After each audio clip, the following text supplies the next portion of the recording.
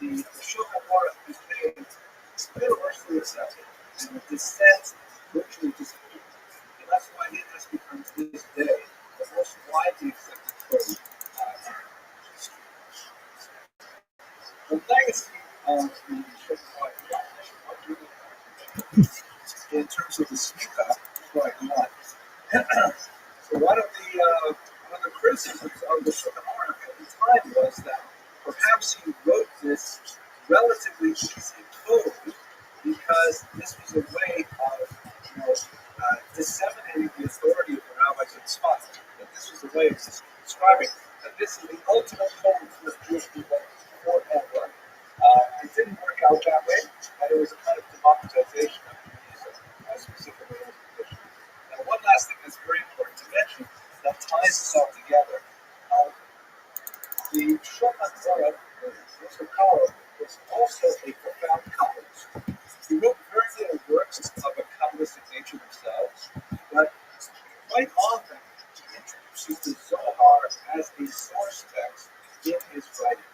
And saying that the Zohar for him, of course, the essential Kabbalistic work that was discovered in the 13th century, indicated that this has a phenomenal import to his thinking. And in fact, as he confided to his students and possibly even wrote an autobiography, some controversy with the actual authorship of it, he claimed not to have figured out the halacha, not to have deduced it from the text, but rather he was visited nightly by a spiritual being called Agin, who would relate to him everything he was supposed to write next to him.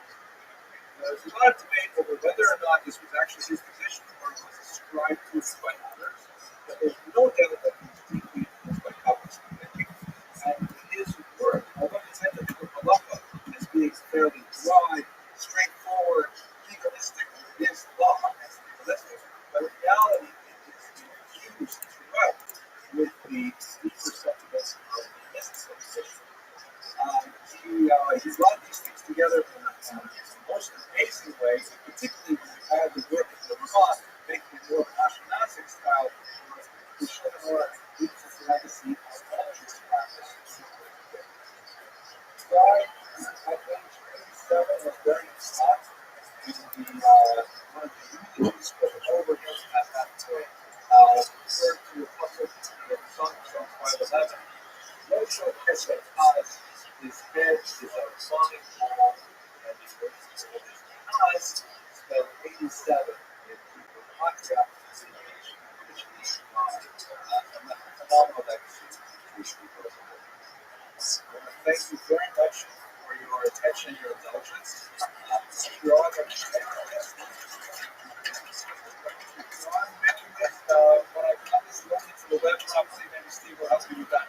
Then you'll be able to review this and critique it with your friends. Have an excellent evening.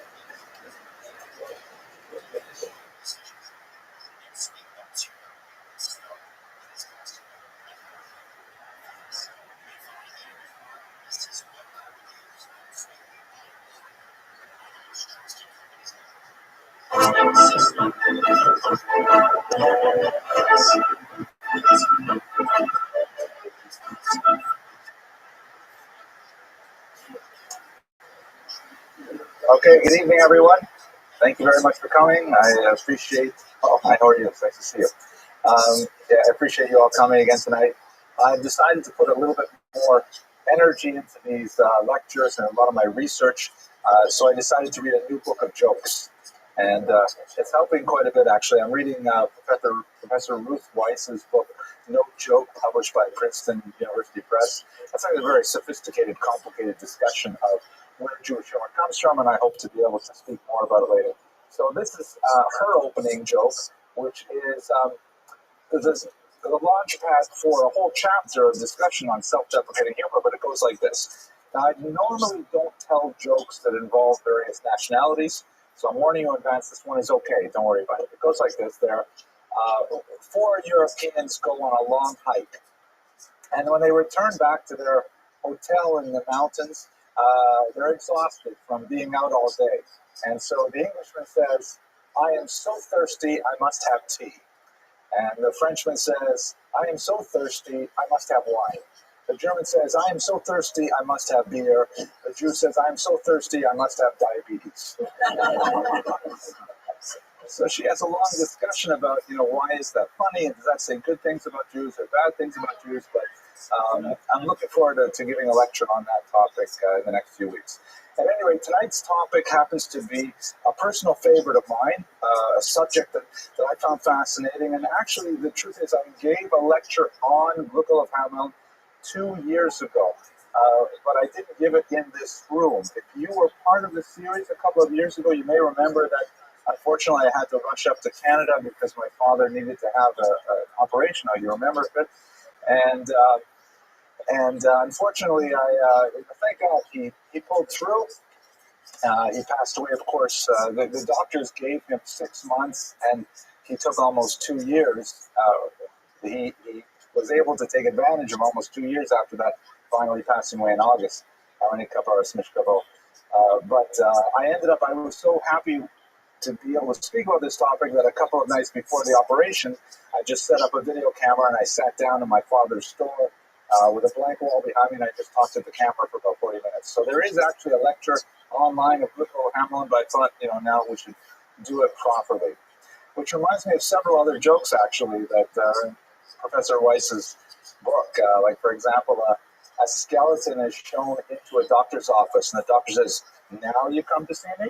Yeah, there's a lot of black humor that we'll have to explore.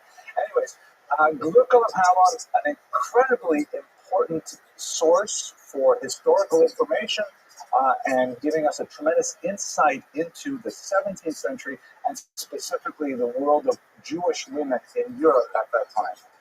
This is the most well-known picture. It is, of course, not of Gluckel of Hameln because she died some 150, 180 years before the invention of photography, but this is from a photograph of one of her descendants, Bertha Pappenheim, who was also her first translator from Judeo-German into German, and so a real devotee of her work. And it gives us some sense of what she must have looked like. She's dressed up like a typical woman of Gluckel's stage of life and class in the 17th century. Basically, who was Gluckel of Hameln? She was an otherwise ordinary upper middle class bourgeois woman living in Germany, who towards the end of her life decided to record her life in a long memoir of 7 notebooks. The purpose of this memoir was to leave something behind for her children. She specifically wanted her children to know something about the kind of people that they came from, and she also wanted to offer a last chance to leave kind of like an ethical will for her children. It's a very complex and long ethical will, but it participates in a very strong tradition that persists to the present day of writing such wills for one's children. Let me just take a quick moment to stop talking about Gluckel for a minute and talk to you about ethical wills, and I'll talk to you about something that my wife and I do that I feel very good about. The ethical will, or the tzava, is a document that we have examples of these that go back centuries, where well before a person passes on, they leave a will that isn't about who gets to keep the tea set and who gets to keep the candlesticks. It's a will in which a person writes down for his or her children what their values are and what they think the children need to know the most for moving on once they've passed. My wife and I have what I think is a very beautiful custom. We've been doing it for, I guess, about 8 years now. We write a new one every year for each of our children, and we give it to them on Erev Yom Kippur. Kind of a little bit, macabre just before Yom Kippur, thinking about what if we were not to live the next year. But my wife and I find it very therapeutic, and we have one of my children here who can tell you, is it a good experience to get these things, or is it just, yeah, it's okay. It's like, obviously we write it for each child depending on their age. Like the youngest kid just gets like a kind of a picture saying, we love you, and that's it. And the older kids get a lot of mussar and a lot of direction. But anyway, So she wrote this kind of book. It was 7 notebooks long, written over the space of about 50 years. And it leaves a tremendous record of what life was like for this particular woman. She happened to be an extremely talented storyteller and writer, so it's a very engaging read. Even in the 21st century, it has a certain level of freshness and appeal and drama to it. And so it has offered us a tremendous insight into what life was like for her gender and for her class in 17th century Europe. So that's basically what the story is all about tonight. We're going to look at what she had to say about the world in which she lived and what we can glean from this particular book. So her name, Glucko, is Yiddish. Actually, she wrote in what's called Judeo-German, which is a Western European form of Yiddish. Yiddish, the language that we know and love, was not codified until the late 19th century when the Litvaks got a hold of it and insisted that their way of speaking was correct. But in reality, Yiddish is like it's a folk language that borrows very freely from surrounding cultures, and as a result, the vocabulary, the syntax, and quite often the grammar is highly affected by the languages among which the people live. The Yiddish spoken by Jews in Ukraine, for example, is very different from the Yiddish spoken by Jews in Berlin. They can understand each other, but they will have some very strong dialectal differences. So she wrote in a language that is called technically Judeo-German. It's written in Hebrew characters like Yiddish, but much more heavily influenced by the German language than some of the more Eastern counterparts. The name Glucko in Judeo-German means little happy one. Word Gluck or Glick means happy, fortunate, praise, lucky, right? So, and the little L at the end is a diminutive. Like you name a little baby, Glucko. Oh, this is the little happy one, little fortunate one, little lucky one. And Hamelin, of course, is where she was born and where she spent much of her youth, hence the name Glucko of Hamelin. This was before Jews were given, by and large, surnames, as we discussed last week. So, what do we have in the memoirs? She began writing them in 1690 after she lost her first husband of 30 years. As we shall discuss, she was married she was engaged at 12, married at 14, and she remained with him for 3 decades. And they had an extremely close relationship. When she lost him, she began the memoirs certainly affected by the sense of mortality that she was experiencing when her husband passed away, and hence she wanted to offer her children something for themselves ethically and so on. But it's turned out to be quite a cathartic device for her, and she extended the writing of these memoirs, this family history, throughout the next 2.5 decades until she finally passed away in 1724. It was intended as a private document for her family, but every now and then you get little glimpses that maybe she thought it would be read a little more widely. And there is a slight gap in the text between years 1699 and 1715 because her children convinced her, after some time spent as a widow, that she should remarry, which turned out to be a disaster, as we shall see as we discuss her life story. So for about 15 years, she stops writing as she deals with the marriage, and then when she deals with the aftermath of that marriage, as we shall discuss. She finally finished the book in 1719, which was 5 years before she passed away. The text remained fairly closed. It was only extant in 2 manuscript copies, not actually in her own hand, copied out by some of her children. And then in the late 19th century, a version was published by Bertha Pappenheim, as I'll show you her pictures in a second, and that circulated quite a while. Bertha also intended it primarily for her own generation, although she translated it into German, and then it was discovered, and scholars got a hold of it, and they published an even more expanded and detailed edition in German, and later it's been translated into English, French, and even Russian to this day. Her ancestor, or I should say her descendant, who translated it, is shown here. We saw her a little while ago when she was wearing the frilled collar, actually dressing up as her ancestor. Bertha Pappenheim actually is a very famous woman in her own right. You may know of her, perhaps if you studied any Freud.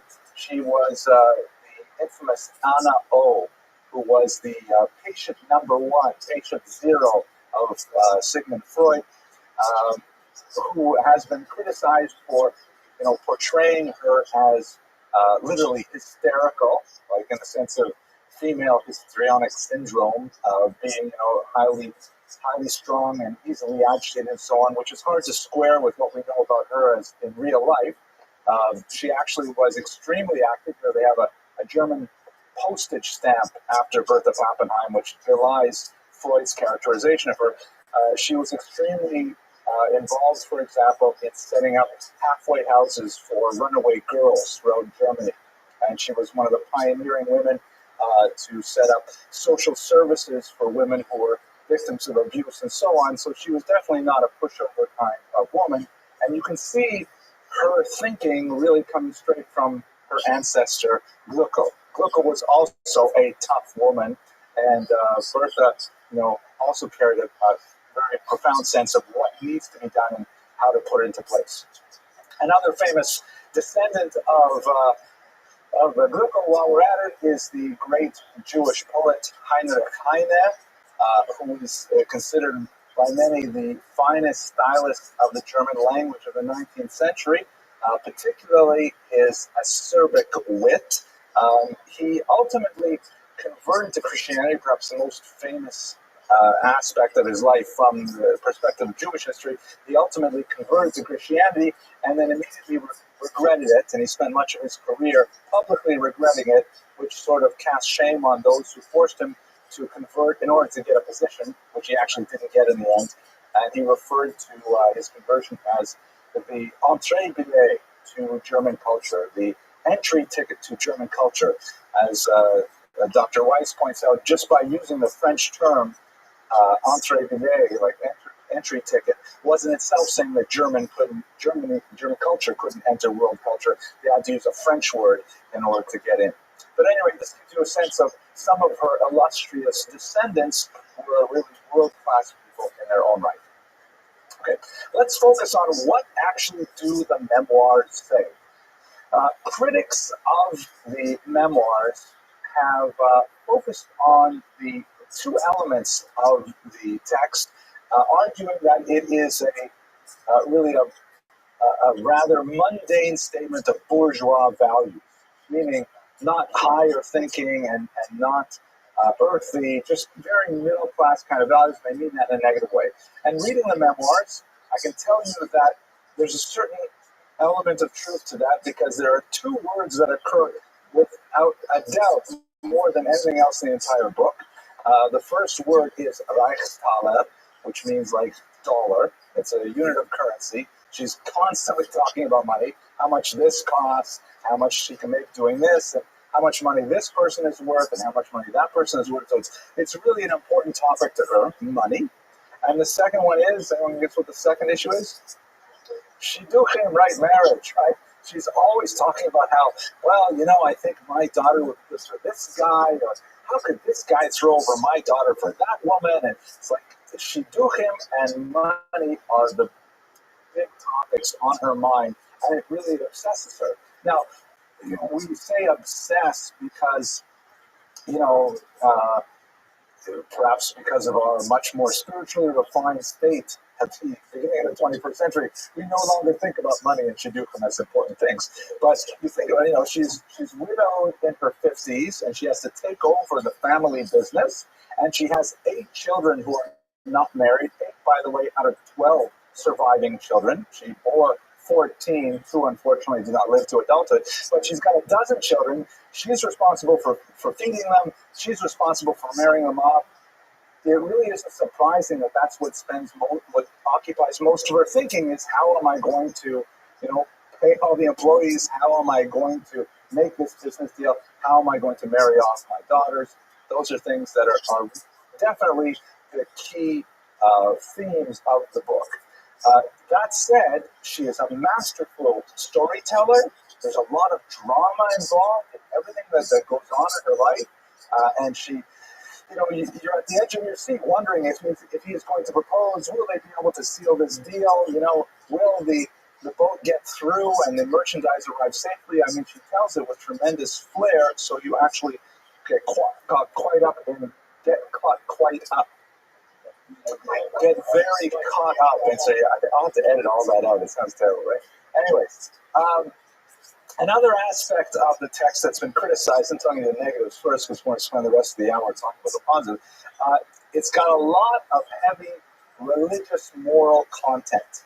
Again, if you remember the context in which she's writing this, she's trying to say something meaningful to her immediate children, to her unborn descendants. She's trying to leave a legacy for them. And so occasionally she does wax a little bit long on some of these topics about the importance of piety, the importance of scrupulosity and honesty and all one's dealings. These are things that are important to her. The editors, I think, have done her a disservice, certainly done us a disservice, because many of the versions that have appeared simply cut out huge chunks of this material. Some of which is simply taken straight from the moralistic literature that was circulating in Europe at the time. She'll read something in a Yiddish language book of Musar or ethical teachings, and she'll just say, I read this in this book, and she'll quote the whole story there and things like that.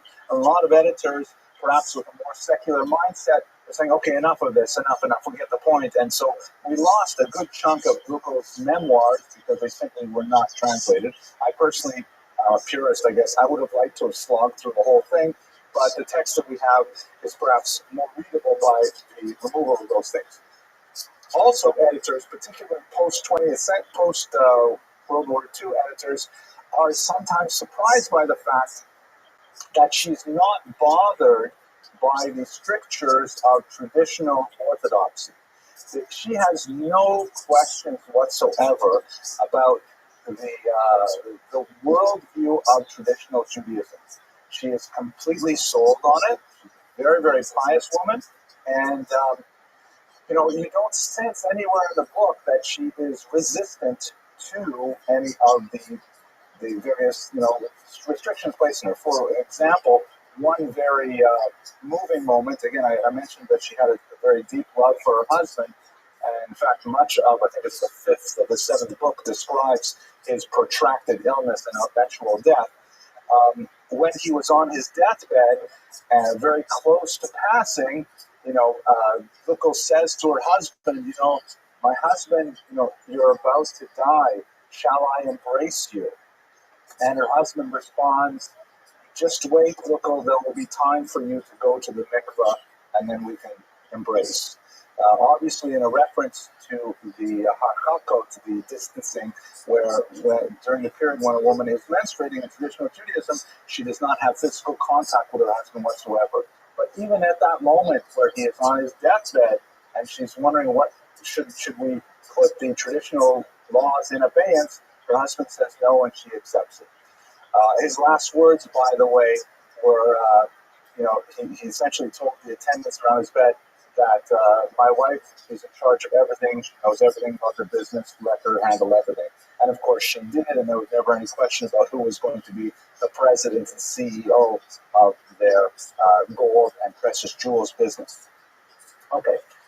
Now, let's start talking about the positives, because I give you some of the negatives of the text. What are the elemental values of Lucas of Hamel's memoirs? The first are that this is an incredibly rare and rich look into the world of women of 17th century Europe. We have no comparable documents for any person in 17th century that I, in my limited research, am aware of. I mean, nobody else gives us a book, no woman gives us a book from the perspective of just a regular middle-class woman who is not famous for doing anything except writing this book. It's not a work of literature. It is a work of nonfiction in which she's just telling us what it's like to be her at that time and place in Europe. And that dwarfs the rest of the historical scholarship. We have no other primary text which is comparable to it.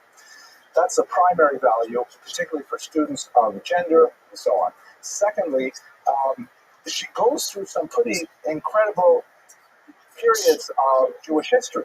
She lived through the Khmelnytsky Rebellion of 1648-49. She lived through the numerous expulsions that Jews had to endure in central Germany. She lived through the false messiahship of Shabbatai Tzvi, and she writes about all of these things. So we get a very rare bystander's perspective on some of the large currents going on in Jewish history. You know, one of the problems with the sources that we typically work with in Jewish history is usually history is written by the people who win, the people who ultimately survive. And so we never get a perspective of people who are losers or people who are not involved. So she gives us a great look at Jewish history from the people who were not involved in the major events of the time. Okay, I have kind of blathered on for 25 minutes, so let me pause and take some questions. Yeah, Judith, please. That education was not unusual or somewhat higher levels of education. But you mentioned that Judeo-German. she read Yiddish Mm-hmm. and other documents, so that she somewhat learned history without question. So, and she has the writing skills, Yes, definitely. which would indicate some kind of education. Absolutely. So let's comment on her education specifically. First of all, what did she know? And what did she think about what she knew? And what did she feel was a lacuna in her own knowledge?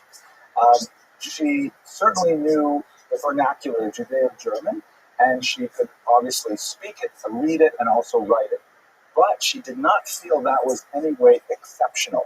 Like the vast majority of Jews, this is the language they were speaking, and it was also a language that had a burgeoning literary culture associated with it. There was actually a Yiddish language women's literature specifically geared at women who were unable to really work with the Hebrew text. Because basically the language of learning of rabbinic scholarship was Hebrew. She indicates at one point, as a kind of a phrase from her father, that her father considered it very important that his sons and his daughters received a good education in both Judaic and in secular subjects.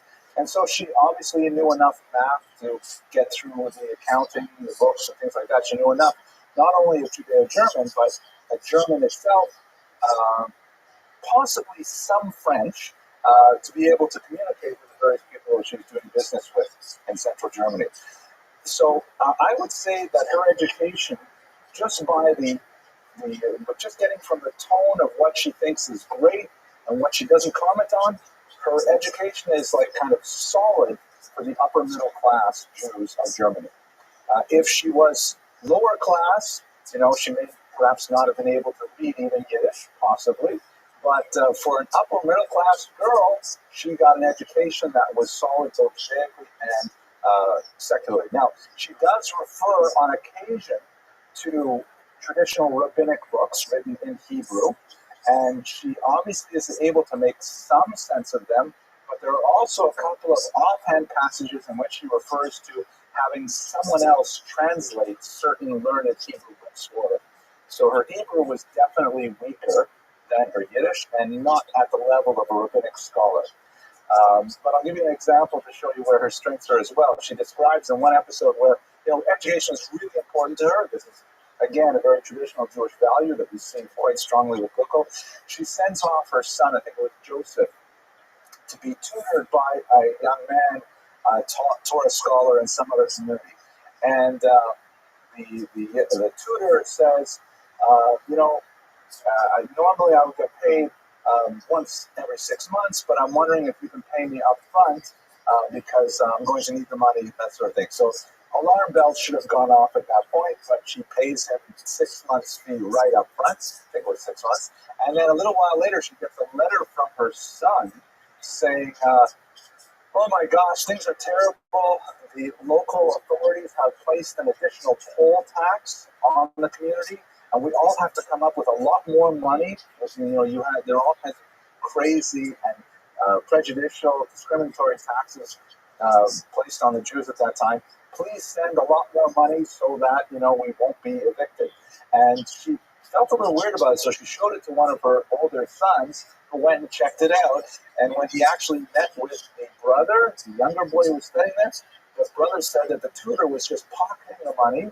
And in fact, he was so hungry for money that he had cut off the silver buttons on the son's Shabbos coat in order to sell them to get money for himself.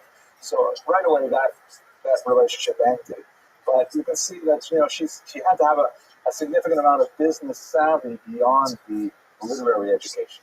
Because one other thing I wanted to mention here, I talked about how what language is it? Oh yeah, one thing she always regretted never having learned to speak French well.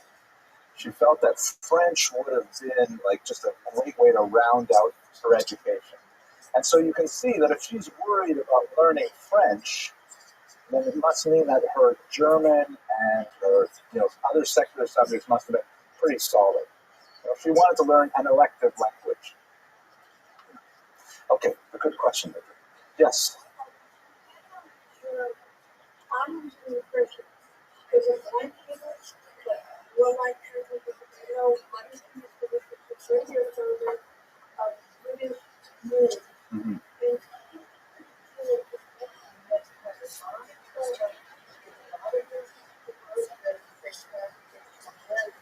And I'll give you a really simple example, and this is the kind of thing that can really throw off, especially if you're listening to it as opposed to reading it. The word Yid, which is pretty important, right? Yid means Jew, so that's a Lithuanian pronunciation. Y-I-D, Yid. If you lived in Western Germany, you would say Jud, right? From Juda, which was like the German word for Jew. And if you lived in Eastern Ukraine, you'd say Yid, like Yiddish, like just without the Y. So that's the same word, Yid, Yud, Yid, and I give you a sense of how the dialects fit. Yeah, yeah. Jid. Well, in the Polish language, Żyd, right? So it comes from there. But not in Polish Yiddish. In Polish Yiddish, you'd still say Yid. I Yid, yes. That is the Yid. Okay.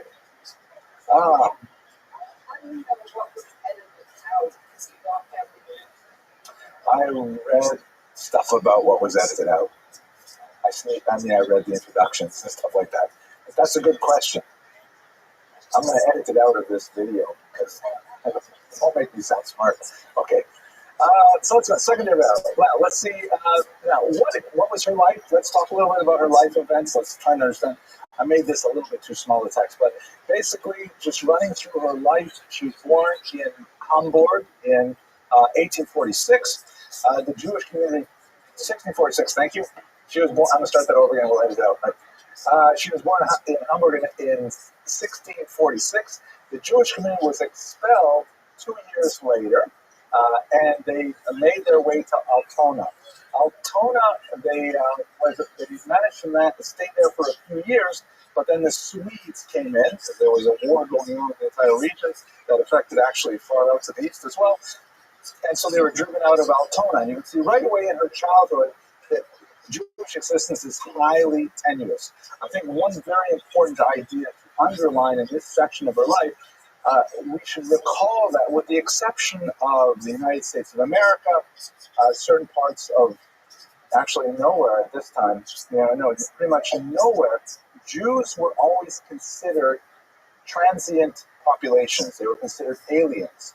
Jews may have lived in Germany for 600-700 years, but they did not have the right of residency. This continued right up until the 20th century in some places, like in the Russian Empire, until 1917. Jews were not actually citizens of that country, and they could be expelled at will. Kind of like, they had a visa to live there for generations, and then if the state ever wanted to expel them from a region close to the border or anything like that, they had the right to do so. So Jews lived a very tenuous life where, they would show up in a town, try to keep their head down, no one should notice them. They wouldn't build synagogues at all because right away they would be establishing a formal presence, so they would pray in people's houses and hope they didn't get caught. And this would go on for decades. And she describes a lot of the situations, the adventures they had to go through paying off petty bureaucrats to look the other way because the Jews were convening prayer meetings and things like that. So she spent the early part of her life traveling back and forth between various places from which the Jews were expelled. They finally made it to Hamath, where they had a little bit more temporary respite, and at age 12, she was engaged to a young man named Chaim of Hamath, who was a person who apprenticed and eventually became a dealer in precious jewels and gold. And this is the profession that he lived with his entire life, and one, of course, that Gluckl took over after he passed away. Jewels, gold, things like that are very traditional occupation for Jews. They're highly portable. So, when you're traveling from one place of exile to the next place of exile, it's easy to take it with you and so on. It relies on far-flung international connections, and Jews with their diaspora are well suited towards that and so on. So, and the age of marriage, of course, was very typical. Jews right up until the middle of the late 19th century, Jews were in Eastern Europe in particular were still getting married at very young ages. There was often a long time between the betrothal, which could be when a woman was even prepubescent, but marriage before 18 was very common. In fact, the Talmud praises early marriage.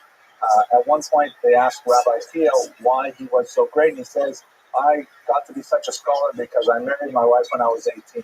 And if I married her when I was 16, I would have been even much greater than I am now. So the idea of early marriage was very common. We should understand, of course, though, that the Jews had a highly developed culture of multiple generation households.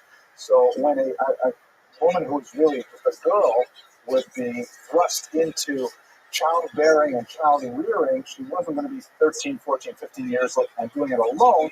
She would live in a household with a grandmother, a mother-in-law, cousins, aunts, things like that. So it was like, it was an extended family that nurtured the young of Jews. That's, by the way, one of the reasons why the Jews enjoyed a much larger population explosion in the 19th century than surrounding cultures because of this extended family arrangement. Ironically, I shouldn't say ironically, she got pregnant shortly after marriage at 14, and her mother got pregnant almost at the same time. They delivered within 8 days of each other and even shared a room as they were convalescing after their delivery, which was kind of an ironic thing. There's a joke that I'm not going to repeat. I always tried it. My wife said, don't repeat that joke. Okay. So as I mentioned, over the course of her life, she bore 14 children, basically one every 2 years for their marriage. And 12 of them, a rather remarkably high number, which may speak to their social class and economic wherewithal, 12 of them survived to adulthood. At the age 44, in 1689, she lost her husband, a devastating blow, and she remained unmarried for quite some time. Did I do those numbers right? Yes, I did. She remained unmarried for about 11 years, and she managed her husband's business just fine, thank you very much, until her children said, it's low tov, it's not good for you to be alone. We've got this great man named Surf Levy from nearby town of Metz. He was the Parnas, which meant he was the president of the community. He was a very successful banker. Everything looked absolutely wonderful, so she agreed that she would, in fact, marry this Surf Levy. They did so. He borrowed a large amount of money from her to expand his business and then promptly went bankrupt, losing it all and then dying 2 years later. And so her second marriage was a total disaster, at least from the perspective of economics and of companionship, because not only was she alone again, but now she was broke and alone again. And it was much more difficult for her. Nevertheless, she insisted on repaying all of the debts that her second husband had incurred, and she worked incredibly hard in this very late stage of her life to rebuild her business, which she did successfully. squaring away all of her debts at the end of her life. And ultimately, in a development that has great irony for the book, she ends up moving in with her least favorite son-in-law, who take care of her to her old age. One of the marriages that she was the most kind of like hesitant and even resentful about, because it's a very long and protracted process of, why do you want us to come visit you first? You should be coming to visit us first. And it goes back and forth for pages and pages until finally her daughter gets married to this man. And she's always complaining about her mechatenista, about her in-law. She always calls her, for the first parts of the book, she calls her the wealthy Frau Jacket, meaning the rich one. She keeps on talking about her in this disparaging tone of how much money she has. But it ends up that's where she goes to live after she's widowed a second time, and she's treated with such honor and dignity by her son-in-law and by her mechatenista that she takes it all back and has only very warm thoughts of gratitude to them for the kindnesses they showed to her at the end of her life. Her last entries in the journal are dated 1719, if I remember correctly, and she dies at the age of 78 in 1724. So that's a very quick overview of the major life events she describes. In between all of these events, she's talking primarily about two things. You'll recall Reichstaler, so Reichstaler is the money, right, and all the various business deals that she's involved in, most of which, by the way, are now after her husband passes away, and so she's involved with a lot of complicated things. She's involved, there's shipping issues where they're attacked by pirates. We're talking about pirates. This is the 18th century, right? It's a 17th century. It's a crazy kind of time. Corrupt nobles and not necessarily so, honest Jews that she's doing business with. And she's describing all of these tribulations of her business life. And at the same time, she's worried about her sixth daughter, who's the right guy for her. And, her seventh son is having difficulty liking his Rabbi. I mean, she's very much involved in these family things. And you can see that she's writing down a lot of these things as she's going through them as a kind of a therapeutic personal experience. Okay. How are you? I'm lovely. Are you ready for me?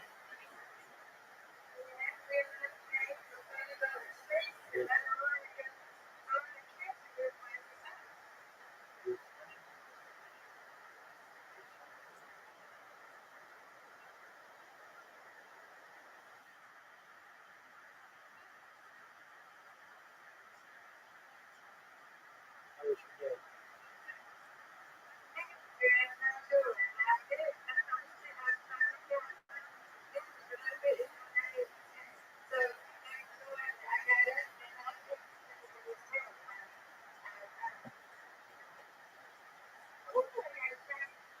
Cheer.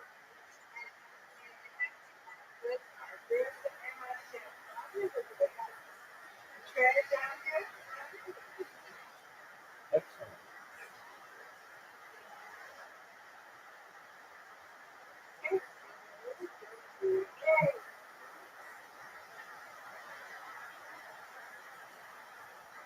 Get it.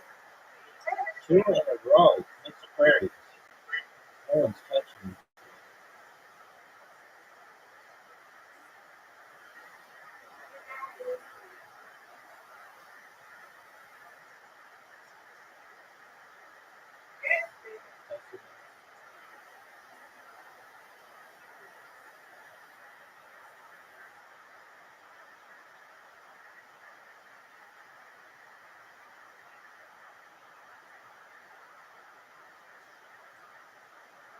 Get it.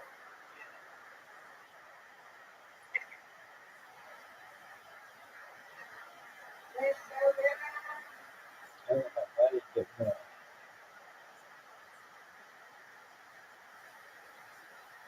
Got it. That's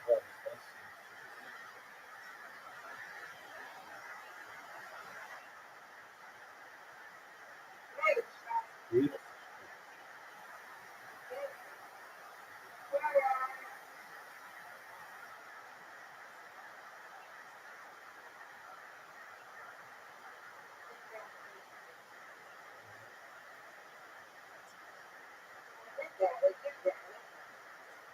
you.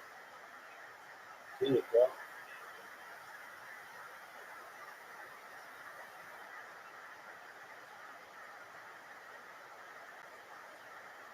Ooh, yeah. Boy, you got a nice score. A really, really big one. Get it. Ooh, look at you in the 90s.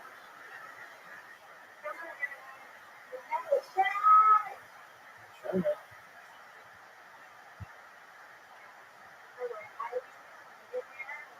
Right. Good job, Mr. George. You're going to be approaching your 100th night. It's going to be any night now.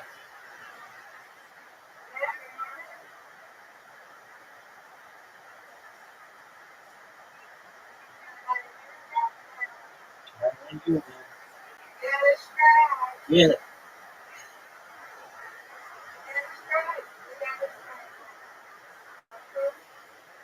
Okay. Nice spare. You're welcome.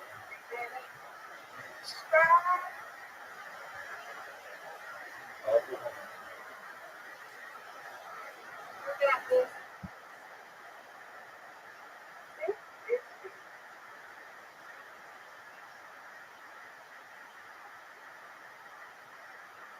Get it. Powerful point. Get it.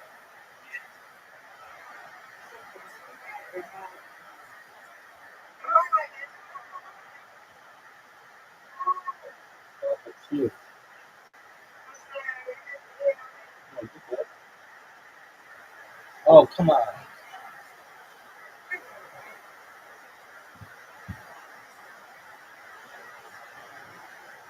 Get it.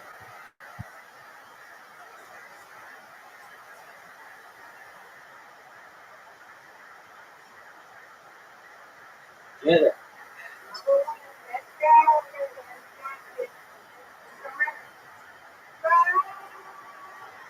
There we go.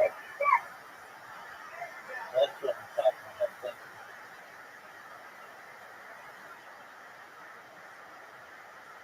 you. Get it. Strike.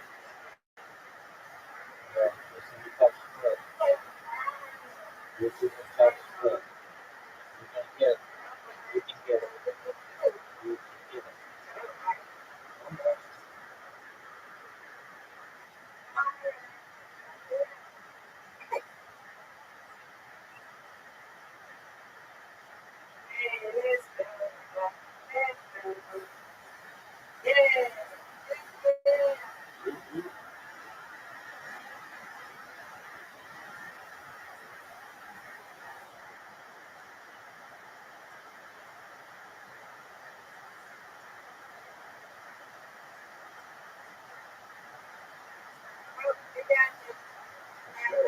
No doubt.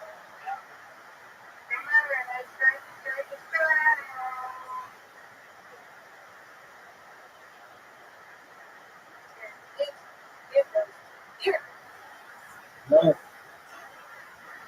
that's okay. I win, you win. You win, I win. There you go, man. Thank you so much. I win, you win. That's my favorite. That's I love you too. That's my favorite when that happens. When you win and I win, that's the best.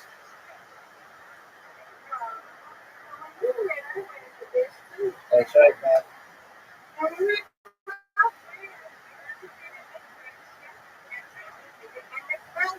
That's 1000% right. Excellent.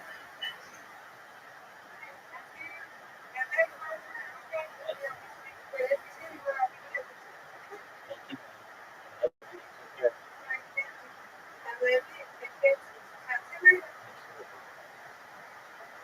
Very nice.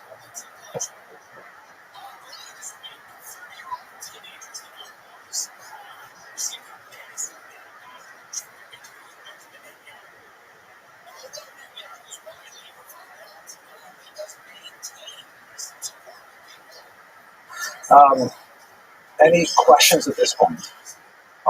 Yes, please. All the children got married except for the two that passed away. Right. Yeah. Yes.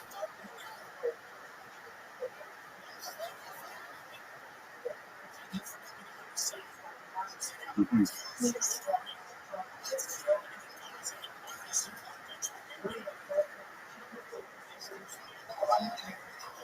Honorary wife. Really, that's interesting. Interesting.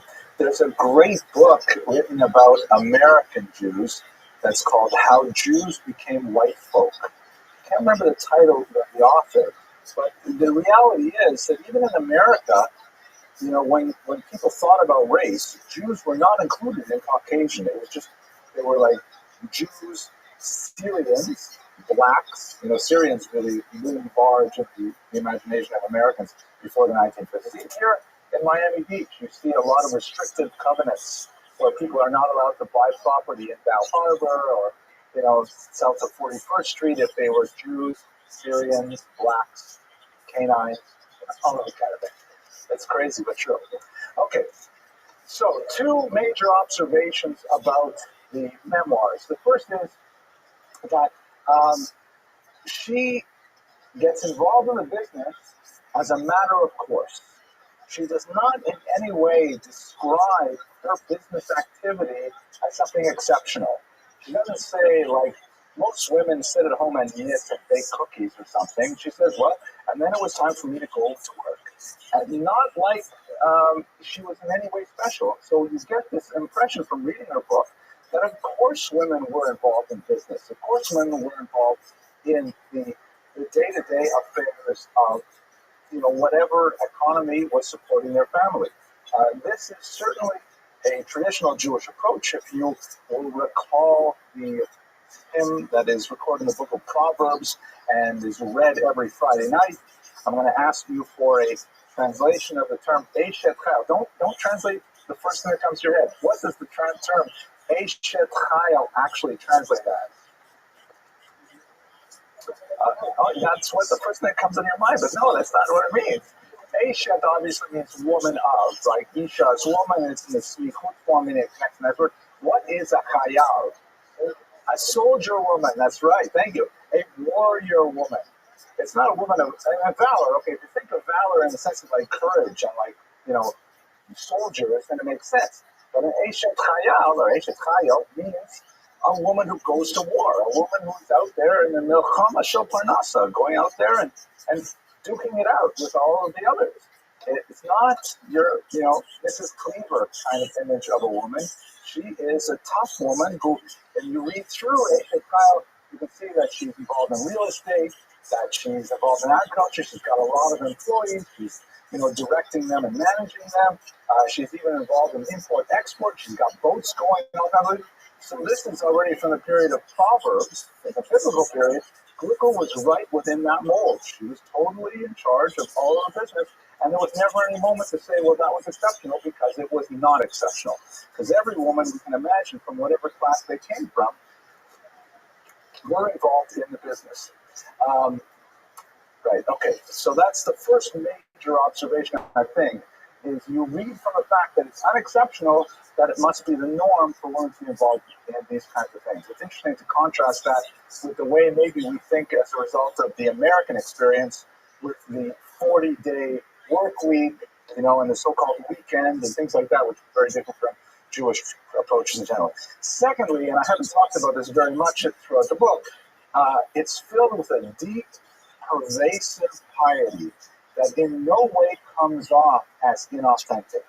It's very clear that she is a truly religious woman, that she has tremendous bitachon, or trust in God, and they're not just throwaway phrases for her. She really deeply believes in the power of Torah, the power of the sages to be able to, convey meaning to life, and that one should strictly adhere to the halacha in every way, the way of Jewish life. So she's actually expressing at the same time a hard-nosed attitude to the realities of commerce, and at the same time, a very pre-modern sense of this is the Torah, and I'm going to keep it just like that.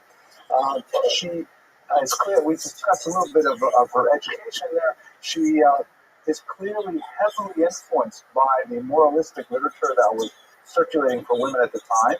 She cites widely from books like the Tanorena, which was a Yiddish language digest of rabbinic literature that accompanied the weekly portion of the Torah. And it was pretty much standard reading for any pious woman to, Saturday afternoon sit on the porch and open up the Tanorena and read in Yiddish the kind of abbreviated version of what happened in the Torah reading that week, amplified with stories from the Talmud and else written in Yiddish. And she also is deeply moved by GUINNESS, which are these very beautiful liturgical creations designed pretty much exclusively for women.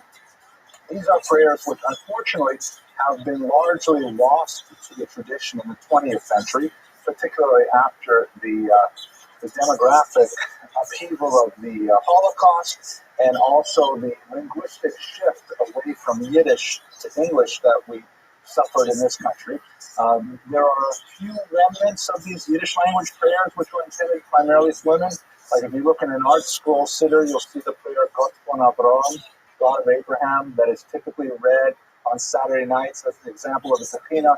These are typically relatively short but uniquely heartfelt personal prayers, almost always written in the first person singular, and often associated with life cycle events, births, deaths, miscarriages, menopause, all kinds of fascinating things associated specifically with women's lives, and offered women a very profound spiritual outlet that is not present in the traditional rabbinic text of the Siddur. So she's quite often quoting Tekhinas and materials that come from Tekhinas.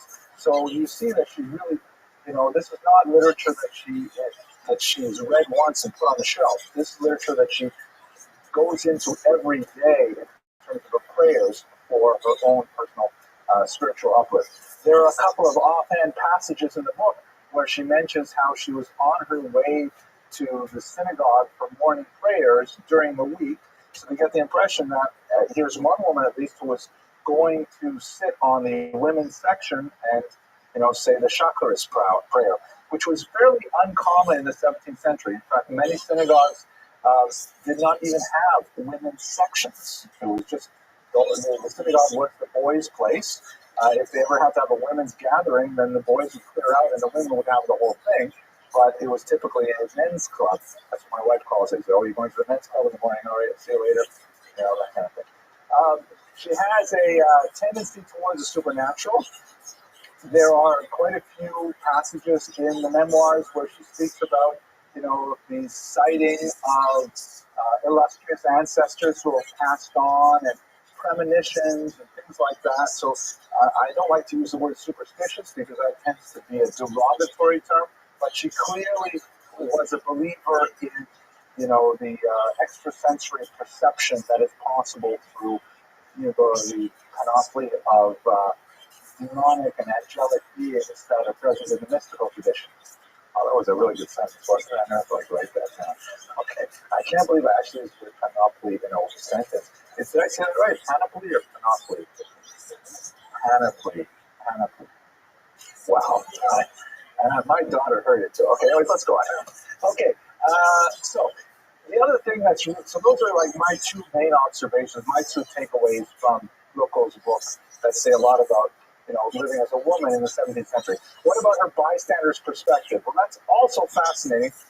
I'm just going to look at two of the most important things that happened in her lifetime on the largest, stage of Jewish events, and give you a sense of how she reacted to them. The first of them is the Khmelnytsky Rebellion of 1648, when this man, Bogdan Khmelnytsky, sometimes horribly mispronounced Chmielnicki, because that's the Polish spelling with an American pronunciation, but the actual pronunciation is Khmelnytsky, led an uprising of Ukrainian peasants against their Polish overlords. This is a gathering of some of those peasants, the so-called Cossacks or Kozake, who were basically runaways from Polish authority, and they were setting up these camps called Siche in the river, the rapids region of the Dnipro River, and they went on a tremendously successful and bloody rampage against Polish authorities in Ukraine. This is not the place to go into a larger discussion of why this was, but suffice to say that Jews suffered tremendously. Jews were essentially the middlemen between the Polish landlords and the Ukrainian peasants. And so when the Ukrainians ran amok to protest against the kind of exploitation that they had suffered tremendously from, the Jews were a much more convenient and close-by target than the Polish landlords who were living far away in Warsaw. Now, the Ukrainians did make it all the way through Poland, and they ravaged the entire place for a few years, until finally in 1654 they made a deal with Russia, and things changed. But it was a period of tremendous agony for the Jews, with literally tens of thousands of casualties. The period is known in Hebrew literature as Gezerat Taik, the evil decree of 1648-49. From Luko's perspective, she described, and this is, of course, she's a very young child at this time, because she was born in 1646, but she describes how her family took in tens of refugees from the Khmelnytsky riots. So these riots or rebellions are occurring in Ukraine. She's living in central Germany. So these Jews, it shows how far a refugee movement has penetrated. And the fact that she talks about tens of refugees gives you a sense also of her socioeconomic class, if her father could afford to put up such a large number of Jewish refugees. But they brought with them disease, possibly tuberculosis, and in fact some of her family members died as a result of caring for some of these refugees. So early on in her life, she's affected by pogroms that occurred far away, and loses relatives as a result. It's funny. It reminds me. It's a totally different connection, but my father, in a similar way, he grew up with kids from the DP camps, because my grandparents took in people who were Holocaust survivors, and so my father grew up with kids his own age after the war.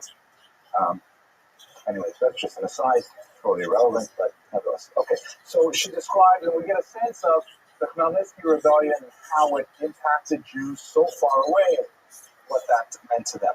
The other event, which is especially important for us to look at, is the whole Shabbatai Tzvi debacle, which in many ways is related to the Khmelnytsky riot. Basically, there's a man named Shabbatai Tzvi, who is a rather brilliant young man, well-liked, good-looking, a Kabbalist, highly intelligent, who appears to have developed some kind of bipolar disorder, some kind of manic-depressive sort of disorder. And at first, in his youth, he seems to be pretty stable, but then, like with a lot of these mental illnesses, their onset can be in the early 20s. He begins to develop these messianic pretensions. Unfortunately, he runs into a few people, one in particular, Nathan of Gaza, who encourages these delusions. He begins to start saying that he can levitate and that he has a mission, that he's canceling certain fast days, things like that. And amazingly, he gets a following and a backing, and the Jews of the world, who are so broken and so risen and so shattered by the events in Ukraine, they begin to believe that this is it. Finally, the Mashiach has come. Finally, the Messiah has come. And Jews from all over Europe prepare to greet the Messiah. Gluko's experience is especially interesting. She describes how her father-in-law became a devotee of Shabbatai Tzvi, and whenever a letter arrived from the Mediterranean, this, by the way, is a prayer book published. It says here at the top, Ateret Tzvi, here's the Shabbatai in the center here, here's all these angelic beings, and here's the Sanhedrin, and so on, all listening to them. When a letter would arrive describing how Shabbatai was doing, all the Jews would put on their best clothes, they would go to the synagogue, and the rabbi would read the letter in public to everyone as they stood there listening. So they were really very, attached to what's going to happen to Shabbatai Tzvi. Finally, she says, Her father-in-law sold all of his property and transformed a lot of it into movable goods, dry goods, and he stored them at Gluckel's home, right, her father's home, and he waited for news that it was time to move to Israel. So he actually made a physical commitment, like many Jews, selling their property and getting ready to make Israel.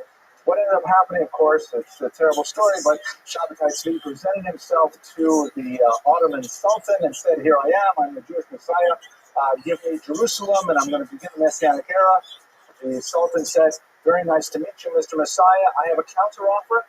How about you become a Muslim, or I cut off your head? And he said, and then he decided to become a Muslim. And a lot of the Jews who followed him at that point realized that it was all for naught.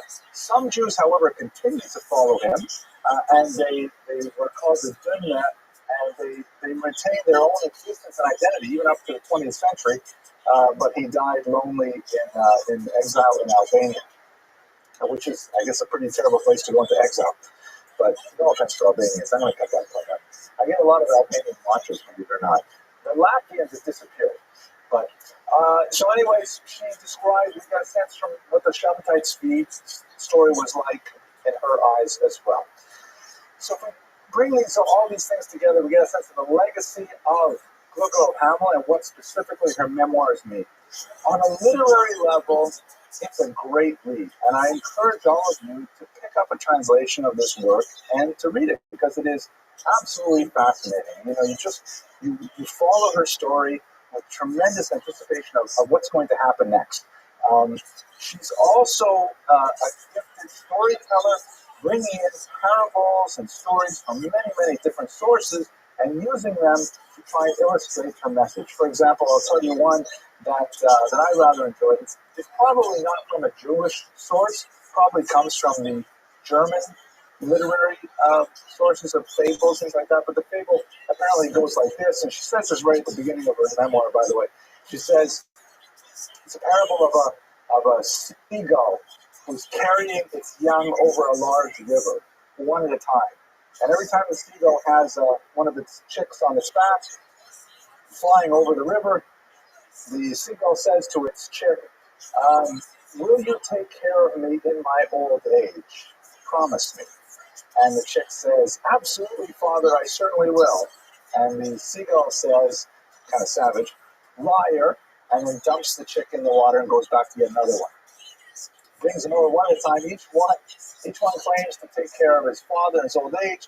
The bird says, no way, throws him in the river, until the last one is finally in the middle of the river, and the seagull asks his chick, take care of me in your old age, will you promise me? And the chick says, father, I cannot promise you that I will take care of you in my old age, but what I can assure you is that I will take care of my children as well as you have taken care of me. And so the message that she's saying to her children is, you may not be able to take care of me, but please take care of your children the way I love you and the way I want you to be raised. So this is the kind of style that she develops throughout the book. It's very beautiful and engaging as a whole. It has tremendous value as an early Yiddish text as well. We didn't talk too much about the linguistics of it, but that's for the scholars that there is. It also gives us tremendous insight into the life of women in the 17th century, specifically Jewish women, and a source which is unparalleled in its richness and scope for those main elements of the money and shidduchim. And finally, it's a book of great moral instruction, just reading about her life and getting a sense of what she personally had to go through and how she persevered. That story in itself, I mean, if it were fiction, it would still be great. The fact that it's nonfiction really gives you a sense that this is a woman with a real sense of purpose, a sense of destiny, and someone who, with strength of character, managed to persevere despite tremendous obstacles. And with that, I want to thank you tremendously for your audacious endurance, the fact that you lasted through a whole hour of it, and I look forward to speaking to you next week.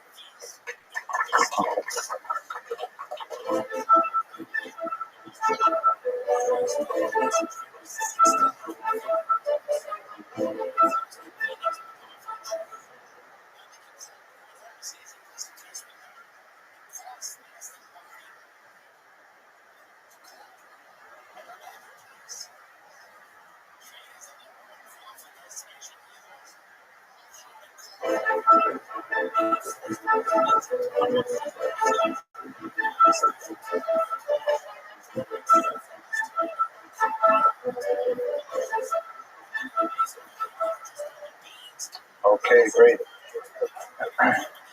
Thank you all for coming. Why don't we get started? So tonight's lecture, it's a fascinating lecture. I'm going to speak slowly because some of the material here is totally new to me, and I had such a charge studying this week. I just learned this name Babata myself, 7 days ago, or maybe a little bit earlier when I was doing the Bar Kokhba related research. I said, wow, mind blowing. What basically is this? Babata was a name of a woman who was hiding out with the Bar Kokhba rebels that we studied last week in the Cave of Letters.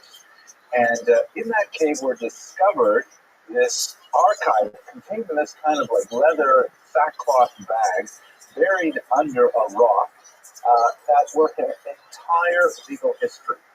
35 documents that extended from her marriage contract through custody disputes and property disputes involving all kinds of people, husbands, sons, co-wives, nieces, step-nieces. It's just totally fascinating and gives us a really rich glimpse into the life of a woman in second century Israel. So I put the pedal to the metal. I did a lot of research over the last week.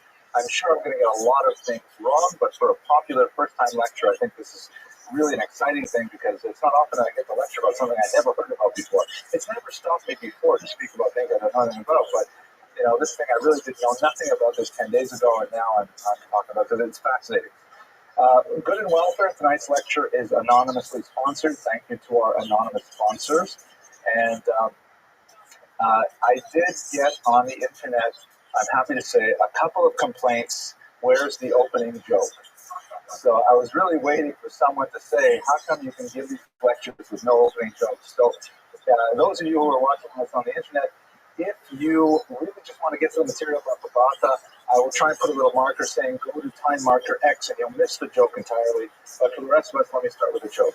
So this joke is, it involves a little bit of background information. You have to know, for example, the difference between the Hasidim, who are the outgrowth of this 18th century populist movement that favored, like spontaneous worship and worship through joy and through camaraderie, sometimes through alcohol, dancing, singing, things like that. Much more kind of loose, spontaneous, excited form of Judaism that developed in Poland in the 18th century. Contrast them with the traditional Talmudists, known as the Misnagdim, or the opponents, who favored a more stern, law-based Talmudic approach to texts and Judaism and life and so on. And they had quite a rivalry that it was quite fierce in the last few quarters of the 19th century, of the 18th century really, and into the 19th century, but it's calmed down quite a bit. And they debated in particular things like halakha, Jewish law. Any matter of Jewish law was something that they argued over fiercely, whereas, for example, the Misnagdim argued for earlier times of prayer. The Hasidim said people should get a good night's sleep before they daven. It's more complicated than I'm giving over right now, but they did all these things. And one more piece of information, you should know that one of the things that is characteristic of Judaism is the respect for the name of God. Of course, it is one of the commandments not to take the name of the Lord in vain. And so, we take prayer very seriously, and when you say a blessing, for example, you take the name of the Lord in that blessing, you really have to take it seriously with full intention and so on. You certainly don't want to waste a blessing. So, for example, if you were thinking of eating an apple and you said the blessing with God's name, and then you decided not to eat the apple, that would be a terrible sin because you just wasted the blessing. So the joke goes like this.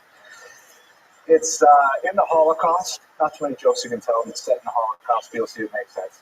And there's this Misnaged, one of these Talmudic Jews from Brisk, who gets away from the ghetto and he runs off into the forest, and he happens to join a group of Hasidic partisans. And they're like involved in fighting against the Nazis. They're like, blowing up bridges and, all kinds of activities like that. And during the day, They spend their time fighting the Nazis, trying to disrupt their movements, and at night they have extensive and heated discussions about Jewish law. And this goes on for quite some time. One day, as they go to attack a Nazi squadron, the fight gets heated and they become separated. And the Misnagid runs in one direction and chased by several Nazis, and he realizes he's at a dead end. He turns around and he's looking at the barrels of several Nazi guns, and he realizes this is going to be the end of his life. So, because he is a brisker Misnagid, and he holds very strongly to the opinion that, if you know you're going to die as a martyr, that you should say the blessing, Baruch atah Hashem Elokeinu melech haolam asher klishanu b'mitzvot tzivano al kiddush Hashem. Blessed are you, Lord God, King of the universe, who sanctifies us with the commandments, including the commandment of martyrdom. So with his full concentration, he gathers his energy and he pronounces this blessing in Hebrew out loud. And he finishes it with a great flourish, and just then his Hasidic compatriots jump onto the Nazis, take away their weapons, and he is saved. And he looks at the Hasidim and he says, "No, I said a bracha." Right. Okay. All right. So at this point, I'm going to. This is the spot where, if you're watching on the internet, you just want to hear about Babata. This is where you jump in. Okay. So first and foremost, I have to give thanks to a librarian at Cyril College. This is Carol Shapiro. I wrote to her the morning after I learned about Babata. I said, "Oh my gosh, you have to give me all these articles on Babata," and they were like in really bizarre journals written in Greek and Latin and all kinds of stuff like that. And she pulled together at a moment's notice a tremendous amount of data. So I'm very grateful to Carol for finding all this stuff for me and giving us the material that we can talk about tonight. Now, let us recall where we got these documents. We spoke about it last week in the lecture on Bar Kokhba. These were discovered in the so-called Cave of Letters. They are named so after Babata's find because there are all these letters in this archive.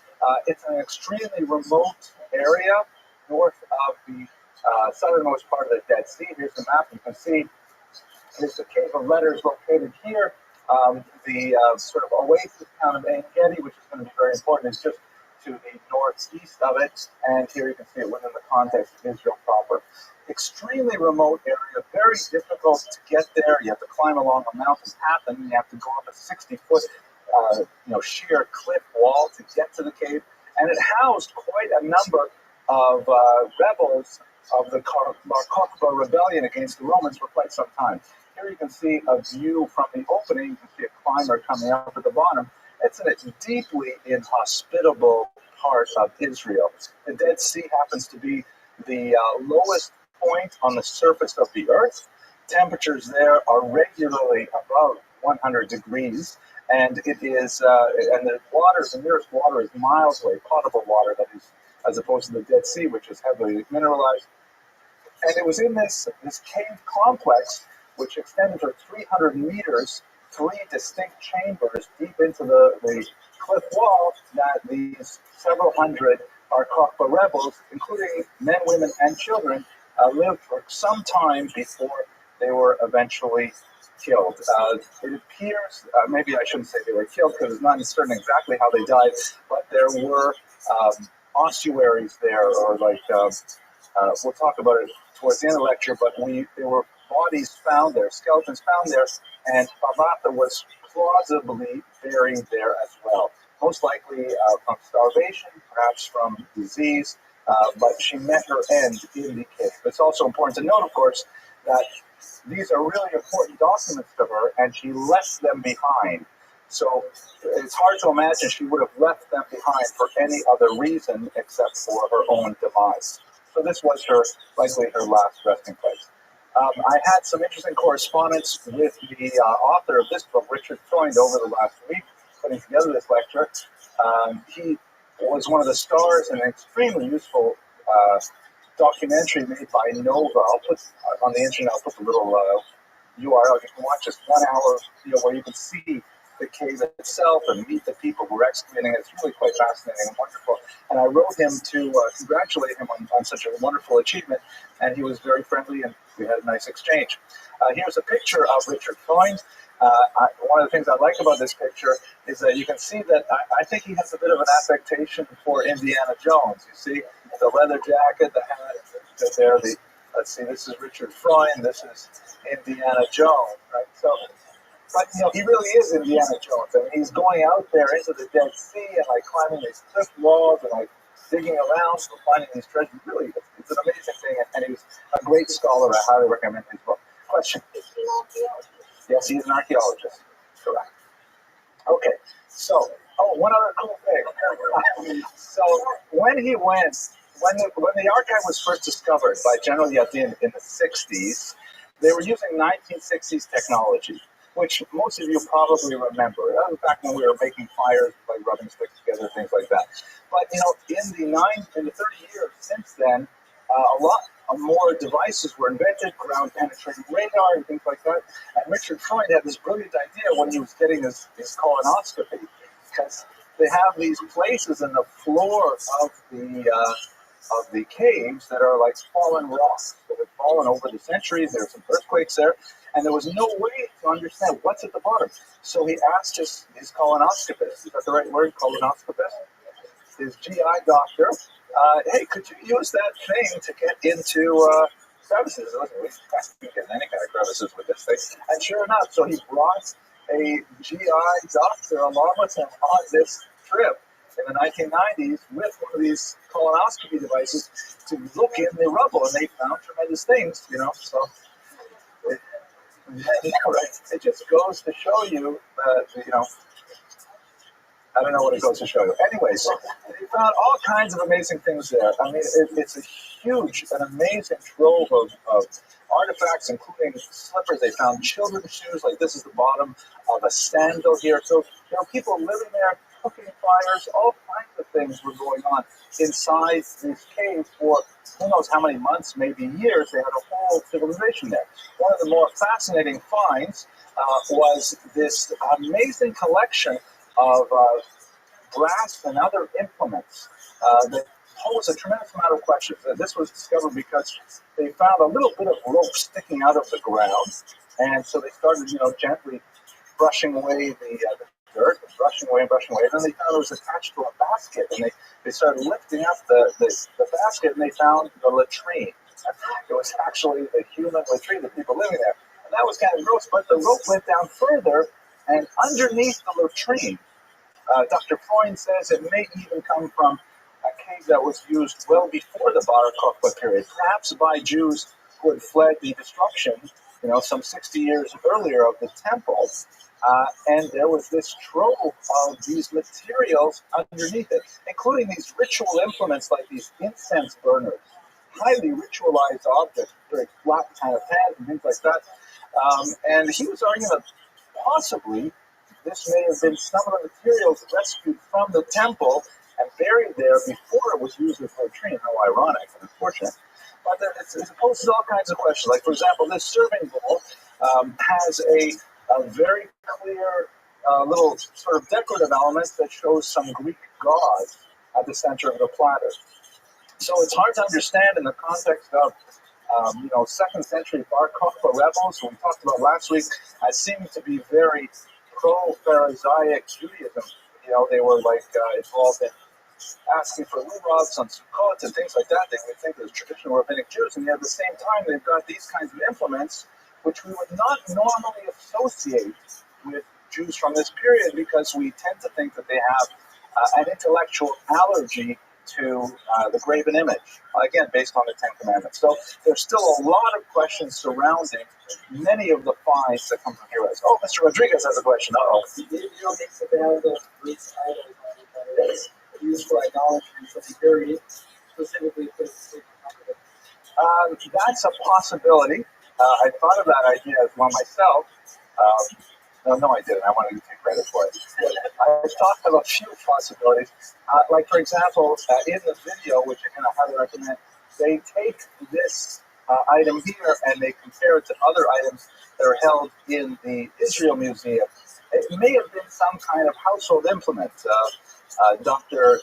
Lauren Schiffman, who's perhaps the world's greatest expert on the Dead Sea Scrolls, opines that this may have been an incense burner for like hygienic purposes. Like back then, before dry cleaning, as discussed in the Mishnah, if you wanted to like make your clothes smell a little nicer, you would burn incense and then just leave the incense burning under the clothes in the closet to kind of freshen them up a bit. So it may have been, these might have been just simple household uses. It's still a big question that hopefully will resolve over the next few decades. But fascinating materials, and we haven't even touched on Babasa. Okay, last question. I should go on. What exactly is in the letters that are found in the Keter letters, the Babasa archive in particular? So we have 35 documents written in multiple languages. Greek and Aramaic are the most common. Those are the lingua franca of the time. And they describe, as I mentioned, basically Babasa's personal legal history. When I looked at it, I was reminded that we have, in our own apartment, we have this one plastic Tupperware tub that has like all the passports and the kids' birth certificates and social security, and that's our Babasa archive, right? That's where. So when this is like hers, these are all the documents that they found in that relate to her. It appears that she was illiterate because they are written for her, and some of the documents. And by the way, if you go on some of the websites, I'll try and put them in the posting. You can actually read direct translations of them. They're fascinating. They're written by, appears like lawyers or perhaps advocates on her behalf, presenting her legal claims to whichever court or individual that she's dealing with. So it's most likely that she was illiterate, and illiterate in several languages too. Not just like literate in Hebrew, but unable to write in Greek. It appears that this is a fairly consistent thing, even though when we place her socioeconomic class at a fairly high level, it's strange to note that she nevertheless was unable to read or write. Might have something to do, I'm just guessing now, with the date that her father died. Perhaps she was very young, and her mother did not undertake the education. I'm not sure. But at any rate, highly likely illiterate. She came from the town of Mahosa, which I'll show you here on this map. It's right here at the very southern end of the Dead Sea. And this was part of the Nabatean kingdom. This was a Semitic kingdom, pre-Muslim, of course. We're a good 400 years before Islam was developed. And it was not part of the Roman Empire until the year 106.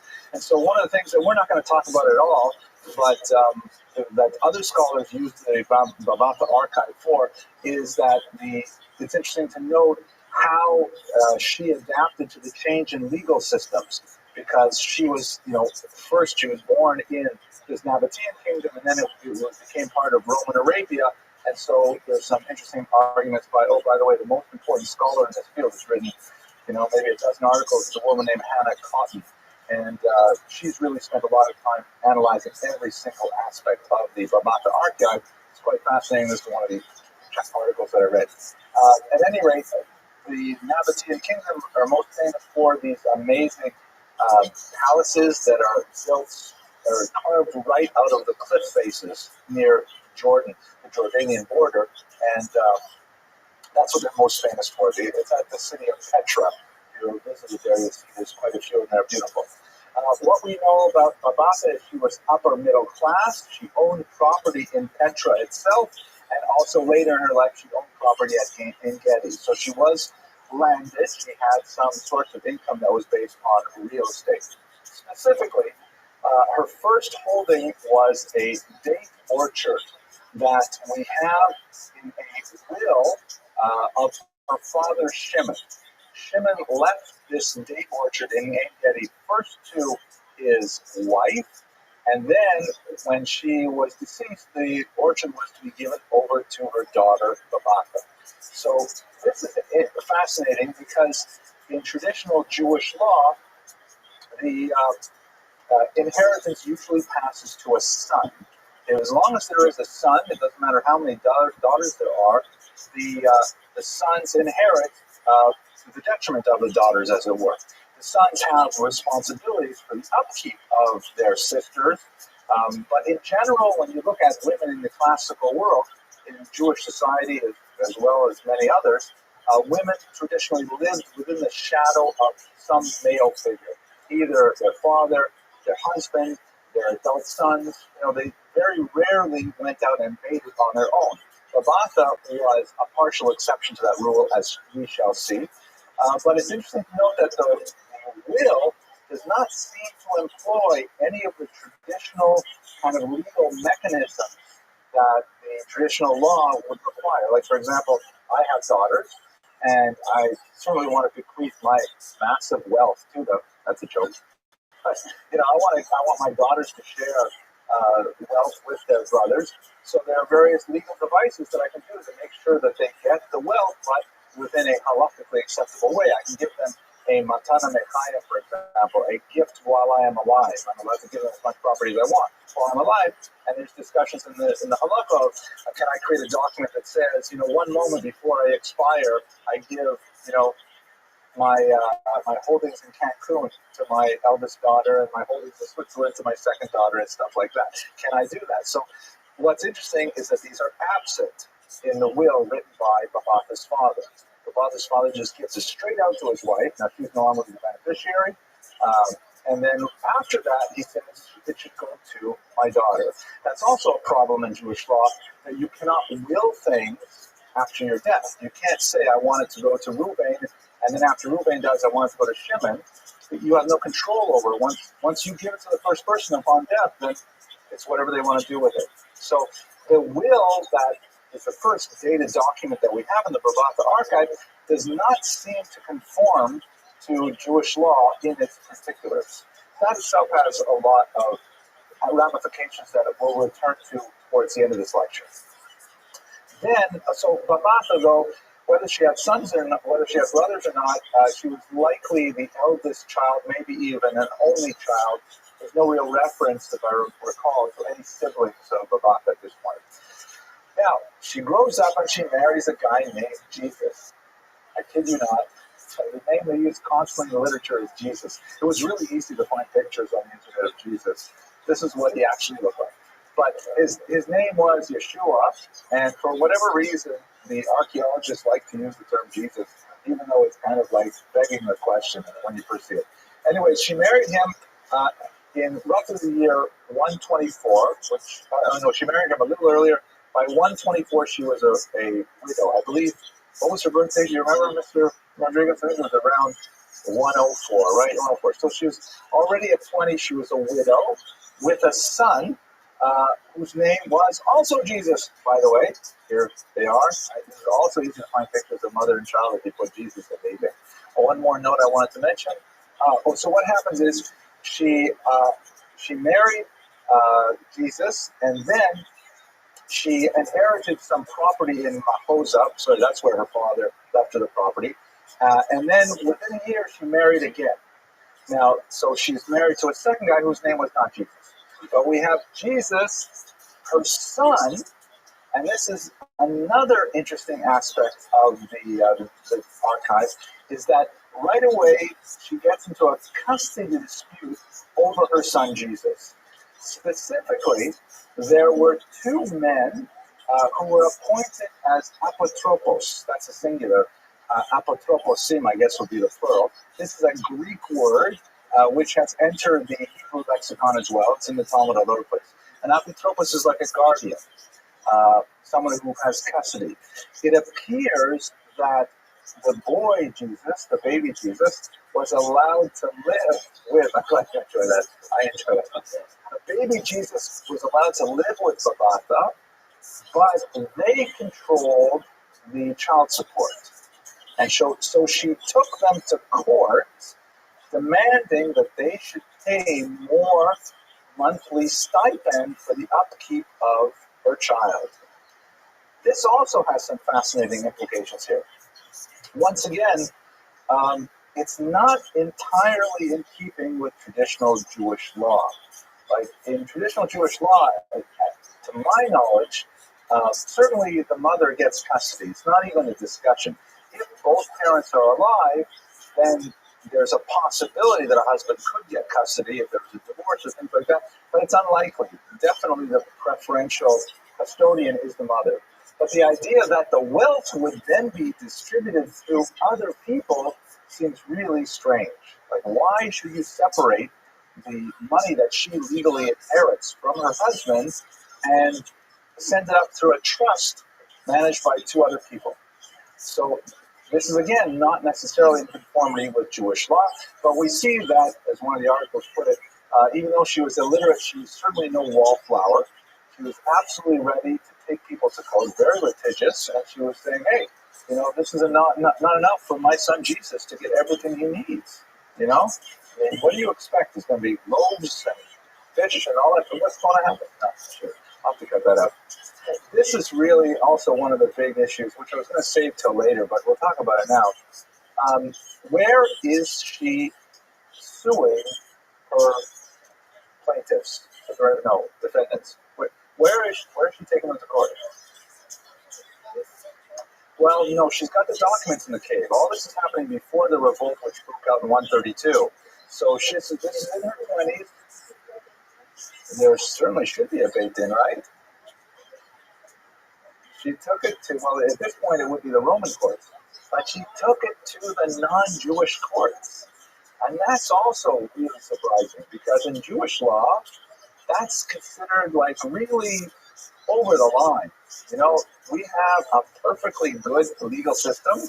We have a system of justice with judges and, plaintiffs, defendants, rules of evidence, all kinds of stuff like that. What are you doing bringing it to the non-Jewish courts? It's considered like kind of a betrayal of Jewish values to take it to a secular court. That said, we do it all the time. But let me take Fred's question, then we'll come back to this point. There's plenty of evidence that she's Jewish, yeah, definitely. They're referred to as Jews in various contexts. There are some non-Jewish players. There's a possibility that one of the guardians was a non-Jew, for example. There's no question referred to as Jewish.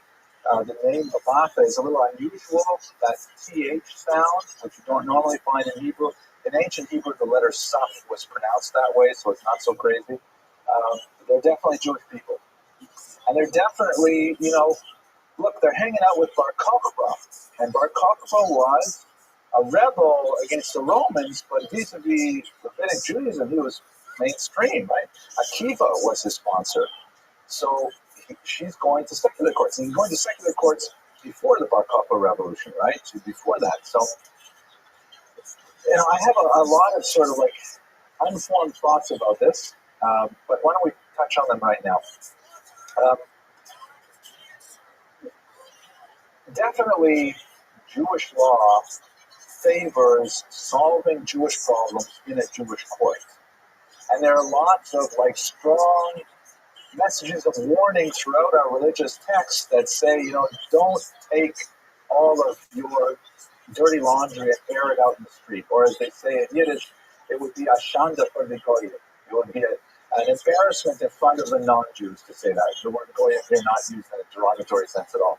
It would be a shanda for the goyim if you brought your Jewish problems. If you're suing your synagogue, for example, you don't want to do that in a secular court. You want to do it in a Beit Din. But the problem is, if you are suing your synagogue, do you feel you will get a fair hearing in a Beit Din, right? There you want to go to a secular court maybe because you feel you have a better chance at it. And in fact, we see that for various reasons, some very celebrated cases in Jewish law have been settled in secular courts. I'm thinking in particular, for example, of the notorious library case in the Lubavitch movement, where there was a thief who was stealing really valuable manuscripts from the Chabad library at 770, and he was caught, and there was a big question as to whether or not he would actually return the goods, let alone the material that he had already sold for hundreds of thousands of dollars. And so in what appeared to be a controversial decision, the Rabbi felt it would be more effective, he would have a better chance of enforcing the decision if he took it to a secular court, and that's what happened. Went to the secular courts, they decided in favor of the Lubavitch movement and the Rabbi, and they had to, all those books had to be brought back to 770. So that's a modern example of going to a secular courts, and Babatha also did so as well. Okay, so we'll come back to this a little later. The story goes on now. So Babatha, you'll recall, she married Jesus, had a baby Jesus, and then Jesus died. And so she married another husband within a year. His name was Judanis, and he had a wife at the same time who was living in En-Gedi. So he had Babatha, who was apparently living in Makoda, and he had Miriam in En-Gedi. And there doesn't seem to be any objection to this in any of the texts. So even though the articles refer to it as bigamy, that's kind of a strong word. Polygamy was certainly allowed among Jews for another 800 years yet, so it's not that unusual that a wealthy landowner would have more than one wife. However, Judanis maybe was not so wealthy because Babatha loaned him 300 denarii in order for him to marry off his daughter. He needed to have a certain amount of funds to give his daughter from his first wife, Miriam. It's like a place I have to keep all these names together. She loaned him 300 denarii so he could pay off his daughter's wedding, and then he died before he could repay the debt. So Babatha, reticent and retiring woman that she is, she seized her husband's date orchards, 3 of them, as security against the debts that her co-wife or co-widow, Miriam, owed her. And in fact, the last document we have in the Babatha archive is a summons from the court, from Miriam, summoning Babatha to appear because she wanted the orchard back. She was saying that, it's not right for you to take the orchard because my husband borrowed some money for you. That document is dated 132, which is right at the beginning of the Bar Kokhba revolt. So it's at this point that we assume Babatha went into the cave shortly after receiving this summons. We know, for example, that Judanis had an adult daughter who was getting married. He borrowed 300 denarii, so that would make him probably 20 years older than Babatha. If she is roughly, she's maybe 27 at the time she's married. We know when she's married. She's married in the year 125, and she was 104. 21, right? So she's 21, and let's say he's 41. So the argument from the back is that maybe those apotropos were actually custodians for both her and the baby Jesus. I like saying that. I don't know if Rabbi Grinstein would appreciate me saying the baby Jesus over and over again. It's sure, but I don't know, it feels good. But that's an interesting point. Although in Jewish law, again, I don't know if that's reasonable. Once a girl becomes Bat Yisrael, Bat Mitzvah, 12 years of age, she's fully adult in Jewish law. And you don't appoint an apotropos for someone, unless they're mentally incapacitated, which we don't get any, there's no indication that would be Rabata. Unless they're mentally incapacitated, once they are 12 in a day, a girl is an adult.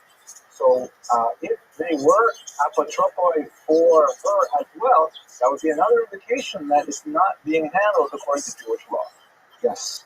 So let me summarize that with the microphone on. It's a very valid observation that women clearly don't have the same level of legal standing as men in either Jewish or in classical Roman legislation. We can have an interesting discussion, I think, trying to compare them.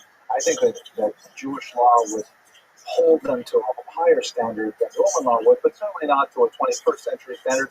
Nor would it be appropriate to try and, retroactively project our values onto the 2nd century. However, there's a bigger question, which I've been trying to save for the end of the lecture, but I'll tease you a little bit of it right now. The real question is, what happened with rabbinic Judaism? Like, when you go to Sunday school and you study the traditional Judaic approach to the ancient world, you have these heroic rabbis who have, this vision of Judaism, which is exactly the same as the way we observe it today in every tiny little detail, including cholent and including electric timers on your Shabbos clock, things like that. And that's the kind of image you get. But when we actually look at the ancient period, it's a lot more messy. There are a lot of Jews who are not behaving the way they're supposed to in rabbinic law, and nobody seems upset about it at the time. The documents don't say she's a heretic because she went to the secular courts. So one more detail that Hannah Cotton in particular points out, our most reliable early texts of Rabbinic Judaism describing itself were not really recorded until the end of the 2nd century with the Mishnah of Rabbi Yehuda. We have some earlier texts, to be sure, but the Mishnahs are really much more solid to understand on. So in other words, Babata's archive predates the serious doctrines of Rabbinic Judaism by 70 years. So we know more about the ancient world from Babata in some ways than we do from the rabbis. Is it possible the rabbis' version of the way things should be is kind of like tunnel vision? So let me return to that towards the end of the lecture. That was just a little teaser. Let's go on. Okay, so what ends up happening? Okay, so we have this whole story. We have the first marriage, the custody battle, the second marriage, the battle over the property, over the date palms, things like that. One more detail.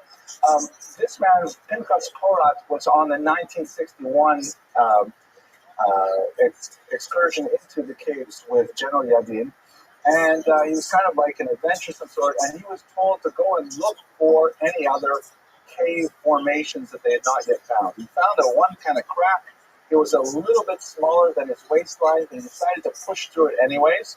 And he found himself in another large opening, and he picked up his flashlight, and it turned out he was in a room filled with human bones that were laid out on these reed mats.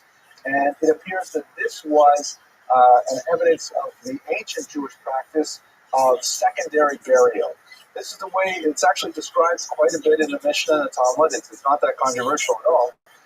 The way the Jews used to bury their dead in ancient Israel is they would place them in one secure place, sometimes covered with lime, and they would let the flesh decompose.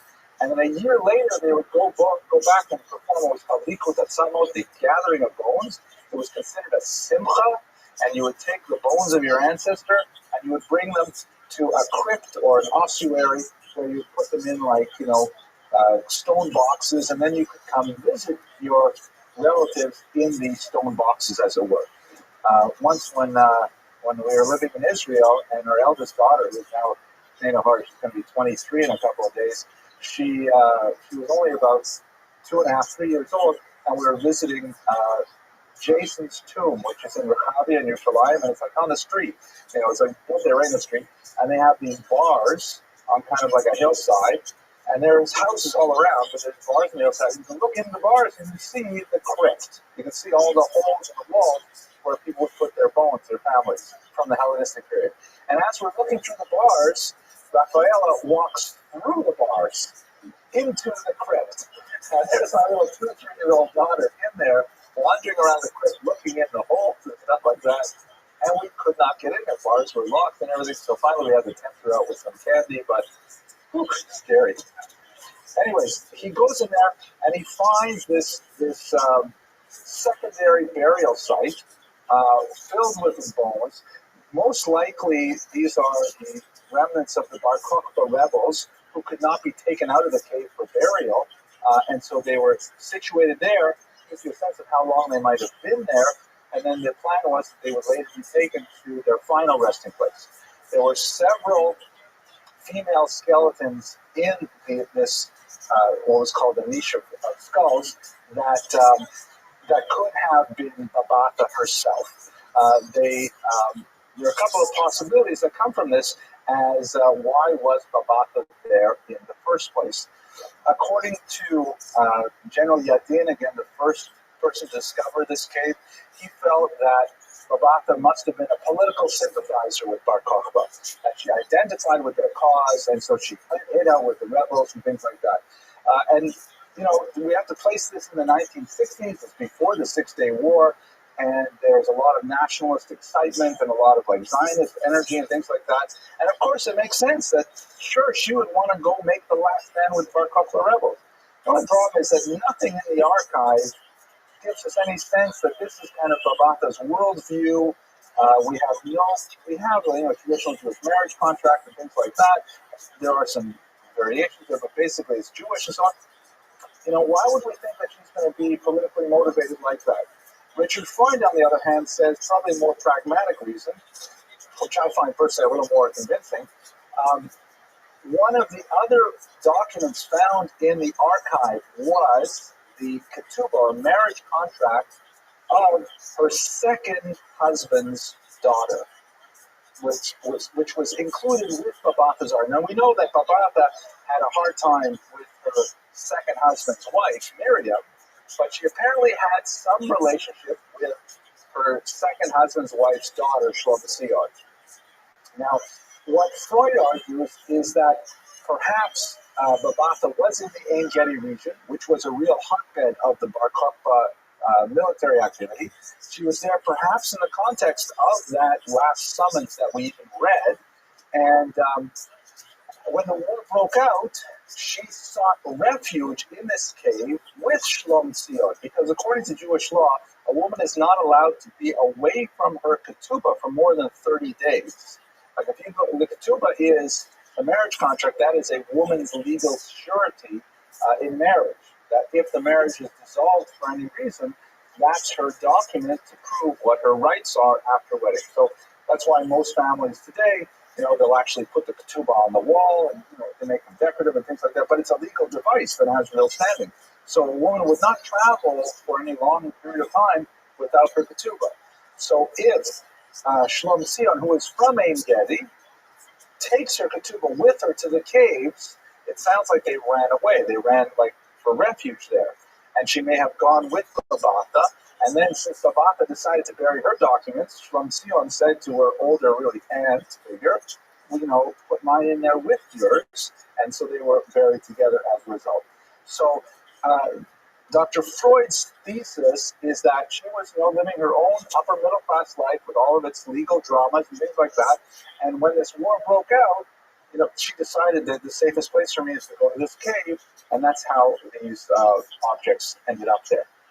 It's a very interesting kind of thesis. But again, we're all piecing these together from little bits of evidence.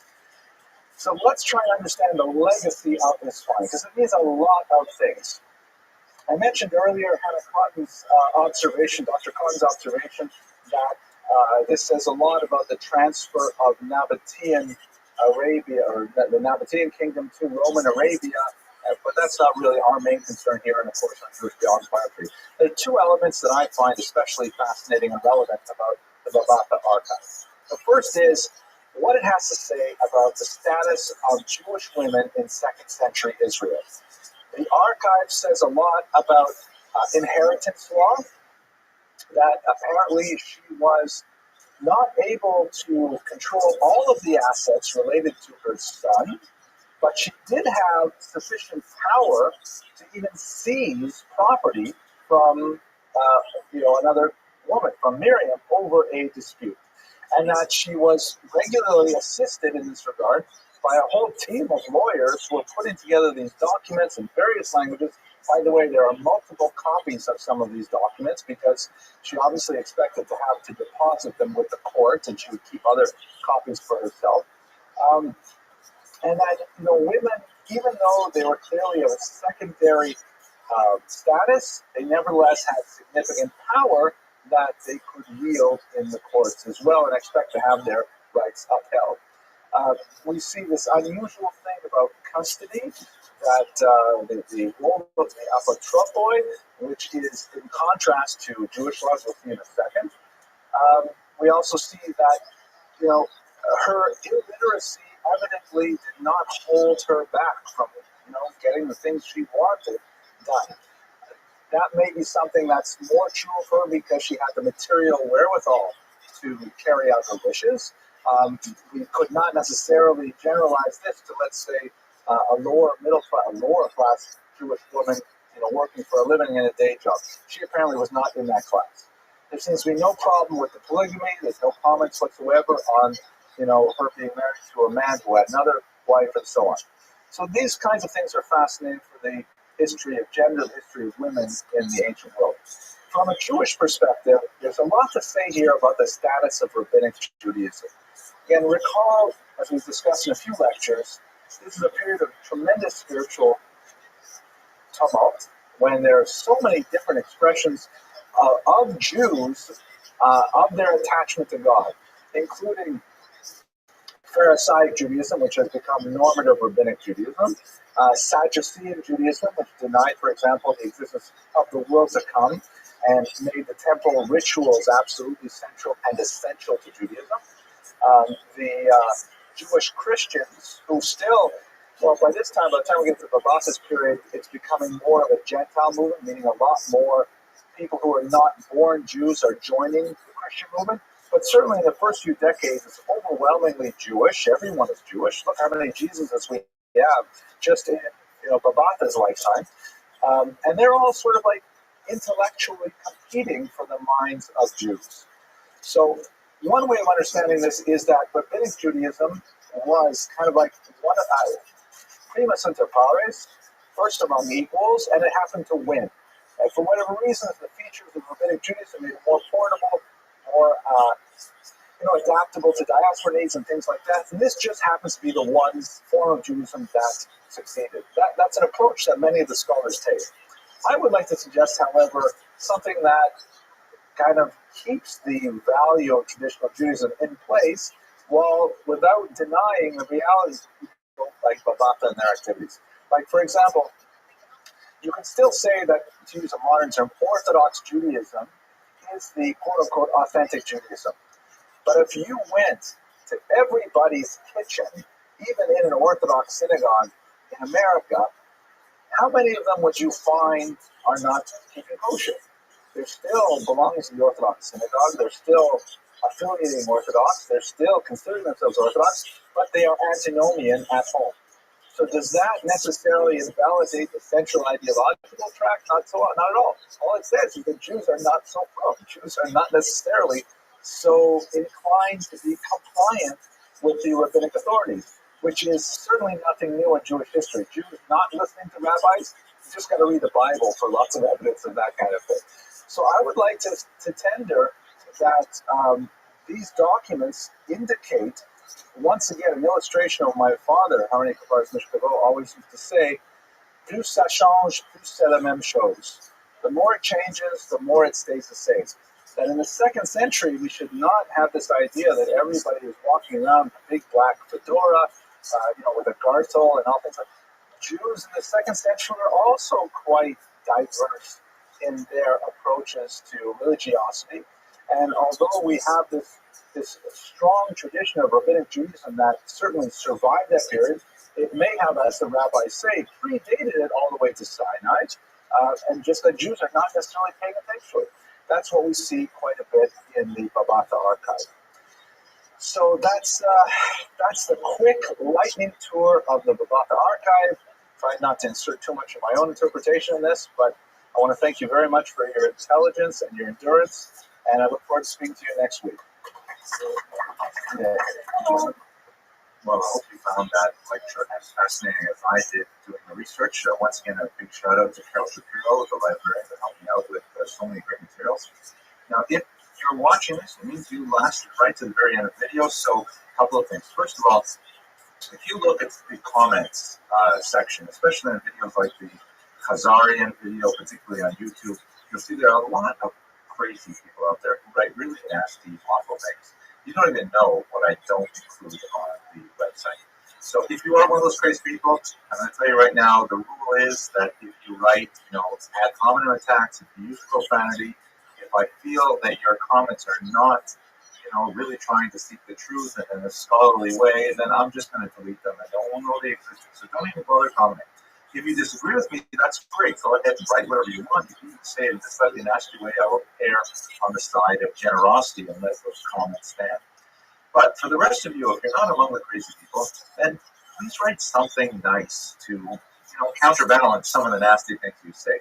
And I would really appreciate it if you share these videos with your friends. I think it would be fantastic if we could spread, a little more knowledge of the tremendous wealth of information that's contained in the Jewish heritage, and it will make me feel really great if I knew that a lot of people were appreciating these videos. But I certainly appreciate that you enjoyed this video, so please like, comment, and subscribe, and I hope you have an excellent week. Thank you very much.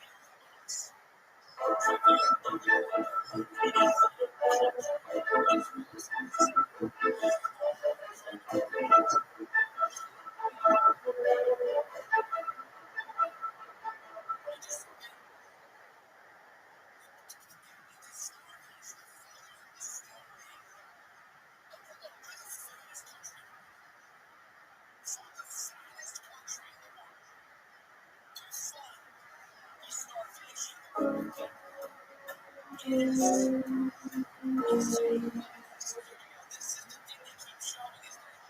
right, tonight's topic is a little bit of a stretch for me. I when I was putting together the series for this term, uh, I tried very hard to include as many women as possible. And this is a difficult challenge for the ancient period.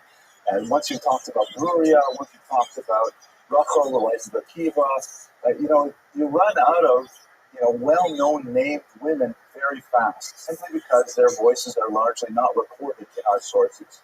But it's getting harder and harder as we go through, I think this is our sixth semester of giving lectures, to find women that we can speak about in a meaningful manner.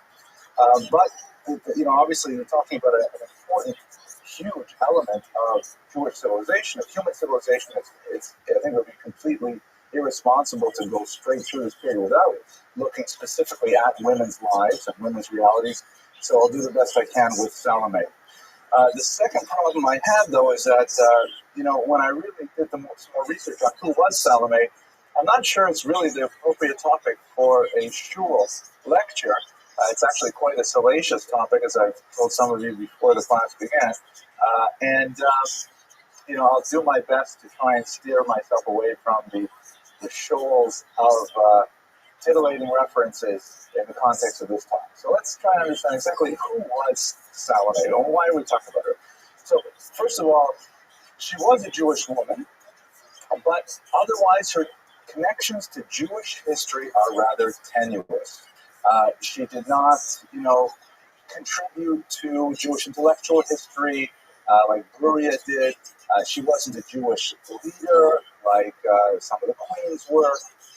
She actually has a really tiny bit part in Jewish history, and in fact, we have no reference to her in any traditional Jewish sources other than Josephus, who was a little bit problematic for reasons that I'll discuss shortly.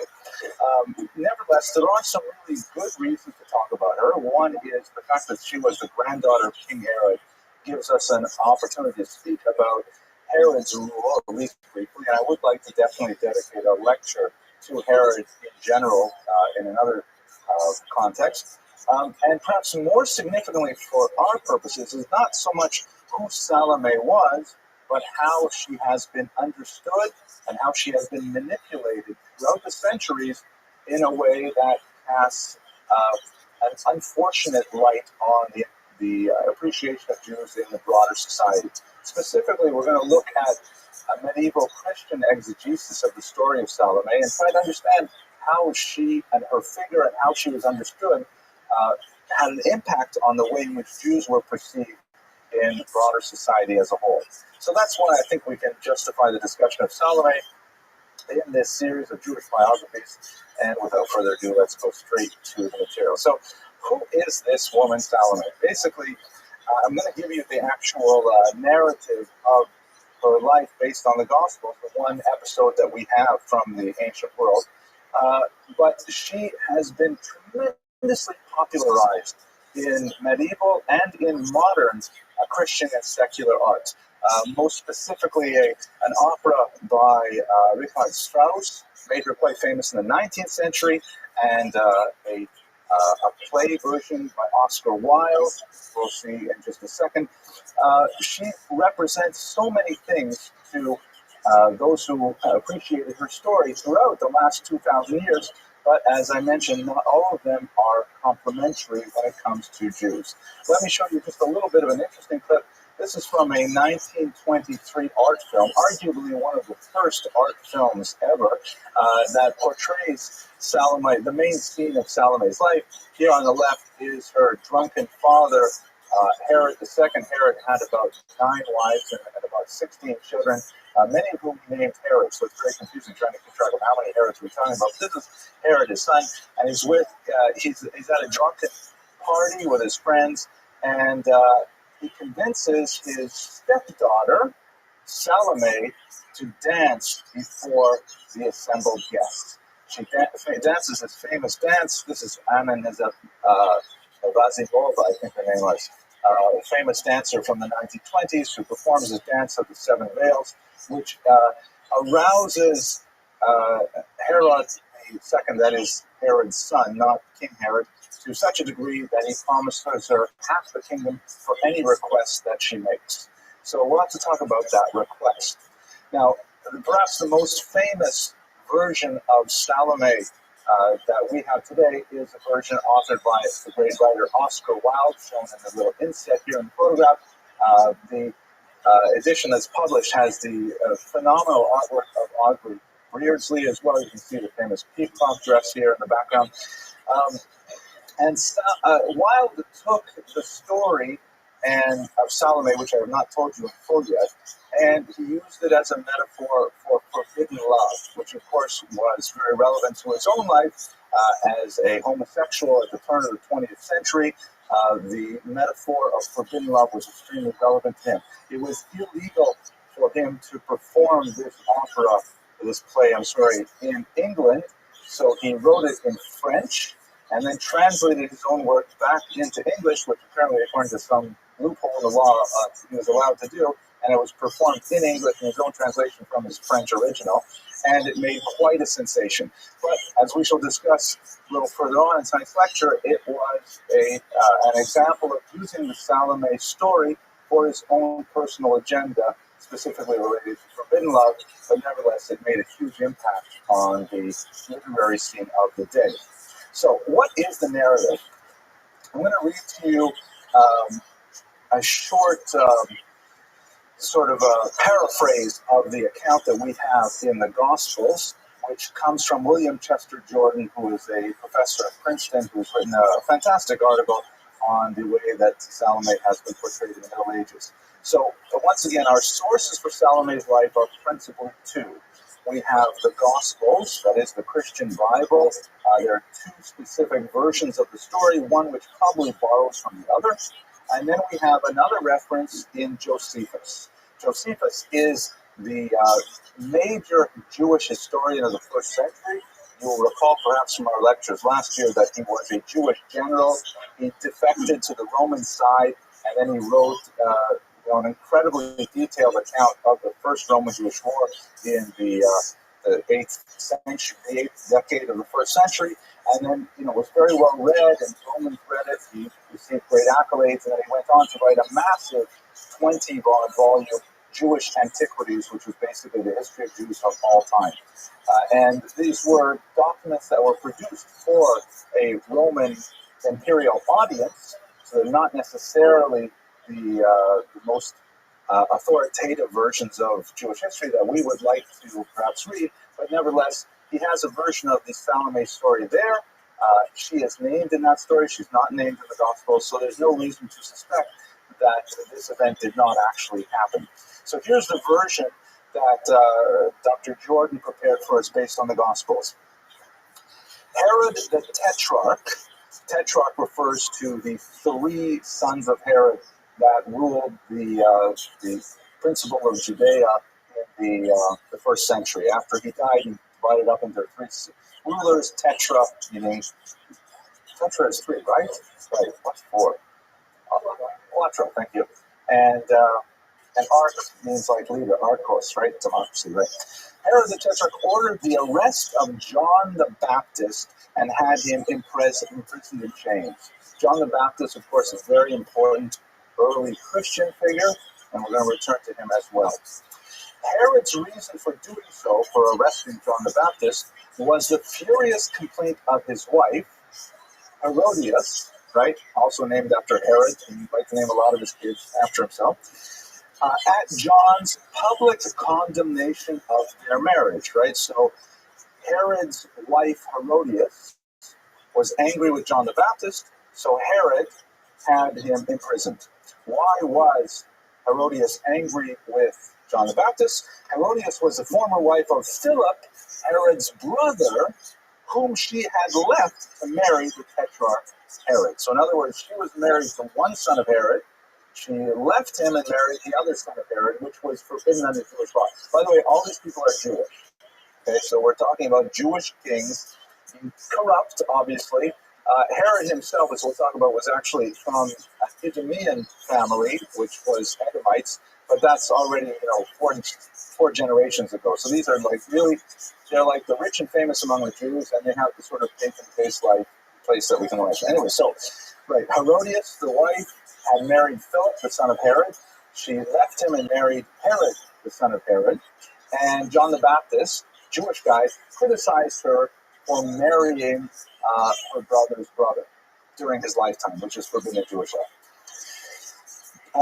John railed against Herod, saying, "It is against the law for you to marry your brother's wife." Sounds like a good rabbi would say this.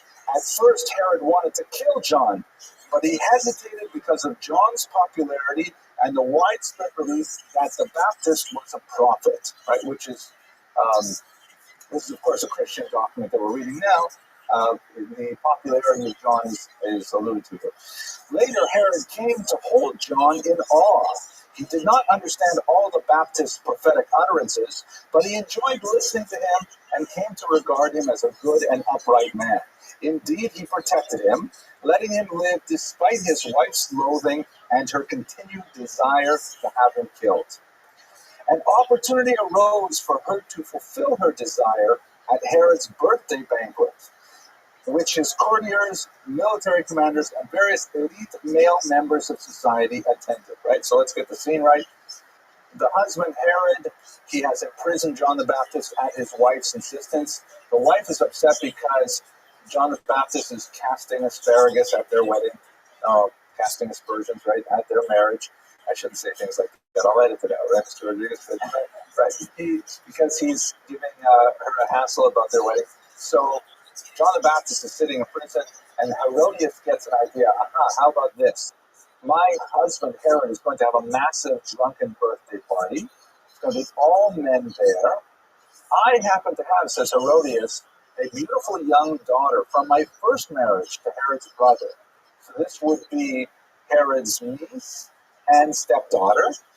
And she says, Herodias' daughter by her former husband danced before the assembled company and so delighted Herod that he swore to give her anything she wanted, even half his realm. Right? So she essentially prostituted her daughter before Herod to convince him to give up anything he wanted because she knew her husband and that he would make some kind of sweeping statement in front of all his friends, and then it would be very difficult for him to retract. After talking to her mother, the girl asked for John the Baptist's head on a dish. And so this was all planned, and once she had secured this promise from her father, she went back, or her stepfather, she went to her mother, and mother said, "Great, you have to ask him for the head of John the Baptist on a platter." Herod's distress was palpable. Okay, I want to find out what happened. But he did not wish to lose face before his powerful guests, and he ordered a bodyguard to behead John. After carrying out his task, the guard returned to the banquet with the head on a dish and gave it to the girl, who then gave it to her mother. When John's disciples heard the news, they claimed his body and buried it. So the theme of this young, beautiful girl, sexually alluring, possibly very innocent, possibly so young she's a virgin herself, dealing with the disembodied head of John the Baptist was so grotesque it fascinated medieval artists, and we have literally hundreds of examples of this depiction of the young, beautiful girl and the decapitated John the Baptist. Here's one from Titian from the 16th century, and here you can see a piece of monumental architecture. Lots of these, sometimes with spooky backgrounds. These artists are just loving this whole contrast between the beautiful youth and the decapitated John the Baptist.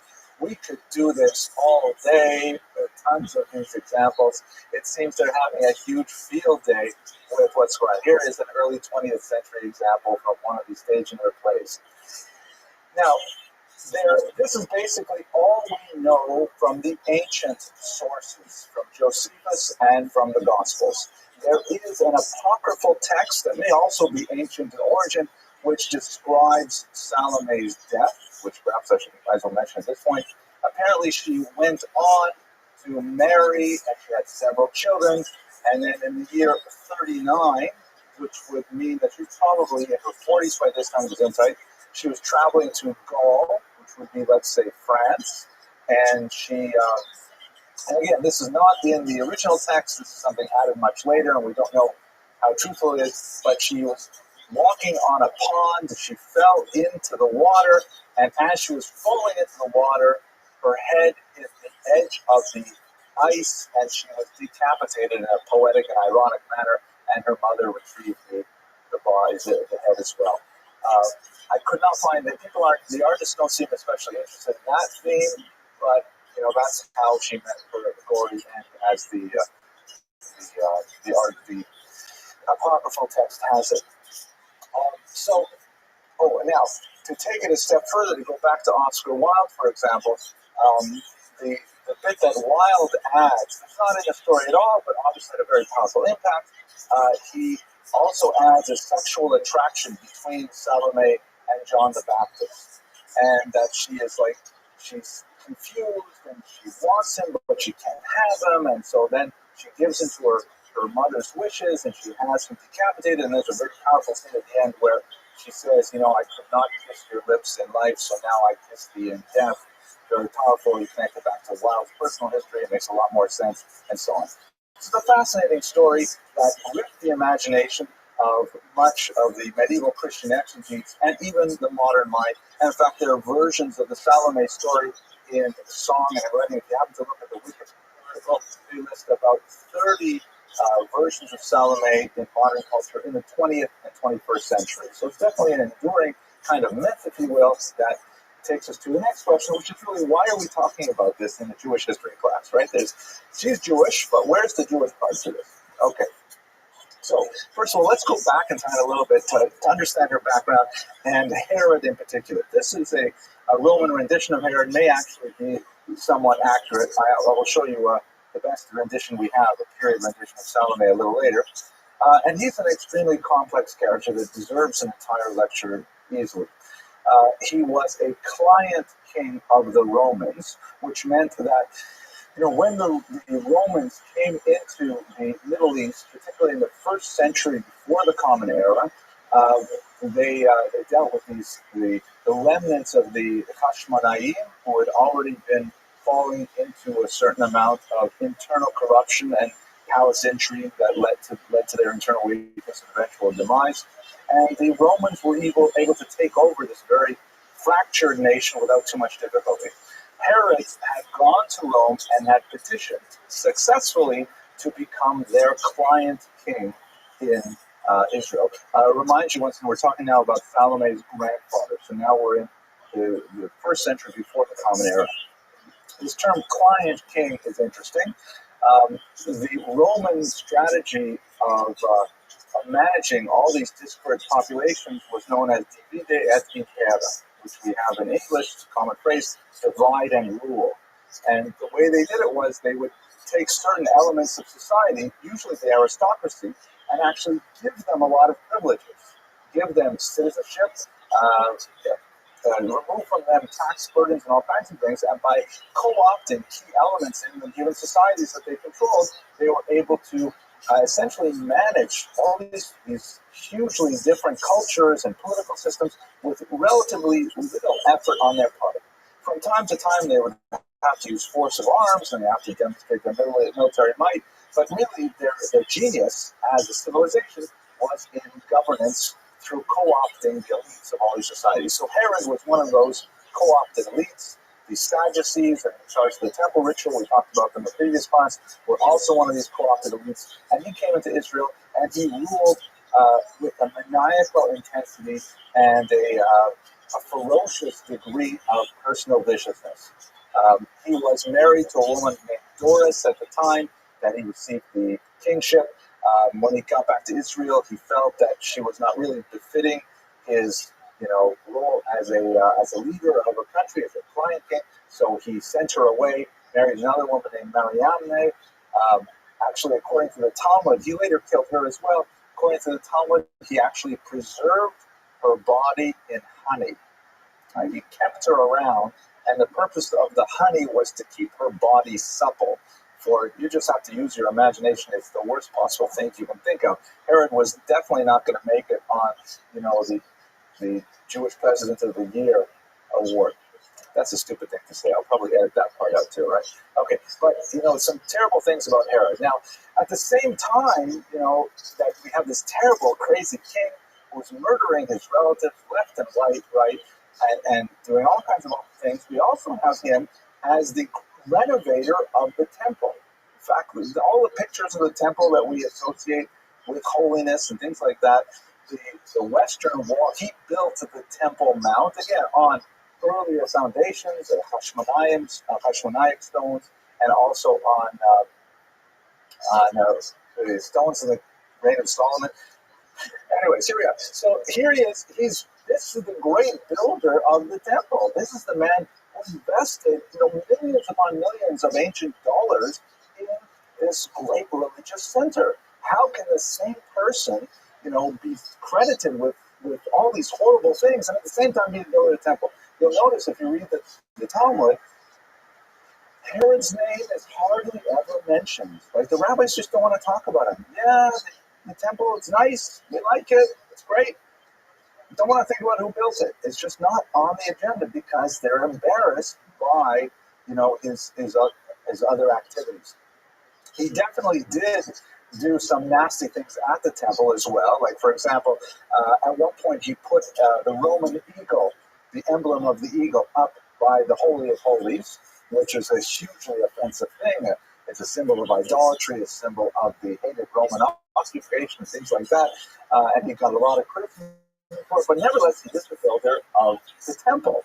He's also the builder of some of Israel's most enduring, beautiful architecture, such as his palaces on Masada, which you can see here are hugely difficult things to construct.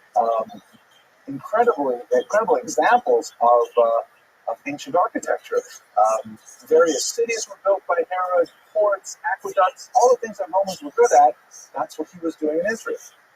So most historians have concluded that for Herod, these huge acts of public works, typical for the Romans, were like his kind of signs of his grandiose beneficence. Thank you. Doing good things, right? Good works. And he's like giving to the whole population. They were not at all motivated by religious sensibilities. And in fact, in northern Israel, he was also constructing beautiful temples to various idols at the same time. Like a donor who was fair to everybody. He gave to the Jews, he gave to the idolaters, he gave to everybody. And that was part of his self-image as being this kind of grand leader who could do everything. But he obviously did not take Judaism seriously in any way, even though he was himself descended from the Edomites, but nevertheless a Jew for several generations back. Okay, at this point I'm going to pause for questions before we get back to Salome. Yes? Taxes. Yeah, heavy tax burden. And in fact, when there was famine, he was noted for generously reducing the tax burden by 1/3, but otherwise it was pulled together by taxes. If you look at in Tanakh, you'll see that the relationship of Jewish kings to their subjects often revolves around the degree of the tax burden. In fact, the split between the northern 10 tribes and the southern tribes was largely over a tax revolt. The north was saying, we are spending way too much money on taxes. For Solomon, he built the temple and things like that, huge tax burden. And when Solomon died, they asked his son, Rehoboam, okay, what are you going to do? Are you going to follow your father's practices and taxes like this? Or are you going to ease up a bit? And he made the terrible decision to say, no, I'm going to make it even harder for you. And as a result of that, the north revolted and they created a separate kingdom. Yes, Judith. Well, I know that all of us just got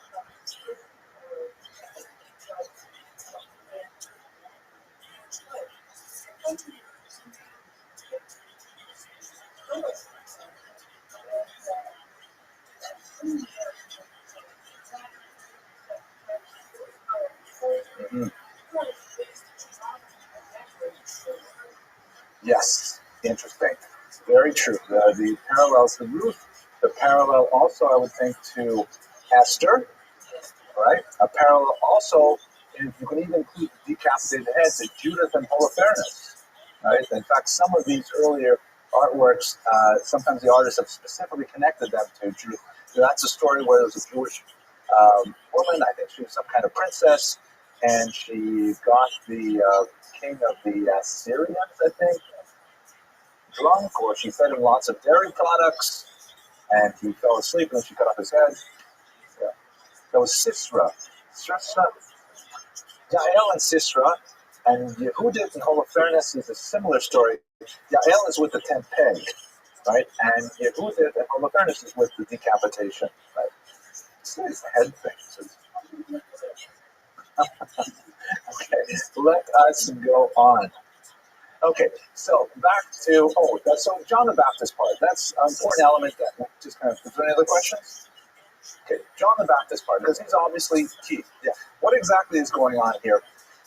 John the Baptist in Christian thought is the functional equivalent of Eliyahu Hanavi in Jewish thought. John the Baptist is, the term baptism is basically taken from the mikvah, right, which is a very old Jewish ritual.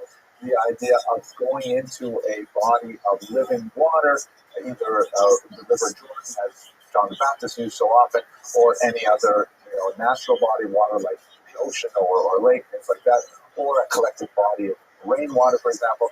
It symbolizes a transformation, a cleansing, and when one goes into one status, one comes out another status. One goes in ritually impure, one comes out ritually pure. One goes in a potential convert, one comes out a Jew, these kinds of things. So John the Baptist was promoting, in particular, the use of the mikvah. He was, one of the early mikvah ladies of his day. He was promoting it for many people.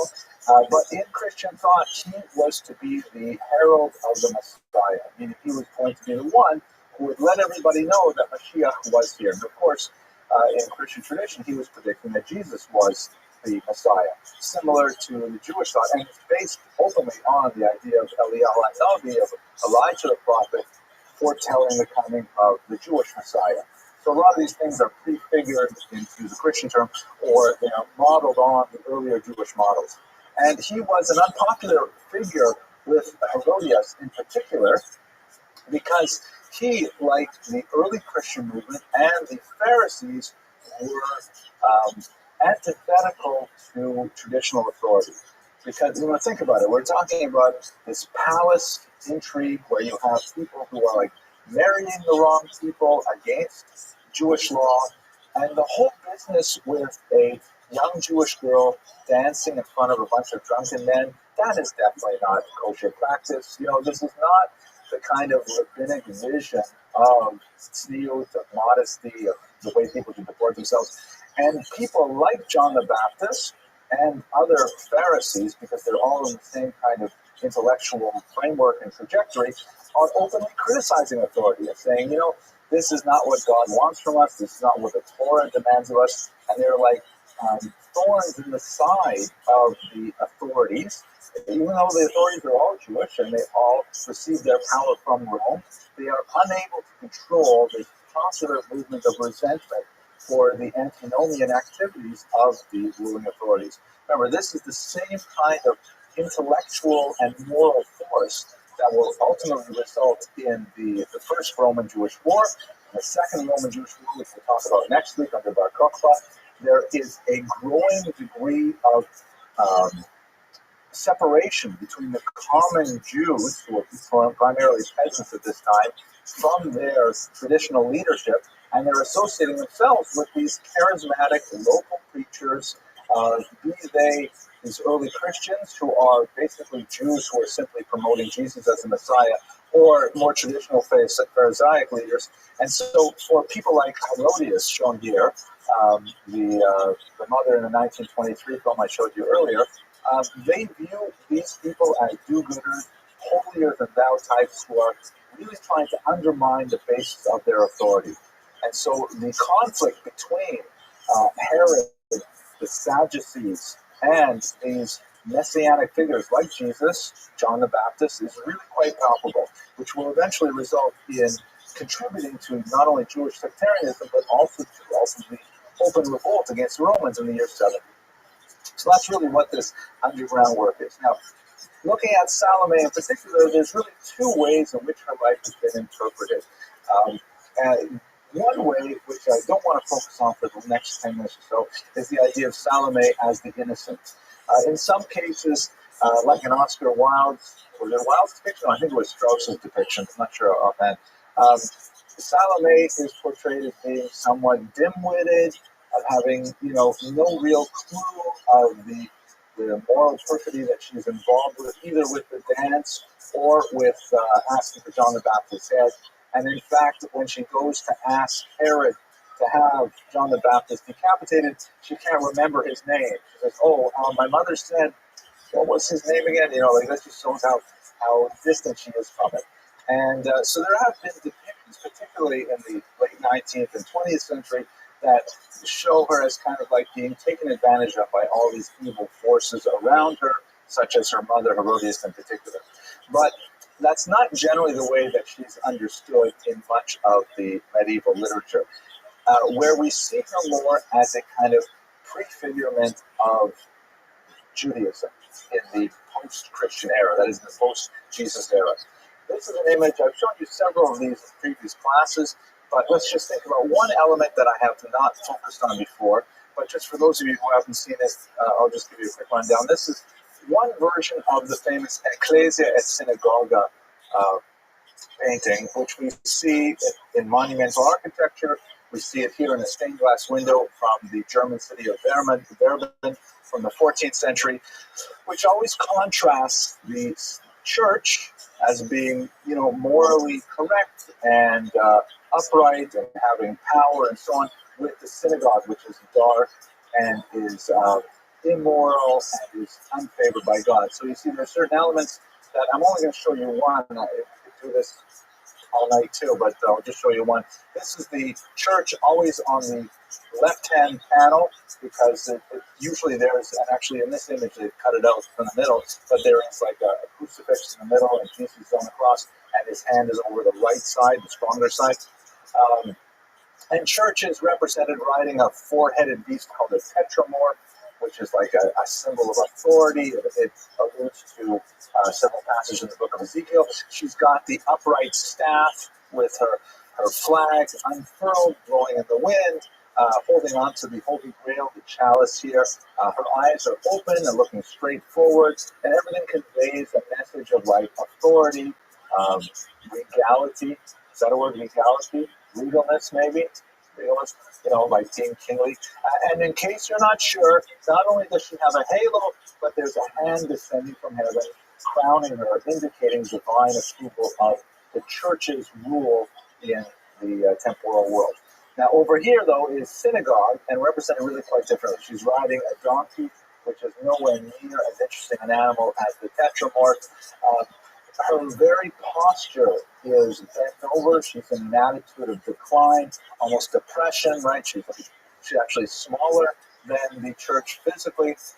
The crown that she used to wear is knocked from her head, indicating the loss of favor from God. Her staff, which indicates her power, is broken. She's no longer in church. The synagogue is in disfavor. And once again, to contrast with the crown coming from heaven, there is a sword descending from heaven and piercing her through the top of her skull to really get the point across, so to speak, that he's out of favor. Now, what is this bit here with the ram's head that she's holding on to? What is that all about? Open to the floor for analysis. Judith, you must have an idea. What does that ram's head represent?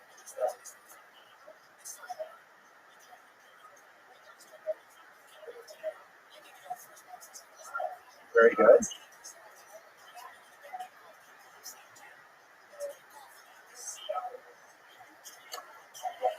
Yeah, no, there's actually flesh on the bones. The eye is still intact.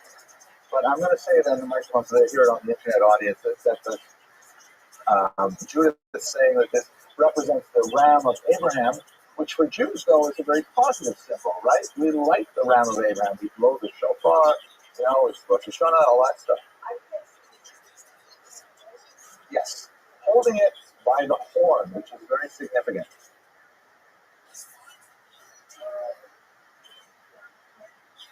Okay.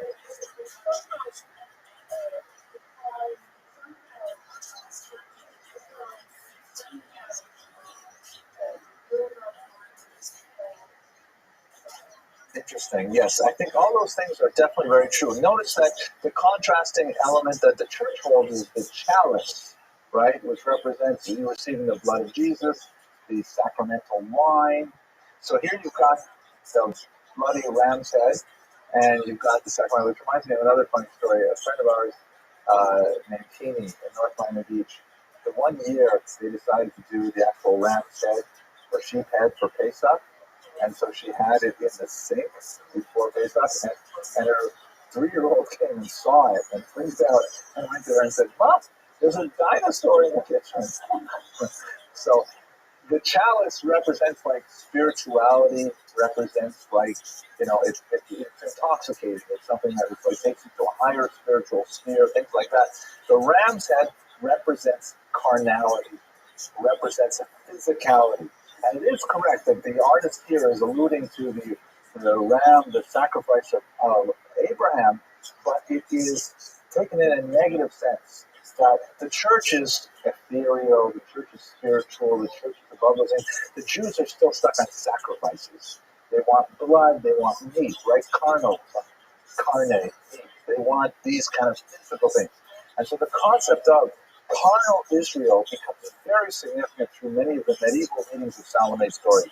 That Salome, thinking of perhaps her love for John the Baptist, is really obsessed with the physicality of it. That it's all about the blood, it's all about the death, it's all about the physical things. And in fact, a lot of medieval commentators, Christian commentators, looking at Judaism and trying to understand what's going on with Judaism, we have so many details with the milk spoon and the meat pot, and you could do this on Saturday, you can't do this on Saturday.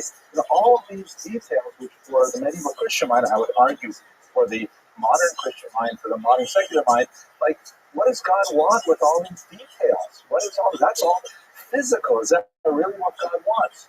So the criticism is that the Jews are excessively carnal. They're excessively sexual, which we'll talk about in a few weeks when we get to the little more medieval period. They're excessively focused on the physical as opposed to the spiritual.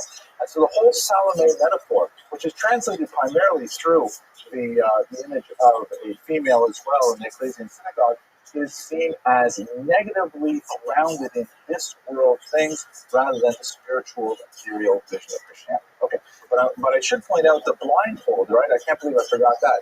The church here is clear-eyed and able to see, whereas the synagogue is always blindfolded, cannot see the truth, cannot see what's going on. This is actually more generic representation of all Jews, right, as embodied in this female figure of the synagogue. And it's important to note that the artwork is especially important because we're dealing with several hundred years of virtually complete illiteracy. And so for people to understand, if they come to church and say, well, I don't understand, who are these Jewish people? And don't they come before us? And wasn't Jesus Jewish? I heard that someplace. And then the priest will be able to say, oh, check this out. This explains the whole relationship of Judaism, Christianity, and so on. So it's really important to have this kind of monumental architecture. And it figures very prominently in a lot of cathedrals and illuminated manuscripts, things like that. We should also recall, you're absolutely right, that, the overwhelming power of this kind of art compared to our modern sensibilities must have been amazing. Like, it would be like going to an IMAX theater when you've never even seen moving pictures. It would just be tremendous because what kind of artwork could you have in your village? Someone would scratch something into a piece of wood maybe. Who has time to paint? Who has any skill and training and so on? You come to the larger villages, the big city, and you see these cathedrals and stained glass art and colors, and it's like overwhelming. So it was like institutional education. Here, by the way, this is an actual depiction of Salome herself. The coin was recently discovered. I cannot figure out the Latin, but the websites tell me this is saying Salome. That's what she looks like. Hard to tell. She's sort of unintelligent between her and Herod. But at any rate, we do know that she was a historical figure. She had some royalty, and she had enough to have the coins minted after her. But we should put in this context the legacy. So what do we understand from this story, vis-a-vis Jewish history in particular? It's a complicated legacy because she does not even figure in the Jewish sources that I mentioned. She doesn't set a tone or a message for Jews. She has no teachings that we can offer for moving forward. and she's basically invisible to all of Jewish history, except through perhaps one of the most well-read Jewish books, and that would be the Bible. And specifically in this context, I'm talking about the Christian Bible, which does have reference to her there.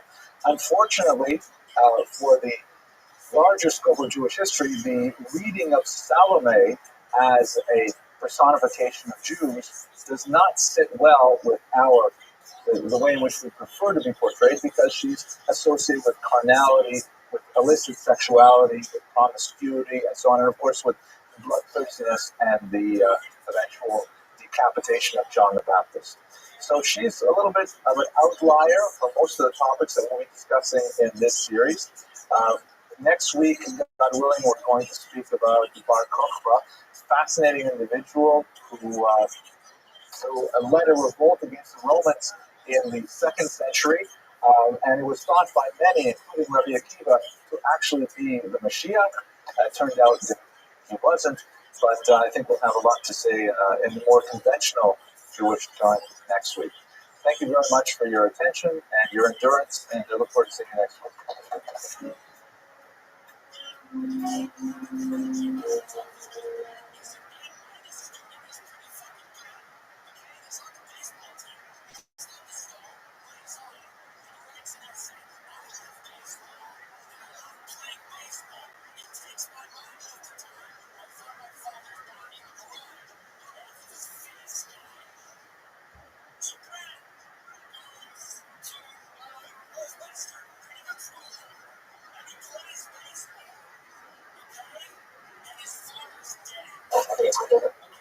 Yes, get them after. Sorry. Okay, ladies and gentlemen, why don't we get started?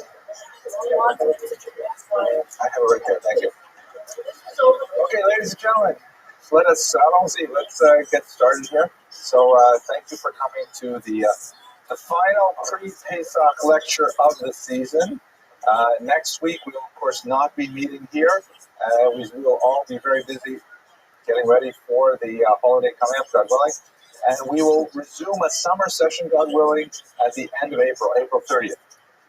My lovely assistant and the brilliant Eliza Abramson will be collecting email addresses if you would like to receive the schedule via email.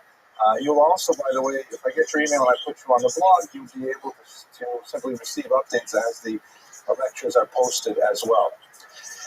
So that's a good one for the beginning. Let me start with just a little story. Of course, we are going to be, this is actually a true story about Passover cleaning.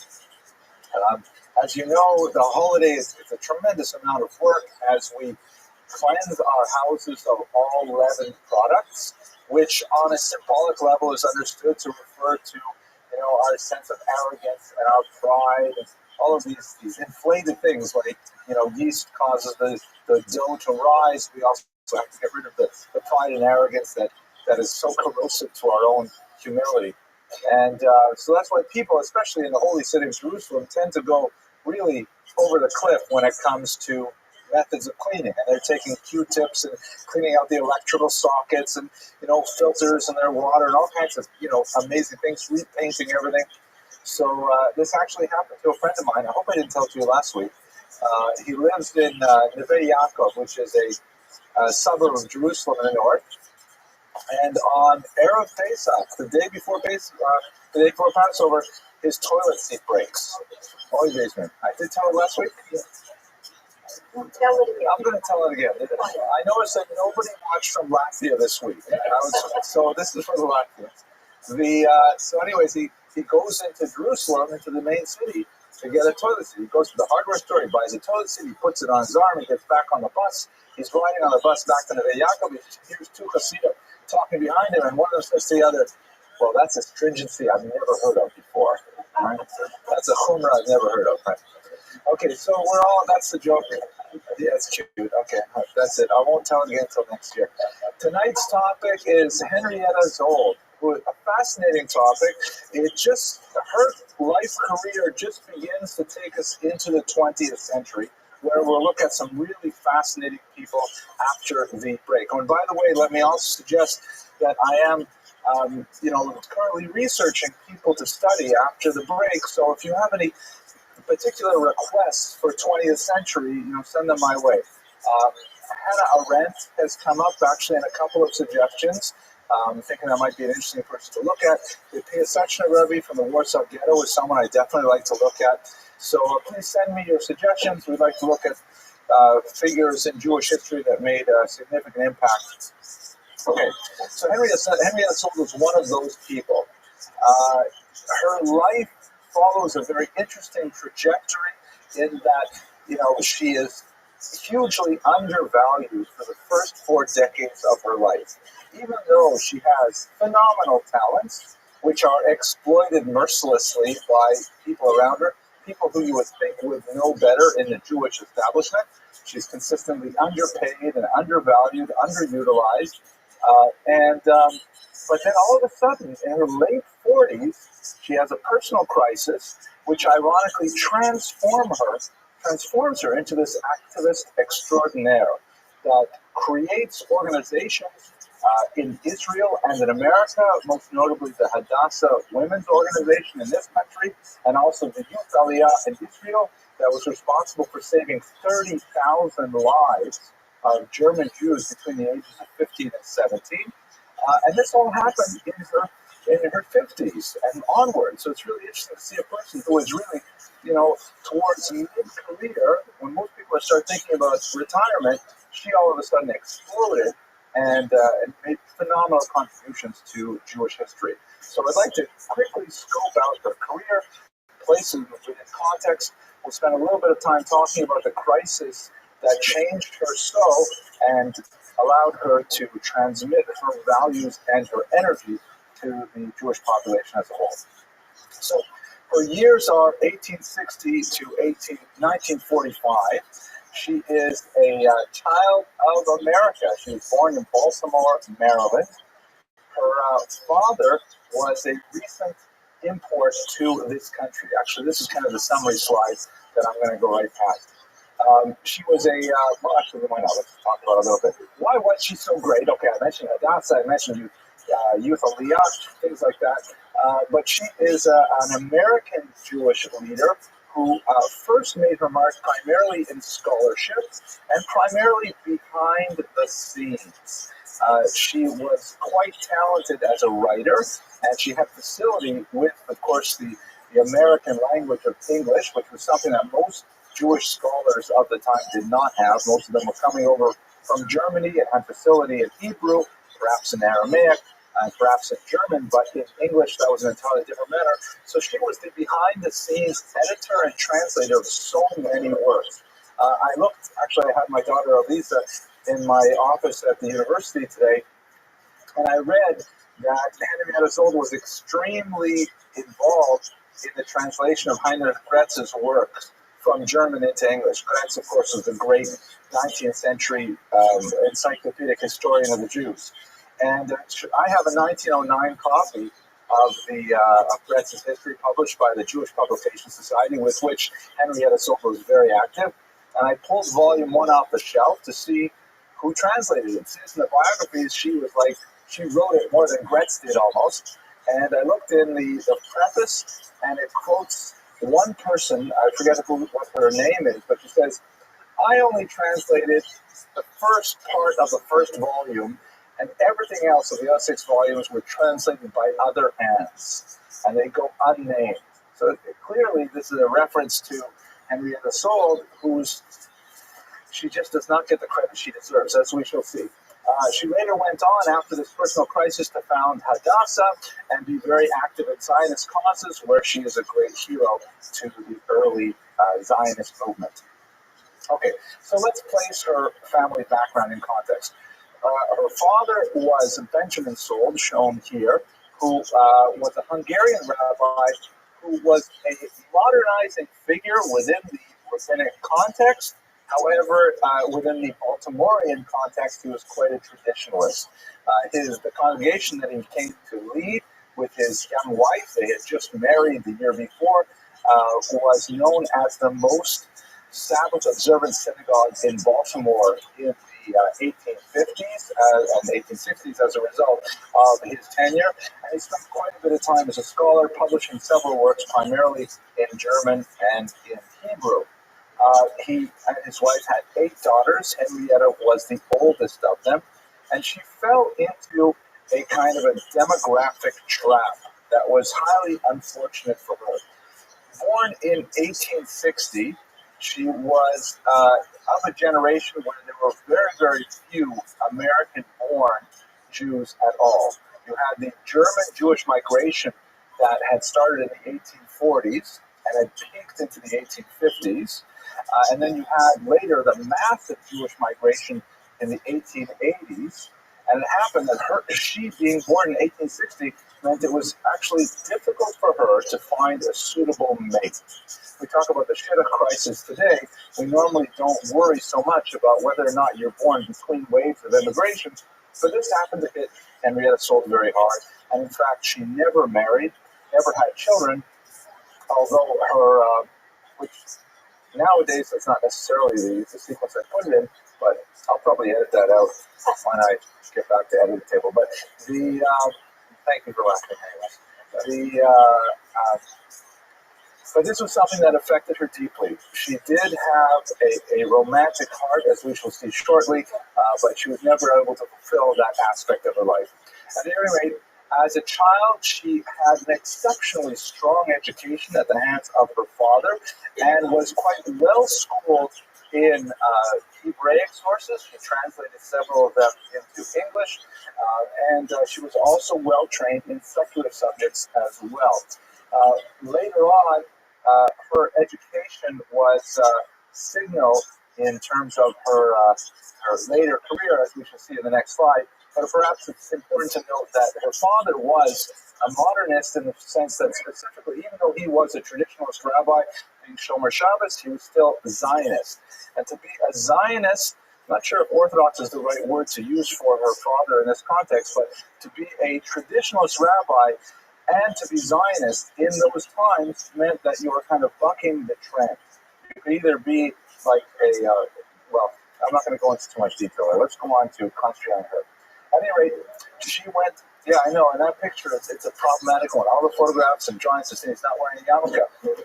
It's strange. Maybe he's, I don't know. I'm not sure what to, no, there's several pictures. Yeah, if I were bald, I would wear a kippah, yeah. I wear a kippah now, even. So,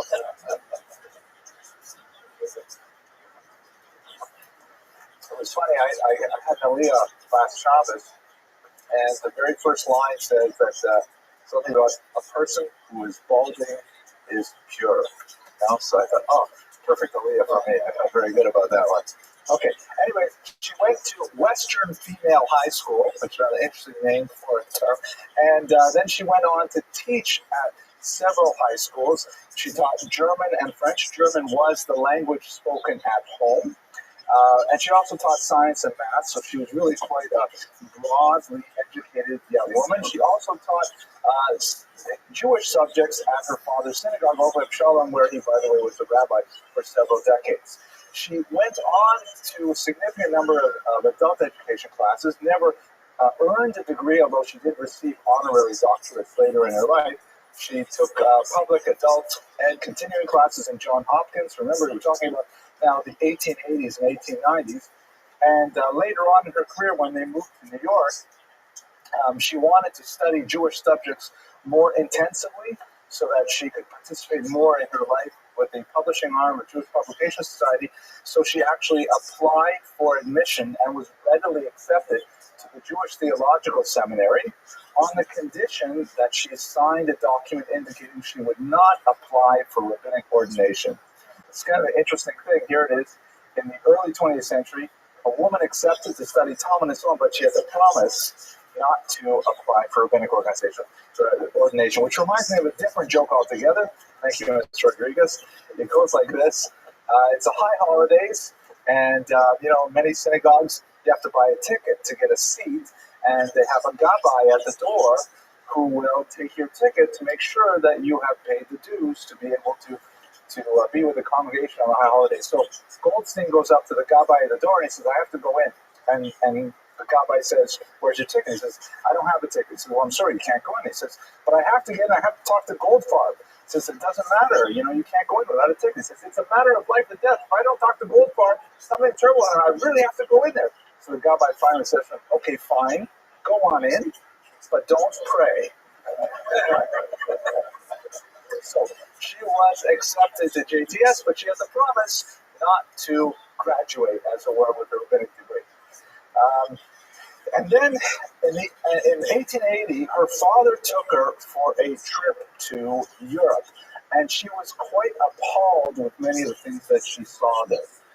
First of all, she was appalled with the poverty of Eastern European Jewry, with the sheer desperation that they experienced under the very arbitrary administrative anti-Semitica of the Russian Empire in particular, with all kinds of restrictions on Jewish trade, concentrations in where they can live, banishments from certain regions, borderlands, things like this. And of course, just 1 year later, after she had returned, would begin the massive pogrom waves of 1881 to 1884 that would kick off all of the great wave of Eastern European migration to America. So she had some knowledge firsthand as a young woman of the state of privation of the Jews in the late 19th century in Europe.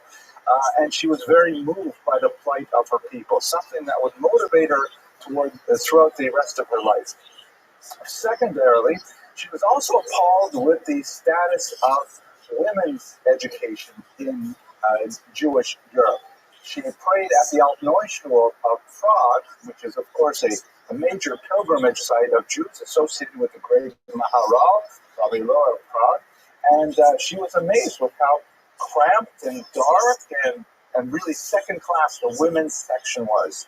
So she felt that women's causes clearly needed to be championed, even within a very traditionalist viewpoint, and they simply had languished in Eastern Europe. So the motivation towards benefiting the Jewish people as a whole, particularly the impoverished masses, and secondly, benefiting Jewish women, were really the two lodestars of her thought, or the two northern stars.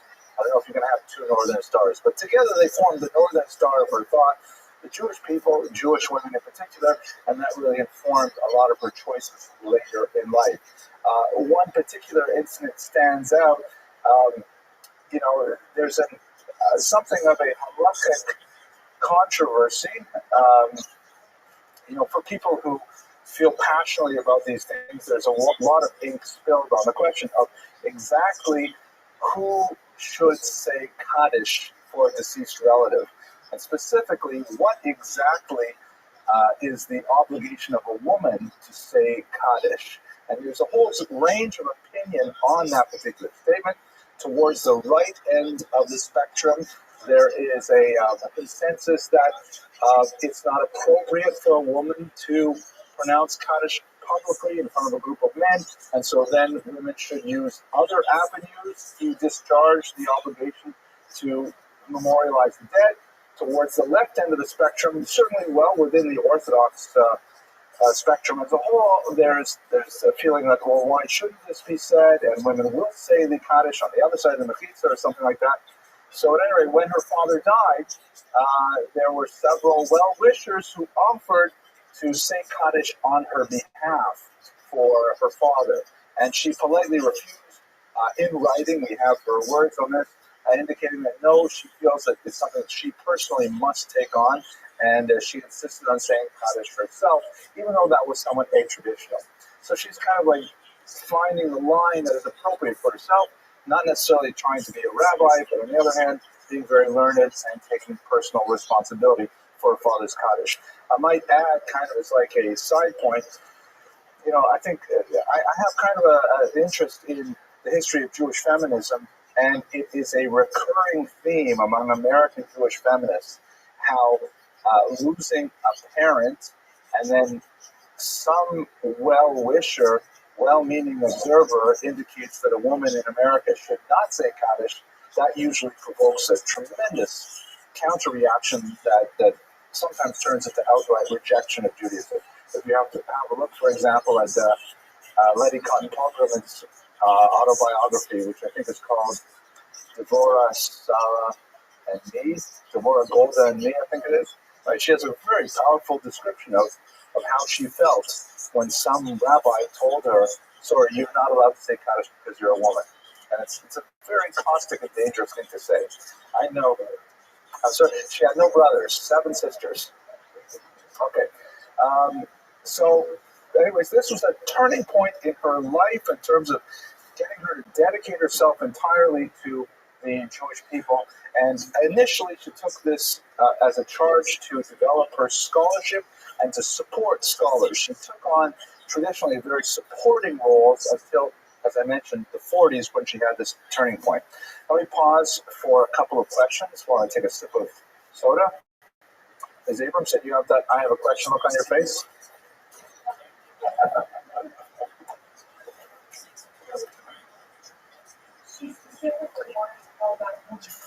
Yes.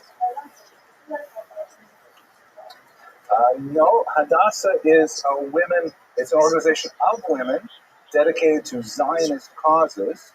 And within that, those Zionist causes, there's a whole range of projects that they take on. Yeah, but I think it's fascinating that you should ask that question.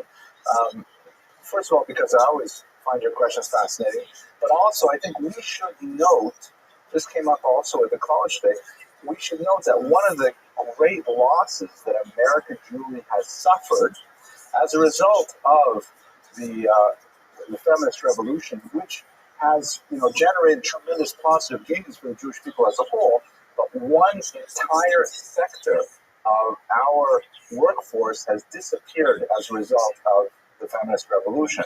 And that is specifically the massive number of women who used to volunteer their time for organizations like Amit, Hadassah, Emuna, all of these organizations.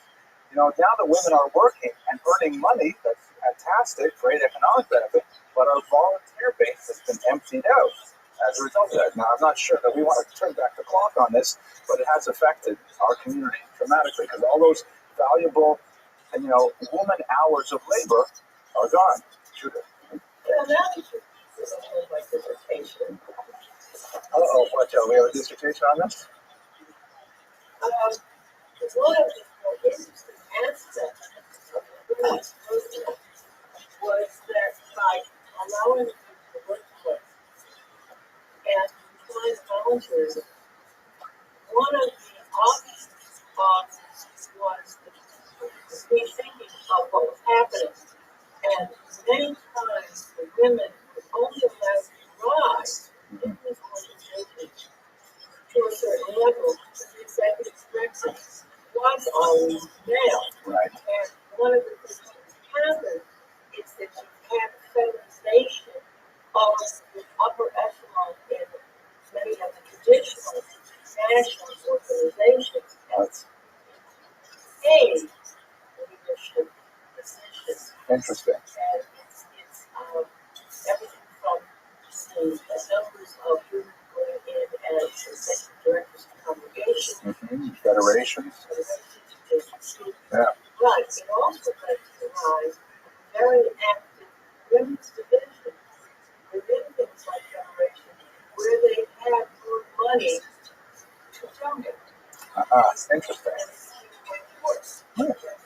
That's fascinating. Yeah, so we need more money, not necessarily more time commitment. So I'm not sure what's going to work out. Okay, guys. Yes, please.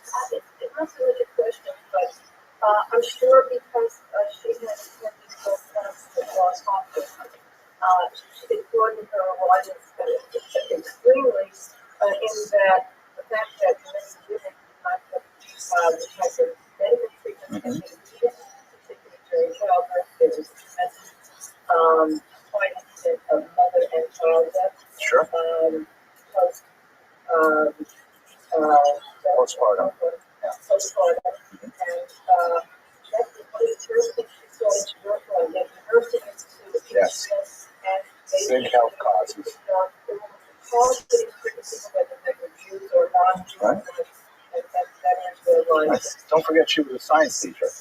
So she had, unusually broad base. Okay. Last comment, Ms. Abrams, and we will go on.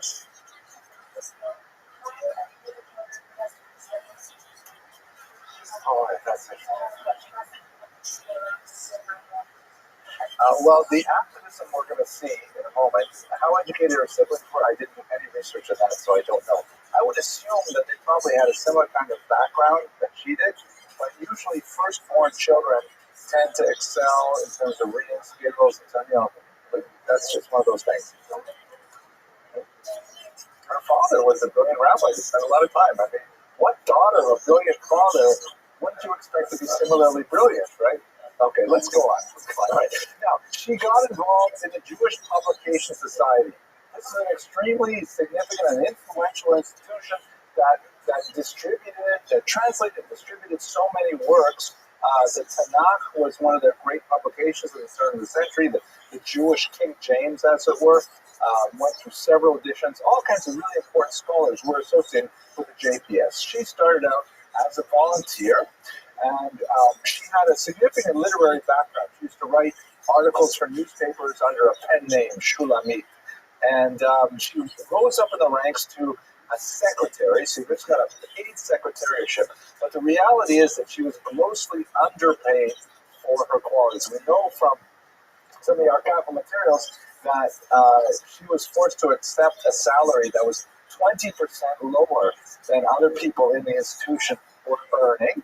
And her requests for raises were regularly refused.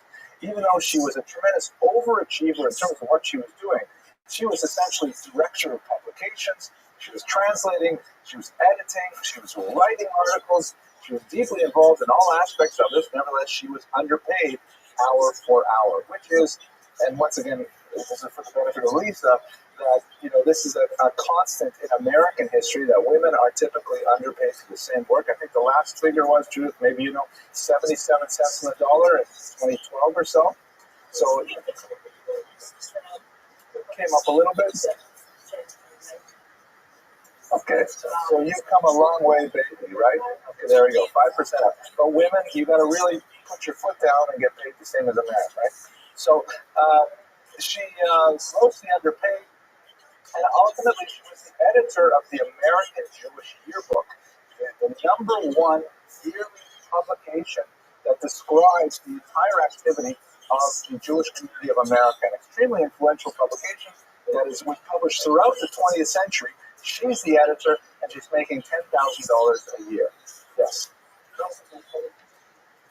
Yeah, I think it stopped publication with the internet. It's so many things. But 20th century, we're in the 21st now, so we're still okay. Now, let's go to her personal crisis, which is really the important part.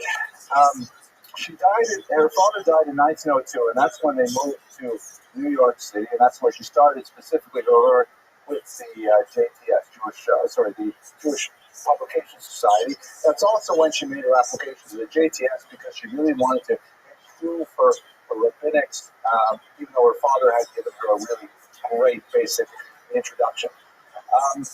At JTS, she came into contact with their number one scholar at the time, pictured here, Louis Ginsburg. You may be familiar with his magnum opus, The Legends of the Jews. I think it's published in 3 volumes. And in reality, those who were behind the scenes say that Henrietta Stoll wrote it probably more than Louis Ginsburg. Ginsburg did a lot of the background research. He was a German Jewish professor. He had very limited skills in English. In fact, it was commonplace that when professors came over to teach at JTS or elsewhere, they were allowed to teach in German for the first year because it took them that long just to understand how to speak the language. So she basically wrote the whole book. In their personal correspondence, which was very, very deep, he used to refer to it as our book, and he readily acknowledged that her contribution was phenomenal to this work. He was 13 years her junior. She met him in her early 40s, and she fell head over heels in love with him. Remember the demographic crisis where there were just no men around for her, and she was completely smitten with him. And we have to understand that this is kind of an incubator environment for everyone who is New York still, but it's a turn of the century New York, and everyone who is anyone in the Jewish world in New York knows what's happening at the Jewish Publication Society. knowing the personalities, there's really only a handful of people really working there. The great distinguished Professor Louis Ginsburg, the secretary Henrietta Sold, who was, everyone knows who she is, but she's quite a bit older than he is, and they had this platonic relationship that everyone knew about, and he ultimately rejected her. He was interested in being a bachelor, but his family insisted that he marry, and they found him a much younger woman, a German Jewish woman, and he rejected Henrietta Sold, and this is late in her 40s. And she was absolutely devastated, so much so that she had a small nervous breakdown. Let me just read to you a little bit from her letters. You get a sense just from this passage here of, first of all, how powerful a writer she is, and secondly, how deeply, deeply in love she was with Louis Ginsburg. A love that was completely chaste.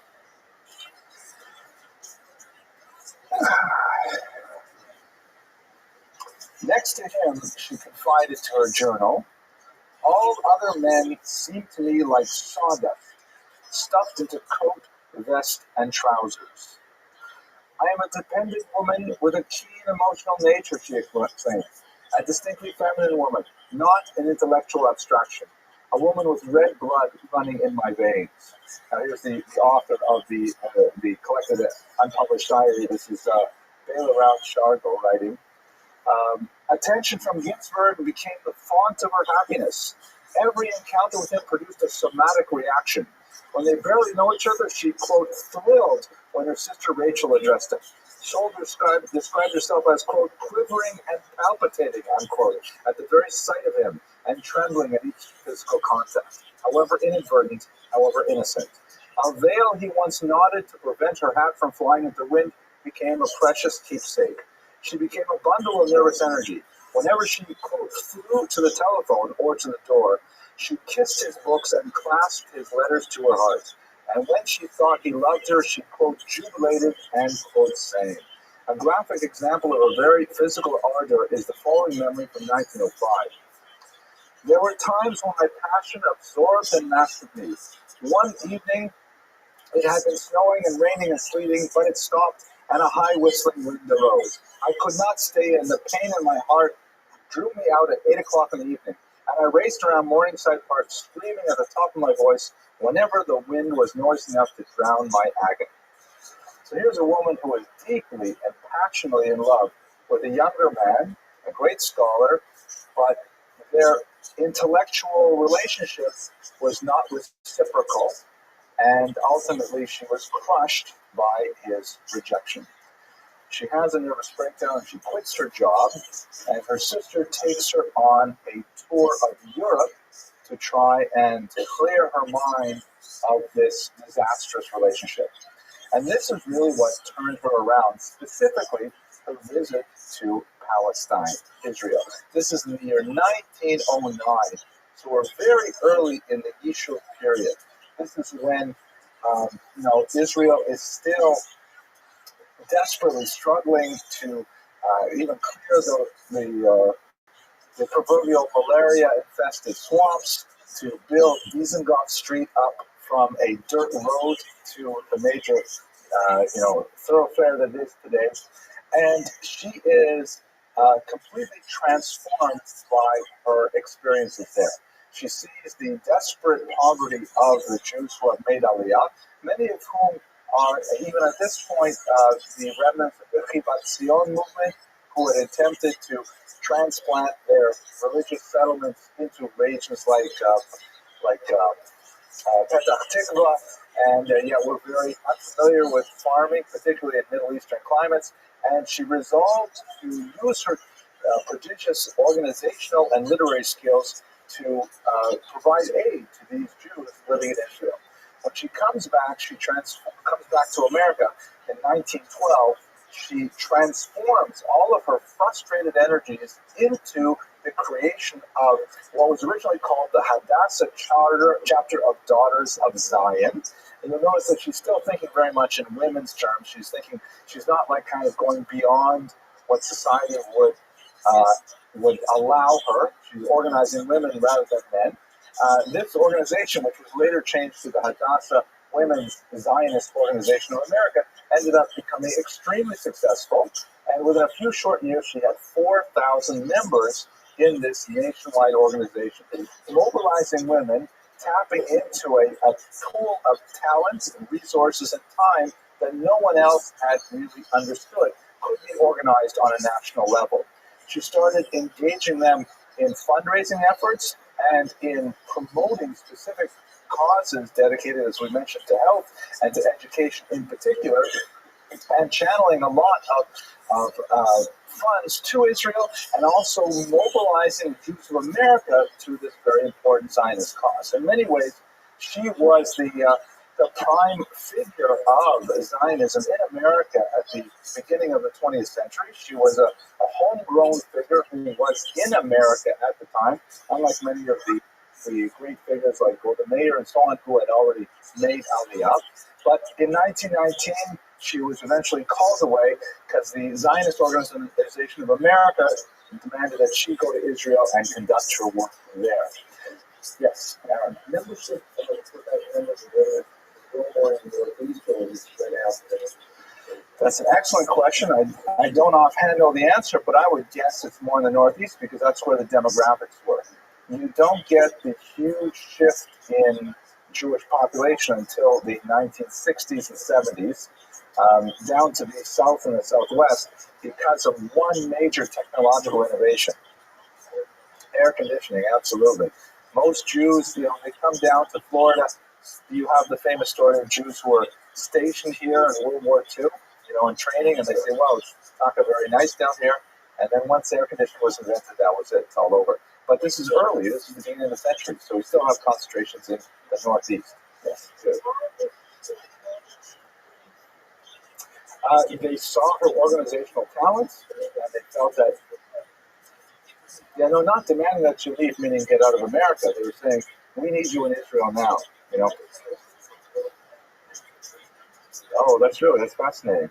Okay, great. So, education and health were primary areas of concern, but one of the major areas where she was quite active was in the creation of a youth Aliyah movement. Because in 1932, although Hitler had not yet become chancellor, that would happen in January of 1933, it was very clear that the anti-Semitic tenor of the Weimar Republic was growing apace and was extremely dangerous and becoming increasingly dangerous for Jews in Germany.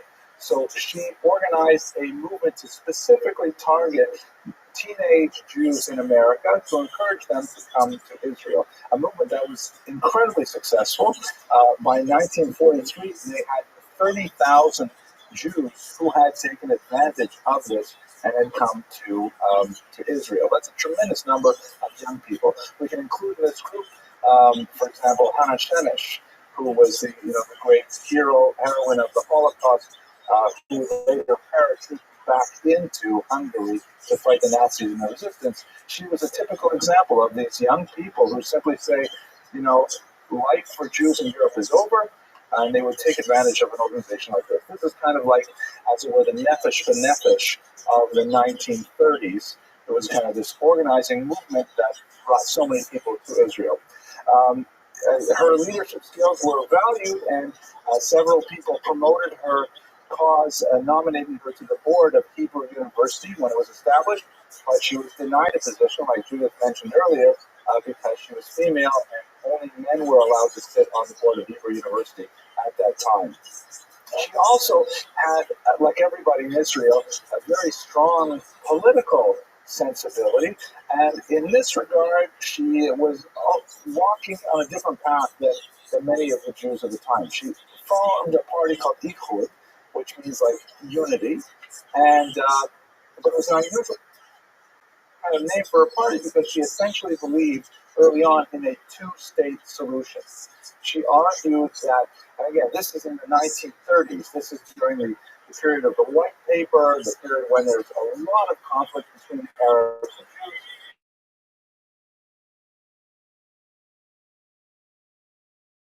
and everyone seems to control territory, and that's it. And the Arabs saying that the Jews may live within an Arab country, but there will be no Jewish state in Palestine. And she believed that the ultimate solution would be a two-state solution, which is ironically what a lot of obviously American and European theorists have, hold about Israel as well.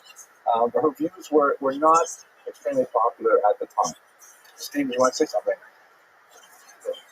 Yeah, right. Like they say in Yiddish, plus ça change, plus ça shows.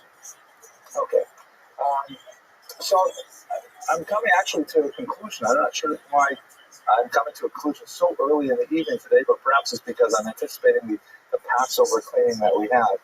But, here's an interesting, the last image, by the way, this is her on an Israeli stamp, Henrietta Sold, you can see over there. And then here she is on a 5 lira note. Lirot, of course, are the old currency before the shekels were introduced.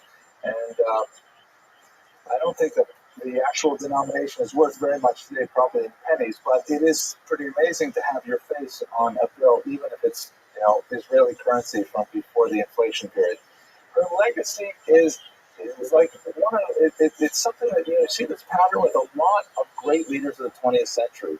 There's so many people who never had children of their own, and yet managed to sponsor so many children, either spiritually or economically, or in terms of their affiliation with Jewish people. I'm thinking, for example, of Rabbi Schneerson of Chabad.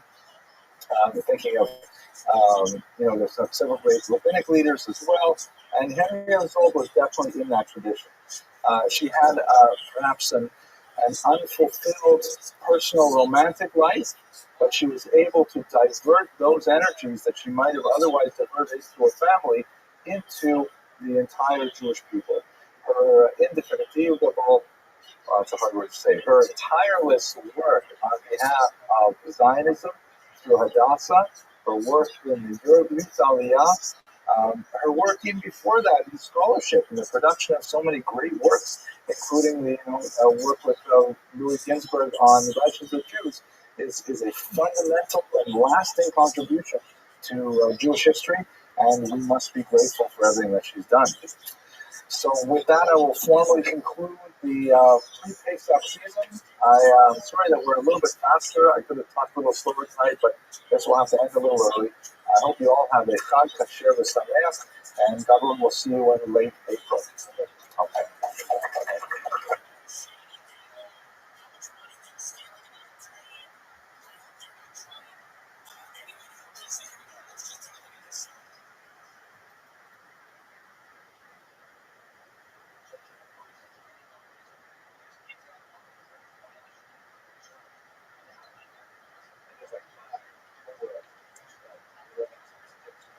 Okay, today's topic, fascinating topic. Sarah Schneer. She is the founder of the most revolutionary women's education for all time. Another amazing achievement. We're going to look at her life and her thought and spend a little bit of time talking about her impact on really leveraging tremendous change in Eastern Europe and ultimately America and beyond. So a little bit about the quick bio. Let's move to the next slide. Some very quick biographical statistics. This is all the photograph we have of her. She was like having a photograph taken. She looked like having a photograph in any of her classrooms or anything like that. She was born in Krakow in 1883 and she died at age 52 in 1935. The background is from her Wells, so you see a dynasty. Her father was Charlie Wells, merchant.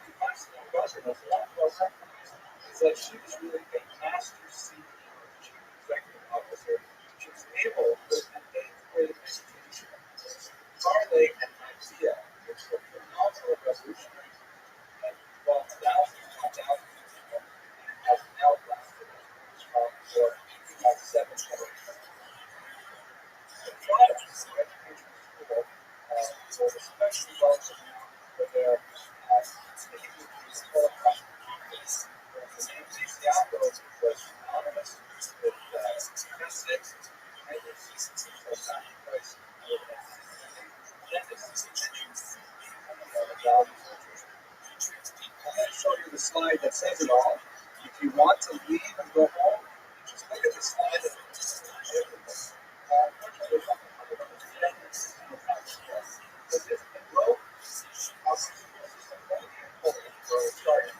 Any other branches also not yet up branches.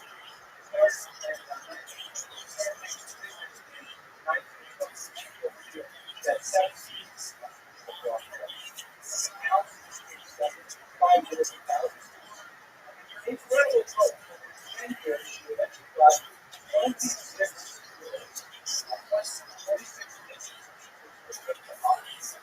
yes, this is right. 265 institutions giving us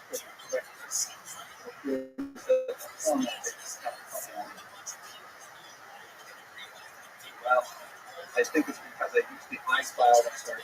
It's 265 institutions with a total of 3,700, 37,900 patients with 10 years.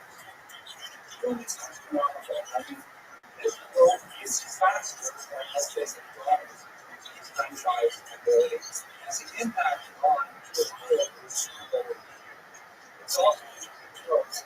It's not such a far off comparison because what really amazes me is that not only she was able to achieve such phenomenal growth, but she was able to take even all of on believe that all of these grow so quickly and will produce as much more product as the whole graduate and embody the same kind of values that she started with. It's really amazing to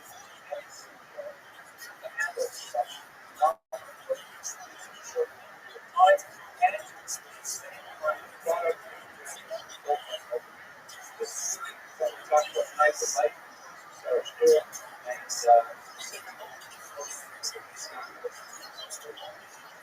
okay, any questions? Straight away? Okay, let's go straight to it then. Okay, so she was born, as I mentioned, 8th in Poland, and she only made it to the 18th grade. The path was graduated level, just a background in the 1890s.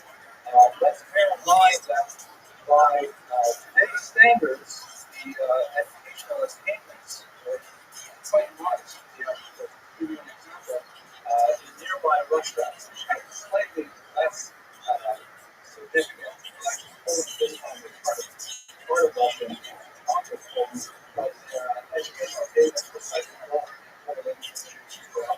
In 1897, they had a massive census and discovered that were the most literate at more literate than Russians and Poles and so on. But that literacy rate was only 60%. Basically, 6 out of 10 had read, and that was the highest level of the entire country. So our standards here are obviously much higher over something that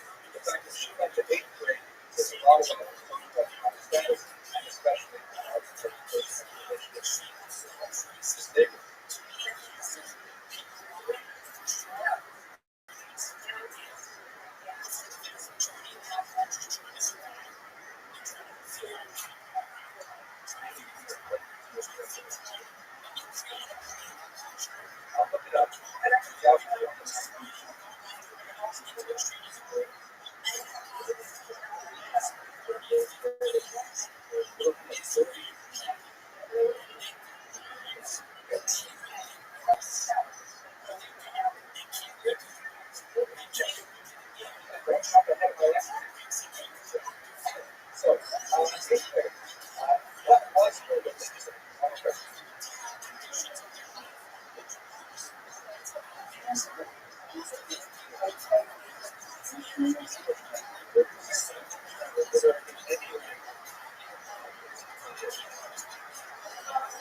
was religious education at the time? Established this stuff, but she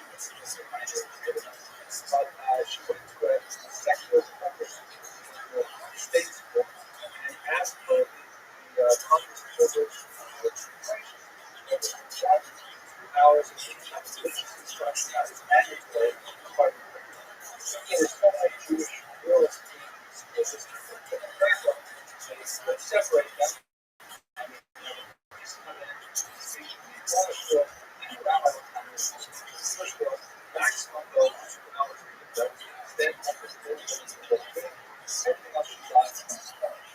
She was endless compliance at limits, and her plans called her the little fussy, not meant as a compliment, meant as a bit of a religious recognition.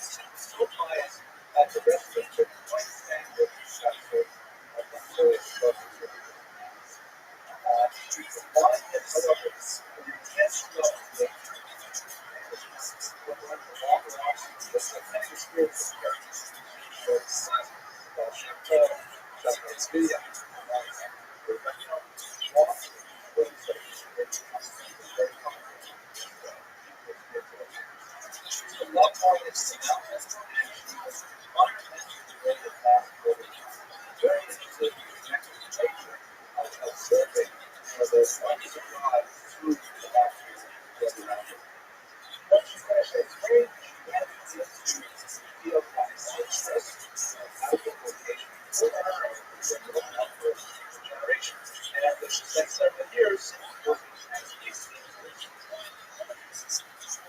Now, we have places for different contexts and educational crises that are happening at the time.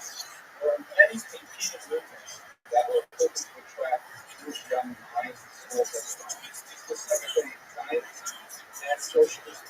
We've talked about a little bit and talked about Herzl and other topics like Trotsky, look at the kind of factors that are following the back what pictures of that theology, for example,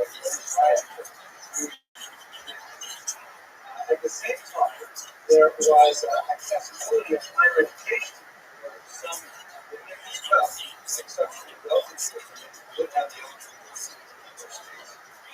So you have several universities. There was a privileged classes, meaning that still the number of Jews were allowed to attend universities. Congress, however, prided itself on being fairly egalitarian, allowing them to take classes to accept it. And also significantly counts the confusion of a institution called University, People's University, which is kind of like a pre-university, did not have diplomas, and they were supported primarily by donations.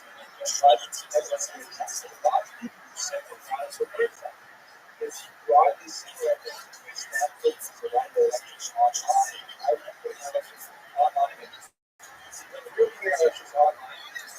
The rest of the world, because it's a nice thing to do. So that was the population and lectures of this nature. However, there are still huge gender disparities despite these abilities.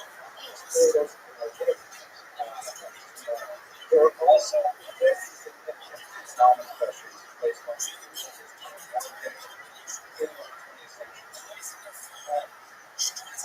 Let's hear a little bit later about Dr. Brzezinski, who's arguably one of the greatest philosophers of all time. He did a recent study that proves that in 1949, only 50% of the members of the flock paid more dues, and 30 to 35% paid less than taxes. So that means something like 80 to 85% of the members of the big $1 quarter not paying it, so they paid very little. So this is a combination of building the rest of the information, which gives you a sense of the huge amount of need that was within the Jewish. How that relates to women is that women were slowly being pressured by their own families, by their needs, looking for laws to enter the workforce and to get more something. But the need was intense. Even though Jewish women have always involved in various forms they typically tend to be home-based, helping out in the business, some kind of cottage industry like piecework, but actually go out and get a job. That would be something that was still quite useful for the current. These are the pressures that we were facing at the time.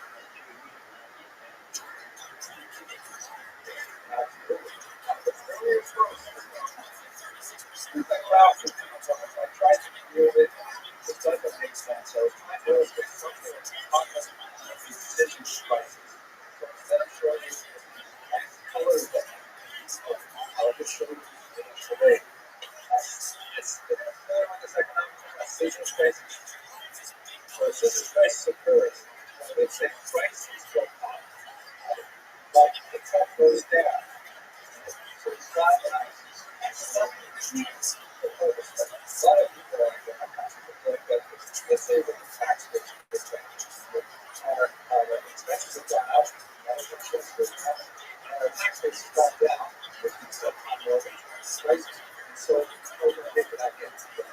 Prices, that's the difference between benefits that is coming. So it turns out the Jewish books education is a serious business crisis. And are getting a stronger Jewish education, partially because of the economy, and some men are pushed to go to the wrong because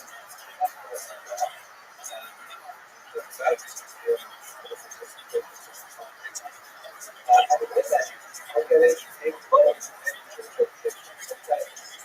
There, you duplicate that, and you will have means of able to get a high secular education. Whereas men, these are very low secular. You can have one family, you can have young men who are like really religiously motivated and very knowledgeable about Torah and Talmud and so on. And their women know nothing about it. Their sisters are saying know nothing about it. What they do know about is French literature and other skills, Polish literature and things like that. Who are they going to marry? There's almost like two populations going along the way. And this is something that's kind of feel like very conscious. I'd like to read to you something from her self-description, her collective license. This is something how she describes the feeling of girls that are conceiving around this time. And as we pass this book, by the way, it's not on those roses and all the children that learn women and the study of children. I've actually read this one. And as we pass level phase, the trains which once pushed that much for the rest of this are crowded. Thousands of machines are on their way to the Hawaii. Every day sees crowds of old men and young men and even to secure a place in the train, even to spend the holiest days of the year in the atmosphere of the boat. Everybody's out and as much as possible. Fathers and sons travel, thus they are going to Bear, Bells, Alexandria, Pueblo, to all those places that have been made 3,000 religious life, dominated by the spirit of the Rabbi's personality. We stay at home, the wives, the daughters, the children. We have had it is there a Jewish intellectual context. Women have never learned anything about the spiritual content that is concentrated in the Jewish lesson. The mother goes out to synagogue, but the services are proclaimed against one doctrine is ground. There is much crying by the elderly women. The young girls look at them as they belong to different sections. Youth has a desire for them who might shoot up violently with a strong will down outside the synagogue, young girls stand chattering. They walk away from the synagogue like a bunch of poor outdoor vague and healthy communities. They leave behind them the wailing of the older generation, as well as the urge for freedom and self-expression. Further and further away from synagogue they go, further away from the dancing, tapping life. She's describing here gender nature of the Jewish world where men, especially Hasidic men, will leave their families before they come to life. When we tell them, leave their women behind,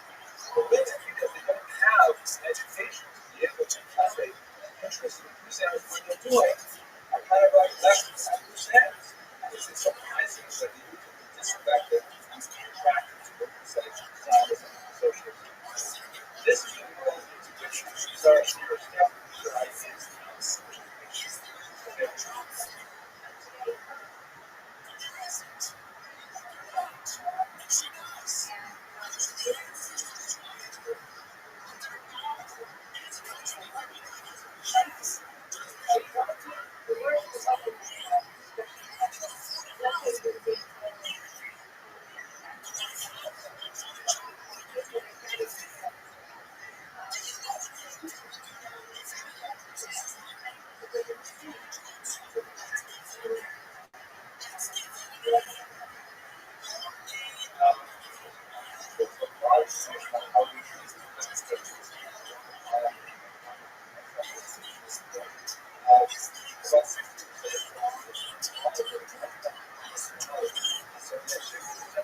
business.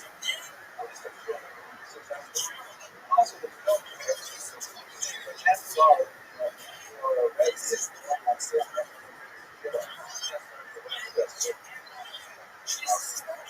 that's right. Let's go to Canada. So what happened in 2024?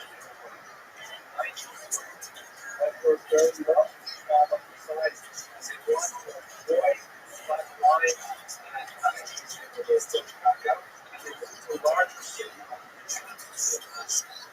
It was there that she had recognition to class and a rabbi, Moshe Slash, third generation of Rabbi Samson. So, if you hear you recall about the lecture on and she was simply well, which at that time had not really had the largest difference except for kind of selling of secular ideas with Judaism that were first she was especially taken with this idea of the revenge of Jewish which Christian argued that Jews should not be simply registered in or it's not without looking at the outside world. Rather, the animals who exist in a multicultural society and what Christian argued that being well adapted to what has to be adapted is in many ways the foundation of educational philosophy of university. It's a model of Torah conduct, like Torah studies and secular studies. And so she thought this was absolutely fantastic. She was overwhelmed with Torah. In 4 years, she did five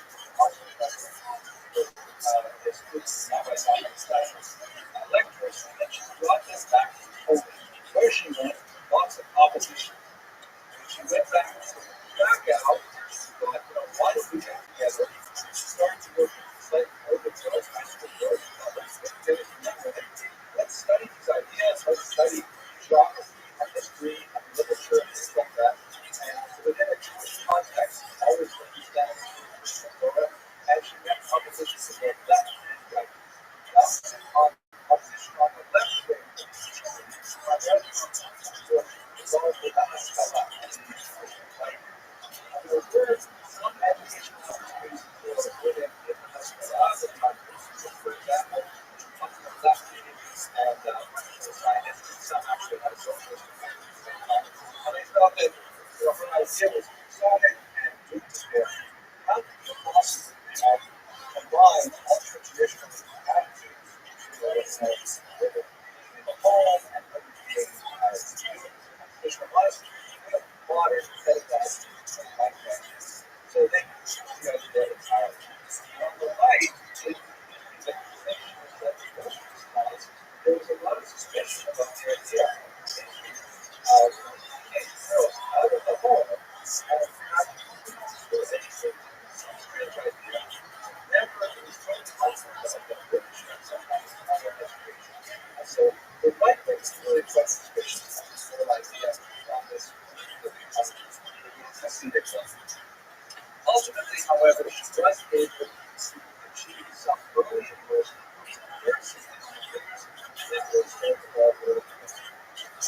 first went to the Belfort Ranch and the Belfort House. And she didn't come directly to the Belfort herself. She sent me private.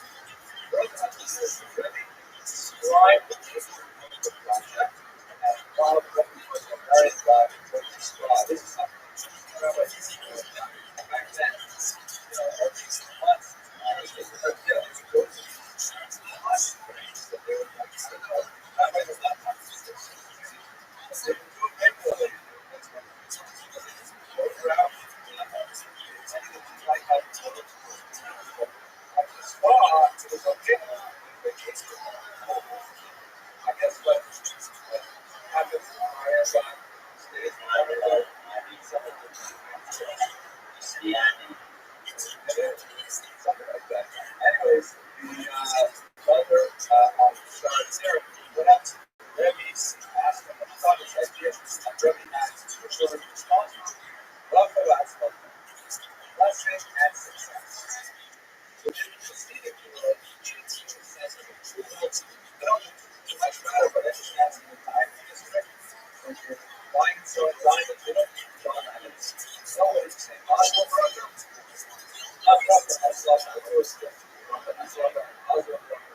But apparently, it was like I was limiting endorsement that allowed Sergeant to say, hey, but the Belfort Rebbe said, Russ loves love calls, and what people do. Then it's the traction of your idea. Then the soil, earlier, also initially proved the idea that they believed all the ideas that show. One by one, many other different things they're already the sixth molecule is a couple of science both survives and there's also all the forms that was like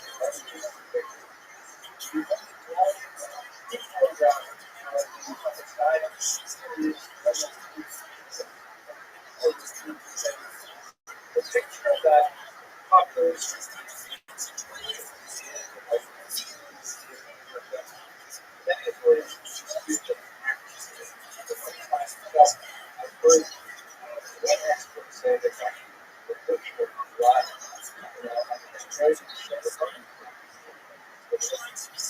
for a long time, I didn't know you didn't want to see this because so much now, but for a long time I thought that I feel like anyways, so she starts the idea that she begins with 25 students. Later she would make the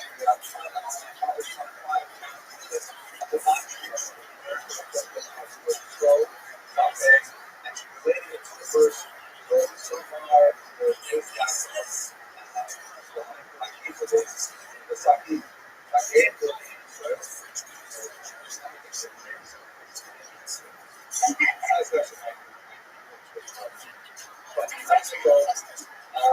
thus shall you save the house of Jacob, and so shall he instruct the children of Israel. Now she says there, Rashi, what's the difference? Yaakov and Israel.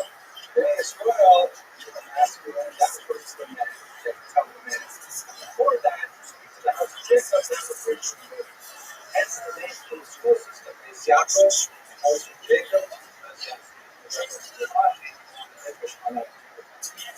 so, as I mentioned earlier, the Israel is very right-wing, religious, quasi-political party that we spoke about when we talked about Israel's intellectual and political options of Jews. This is a highly traditional mentality where Jews want to be Zionists, they want to serve them, they want to immigrate, they want to have some kind of body that will articulate their political views on the national stage. And they actually were legitimate political party in Poland. They actually ran out in elections, and they had seats in the parliament, showing very much a when they met their first committee in Poland, the first great assembly in 1923, they were so impressed with this archbishop's place that they elected take over and say this is an educational model of Israel.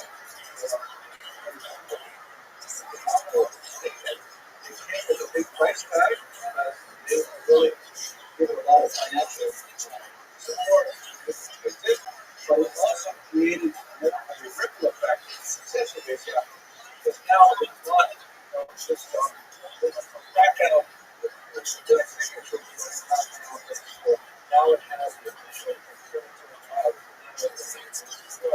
very organization.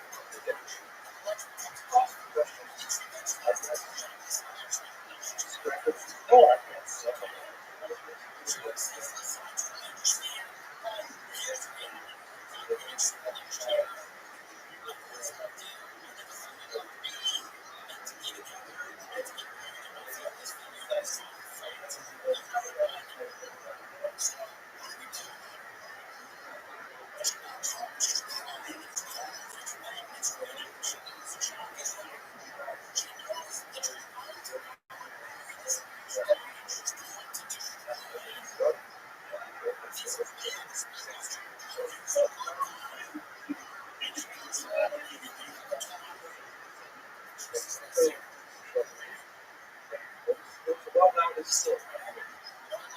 And so was not starting out just out of changes. It's not starting out with imitation. It's the brand new industry. Based very heavily on the ideas of that approach. The first thing she did was she hired German trained educators. Dr. Daniel Deutschlander, wrote most of the curriculum, and a woman, Caroline Buckler, who wrote about later so the Dr. Deutschlander and the Caroline Doctor, they really were able to engineer a curriculum and a pedagogy that packaged reproduced and by 1922, they had received accreditation from the Polish government. They were then given a status as an executive school. Graduates could then reach diplomas and tertiary. When it came to the question of, well, what about all the secular material that's included in the curriculum, is that culture? Her approach was quite literally a the fruits and discard the Take what's worthwhile in it and everything else you discard. Don't discard the entire fruit. Please include on this side and discard the peel. And also included in her pedagogy was something after you're unable to document those things. Don't do your things, please. Okay, here we are. She integrated a lot of environmental education. Lots of museum shut up company, open doors, all kinds of activities that really connect to the young people, including outside this. When I talked about this, I said, besides the question of what my daughter used for example, she's going to check one of my other students also decided to say, so the Japanese history is that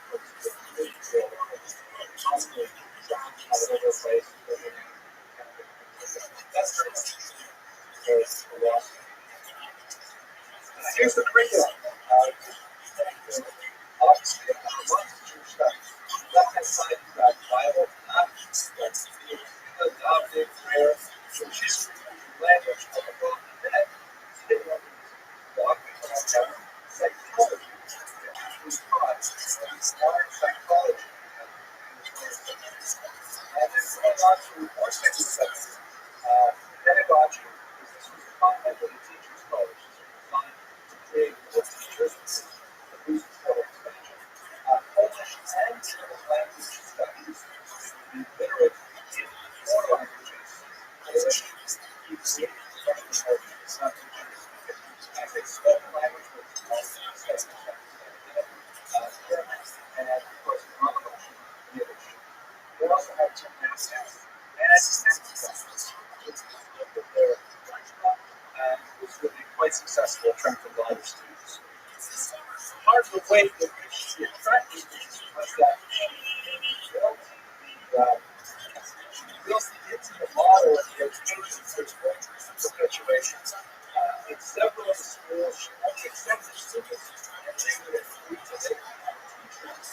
And what she would do is she would take one of the minor classes, she would let her out to some met her first day, first day chapter was, and she gathered a meeting of the local and she had this young woman who's a recent graduate give them a lecture on some topic which God would practice. And after they listened to this thing, they have an eloquent presentation.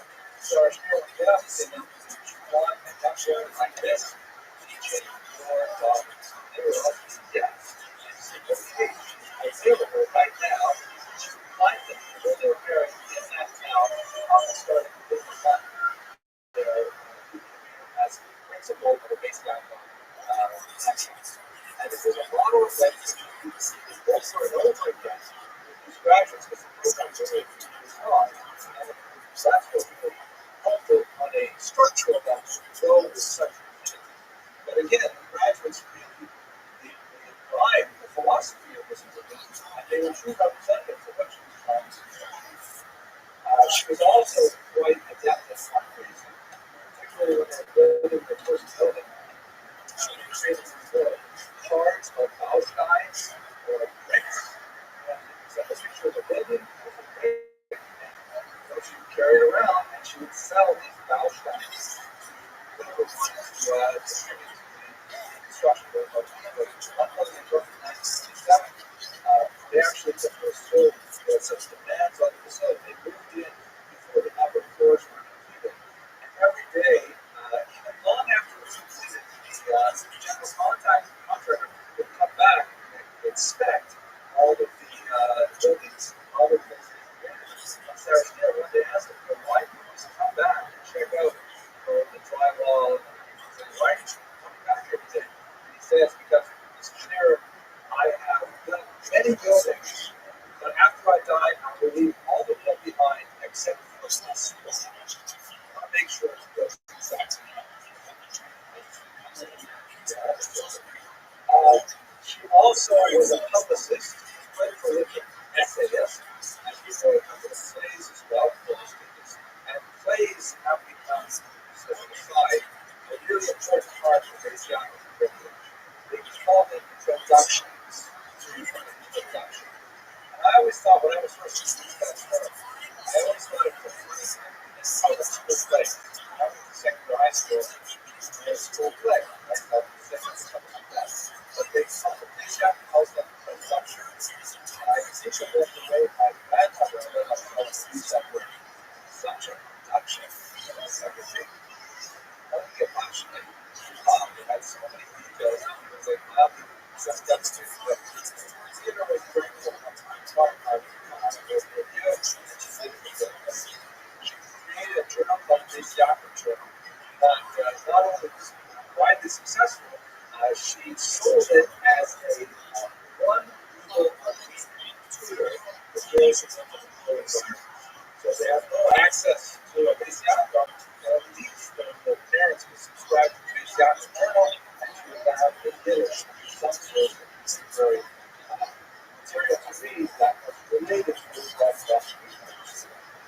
She also created a supplementary news group that was online. The base Yahoo notes. It still is in existence. The notes are thrilled with dollars.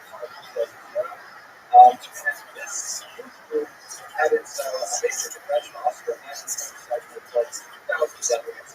And it was the largest gathering together for this convention.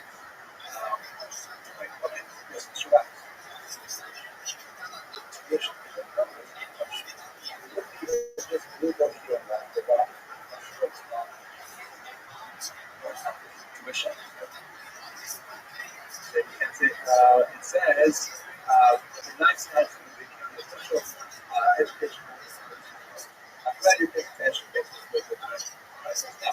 Let me ask you a more fundamental question. What exactly was Sarah Schneider? I say with reading the literature, there really comes to two flavors. One flavor is basically it says all inside literature is published mainly by Orthodox presses that are especially interested in holding work as an ideal model of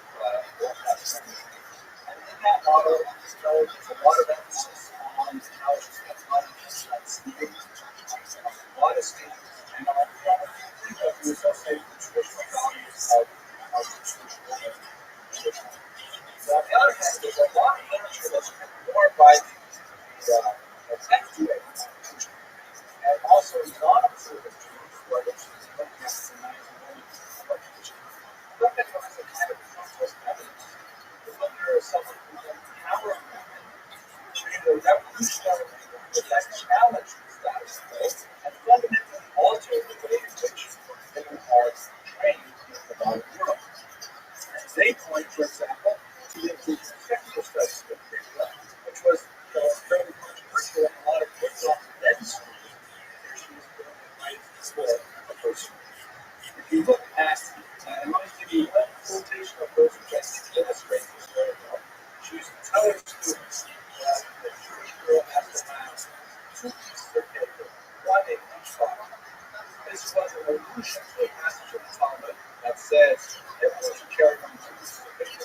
One paper should say check payable, 2 one check, one pocket should say the document says Ishmili Nimra because of me the world was created. And the other pocket should have that says I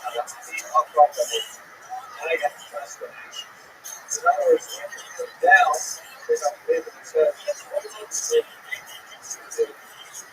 Americans pick it up she says the Jewish girl should have 2 other pieces.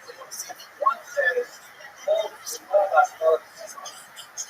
the story of the princess within internal policy, private very traditional.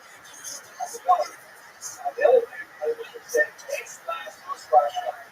It's time for God, which is a quote whenever people do something like orthodox and radical, something challenging the status quo. So on the one hand, she wants girls to be caring, modest, within the traditional boundaries of Judaism. But on the other hand, girls should be powerful, forceful, not afraid to take a stand. So who's the real Sarah question?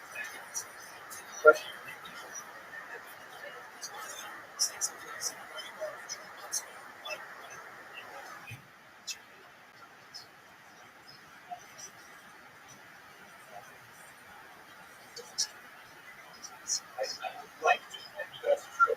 But that's an ideal that she created. An ideal that she created. It's an ideal that she articulated in the modern world. She needed someone to be able to stand up and say, it is not a diminishment of our daughters if they are citizens.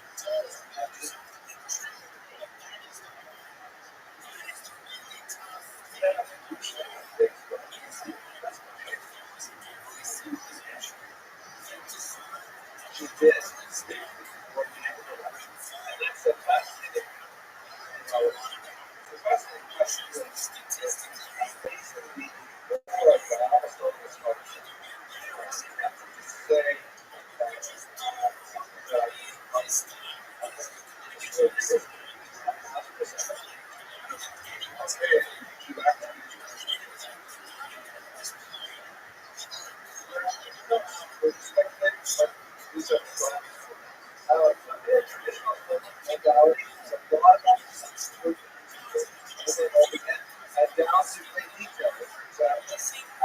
Widows and based outposts were not allowed to cut their hair. They could not wear popular cloths, for example, the style of the black people.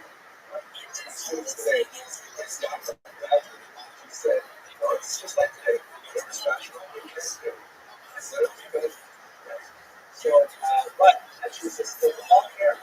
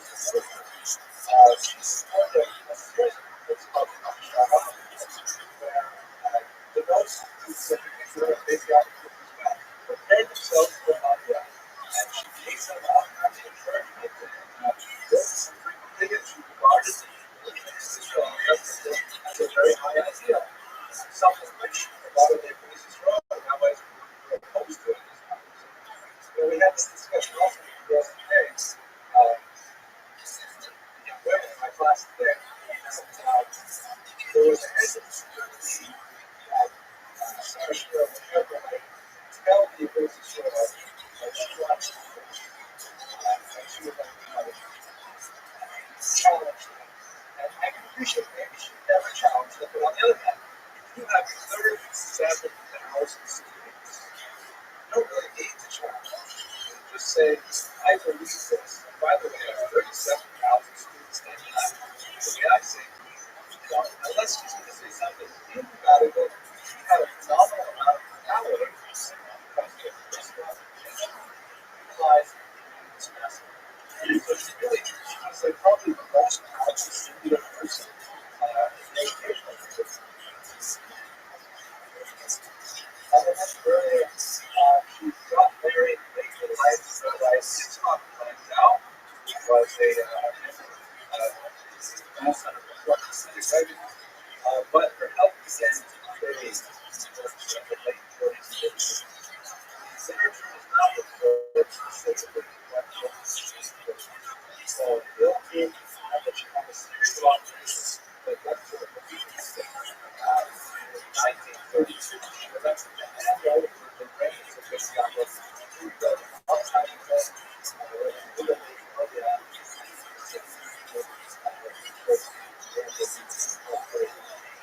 ultimately, she succumbed to a death at the early age of 54 years and her crime was correct as a Holocaust. I'd like to end by specifically referring to something she wrote in the very shortly before passing. She wrote open letter to her students and she wrote to them that she know that there were 5 that she felt considered exceptionally important. She wanted them to remember what God these 5 years.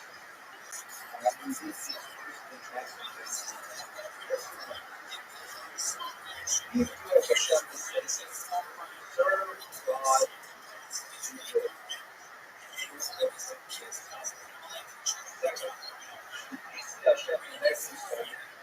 I consider God more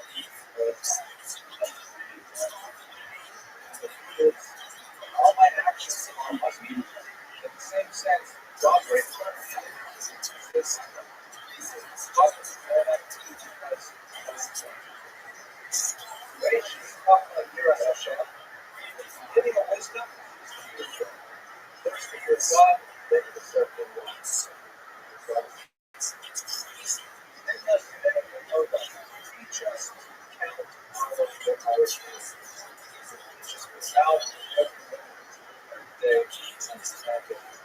And finally, Hashem, knowledge. Torah of Hashem is pure and it provides resources. With that, thank you very much for your attention. And I will pick up your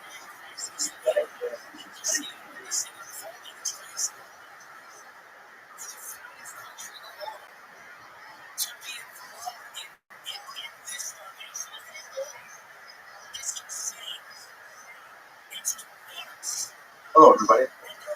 Today's topic is a little bit different than some of the other lectures I've given because rather than approaching this in a historical manner, from one point of time to another, perhaps looking at a specific individual or something, I can take a little bit more of a thematic perspective to discuss the phenomenon of women in history. And what I'd really like to address in this brief lecture is some of the challenges that we have in trying to understand the unique elements of women's history in the long saga of the Jewish people, and give some sense of how these things have changed in the last 150 years in particular, and that'll be it for our topic today. So really the topic is women in Jewish history. I'm not going to speak a lot about individual women, but I'd like to speak a little bit more about the trends and themes in women's history. Okay, so to begin with, the first thing that we know when we're looking at women's history in Judaism is like, where are they? The majority of our sources for women's history are essentially written by men for men. Male leadership, male authorship, the entire chain of transmission of materials on women and on their perspective is unfortunately handled almost exclusively by men. Now, there are some distinct exceptions to this rule. For example, the memoirs of Nicola Hammond appears photographs from that time. This is a much later photograph of one of her later descendants in the 19th century, dressed in clothing that would have been appropriate for the book in the 17th century. But besides her memoirs, which are quite fascinating themselves, we have very few examples of women actually writing for themselves, either for another woman's audience or in the window of her memoirs on her own. The majority of the materials that we have to deal with are essentially defined, and that presents a lot of historiographic problems, making it difficult for us to tease out what exactly is going on in the history system. But, with that major caveat, we can identify a few larger phenomena that are common to most of Jewish women. First of all, Jewish women tend to be a silent majority with an exceptional minority. That is, women in general in Jewish history tend to take a very passive or at least hidden role in the unfolding of events. We occasionally hear in the sources like the Talmud of women in general wanting this or wanting that, or arguing for this or arguing for that, but very rarely do we have unique voices. And again, they're handled by men, so we don't know exactly how they would phrase themselves. Nevertheless, with that silent majority, we do have these exceptional minority figures that really go all the way to specific individuals, women who stand out against the crowd and often adopt leadership positions. For example, matriarchs, that is the wives of Abraham, Isaac, and Jacob, Miriam, the prophetess, the sister of Moses, Deborah, the judge. Most of these women, as I just mentioned, I realize as I'm saying that, a lot of their authority derives from the men who they are willing to keep through marriage or through birth, but that's not always emphasized in the text.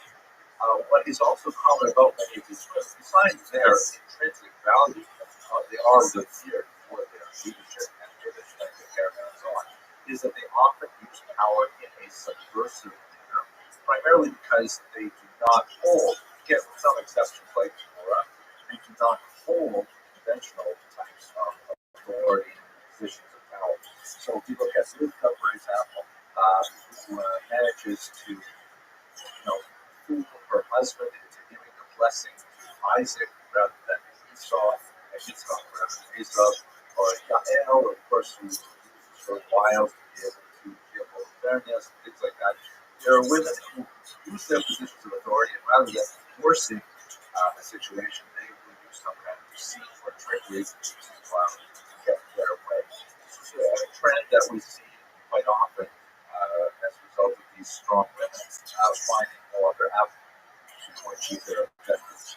They are generally trapped within the male narrative. We can only hear of them through what is meant to provide for us. Of course, for understand that divine doctrine that's also quite problematic. But their unique expression often comes through. This is especially true one of my favorite biblical characters, Uriah, the wife of Rabbi Meir, who was undoubtedly a phenomenal scholar in her own right. And she is exceptional not only because she identifies one of the problems in women's history in Judaism is that women had very limited access to formal training in the traditional texts, in particular the Talmud. This is especially the case until the 19th century and the 20th century, that we'll speak about towards the end of this short lecture. So Gloria was able to go beyond that, and in fact, she appears many times as a unique, distinctive voice in the Talmud, teaching men, correcting men, often with a very acerbic wit. To give an example of that. But I want to mention to you specifically in this context, there's discussions in Tractate Sota, I believe, in which the rabbis debate what is the appropriate amount of learning that a woman should have. And it would take me far beyond our discussion here to discuss why it is that some feel that she should have more learning, that she should have more learning of Torah, and others disagree and say, no, it's not a healthy thing for her to learn a lot of Torah, but the conclusion of that Talmudic passage is that it would be better for women not to learn extensively, specifically Talmud. This would be something that would change her fundamental character and expose her to wiles that the rabbis do not recommend and so on.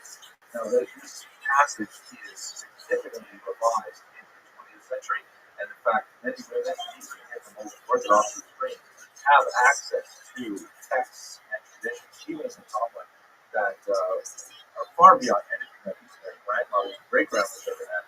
But nevertheless, looking at the general scope of Jewish history, for the vast majority of Jewish history, women were formerly excluded from learning the Talmud. Gloria, for example, hints at this when she is greeted by some men who look for directions. And they say to her, "Excuse me, ma'am, can you please tell us the way to go?" And she answers them back, first of all, quoting the passage from the Mishnah, saying, "Fools, haven't you read what it says? Do not speak overmuch with women. You should simply say, which way, north." Rather than the excuse me, how are you, and going on and on, she says, if you were to really be a scholar, you would simply say, which way, north. Obviously, she is poking fun at not only her interlocutor, but also this implicit limitation on human learning. This is an interesting photograph that I tried to look for the actual YouTube clip, not find it, but this is a passage, a little photograph from a film called Taik, which was later adapted into Fiddler on the Roof. You're probably familiar with the 20th century. But this is a 1930s Yiddish version. And in the scene, you have Ted Tevye, who is a dairyman, who is trying, with very little success, to teach his son something about walking the passages in the Bible. And meanwhile, his daughter, who was formerly excluded from learning, is looking on over his shoulder and is answering all of the questions correctly, which Tevye finds amusing, but he keeps on trying to move her away from the table where he's attempting desperately to learn his son. And the whole message is that, here the girl is obviously more clever than her brother, but she is denied access to the texts. A theme that occurs throughout much of the history. Now, another element that's very important to try to understand the Maga, the foundations of, but really the foundations of women's history is the relationships they have to commandments, which are distinct from male relationships to commandments. Specifically, looking at this chart here, you see that we can divide the commandments, that is the 630 commandments given in the Torah, divide them into four basic quadrants. Those that are defined by time or not defined by time, meaning those that must take place within a certain period of time, let's say the Sabbath or a holiday, something like that, or those that are generally required. Then you can also, that's the up and down y-axis. Then on the x-axis, we have those commandments which are negative, meaning thou shalt not, do not do these things. And we have positive commandments, these are things that you should go out and do. So let's give a few quick examples and see how they relate to this. So under the positive and not defined by time quadrant, we have, for example, honor your father and mother. This is something that you should do. You have to actually go out and do things for your parents. So it's a thou shalt, a positive commandment, but it's not defined by time. So long as your parents are alive, and in fact, you're still obligated to honor their memory. So men and women are equally obligated in this category. Then you have the negative commandment of not steal, which is thou shalt not steal. And at the same time, it's not defined by time. There are no times when stealing is permitted. So therefore, men and women are also equally obligated to these commandments. Then thirdly, we have negatives that are defined by time, such as, for example, do not eat bread on Passover. Obviously, the holiday of Passover, leavened products are permitted, bread, beer, things like that. Might be a joke. I'll tell you very quickly. I know it's short here, so I can't help it. I was once talking to a Israeli consular official told me that he was a member of very left-wing socialist Hashomer Hatzavir. And this was a very anti-clerical, anti-religious group. He said that it's like a middle farm in Israel. He said, you know, when he was a child, he used to have everything on the table at home. So bread, beer, pasta, all forbidden foods were on the table on Passover. Now he says, young people, they just don't do traditions like this. Okay, so thou shalt not, and to find my time, I do not eat bread on Passover, men and women are equally obligated. Now here we get to the important one. If you have positive commandments, which are also defined by time, for example, commandment to shake the lulav on Sukkot, or species that have like pomfron and citrus fruit and some leaves of various types. And there is a commandment specifically to shake these things together on the holiday of Sukkot. So since it is positive, thou shalt, and defined by time, men are obligated, but women are exempted, which means women do not have to do these commandments. The observances for most communities understood as optional. That is, should they so desire to do these commandments, they are welcome to do so. There are some exceptions to that as well, but in general, they're able to do these things, but they are not required to do these things. Now, there are exceptions to the rule as a whole. Like, for example, lighting the Friday night candles, that's defined by time, that's positive, but it falls upon women rather than men. They may do so, especially if their wives are not able to, but it's primarily a woman's first. Drinking 4 cups of wine on Passover, also positive, but women are obligated. So there are some exceptions to these rules, but the general thing is that if it's a positive time-defined commandment, women are exempted. Now, what that means anthropologically or sociologically is that women are not tied specifically to the ritual calendar of daily observances, particularly those that require a gathering instead of a separate issue altogether about whether or not we're going to count any. We're not going to go into that. But what this means is that women have greater freedom, or used in a different way, greater responsibility when it comes to the activities in the home, in the private sphere, because they are not so easily interrupted. One cannot simply leave the baby with a dirty diaper and say it's time to go to synagogue in the morning, although husbands will do that. Women, because they're exempted, they're second priority, they may stay home with the child. Some would say they have to stay home with the child while the husband must go to synagogue. But this means there's a huge bifurcation in women's daily life that reflects this divide as a result of the positive commandments defined by time. One can understand this bifurcation as a private versus public sphere bifurcation or split. Women are given higher priority in the home, and this is traditional for Judaism. And in fact, if you look at some of the most important things that go on in the home, specifically in the kitchen, in the bedroom, to a lesser degree perhaps in the dining room, women are basically in charge. Again, this is sociologically and anthropologically, but also electorally. There are many areas where women have much more leadership and authority than men. Beyond the scope of this lecture, but nevertheless pronounced phenomenon. In the public sphere, however, in the area of the marketplace, the area of the synagogue, that is generally ceded to men. And since that is an area that garners much more attention, it stands to reason that there's a lot more status associated with it. So, nevertheless, there's a lot of emphasis in the Jewish tradition on the concept of all the glory of the princess is within. Kol Davas Melech verse from the book of Psalms that says that there is value for those things that are in this. Again, it would be far afield our topic to go into great detail, but there's this concept of something called speech, which means hiddenness, sometimes translated as modesty. And women are associated more with zeal than men in much of the Jewish literatures. Zeal is an emphasis to keep things more private, more hidden, kind of like the Torah, which is something that is highly valued and it is kept under various coverings through the mantle and it is society art and society synagogue and so on. So there is a valorization of the public sphere in Judaism, but especially as the value tradition of Judaism declines in the modern era, that valorization of the public sphere tends to be lost, and much more emphasis is placed on the public sphere moving forward.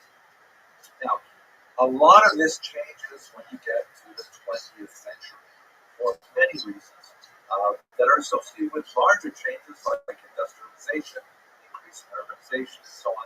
But perhaps the most important change for the state of women is the opening up of formal educational options.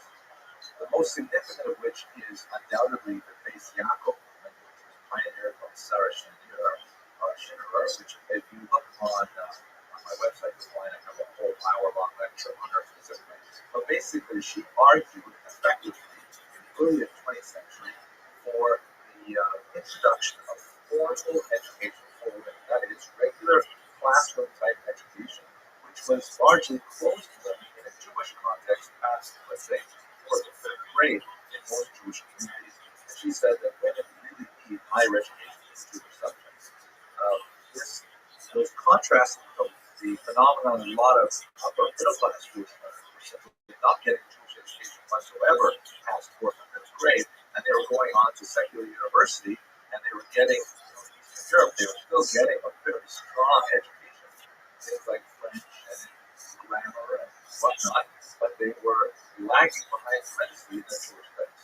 So Sarah Schenirer really recognized these phenomena, and by enlisting the support of some very important rabbis like the Rabbi of the times, she was able to argue for the opening of the schools, which were incredibly popular, exploded throughout Eastern Europe, and had a major ripple effect on Jewish women's education as a whole.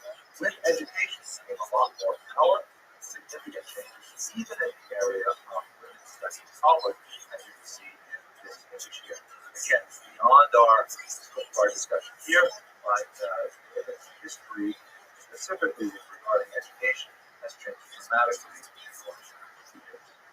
It's also changed in terms of a fairly strong critique, which is pioneered by Jewish women, often in rebellion against the Jewish tradition. Perhaps the most significant is shown here, Betty Friedan, who wrote a devastating critique of the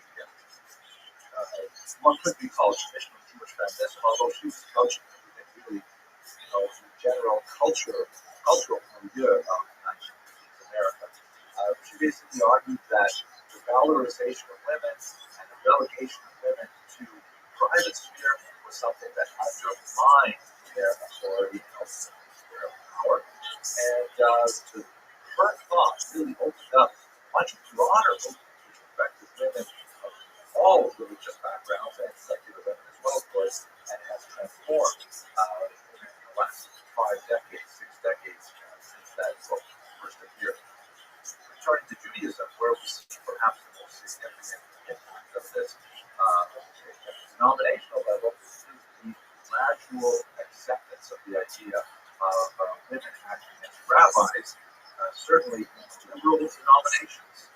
You have some of the first Reconstructionists woman serving as a congregational rabbi, but certainly the Reform movement in 1972, conservative movement in the 1980s, and in the first decade of the 21st century, there's a lot of heated debate ongoing as I'm recording this video over the role of Orthodox women in the Catholic. Again, beyond the scope of our topic today, but fascinating and tumultuous changes throughout the Jewish world, really tectonic level changes as a result of greater access to education for people. So, taking all these things together, at this point, even though this is a history course, and sort of step back to look at a thematic topic, this brings us to reflections on the future. There's no question that women have had a phenomenal impact on Jewish history since the beginning. But that tended to be an impact that was expressed through the collective voice of often anonymous mass of individuals, with certain key personalities standing out, people like Sarah or Zipporah or Gloria, and so on. And in the modern era, of course, people like Shira and so on. But as we see in the last 30 years, in my lifetime, Jewish women have gained more and more authority, more and more power, and they are beginning to leverage a lot of those added strengths towards shaping Jewish future in a much more powerful way than they ever have. So we're living at very exciting times, and thank you very much for watching this brief thematic introduction to women in Jewish history. Take care.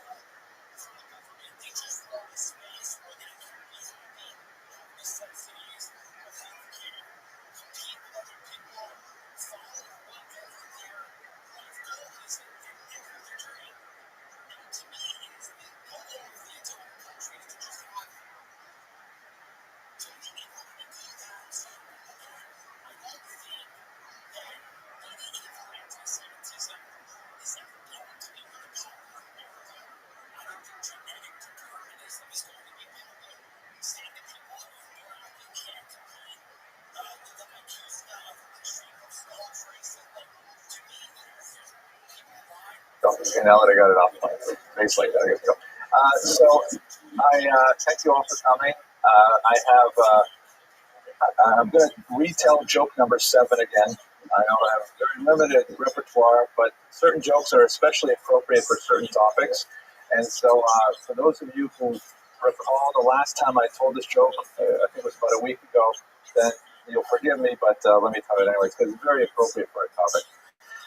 Basically, we're going to speak about American Jewry, a topic that I hope to return to after Passover in the 20th century. We will dip a little bit into the 20th century as well today because we're going to look at some of the results of the Pew study in the context of colonial and revolutionary American Jewry.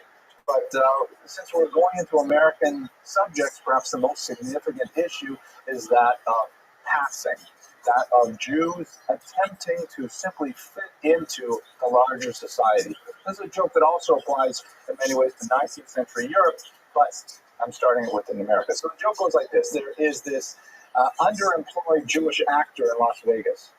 Very rare occurrence, but in this case, it actually happened. He was underemployed. He was waiting tables, and he was feeling rather desperate about his future as a thespian on the West Coast. And so, did you like that, Lisa? Thespian? Yeah. So he's desperate. He's looking through Variety or whatever, trying to pick up jobs, and he's not having any hatzlacha whatsoever. And finally, he sees there's an ad. He realizes how low he's sunk, but he actually considers this ad to be a gorilla impersonator. Never. So he calls up, goes to the audition, excuse me. That's funny. He goes to the audition, and it turns out they give him the part. So, he's going to do it. It's a job. It's a living. Turns out that the Los Angeles Zoo has recently lost its gorilla, and while they're waiting for a new one to be shipped from Africa, they hired an impersonator to, dress up as a gorilla and keep the show going. So, he's a Stanislavski actor, and he's in the cage there, and he's using the method, and you know what? It's actually going very well. The parents crowd around, the children squeal with delight, bangs on his chest and things like that, and walks around on his knuckles, and the kids are loving it, and he's actually enjoying this role, really investing himself in it. Gain some weight for the part, all kinds of things. Then what ends up happening, however, one day when he's really enthusiastically declaiming before his supporters, he's swinging on a vine from branch to branch, and he accidentally lets go at the apex of the swing, and he swings right out of the gorilla pen, and he lands into the lion's enclosure. And he lands there, and he looks up, and he sees he's facing directly the mouth of this huge feline staring him down. And he realizes this is it. This is the end of his life. So since he is a Jew, he recalls his Seder lessons, and he covers his hand with his eyes, and he says the last great proclamation of God's unity, which of course is incumbent upon Jews, the last moments of their life. He says, Shema Yisrael, Hashem Elokeinu, Hashem Echad. He takes his hand off his eyes, and the lion says, Baruch Shem Kavod Malchuso Le'olam Va'ed. And here's the punchline. Then the giraffe says, Shah, you'll get us all fired.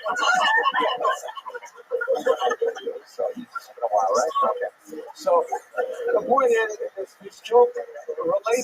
topic because we're talking about, fitting into a new society and the strange kind of costumes that we wear. Sometimes they are rather ill-fitting costumes, and sacrifice quite a bit of our own personality and our identity to conform to those costumes, which is in many ways the story of American Jewry.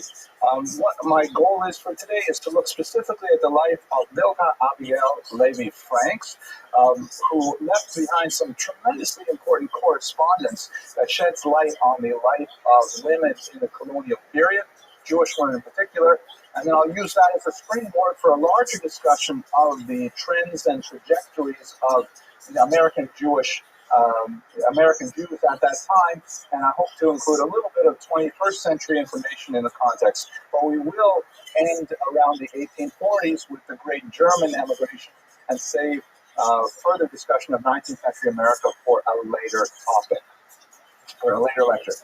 Tonight's lecture is graciously sponsored by Alan and Miriam Thielenfreund.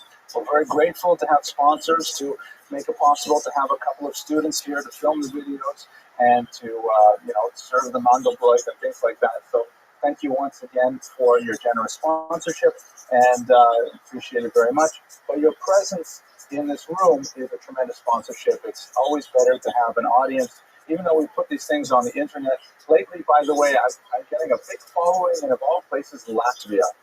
So say hello to all the Latvians who are watching tonight. Hope you find this entertaining. Don't laugh. It's a big deal, these Latvians. Okay, yes. We can, but you'll find that if we do that, then the people in Latvia do very poorly. So what we need to do is we need another building. Luckily, we're constructing one just a block away that will have a much better classroom for us, and we'll be able to project these images a little more significantly. At any rate, to move on to one more important good and welfare before we begin the lecture proper, we have a significant schedule change. I've changed it on the website. For those of you who check the web, it's jewishhistorylectures.org. There are a few brochures around, and it's posted outside. So the schedule changes that next week we're going to look at the life of the Alter Rebbe. This is the first Rebbe of the Lubavitch Chabad movement, very influential, prolific scholar who really changed the shape of modern Eastern European Jewish history, and by extension, really world history, through the influence of the Rebbes after him, most notably the seventh Rebbe, Rabbi Menachem Mendel Schneerson. It's interesting, if you look carefully at this picture, we have in our community, it happens, a direct descendant of the Alter Rebbe. Rabbi Sitron is actually a great grandchild, whatever. And I think it's uncanny how similar they look, that kind of ethereal look to the eyes, the large forehead, the prominent beard. Isn't that rather impressive, right? Anyways, so next week will be the Alter Rebbe. And then, unfortunately, on February 19th, I have to go to New York. So we will not have a class that day. And I always have trouble. I know I'm going to be delayed flying to New York because every time I try to fly in this kind of schedule, I'm a victim of racial profiling. Happens every time. Because I go through the security, and TSA always pulls me over because they say, how is it possible for a Jew to be flying north from Florida in February? Right. So that always happens. So that's February 19th. We will not meet. It was on the schedule, but this trip is unavoidable, and so unfortunately I'm going to have to cancel class that night. And then on February 26th, we will return, and the topic will be the Vilna Gaon, a great leader of Lithuanian Talmudic Jewry, in many ways who stood in opposition to the Alter Rebbe. There's a lot to say about the nature of that conflict between the early Lubavitch movement, or the early Hasidim, and the so-called Misnagdim, the so-called opponents, or as the Chabadnikim call them, the snags. I really enjoy that term. I'm a snag. So those topics will be changed as per the schedule.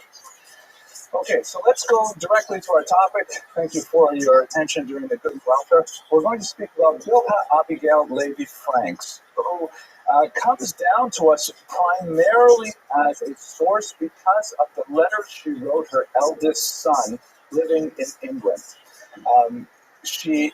We know Nothing about her really, except for this correspondence.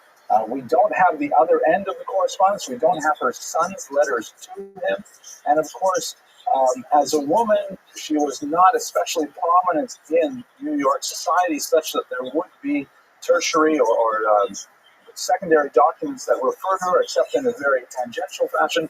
But we nevertheless get a view of her very powerful personality, her wit, her incisive view of American politics, and through these letters, which are very intimate, communications between herself and her son, we get a sense of what it must have been like for a Jewish woman to live in revolutionary America, very fascinating, or actually colonial America. And so it's a really interesting window into the Jewish world and the Jewish world of a woman in New York City. So that's what we're going to explore for tonight. A little bit of her background.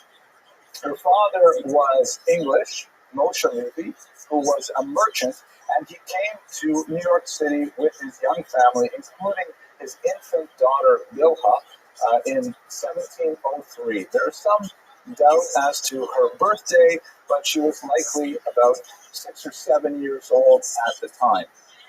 She grew up in New York City, and you can see its impact on her almost immediately. She dropped the use of her given name, Bilha, which is rather an interesting name. I don't know any Jewish, it's a very, very traditional biblical name, but I don't know any women who have ever been received it. Bilha is, of course, one of the handmaidens of was it Leah or was it Rachel? Elisa? Leah. Okay. But she is a handmaiden. She was like one of the four mothers, four mothers that was the whose offspring constitute the 12 tribes. But she was not one of the two stars, Rachel and Leah. She was one of the two handmaids, Bilha and Zilpah. So at any rate, she dropped Bilha like a hot potato, and she never used that name formally after her adolescence. She chose instead for herself the name Abigail, with that Americanized spelling. The Hebrews, of course, Abigail, but she liked the sound of this, more American-sounding name, even though it was clearly a biblical name as well. Abigail was one of the wives of King David, for example, and she even added kind of like a little personality quirk by adding a second L to Abigail. She always included that second L in the spelling of her name. She grew up with 4 brothers, and then at age 11, she experienced tragedy when her mother passed away, and her father remarried a woman who was much younger than he, and went on to sire 8 more children. So this is a family now, a blended family of 13 children, and she is among the older. The family got along fairly well, although after her father's passing, there was, as often happens in families, blended or otherwise, some significant controversy between the children over the disposition of the estate. Nevertheless, she had a generally happy childhood and got along well with her siblings. Her marriage was at age 16 to a British immigrant, a Jewish British immigrant named Franks, who had come to work for her father. So it's kind of the classic scenario of, marrying the boss's daughter. And perhaps the letters say more about her husband and her relationship with her husband than anything else. You can't read these letters for really, dense, thick information about the internal workings of New York society. You have to read it kind of sideways and infer things to try and garner more relevant social history. But what is clearly comes across in the first reading of letters is her affection for her husband and her long-standing loyalty to him. She is not above poking fun at him in her letters to her eldest son. And you really get a sense that this is a marriage that was very stable and that both husband and wife had their own idiosyncrasies, but they had managed to work around them. They dealt with personal tragedy in a way that was typical of the age. She went on to bear 6 children at least, 7. Naphtali is the oldest one we know most about, and 6 additional children, 2 of whom died in childhood. Although it's interesting to note that she does not even mention the death of two of her children in her correspondence to her son. And I've forgotten exactly, how do we know that this is, I'm definitely have to edit out because how do we know that they died if it's not in the correspondence? We must have other correspondence, right, Mr. Rodriguez? Okay, I'll give you the microphone. This is what you've heard the joke about the chassid and the wagon driver. I'll distract you with a joke, and then we'll be able to go back. So the joke goes like this: there's a chassid, a Rabbi and a wagon driver, and the Rabbi, the wagon driver takes him into town. And by the way, in Eastern European Jewish culture, a balagala, a wagon driver, is considered like a very low status individual. Typically very low level of education, probably illiterate, Jewish, but very low status, a balagala. So the balagala takes the Rebbe into town, and everyone showers affection on him and honors him with all kinds of difficult questions and gives him gifts and so on. And so they're going on to the next shtetl, and the balagala says, Rabbi, it's really not fair. How come you get so much attention and so much, adulation and so much respect? Me, they just ignore me, like I'm not important at all. And the Rebbe says, you know what? You're right. Before we go to the next shtetl, let's switch. I'll wear your clothes. I'll be the balagala. You'll be the Rebbe. And we'll handle it like that. And so the balagala says, that's a great idea. Let's do it. So they ride into town, and right away, the townspeople come and they give all kinds of honor to the wagon driver who's dressed in the Rebbe's clothes, and they come up to him and finally they say, oh, Rebbe, we're so glad you're here. For weeks now we've been waiting for this very, very difficult question in Jewish law. And they pose to him this mind-bending, difficult question. And so he listens to the question, he sort of thinks for a second, and says, this is such an easy question to answer. Even my wagon driver knows it. Just go ahead and ask him, you'll see. Okay. So anyways, the key thing about the life of Abigail Franks is this relationship she has with her son, who heads off to England to study the family business. They're traders. To study the family business with her uncles, his uncles.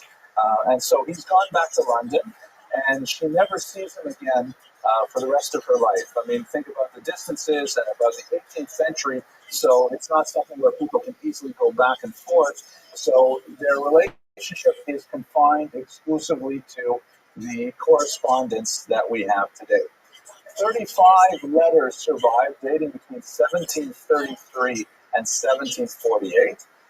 We know from the correspondence that she often sent along care packages, including, little treats that her son liked, certain kind of smoked meats and things like that. She shipped them all the way across the Atlantic to her son, and clearly had a relationship of great affection with him.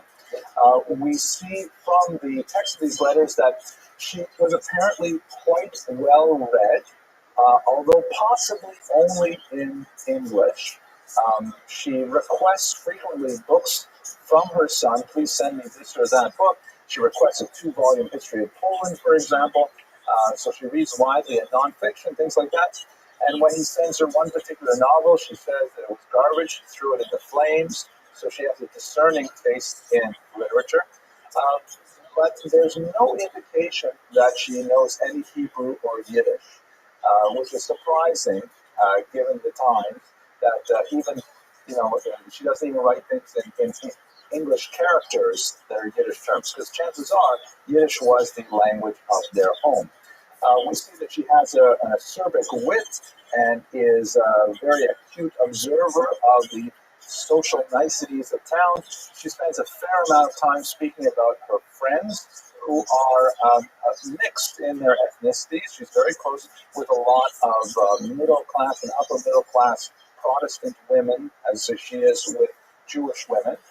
I get the impression that, reading about her and reading her letters, she sounds a little bit like my mother, who lives in a predominantly non-Jewish town in northern Canada. And, she's my mother, first of all, I can share with you, it's therapeutic for me. My mother is a malach. My mother is a saint. She is, I'm not just saying that because I'm a Jewish boy. And my mother really is, she sends birthday cards to all of my wife's family. Naftali. She knows all their birthdays, stuff like that. And she just has great relationships with everybody in town, the French Catholics, the English Protestants, and I think that Abigail Franks was a little bit like that too, just able to get along with everybody, maybe a little bit of a gossip, that they're interested in some of the controversies going on in town. She describes them with some salacious wit, but nevertheless, very much interested in the social life of New York City at the time, when, by the way, we're talking about there's roughly 400 Jews living in New York City at that time. If you can kind of put that in your mind, 400 Jews in New York City. It's amazing, right? You've got 400 Jews in a block in New York City now, but within that time. Okay. Also, something that comes across very strongly in her letters is, despite her probable lack of Jewish education, not surprising for a woman of the 18th century, because access to certainly higher education was unheard of. But even anything beyond, let's say, a fourth grade education for women would be more appropriate.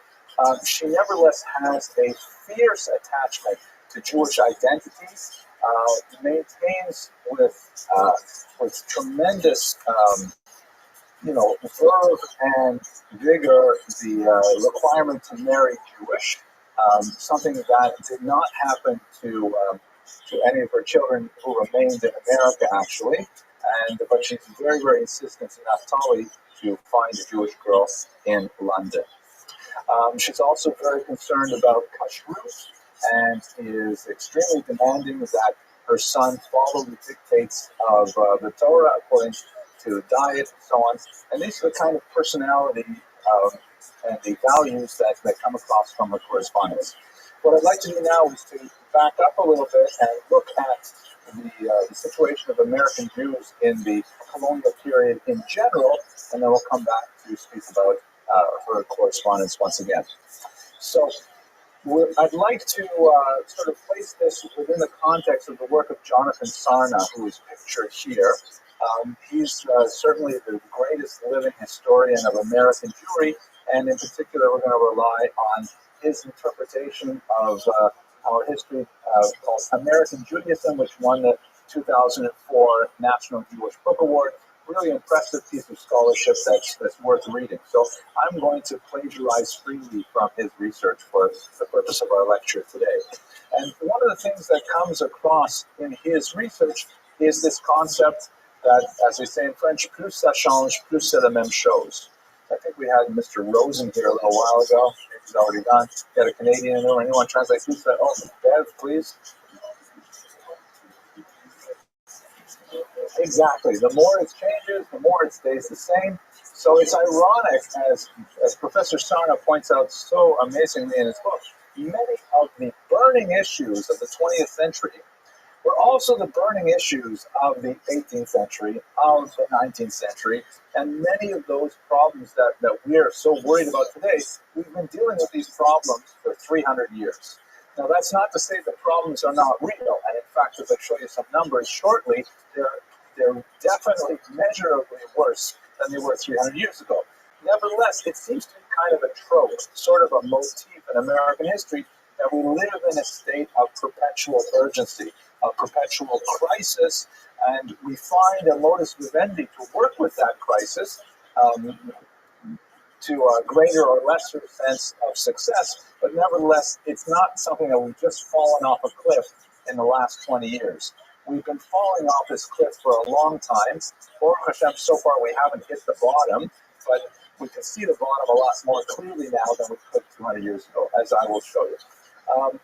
He points to some of the catchphrases that we use today that are highly problematic from a historical perspective. For example, the term assimilation, which we regard with a considerable degree of toxicity. We think that assimilation is automatically identified with something bad, and certainly there's a point where, it represents a net loss of Jewish identity. But in reality, assimilation is a spectrum or a process in which there are many elements of assimilation that we would find perfectly appropriate, and in fact, we question the absence thereof. The fact that I'm speaking to you today, for example, in an Orthodox shul, and I'm speaking in English, that in itself is a huge concession to modernity that right up until the middle of the 19th century was hotly debated among Jews, whether or not, you should have any kind of events like this in a synagogue space and in English, in the Lashon HaZara, the language of the strange people, that was unheard of. A sermon as well. Traditional Judaism, believe it or not, only countenances 2 sermons a year. One in just before Passover, and one between Rosh Hashanah and Yom Kippur. And the Rabbis' Union didn't like that, so they sort of broke that rule. But, the idea of having a weekly sermon and in English is basically something we borrowed from the Protestants here in America. It's become wildly popular, but it's not a traditional Jewish activity. Finally, if you look over my shoulder here, Mr. Rodriguez, can you get the American flag that's right here in the synagogue space? That's in there, right? That's also, can you imagine in Imperial Russia having the Russian flag in the synagogue space? These are things which are typical of American Jewry, which you cannot easily translate to other cultures. Oh, and by the way, the Israeli flag over here as well. At the same time, the fraught with meaning, the fact that these are placed in a traditional synagogue. So is that assimilation? It's definitely in the spectrum of accommodation to the host culture, but few would argue that these things represent a capitulation to group identity. There's not necessarily a loss of Judaism through some of these methods of communication and so on. The last thing that's very important, Sana in this book really emphasizes one idea that I think is more important than anything else about American Jewry, in my humble opinion, that American Judaism represents a movement from the traditional synagogue type and community to a community of synagogues.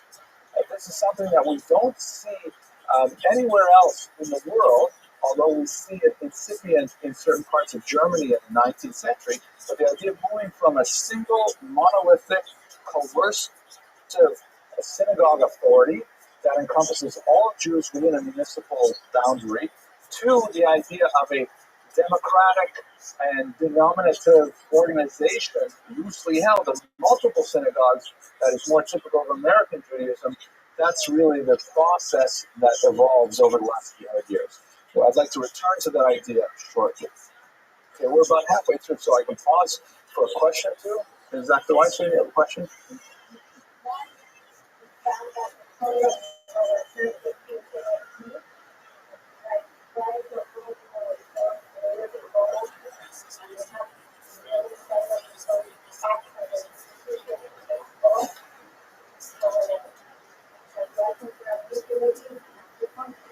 So I think that's a very fair assessment. I'll repeat it for the people in Latvia.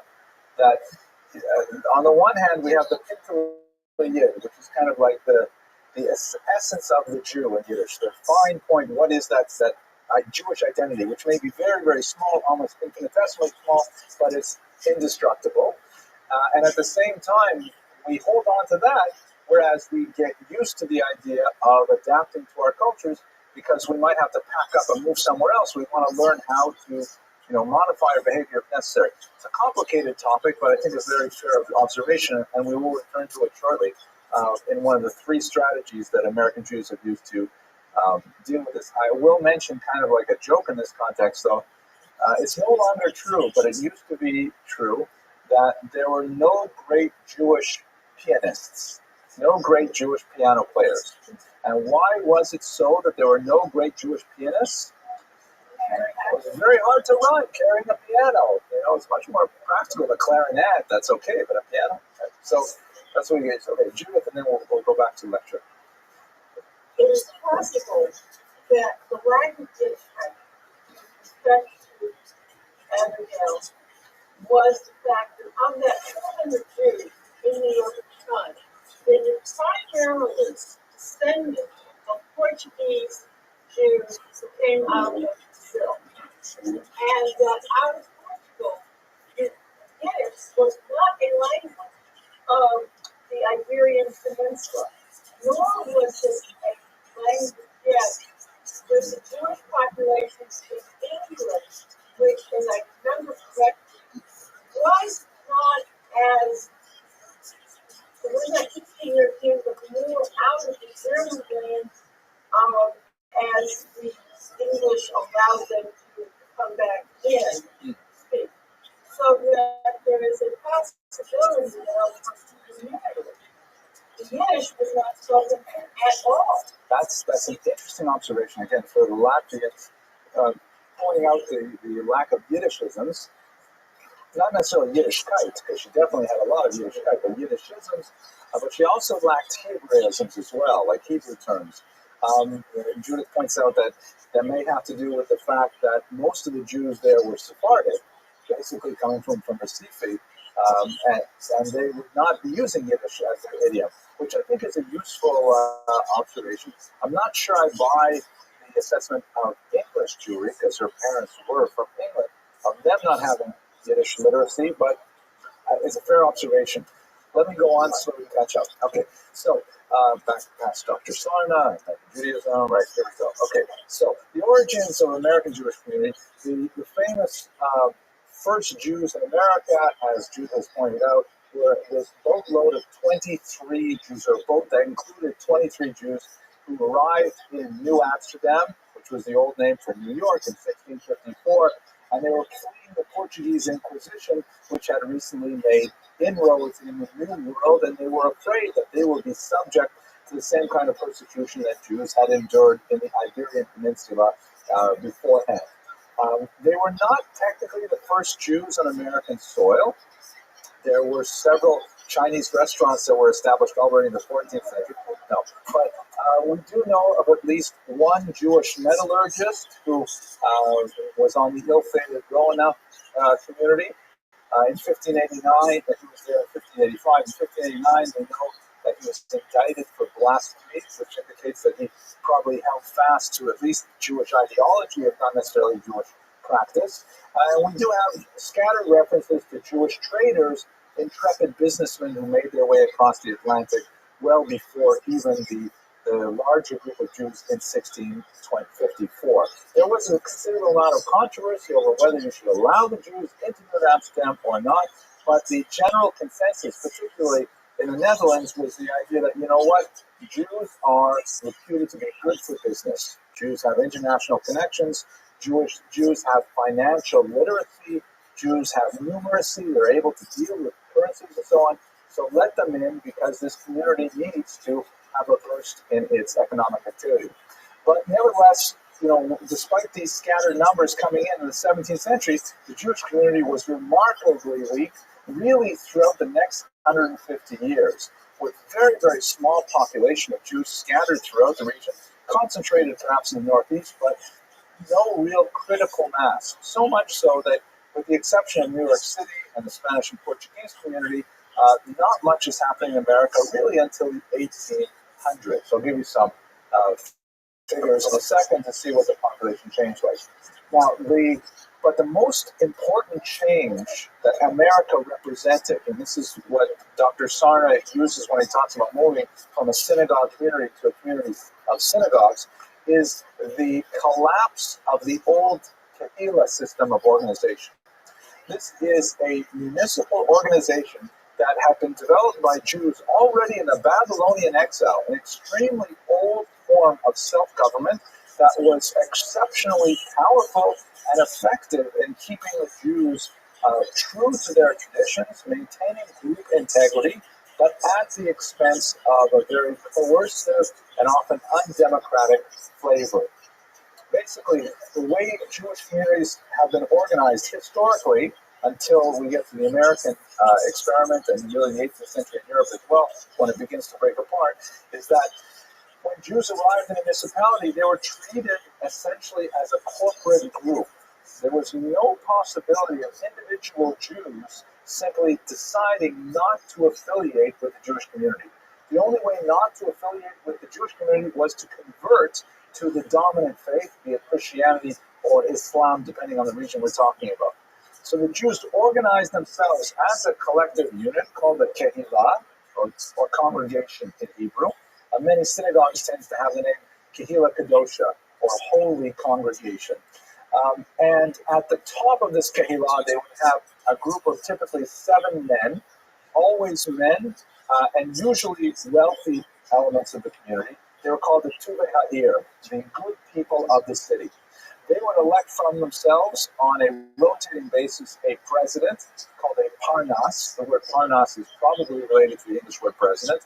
And they would be in charge of the extremely important task of assessing taxes for all members of the Kehillah. That is, internal Jewish taxes that will be used to support Jewish causes. There was no appeal of the assessment of the Tuvei here.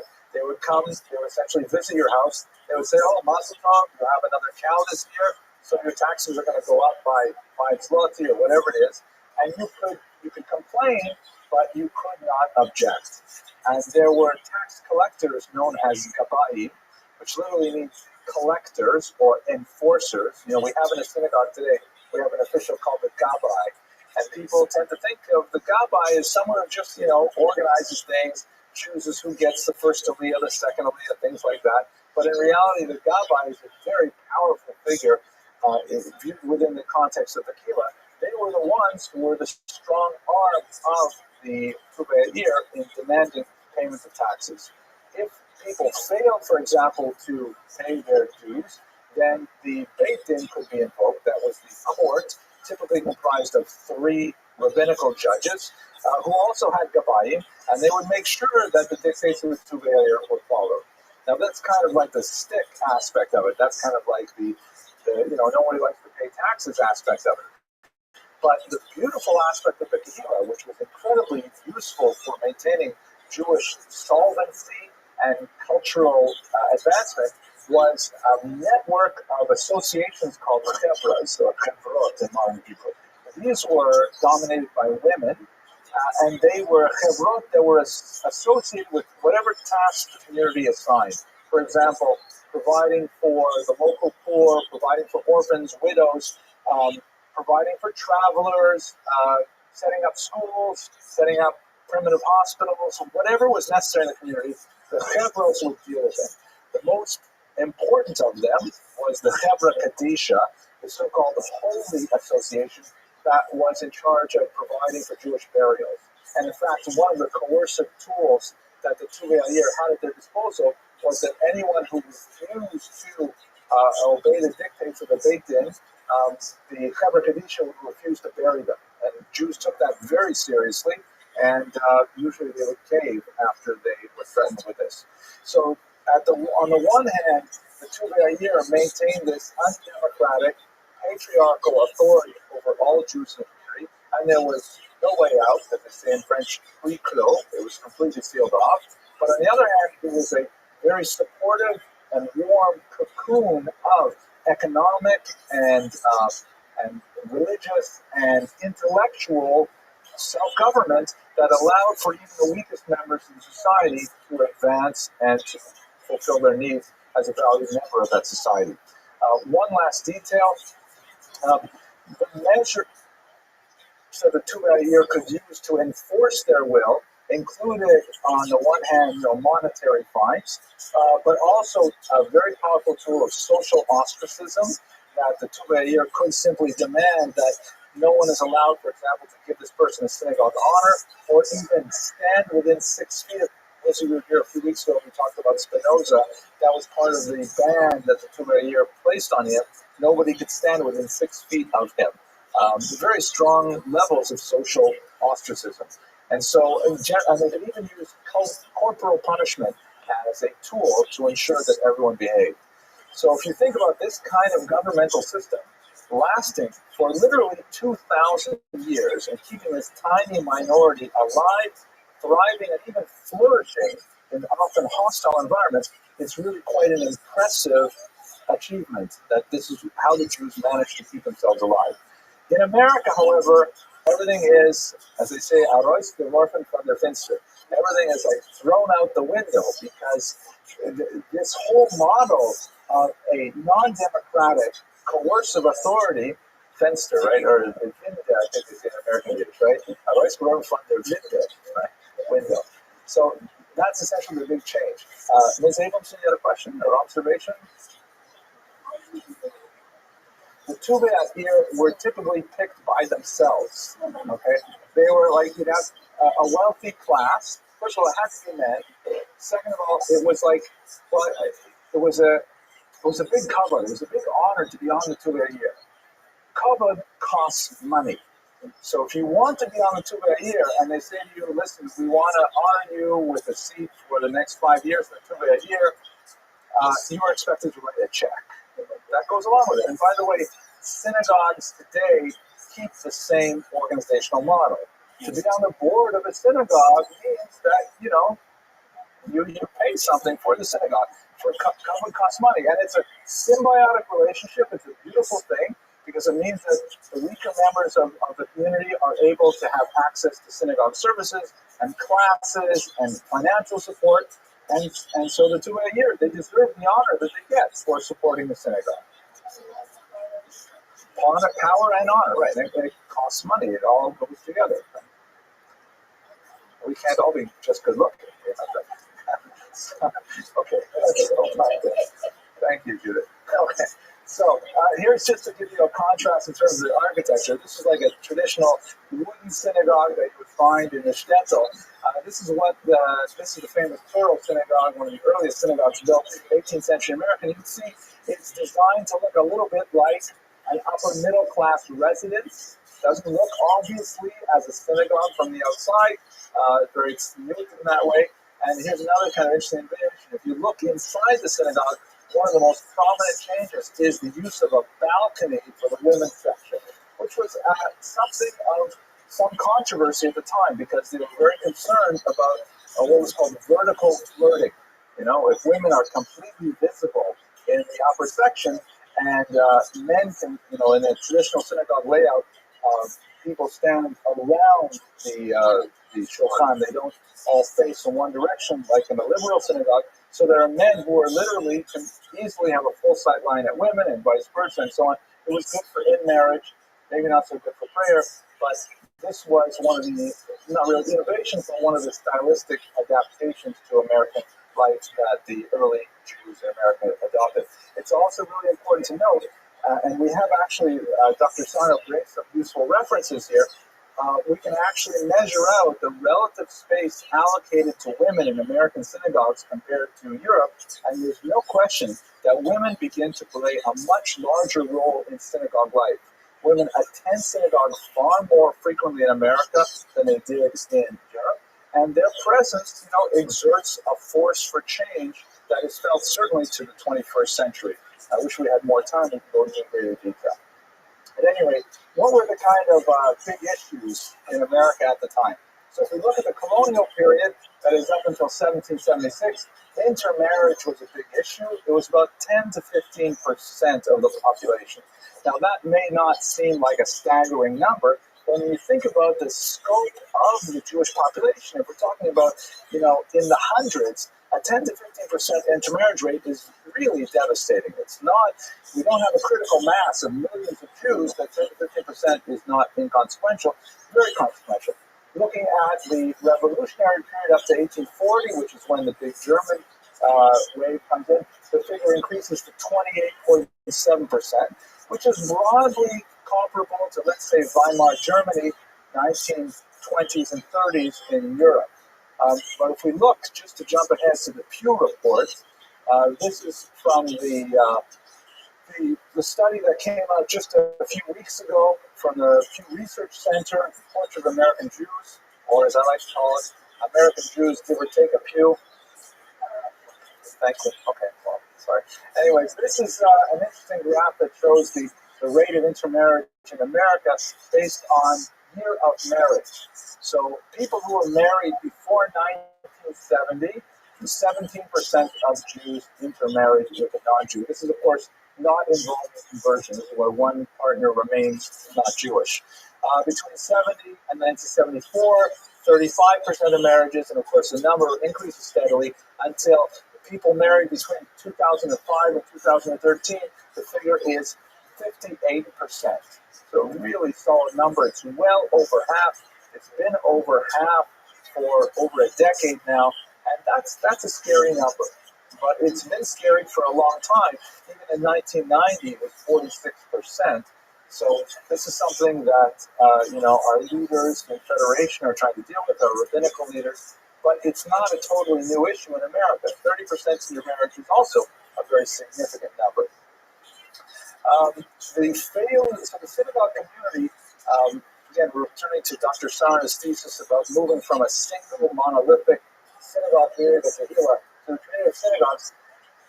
The early American Jewish synagogues were struggling to deal with some of these issues, like intermarriage, by using the methods of Europe to force Jews to conform, censuring them, ostracizing them, denying them synagogue privileges, and in some cases, rather quixotic attempts, like, for example, trying to fine all Jews living within, I think it was Philadelphia, if they did not affiliate with the synagogue, but they had to pay a fine, and they wanted to get secular support for that fine.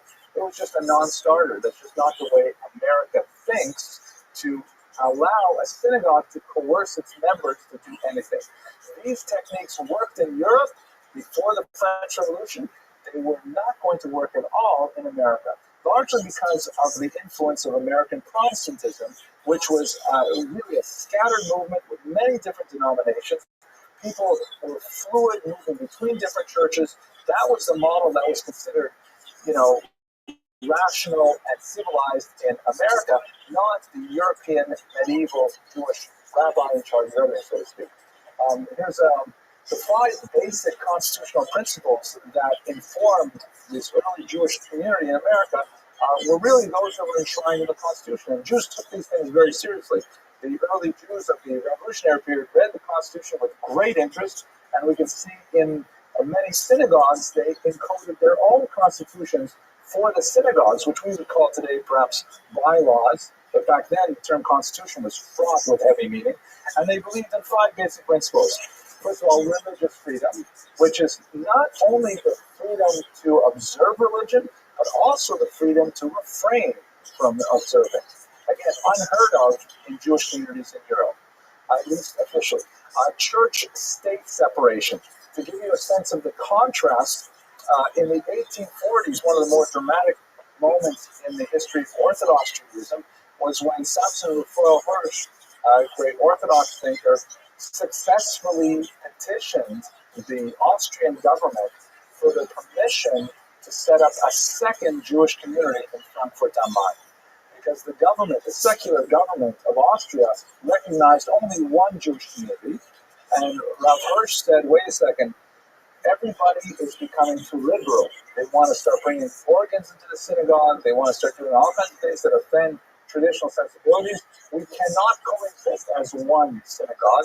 And he petitioned successfully for what was known as the Austritt, the exit, where they set up for the first time 2 distinct communities of Jews in Europe. On the one hand, it was a great blow to the concept of Jewish unity. On the other hand, it represented a strategic retreat for the Orthodox that allowed them to create a community that they could define the norms in a more traditional fashion. That would not happen in America. The idea of asking the government for permission to build a shul, are you crazy? That only happens in Surfside. Who asks the government if you can build a shul? Right? Denominationalism, again, the influence of Protestantism, the idea that, just like there's so many different Protestant churches, why shouldn't there be so many different Jewish churches, so to speak? Why shouldn't there be different kind of movements? Again, unheard of in Europe at the time. Voluntarism, meaning if I choose to belong, I will belong. If I choose to affiliate, that's up to me. It's not up to somebody else to tell me that I must belong. It's a very American attitude that we see in the colonial period in particular. The only exception, of course, I think I mentioned, is if you get on the mailing list of the UJA, the only way to get out is through the FBI Witness Protection Program. It's amazing. I'm sure I told that joke like 6 times in the last 3 weeks, but you still laugh. It's very kind of you. And finally, patriotism, as we saw even in this synagogue with the inclusion of flags in the sacred space, is very significant. To look at what it looks like today, again, going to the Pew report, here is the breakdown of denominational affiliation in America as of 2013. About about 35% of American Jews affiliate with the Reform movement, 18% with the conservative movement. This number used to be much bigger in the last survey about a decade ago.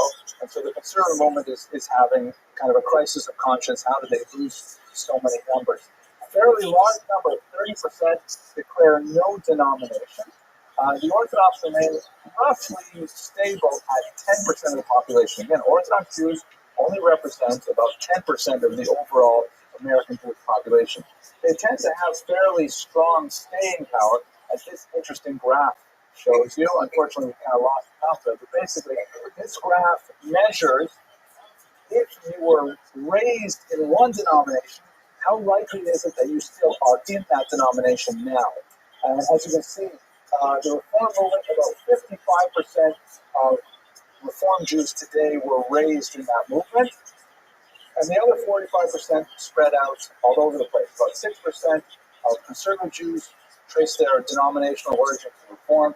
1% of Orthodox Jews consider themselves Reform. I know in the Orthodox world, a lot of hoo-ha is made of the so-called Baalei Tshuva, those who return to Judaism, as it were. But the numbers are still pretty small. I mean, we're talking about 1% of Reform Jews overall and 4% of conservative Jews overall, which reminds me of a short joke. I won't take too long, we only have 10 minutes. But the joke goes like this. There's these three guys who get together every week to play poker. And they're sitting around playing poker, and Sam begins to sigh. And the other guy says, Sam, what's the matter? How come you sigh? He says, my son, he's in third year law school. He decided to go to Israel for the summer, and he got caught up in one of those yeshivas, and he says he's not coming home. He says he wants to spend another year studying there. And I say, oh, Sam, that's rough. It's okay. He'll come back. He'll finish law school. The next week, Sam's sighing again, and they say to him, what's the matter, Sam? He said, you know what? So my daughter, she went over there trying to convince him to come back for the beginning of classes. She's staying too. She got involved in one of those cults, and she's also studying and learning Torah there as well. I don't know what to do. Next week, same thing happens to cousin. So finally, one of the other poker players pulls him aside and says, listen, Sam, maybe you better have your mezuzahs checked. All right, so we do see some fluidity. The top graph, which is kind of cut off, the Orthodox Jews have a pretty significant staying power, not quite as large as the Reform movement. Oh, thank you, Mr. Rodriguez. 48% of Orthodox Jews remain Orthodox, which again is less than half after all, but nevertheless it's a big chunk. It's also especially qualitatively significant, I think, because the demands of Orthodox lifestyle are quite a bit more significant in terms of markers of behavior, kashrut, Shabbat, so on, than necessarily in Reform or Conservative. So a number that of 48% represents a very significant lifestyle commitment. Anyways, there you go. Okay, to give you a sense of the overall numbers, so 1820, we've got about 3,000 Jews living in America total. That number increases fivefold by 1840. Then there's a big jump over the next 2 decades, which is primarily the result of German Jews coming to this country as a result of the punitive legislation imposed on Jews in certain parts of Germany. For example, in many parts of Germany, only the oldest son was allowed to marry if you were from Jewish families. And so that meant that second and later born sons had no chance of establishing a home, and it made sense for them to simply leave Germany. This was kind of like a benign way of trying to exercise population control and limit the growth of the Jewish population by encouraging them to leave, which they did. So we have a significant number of German Jews come to this country after the 1840s, and they really established the first major communities in America. By 1877, we're up to 250,000 Jews in America, and within 3 years, we'll have some massive waves of Eastern European Jews, which will be measured in the millions, and most American Jews, about 3/4, trace their lineage to that last massive immigration between 1881 and 1928, and we'll discuss that, God willing, after Passover. Now, with a few minutes left, what I'd like to talk about is Dr. Sarna's thesis that there were 5 basic strategies for survival utilized by the Jews of colonial and revolutionary America. And we see those strategies really alive today. So just I have a couple of minutes left. I'll go through these three strategies. The first one is what they called at the time regeneration, which we might call today Hebrew. We might call today, re-energizing traditional Judaism. This was a favorite strategy of Isaac Leeser and several other important rabbis who essentially argued that the way to solve the threats posed by the American environment is to go back to that old-time religion as much as possible, to try and reinforce the importance of keeping kosher, of maintaining the honor of the Shabbat, and so on. A fairly unsuccessful attempt, at least if we measure it in terms of bodies in synagogue. In Cincinnati, for example, which was one of the strongest Jewish communities of the era, there were 4 synagogues there in the mid-19th century. Only 22% of the 22% of the Jews in even that town were unaffiliated. And how much more so if you go outside of the large communities, where you see a much larger number. And in 1850, measuring, Dr. Sarna looks at the actual number of seats available in all the recorded synagogues. Only 35% of American Jews could fit in them on Rosh Hashanah Yom Kippur, which means 65% of them were either not going to shul or they were standing. Chances are they were not going to shul. I thought it was funny when it was in my mind, but it wasn't until I actually said it. But here's a picture of Isaac Leeser, who was perhaps the most important component of this regeneration movement. The second major strategy is, of course, reform, which was extremely influential in the 18th and 19th century in America. And this is the idea that, the only way Judaism will survive in America is if it changes, if we adapt Judaism to the environment, which was obviously anathema to the regenerationists who said, no, you're going the opposite direction. We have to stick fast to the old rules, not change them. But the German liberal movement, which in this country was known as Reform, was extremely influential, and they introduced tremendous changes in the liturgy, the removal of Hebrew, changes in the demands for kashrut, synagogue architecture, the removal of the mechitza, the transformation of the traditional synagogue to a kind of proscenium audience environment. Of course, men and women sitting together.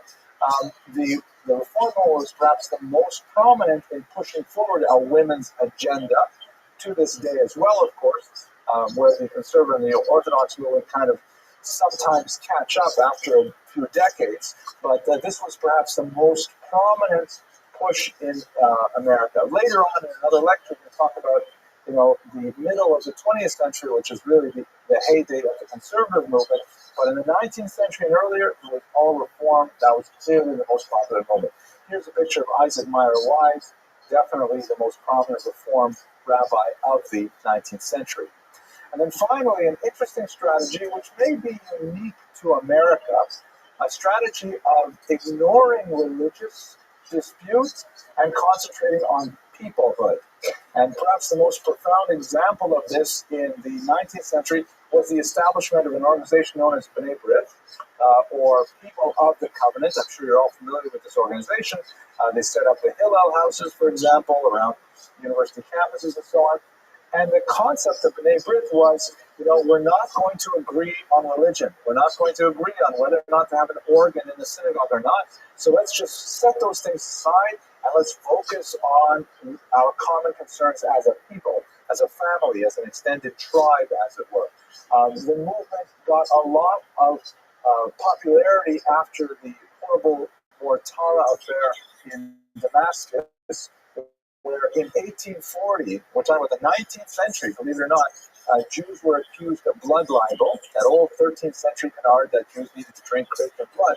And as a result, Jewish communities around the world tried to muster energy to defend the Jews who were accused of this heinous and false crime. So American Jews also said, we have to be organized here. How are we supposed to deal with these kinds of international threats if we're not organized? How can we be organized if we're going to do it along religious lines? And so B'nai B'rith said, let's just try and create a non-denominational Jewish association that is based on peoplehood. So these three strategies, regeneration, reform, and the emphasis on peoplehood, are strategies that American Jews continue to use in our own day. So now coming to the conclusion, we want to just focus once again on our starting point, Vilha Abigail Levi Franks.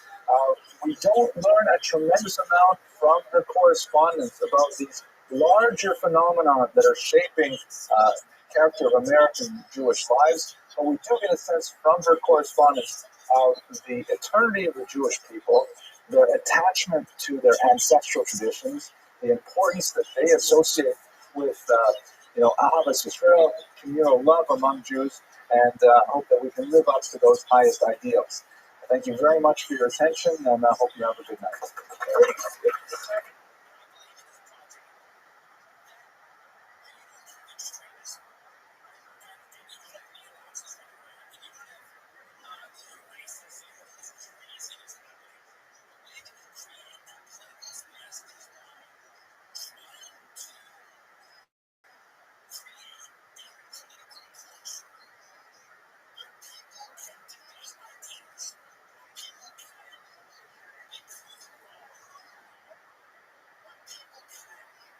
Okay, ladies and gentlemen, why don't we get started? We're actually, it looks like about 49 seconds behind schedule, so we'll try to speak fast to make up for that time. What a rowdy group we have today. Let's get started. So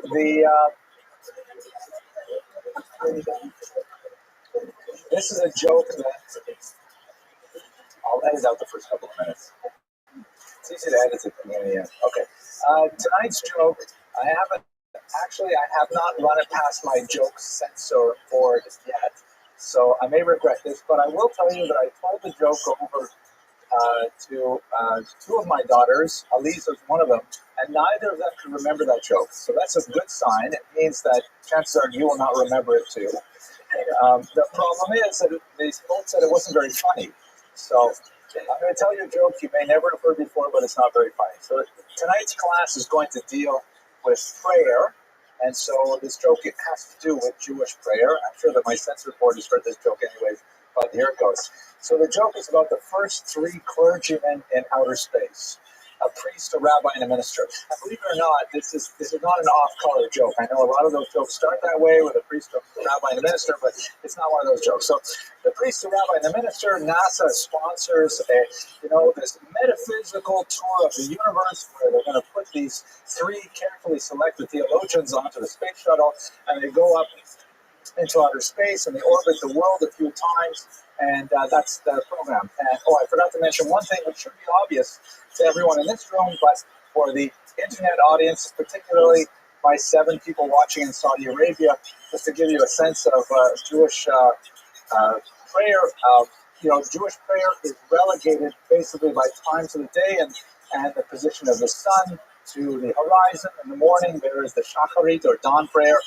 In the afternoon, there's the mincha prayer, and then after the sun is set, there's, of course, the ma'ariv prayer, mariv. So the joke goes that the 3 clergymen go out into outer space, they orbit the world a few times, they come back down. When they land, the journalists crowd around them, and they come out of the space shuttle, and they're transformed. Their faces are glowing from the experience. And they go up to the Catholic priest, and they said, Father, what was your impression of your experience? And he said, wow, I was overwhelmed with the hugeness, the vastness of God's creation. Absolutely astounded by the phenomenal infinitude of the universe. And then they go to the minister and they said, Reverend, what did you think of your experience? He says, in the scope of such largeness, I thought of the tininess of humanity. I thought of how humble we are in terms of the great cosmos of God's creation. And they go up to the rabbi and they say, Rabbi, what did you think? And he says, well, I have time to think. Chakras, mincha mara. Chakras, mincha mara. Yeah, it's not cute. I think it's fancy. Okay, so tonight's topic is a fascinating one. I wanted to speak about this topic for a long time, and I'm very grateful to have an audience who's interested in sharing this aspect of Jewish history. We're going to look at a not very well-known figure in history. I believe this is the first video on the internet about this figure, and that makes me feel very proud. Her name is Sarah Bas Tovim, or probably was pronounced in her time Sarah Bas Tovim, right, from the Yiddish pronunciation. Um, she is an unknown author of GUINNESS, which are basically Jewish prayers for women, a largely lost aspect of Jewish history that we'll explore over the course of the next half hour, 45 minutes. And it says so much about what has been lost since the Holocaust, because it speaks to the depth of Jewish spirituality and an entire range of spirituality that has been flattened and disappeared with the loss of so many millions in Eastern Europe in particular. So that's going to be our topic for tonight. We have an anonymous sponsor, so I'd like to thank that sponsor. It is wonderful to have all of you here. The presence is sufficient sponsorship, but if you would like to help support the shul and help support our students who graciously film the video and greet you at the door, then sponsorships are wonderful. Young Israel is setting up an internet sponsorship thing where you can actually, from the internet, you can click on the website and there'll be a little donate button and away you go. So thank you very much, anonymous sponsor. Okay, so let's start. Who was this Sarah Bas Tovim? We know remarkably little about her life, and in fact, just about everything we know is what she tells us. But it's more complicated even than that, because many figures, literary, historical, and otherwise, have interfered with the literary record and have intervened to add details that has made her so legendary in scope that, in fact, many people believe she didn't exist. Although, as we shall see, scholarship today has proved without much doubt that, in fact, she was a woman living in Ukraine in the probably 18th century. She tells her audience that she is descended from Jews in Poland, Brest-Litovsk in particular, or Brisk, and Satanov, although there's some questions as to exactly what her lineage is. We don't know very much beyond that, beyond what exactly she puts on paper for us to read. And one of the most problematic aspects of her biography is the fact that, because she wrote these basic liturgical poems in the 18th century, they became wildly popular, so popular that all kinds of other people started writing them themselves and placing them in her name so that they could get the royalties. So in other words, it's like, for example, many of you may not realize it, but I often write under the name Stephen King. My next Stephen King novel you buy on the internet could actually be one of my novels. But it's just a way of kind of glomming on to that literary reputation. And this happened so frequently that there were these travesties and plagiarisms and outright forgeries that people began to believe in the 19th century that she was probably not a historical figure, and in fact she was an invention of some man. We know now that she was a real person. She was in fact a woman, and we know a lot more about her thanks to the research of one scholar in particular that I'll introduce you to in a moment. Part of this cynicism about Sarah Bas Tovim was generated by the maskilim, which is a larger phenomenon I'd like to speak about later on in this class, and not tonight so much, but in a later class. Maskilim are adherents of the Jewish Enlightenment, known as the Haskalah. This is a movement that began in the very late 18th century in Germany, and it spread throughout Europe. Towards Western Europe, it became more of an assimilationist movement, where the Haskalah placed a lot of emphasis on the value of Jews imitating non-Jews, sometimes slavishly, aping non-Jewish norms in an attempt to gain acceptance and to gain emancipation, political emancipation. In Eastern Europe, it took a very different kind of coloring. The Haskalah there did not, for the most part, aspire to assimilate to Russian or Polish or Ukrainian society per se. The maskilim in Eastern Europe tried to excavate a new literary Jewish personality by taking many of the vernacular art forms, such as, for example, Yiddish literature, and elevating it really to a world language. So in the East, you'll have people like Mendel Forim, Shalom Aleichem, Yud Lamed Peretz, who actually wrote a story about Sarah Bas Tovim. who will be, trying to take this traditional folk culture, which has a very deep religious vein running through it, and then transforming it into a more secular Yiddishized, or in Zionist case, more Hebraicized version. So what was happening with the Jewish population in the late 19th century is a lot of maskilim were writing prayers for women, typically illiterate women who could only make their way in Yiddish, and we'll have some time to speak about Yiddish tonight, and then they were selling them. And one of the ways to make them popular was to say these are real techinas written by Sarah Bastoivim, when in fact they were written by some Apikoros non-believer male poet living in St. Petersburg in 1870. So it's very difficult to unpack what exactly is hers, what exactly are later accretions, but we do have two collections in particular that we know are definitely hers. The texts are very corrupt, and there are many different editions where publishers have done a lot of damage to the text, but nevertheless, tonight we're going to look at those two collections and two techinas in particular to try to understand a little bit more about them. Now, I should really pause and ask, how many of you are familiar with this liturgical form called the techina? And it's not at all associated, by the way, with hummus or pita. I just don't pronounce it very well, but techina. Okay, we see a couple of women who have actually read techinas. So, can you tell us anything about them? I know because mother in Germany, and they like so precious to her and her sister and the other sister-in-law, just like they read it all the time. Is it Kodesh Kadoshim? Yes, okay. May have been mistaken. It could be. Was it written in German letters or in Yiddish Deutsch, like in real German? Okay, I have one of those too from my grandmother, my great aunt from Königsberg, my Aunt Molly. I'd have to look at it to give you, and I'm not an expert in this field, but I'd have to look at it to give any sense of it. Yes? Oh, I'm glad you asked that question. The Tzenorena, there's actually something authored by a man, but it formed the basis of what would have ultimately become a very large religious literature for women. The Tzenorena, which is a Yiddish pronunciation of a passage in Kohelet, if I remember correctly, go out and see, and it's written in the feminine imperative, and it's basically a weekly commentary on the Chumash, written in Yiddish, that is essentially kind of like a mishmash of Rashi, taking all the midrashim and things like that. So when you read the Chumash, when whatever the Sedra is that week, because this week we're up to a Mishpatim, a woman would on Saturday afternoon, she'd pull out a Tzenorena and she would read all of the midrashim, all of the stories that associate with the Chumash that week. And very pious and often very educated women would treat the Tzenorena as literally as a Bible. It would be a very holy work for them, and it was associated almost exclusively with women.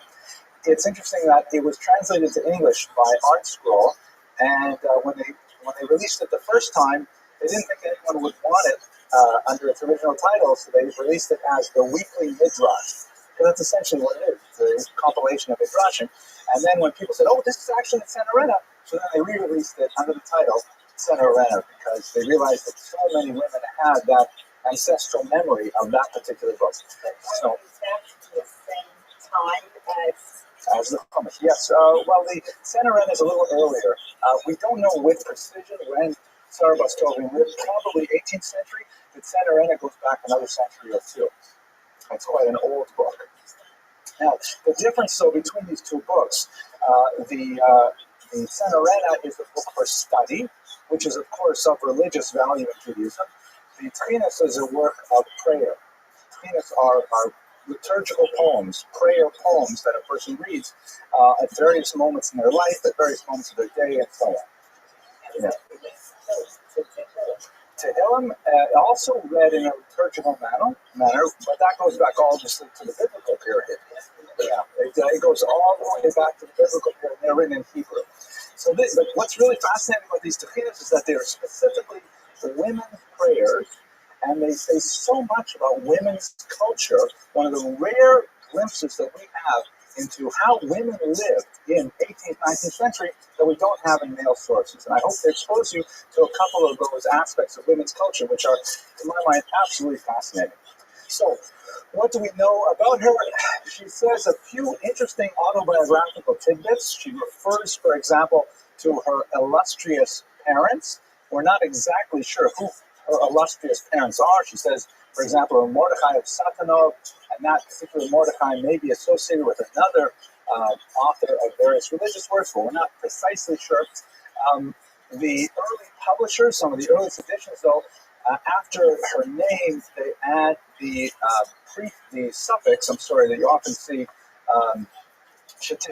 that she should live, which is normally written after a woman's name. You say her name, that she should live, and that implies she's definitely a real person, because you wouldn't say that about a fictional person. It's kind of like when you see a lot of rabbis, at the end of their name, they have the acronym Shlita, and if you're new to this, you might say, like, what are all these guys, how many Rabbi Shlitas are there? Like thousands of them. Okay, that was a little inside joke, but at any rate, these are like indications that she was a real person. And also fascinating, there's no reference anywhere in her works to her husband. There's no reason to assume that she was not married.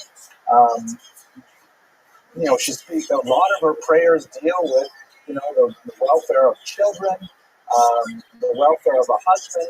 But even though she'll talk about herself, she'll talk about her background, she'll talk about her own experiences, she never says anything about her husband, which is also a highly unusual feature of the authors of GUINNESS.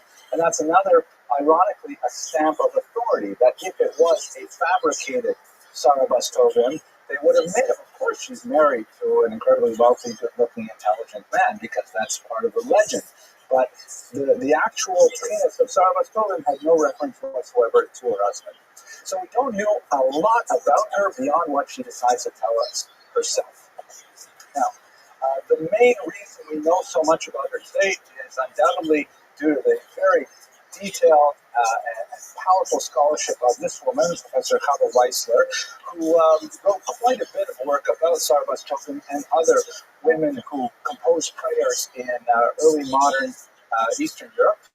And in particular, we're going to be relying on this book, Voices of the Matriarchs, which was nominated for the Jewish Book Award a few years ago. Unfortunately, I did not have the opportunity to reread it for this class. I read it when it first came out, and I loved it, but I couldn't get another copy of it back down here in Florida through ILL. But I will be reading from one of her articles that she wrote on this particular moment. At any rate, I highly recommend Voices of the Matriarchs, which will tell you a lot about GUINNESS as an art form, Sarabas Tovim in particular, and so on. So let's get down to the material itself.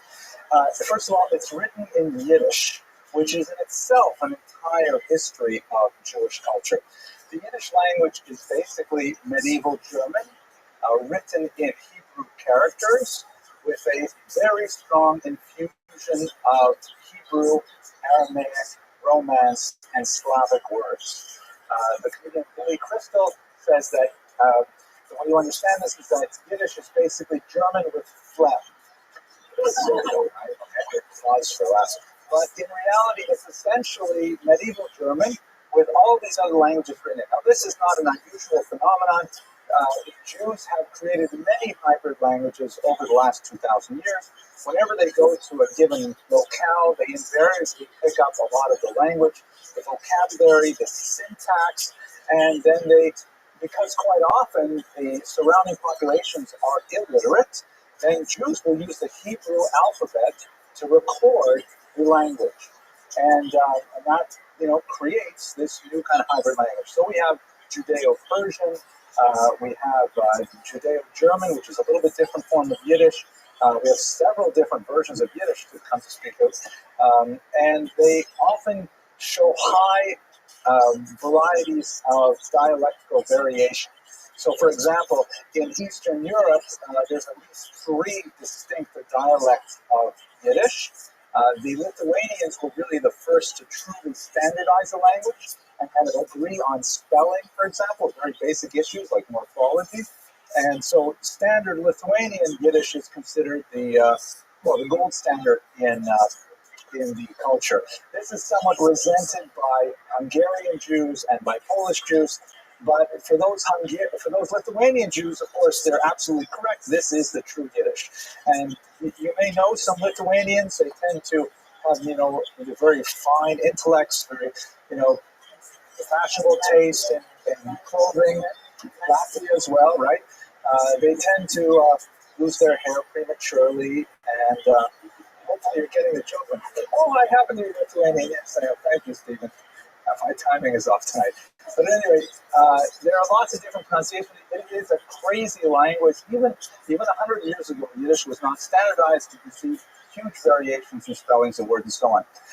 It is a language that is very prone to interpolation from other languages. It is more, what's the right word here? It's more infected by languages, and that's a perfectly okay thing to do. Unlike, for example, the French, who are really paranoid about keeping on to their language, that they have actually a commission in the government that decides what word is French and what word can't be French. And even in Israel, they had that for a long time with Hebrew, that they wouldn't allow words that were not of Hebrew origin. Yiddish was just like the doors were wide open. You could say anything you want. I was just reading something written in the 1950s in Yiddish the other day, and I was having a really hard time working through words like baseball, right? Baseball, and movie, which was also in there. That was a really hard one. But actually, there's one, I'm curious if anyone knows this, a little bit of a tangent. There was a reference to someone called a Sam Sapojnik. Yeah, does anyone know what that expression means? I had to ask a very old man, what does it mean? There is a Sam Sapojnik. So apparently a Sam Sapojnik is, he defined it first in Yiddish as Alayna Balabot, and which means he's like independent to a fault.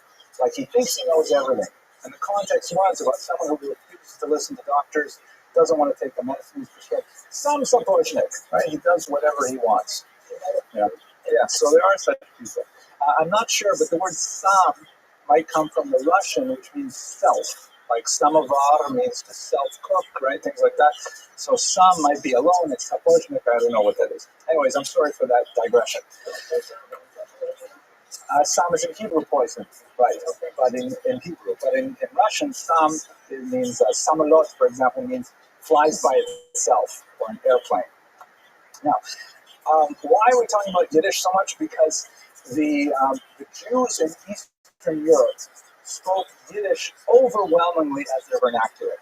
At the end of the 19th century, the Russian government did a survey, a massive survey that gives us a good picture of what Jews did in that part of the world, and 97% of Jews claimed Yiddish as their mother tongue, which is amazing when you think it's only just a little over 100 years ago that was the overwhelming vernacular, and we've lost so much in just one century. The other languages, Russian, French, German, and so on, made very, very little penetration into the Jewish world. However, Yiddish was not the educated language, with the exception of the Maskilim, who wanted to elevate it to an art form like Shalom Aleichem and others. The reality is that it was considered not a real language, even by those who spoke it. My grandmother, Aleh Shalom, when she used to talk about the language, she wouldn't even say Yiddish. That wasn't the name.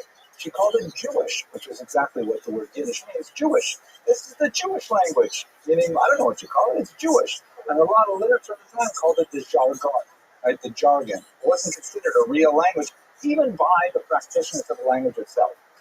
What was the real language, of course, was Rabbinic Hebrew. If you wanted to write a letter that had chashivut, that if you wanted to demonstrate your education, you had to do it in Hebrew. And that was also a highly gendered language, because the threshold for learning Hebrew at a high level definitely stopped at about 4th grade level for girls. It was very rare to have a woman who could read Hebrew and translate it beyond basically the Siddur, the prayers that she had memorized, perhaps some Tehillim, perhaps some Chumash, but certainly not into the rabbinic works of scholarship on the Talmud and things like that. So Yiddish was also known as the Weibische Sprache, the woman's language, because it was the language of literature for women. Now, Jewish women were also quite educated, when you compare them to the surrounding culture, and their literacy would consist of being able to decipher the written word. They could not do it in Hebrew, but they could do it in Yiddish. And so this created demand in the 16th century and onward for works in Yiddish for women. That's where the Tzimmerana came about. And then slowly people started writing various kinds of like pietistic works for women that were designed to like be uplifting of good morals and things like that. It got to be quite a large genre, and it was not only women that read this. It was considered to be sort of like a low-class literature for men. If you look at, for example, the works of the great Chafetz Chaim, writing around the turn of the 20th century, he urges Jews in America, saying, I know you guys are not very educated, and you probably can't read much, but at least read something in Yiddish. Go and get a Yiddish book on ethics, on Musar, things like that. So Yiddish was highly gendered. It was considered a lower class language, but it was considered the language that women used.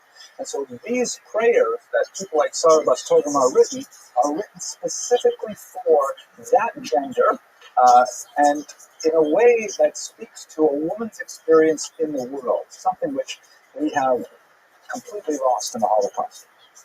Now, we should also note that even though they were written in Yiddish, Sarah Bastogam and the other liturgical writers had no problem ripping off things from earlier rabbinic literature. And this is because, as I think we discussed in an earlier class, the concept of plagiarism as we have it today not really understood, or I shouldn't say that, was not really observed by earlier authors.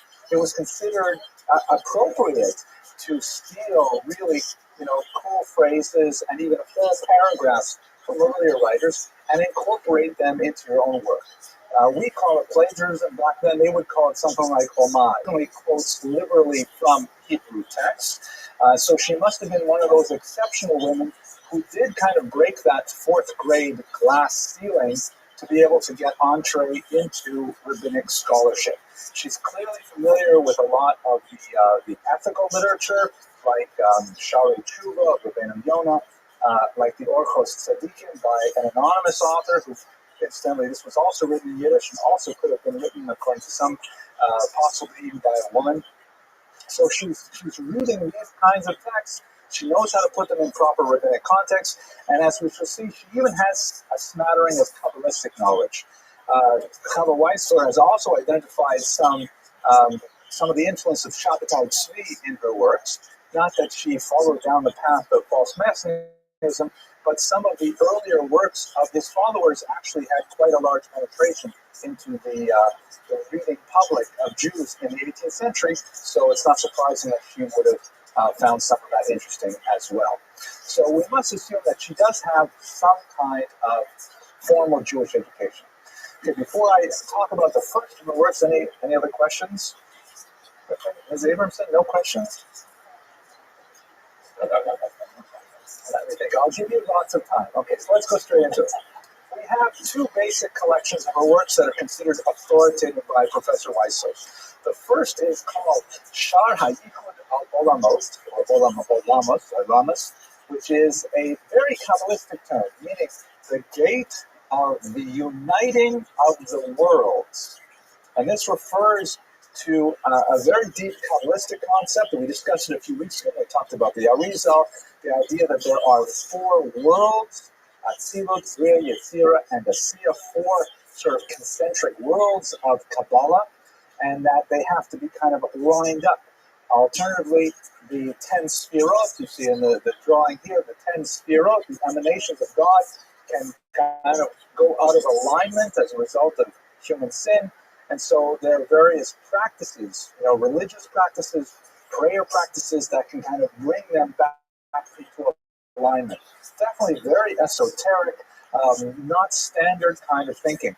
This particular book is often known by one of the major poems that it's recorded in, which is more feminine in its aspect, Sheker HaChain, which means beauty is deceitful.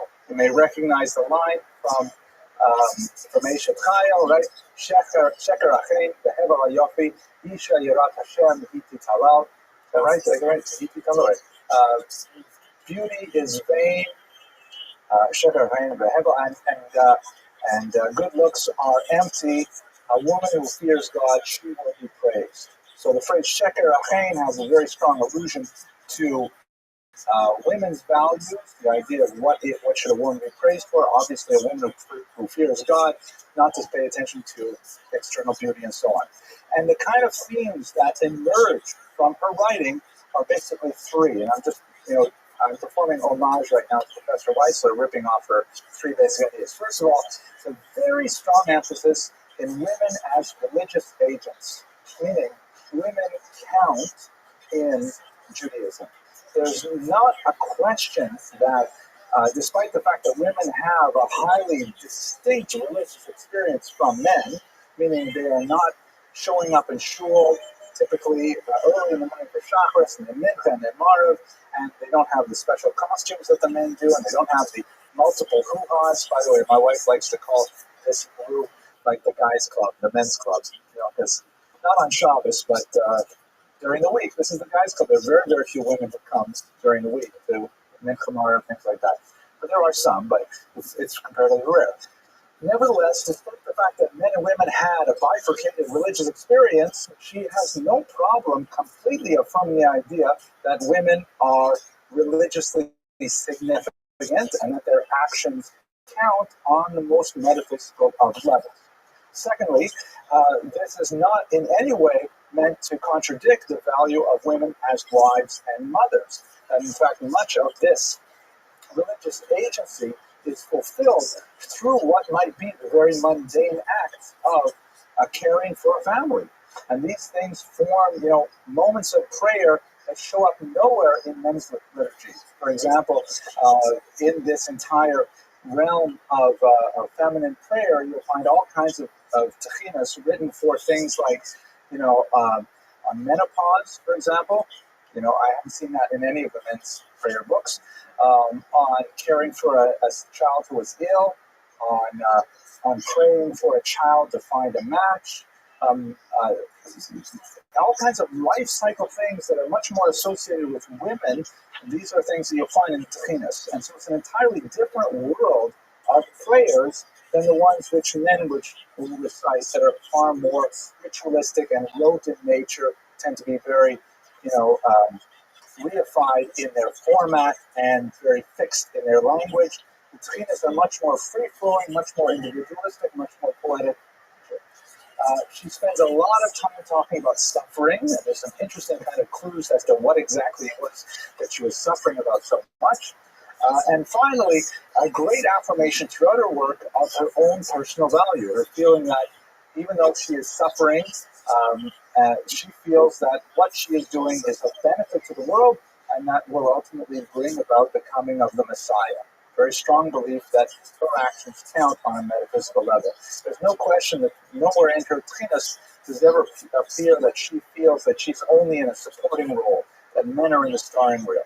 She really feels very strongly like, okay, this is men's Judaism, so to speak, this is women's Judaism, and women's Judaism is great. There's no question whatsoever about status. Okay, so the second work that's really important is known as the Shlosh Sharim. It's probably better known than the Sheker Achen, the three gates. The earliest version that we have that has a date on it is 1838, but there are many editions published far earlier that means that they probably dated from the late 18th century. It is more popular than the earlier work and tends to be more ripped off and more interpolated with different things since then. So I think at this point, why don't I read you a little bit of the Tchinas so you get a sense of, what is it exactly that we're talking about. This is an article that Professor wrote in a series called Poland, which is about Jews of Poland. Okay, so this is from the first collection that I mentioned to you, the Sheker Achen. Oh, dear women and maids, and maids meaning like young women, if you read this Tehina, your hearts will rejoice. They are taken out of holy books, meaning that she's gone to the sources, that she's going, and what gives them value is their authenticity in the tradition. By their merit, you will be worthy to enter the land of Israel. So there's a very early proto-Zionism here as well. Also, I have put down a lovely Netrina that should be said on Mondays and Thursdays and fast days, and on the days of awe. Grace is deceitful and beauty is vain. Definitely interesting that Mondays and Thursdays, of course, being Torah reading days, and she's very much clued into the fast day cycle, things like that. Beauty is nothing, only righteous deeds are good. The wisest of women builds her house. The important thing that a woman should run the house so that one can study Torah therein, and that she should guide her children in the straight path to God's service. Note that it doesn't say that she should run her house so that men can study Torah therein, meaning that the house should be a place where anyone can study Torah, man or woman, man or son, children, and so on. I, poor woman, have been scattered and dispersed. I have had no rest. My heart has moaned within me. I recalled from whence I come and whither I shall go, and where I shall be taken. A great fear came over me, and I begged the living God, blessed be He, with copious tears, that the Trina might come out of me. So here's an allusion to something we'll discuss on the next slide. She's somehow in some kind of state of wandering that gives her great suffering. And out of this suffering, she will produce the religious energy that will be expressed in her poetry. And now she says a little bit about who she is. I, the renowned woman Sarah Bas Tobin, she has no problem saying, she's renowned, of distinguished ancestry, who has no strange thought. Wow. The Hebrew here is machshava zara, which means like a machshava zara really means like a foreign thought. It can be a thought of violence, a thought of illicit sexuality, thoughts that are inappropriate really for a person of high religion. And it's interesting that she can say this about herself, that she does not have a machshava zara, which is more of a Kabbalistic term. But has made this techina only for the sake of the dear God, blessed be He, so there may be a memorial for me after my death.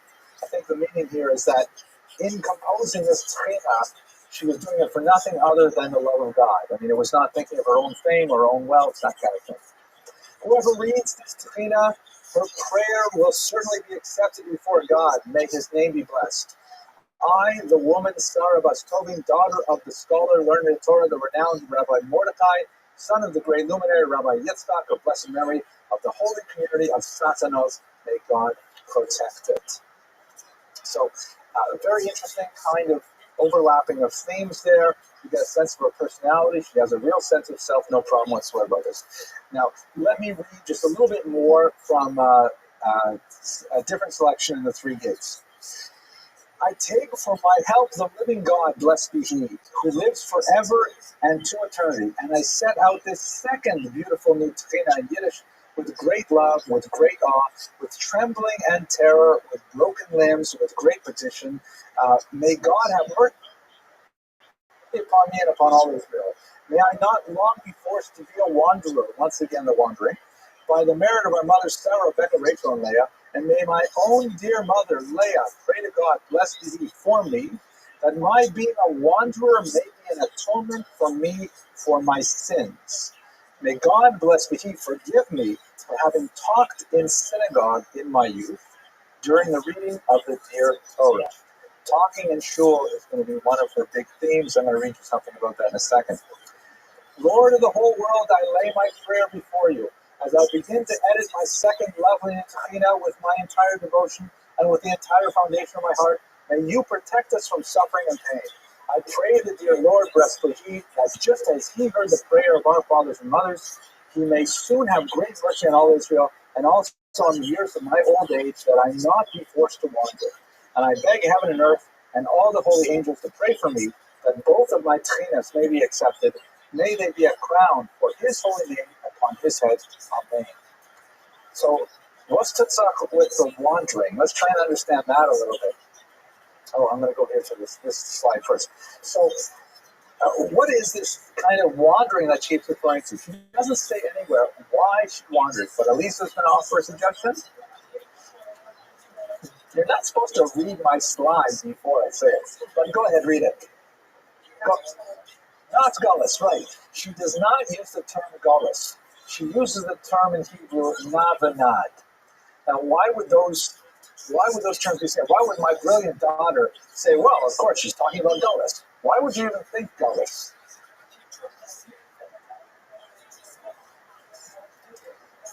Oh my gosh, this is the future of our people. Do you see this? My gosh, you're absolutely right, Elisa. She's so brilliant. She said, she refers to the fact that the word gullus, or galut in modern Hebrew, means exile, but as a term, it basically means being kicked out of the land of Israel. Meaning the exile from the first century when the Romans took over Israel, cleared out all the Chinese restaurants. The Jews left immediately. Oh, that's a joke. I should have that out. It's not very tasteful. But at any rate, that kind of terminology, it's almost like it's a throwaway term. We're living in gullus. We're living in exile. Yeah. We're living in exile. Maybe we'll go to Israel for the holidays. We'll come back. That's the idea of gullus. And so therefore, if she used this term gullus, then maybe she's speaking metaphorically. She's living in a nice big house in Eastern Europe someplace with chandeliers, plastic on the furniture, and she calls it gullus. That would make sense. But she doesn't use that term. She uses the term navanad. What does navanad mean? Like Cain, very good. Oh my gosh, see what an educated audience. I have to really up my game, right? That Cain is cursed to wander, navanad, to go throughout the land. That's she means it in a real sense. She's physically actually moving from place to place. It is something that causes her great suffering, and she hopes that suffering will elicit tshuva, will elicit, a return to her religious roots. There is a lot of there's a huge tradition in rabbinic Judaism of self-imposed penitential wandering, where people will go into exile as an attempt to change their mazal, as an attempt to change their own personal makeup, because when you move to a new place, people don't know you, they don't necessarily treat you with the same kind of respect that you have when you're in your homeland and so on. Now, this is the only occasion I know of a woman going into gullus, into personal navanad, personal wandering. Many of the great rabbis did so, the Vilna Gaon, many of them would, pick up and leave places where they were famous and go to places where they were unknown as a way of working on their own personality. Then they would come back and, it would be better for them and so on. But for a woman to go into gullus seems like a much more difficult endeavor, and it seems that may be what she was doing. It could also be read, however, that maybe, it could be much more prosaic, that her husband's business was not successful, and they went from town to town trying to make a parnasa, and she interpreted this in a religious light, that they had to go follow the parnasa wherever it was, and she took this as kind of a lever for herself to develop spiritually. But what she attaches it to more than anything else is her own behavior, specifically talking in shul. So let's look at one phrase where she refers to that, and she's very generous with this kind of, personal biographical detail. Here we go. She says, she's talking about how she used to talk in shul all the time. She says, I wish the rabbi were here to hear this. He would love this part. But I have to get one for the men talking in shul, which is even bigger props on that day. I remember all the things I used to do when I used to come into the dear synagogue, all dressed up in jewelry, which Professor Weissler points out probably gives us some kind of socioeconomic locator for her. She's all dressed up in jewelry, perhaps upper middle class, something like that. I would do nothing but joke and laugh.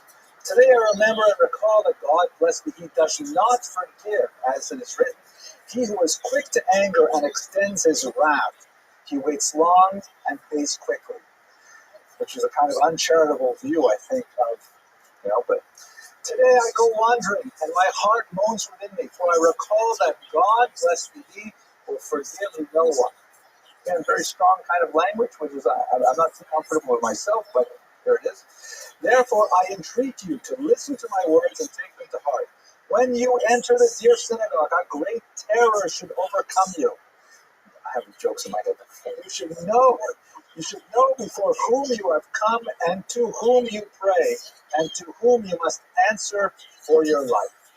So definitely a very stark kind of Mussardic view of taking shul seriously. It's not a playground. It's not a gossip center. It's a place where you stand before the Ribono Shel Olam. This is meant to make women sitter, to make women kind of like take shul very seriously. She's not saying at all that shul is not important. She's saying that go to shul with awe and trepidation. It's interesting now I think about it. The Vilna Gaon, we mentioned earlier, when he went to, on his own personal exile, he tried to make it to Israel. He wrote a very famous letter to his wife. In case he never came back, in case, he was lost on the journey or killed or whatever, he wrote a last will, as it were, to his wife, giving her direction how he'd like to raise the children. And he says to his wife, don't go to shul. He says clearly, he says, you go to shul, and there's only Russian hara. He says to him, don't go to shul. Very interesting passage. Anyways, that gives you a sense of some of her personality, what little we know about her life. A lot of her tchinas. This is also, I'll give you one example in particular, but I'll give you kind of an overview here.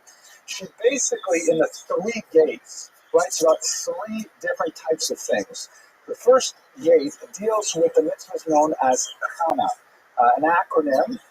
Obviously, the name of the founder of prayer as we have it today, the prophetess Chana, mother of Shmuel.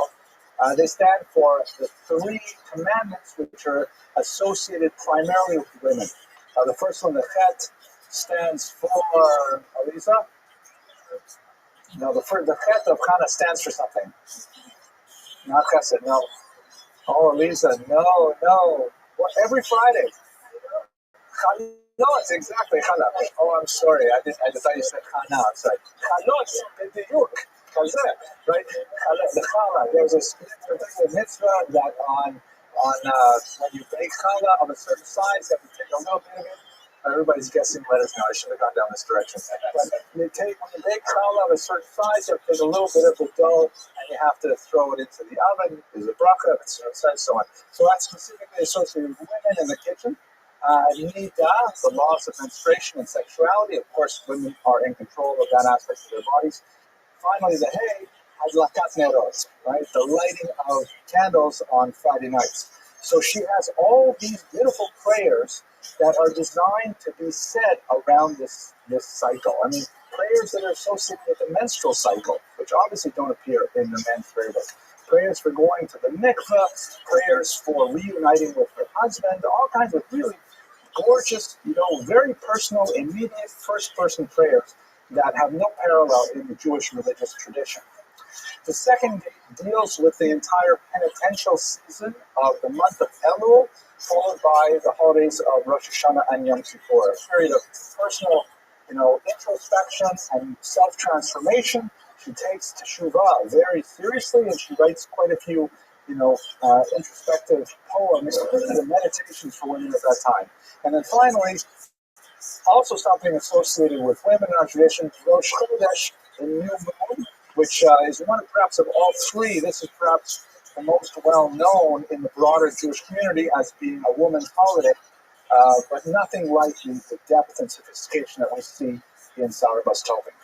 Now, what I'd like to do now is to take you to one of these in particular that's perhaps her most famous, and in the last 10 minutes of the class, I'll just give you a glimpse into the sophistication, depth, and beauty of the women's traditions in Eastern Europe that unfortunately have been totally lost in the Holocaust.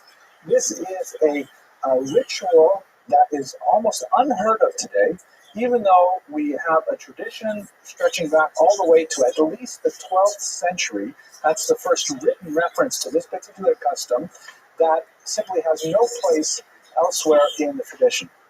It's known as Kevermessen, also known as Feldmessen, which means grave measuring or grave yard measuring. Feldmessen is like Feld field is like a graveyard.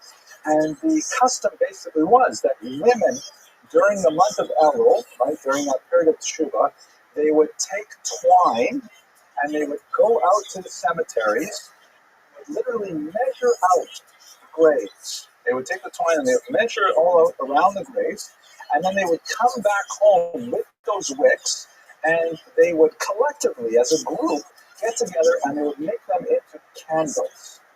So the wicks were made literally from the outlines of the graves of their ancestors.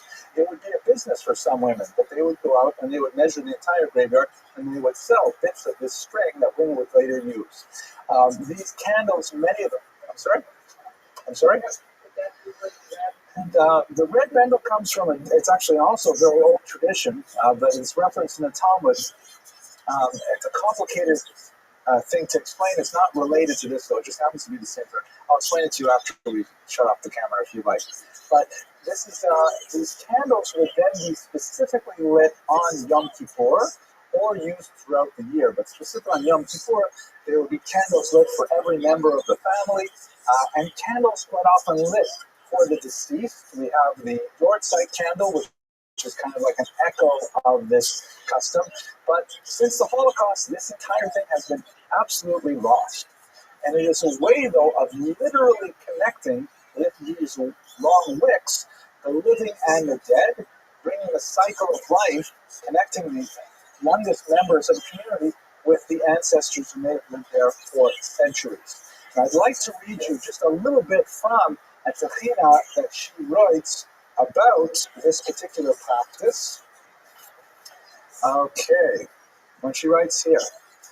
Okay, now, so this is referring to after they've gotten all of the wicks together and they've made them into candles, they're going to prepare to light them in memory of those who are deceased and also for a long life for their husbands and for their children. If you look at, for example, the Mate Ephraim, which is perhaps the most important source on the halachot of Rosh Hashanah and Yom Kippur, he refers to this particular practice, and he says, be very careful who you buy the wicks from, because some of these people, they sell the cheapest things that don't burn very well. But even though that's a backhanded reference to the ritual, there's no question that it was extremely widespread in Eastern Europe. May these lights, which were made for the holy and pure souls, awaken them so that they arise and inform one another back to the holy patriarchs and matriarchs, and further back to Adam and Eve, that they rectify the sin by which they brought death to the whole world. May they arise from their graves and pray for us, that this very year, may it come for good, there may finally be the resurrection of the dead. May God's attributes of stern judgment become the attribute of mercy. May they be unified. Very Kabbalistic reference. May the souls pray for us that the resurrection of the dead will come to pass. And may all the holy and pure angels pray that the dry bones live again speedily and soon.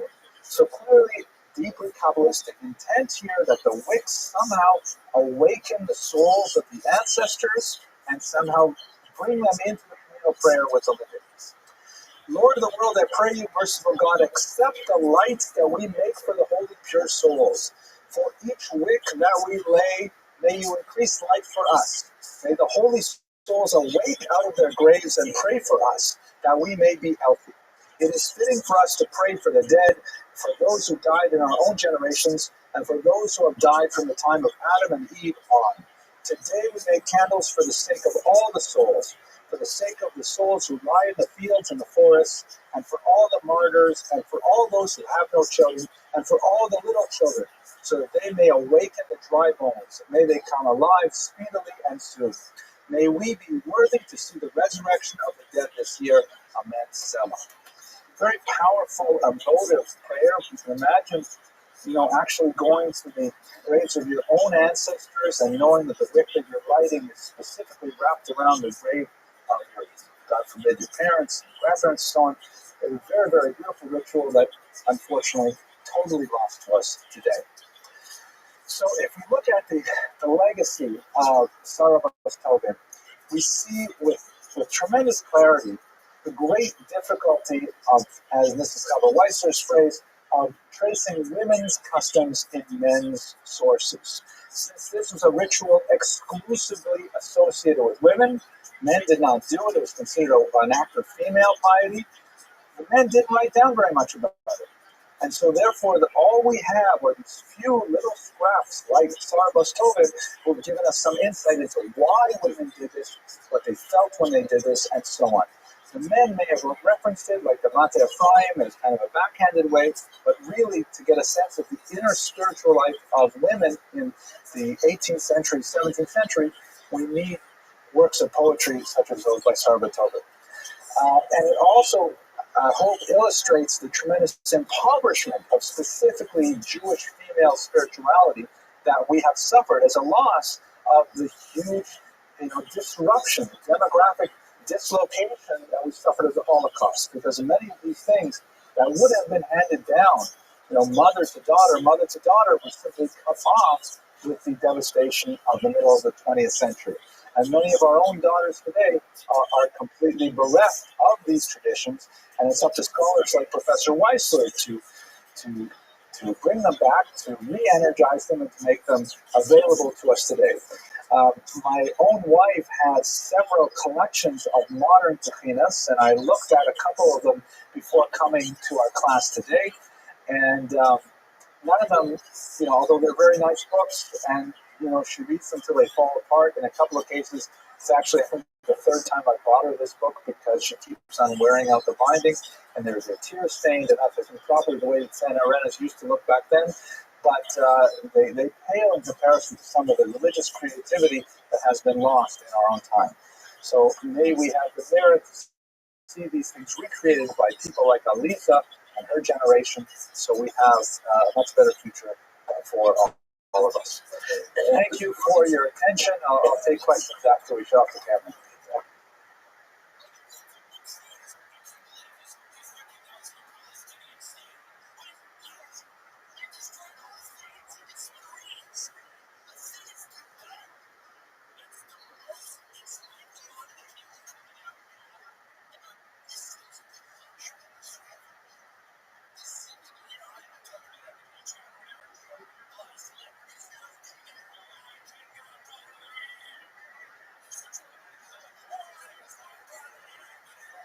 Meir Hagolah, we spoke about last week, we know far more about him than we do about just about any woman in the medieval period. So we're going to have to reconstruct a lot of this history to try and understand her life. And once we get to the modern period, per se, after the winter break, we'll have a lot more to say about Jewish women in general. But today's lecture is going to be subtitled Exceptional Women in the Private Sphere. These are women like Yocheved Badraki in many ways were really quite distinct from your average woman at the time, average Jewish woman in particular. And so we'll see how they stand out against the background of more conventional women's lives. Thank you to an anonymous donor who has sponsored tonight's lecture. So I'm always so happy that you're here. Your presence here is sponsorship enough, and it's nice to be able to speak to a live audience. But we also appreciate, the shul appreciates the fact that you underwrite the small stipend that we give for the students who help us out here, and the equipment and things like that. So thank you to the anonymous donor for sponsoring tonight's lecture. Okay, so let's go on. Here we go. So let's look at medieval Ashkenaz. This is a map that shows you some of the big population movements of Jews around the 12th to the 16th century. Ashkenaz itself, as I think we discussed a little bit last week, is basically northern Germany here. They kind of lowered the map a little bit for us because this is where much of the immigration came from. But the Rhine River is extremely important, the upper Rhineland, and this is where you have the heartland of traditional Ashkenazi culture. Taking a broader look at the movements of Jews during the previous centuries, basically you start here, Israel is just kind of off the map. With the destruction of the temple in 70, you've got a large population movement going out into the Middle East, places like Babylon, Iraq, and Iran, for example, moving across the coast of North Africa. And then in the 8th century, there's a big population movement, especially into Spain, although there were Jews living in Spain from the 2nd century, as there were in Italy. And then sometime around the year 1000, we're not exactly sure why. I mean, historians as a whole are not exactly sure why, but there is a growth of population in general in Northern Europe. Some argue that it may have been a fairly significant climatic shift, for example, that allowed much of this land to be suddenly much more arable than it had been 200 years earlier. but for certain we have a general population rise in Europe, and Jews, of course, are attracted to the larger populations because Jews tend to be very urbanized. They tend to live in tight social groups. We need to have, close proximity to one another, very gregarious people, because you have to live within a walking distance of a synagogue, walking distance of a mikveh, walking distance of a kosher Chinese restaurant. And that means that Jews tended to move into these urbanized areas, settling them through through about the 13th century. Then, especially after events that we discussed today, the Crusades and some of the anti-Semitic pressures that's built up in Europe beginning in the 11th century, then you slowly have a big push of these Jews out to Eastern Europe, to Poland, right bank Ukraine, Lithuania, Hungary. As I think I mentioned in one of the lectures, the Hungarian Jews had a very difficult time because as soon as they got here, you know what they did. You remember? They started covering all the sofas with plastic. I don't know. I said that just last week, and people laughed even a week later. But they have a lot. So Jews begin to move here into Eastern Europe, and that's why the Jews from Eastern Europe, about 3/4 of American Jews, trace their lineage back to this region. They're called Ashkenazi Jews, even though the origins of Ashkenaz is really Germany, not Eastern Europe. So we're going to focus, though, on traditional Ashkenaz here, some of the important developments that happened at that time. One of the defining moments of Ashkenazi history is the 1096 massacres associated with the Crusades. And it's worth talking about this in a little bit greater depth because the Crusades had a uniquely powerful impact in shaping the Ashkenazi mentality, particularly when you compare the experience of Jews in the Crusades to the experience of Jews under the Inquisition a few hundred years later in Spain. Many historians will say it's a little bit of an overgeneralization perhaps, but they will say that Ashkenazi Jewry went in one cultural direction and Sephardi Jewry went in another cultural direction, largely because of the different ways that they related to the anti-Semitic pressures of these two very different kinds of persecutions. But let's focus on the Crusades and understand what exactly they were, and then we can talk a little bit more about how that contrasts with the Inquisition, which we'll speak about much more 2 weeks from now. The Crusades, it's a Christian movement, obviously, and it comes out of the fact that Jerusalem at this time was controlled by the Arabs, and there was some restrictions placed on Christian pilgrims to the holy sites in Jerusalem. The Byzantine Christians, that is, the Orthodox Christians in the Eastern world, in places like Constantinople and elsewhere, began to complain that they're not getting free access to the Christian holy sites in Jerusalem. They complained specifically to Rome, to the Pope in Rome, and this is actually a very significant thing because the Orthodox Eastern Church and the Roman Catholic Church had been separating profoundly over the previous couple of hundred years, and actually up until this day, they're always looking for some kind of reconciliation, which they call ecumenism.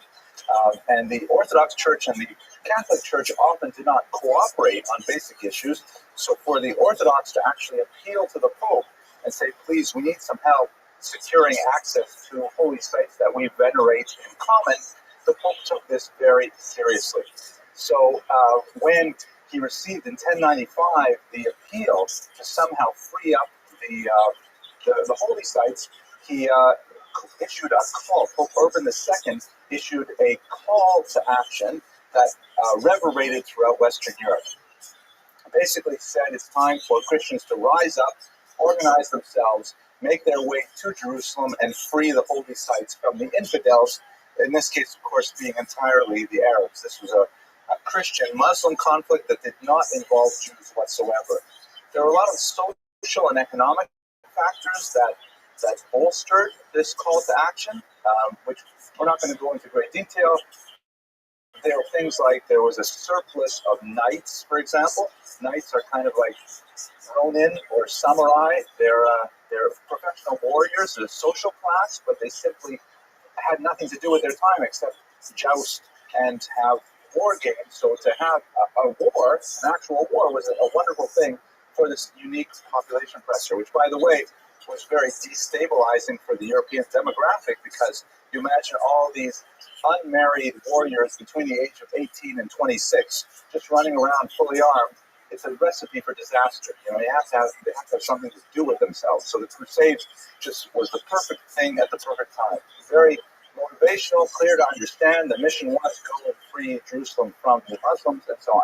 So nobles, in particular in France, got together and they organized themselves, and they made these treks down to Jerusalem to attack the Muslims and free up the holy sites. The pogroms that ensued were epiphenomenal to the Crusades themselves. In the Rhineland, there were all these populations of Jews. We'll look at 3 cities in particular briefly that affect Rashi directly, and by extension our topic tonight, Yocheved Bad Rashi. They were, filled with Jews, and we have to understand that the Jews at this time were a highly visible minority, distinct in dress, in language, in settlement, because they're overwhelmingly urban or living in villages as opposed to living in farms. They are the only non-Christian minority in Europe, so they're highly distinct and recognizable. And it happened that a lot of these crusaders, especially those who were not specifically tied to the conventional hierarchy, they had no peerage, for example, they said, wait a second, why are we schlepping all the way to Jerusalem? They didn't actually use the word schlepp because it hadn't entered the language at the time. I don't think it was more of a Yiddishism, but why are we schlepping all the way to Jerusalem to kill the infidels? We have infidels living right here in Germany. It's much more convenient for us to go and kill those who killed Christ, after all. And they use a very clear anti-Semitic tradition behind them. And so they, instead of going all the way to Jerusalem, many of these roving bands, really of hoodlums, simply turned and attacked the Jews in the Rhineland.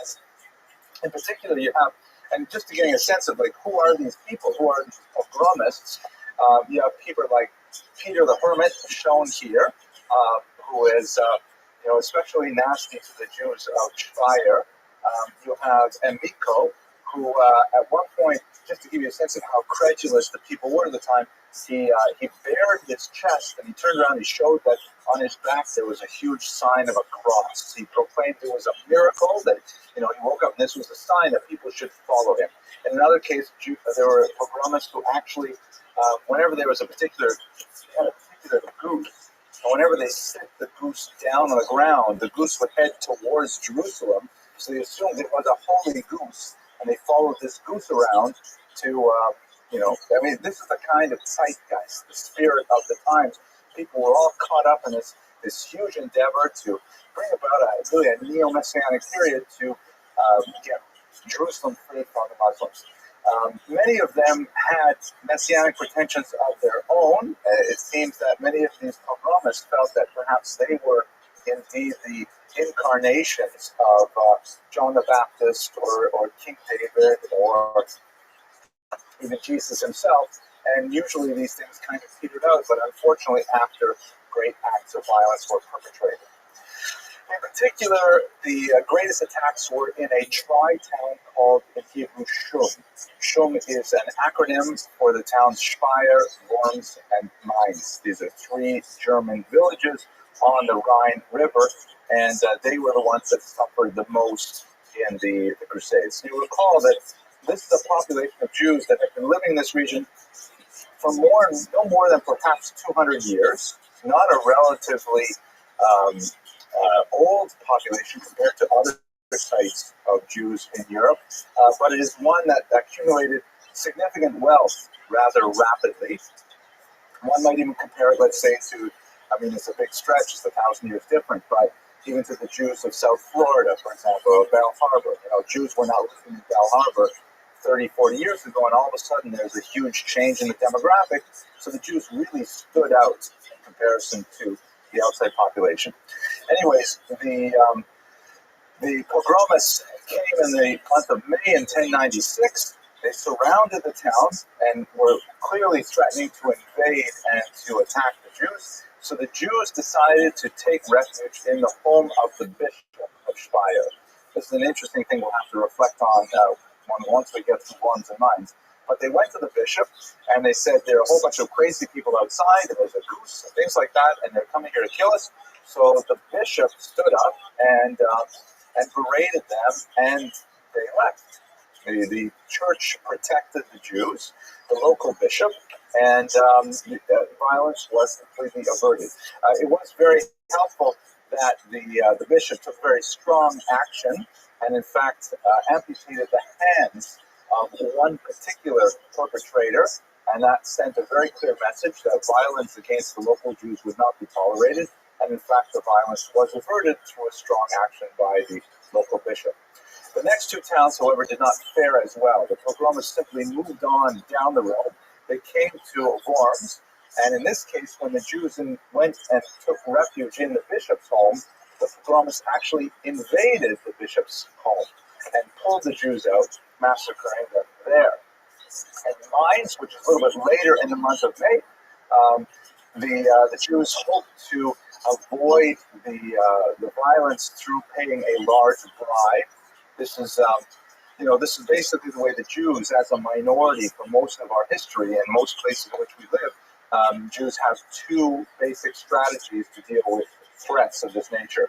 One is to simply, emigrate, simply go someplace else, which Jews have been doing for 2,000 years in the diaspora, or to try to bribe your oppressors, try to find a way to pay them off and to assuage them. One of my students once called this strategy of Jewish survival the fee or flee strategy. Right? Either you pay the fee or you flee. That's basically how we deal with these kinds of things. It's worth noting, by the way, that Rabbi Hilberg, the great Holocaust historian, argued very forcefully in his great 3-volume work, The Destruction of European Jewry, that this is one of the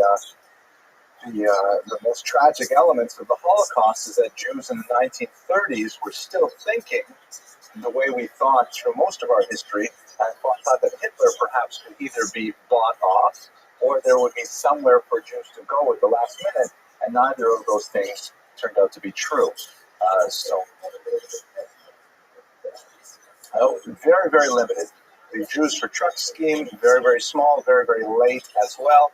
About 5,000 Jews were saved in Hungary, of course, but if you put that within the context of 6 million, it's clearly not an effective strategy. And in terms of emigration, disastrous policy, because the world's borders were closing, including America's borders as well. America wouldn't even let the SS St. Louis, which was docked off the coast. We could see it from here if we stood on the roof, and they couldn't even get it to Cuba because America was concerned that Jews would land in Cuba and then use a transit visa to get into America. So it was disastrously wrong strategy for the nature of that particular threat. Still, we're 1,000 years away from that. We're going to concentrate on the Crusades. The Jews of Mainz paid a bribe to the pogromists. They took the bribe, but they still attacked the Jews. There was some resistance put up by the Jews and by the bishop and the whatever forces he could muster, but there was no redemption, and the Jews were massacred in large numbers. Now, in the context of all three of these attacks, well, actually, let me get to the end of the story, and then we'll talk about some of the specifics that are especially relevant. We can make a real distinction between the so-called legitimate crusaders. These are the knights who have positions, they have peerage, they have, jockeys after them, things like that, who basically left Jews alone. Their task was to get to Jerusalem and to free the sites. The violence against Jews was mainly perpetrated by all these hangers-on who, were swept up with the enthusiasm and with the newness of this great movement, but they did not have the means or the wherewithal to take themselves all the way to Jerusalem, and so they attacked more vulnerable local populations. The Jews were not the only victims of these so-called illegitimate crusaders. As they made their way through Europe, and you have to remember that the sheer logistics of supporting a military venture like this is massive. You have to feed these soldiers. As someone said, was it Metternich, I think, that an army travels on its stomach? right? You have to have food to keep them going. They don't travel on feet; they travel on stomach. And so, as they came through, as these bands of ill-organized fighters would go through various villages, they would simply raid the local Christian villages in order to get provisions. And the local populations had enough, and so ultimately the so-called illegitimate crusaders were killed by Christians who did not want to have these anarchistic elements moving through their society. In Hungary in particular, nothing to do with the furniture with plastic on it. The Hungarians had no tolerance whatsoever for the Jews, for the Crusaders coming through, and as a result, these particular elements were destroyed. The major chapter that we're not going to touch is, of course, the Muslim experience of this, which is totally different because the Muslims are basically living in peace in Israel, and they're being attacked from Europe by all of these crusaders, leaving a real serious scar on Muslim-Christian relations that really persists to this day. The Americans in Iraq, for example, are commonly called crusaders, harkening back to this period. Now, a couple of major observations, and then we can turn to this question of, what is Ashkenazi Jewry as opposed to Sephardi Jewry, and then we'll finally move on to Yocheved Badrashi, our topic for tonight. One of the most pronounced phenomena of the Jewish experience of the Crusades, which did not have wide-scale precedent in Jewish history, and thankfully does not have a long tradition afterwards, is that of Kiddush Hashem, specifically suicide, often mass suicide in the face of persecution. This term, Kiddush Hashem, of course, many of you in this room are familiar with this term. It means literally sanctifying the divine name, and it can mean something much more innocuous. For example, if a child is polite to a stranger and the child is identified as a Jew, then that's a Kiddush Hashem, that's the sanctification of the name of God, and that's the kind of Kiddush Hashem that we especially like. In this context, however, it is a euphemism for martyrdom at the hands of anti-Semitic bands. So we have this terrible phenomenon which has been recorded in many chronicles of the times, contemporary chronicles, of Jews electing to commit mass suicide. Usually, these are terrifying things to read, usually killing their children first and then killing themselves rather than submit to baptism by the Crusaders. Because one of the offers, the standing offers, which was not necessarily honored at all times, but that if the Jews were to convert to Christianity, if they were to submit to baptism, then they would be spared the violence. But the overwhelmingly large number of Jews who were offered this choice in Ashkenazic lands chose to martyr themselves, either at the hands of the Crusaders or in many cases simply at their own hands, rather than submit to baptism. And many historians, see this as a defining moment for the creation of Ashkenazi mentality, the Ashkenazi Weltanschauung. We certainly remember it to this day, the Av HaRachamim prayer that is recited in synagogues on Saturday afternoons. If you ever read the text of it carefully, and read the translation if you like, you see it's essentially a very powerful commemoration of the victims of these massacres. It was specifically penned in response to the 1096 massacre. So here it is 1,000 years later, and we recall this every single week. So many historians say that culturally, Ashkenazic Jewry began to look at the outside world, the outside culture, as being fundamentally toxic, dangerous to Jews, something that Jews should avoid. Instead, they should become much more insular, inward-looking, trying not to engage whatsoever in the outside world, culture at larger, and so on. The Sephardi Jews, on the other hand, did not have this kind of intense, sharp pressure applied to them until really there's some pogroms in 1390, and then much worse, of course, the expulsions of 1492. But their pressure was much more gradual in nature, and they adopted a more of an accommodationist strategy, saying, okay, this is a persecution, this is something we shouldn't deal with, this is something terrible, but if we just adapt in this little way, then we'll be able to maintain our lives. We may have to go a little bit underground, we may have to become crypto Jews, but it kind of snuck up on Sephardi Jewry Whereas with Ashkenazi Jewry, it was a very sharp, pointed blow right at the beginning, really when they were just getting established in Europe, and so their cultures diverged. A little bit of an overgeneralization, but at any rate, I think it basically has a lot of validity to it and helps us understand the differences in the way these cultures developed. Second useful observation is the clergy, by and large, protected the Jews. You know, when the Jews went and they were seeking refuge, where did they go? They went to the bishop's home. And this is, you know, we have to recall that the two main populations living in the larger villages were always the Jews and the church.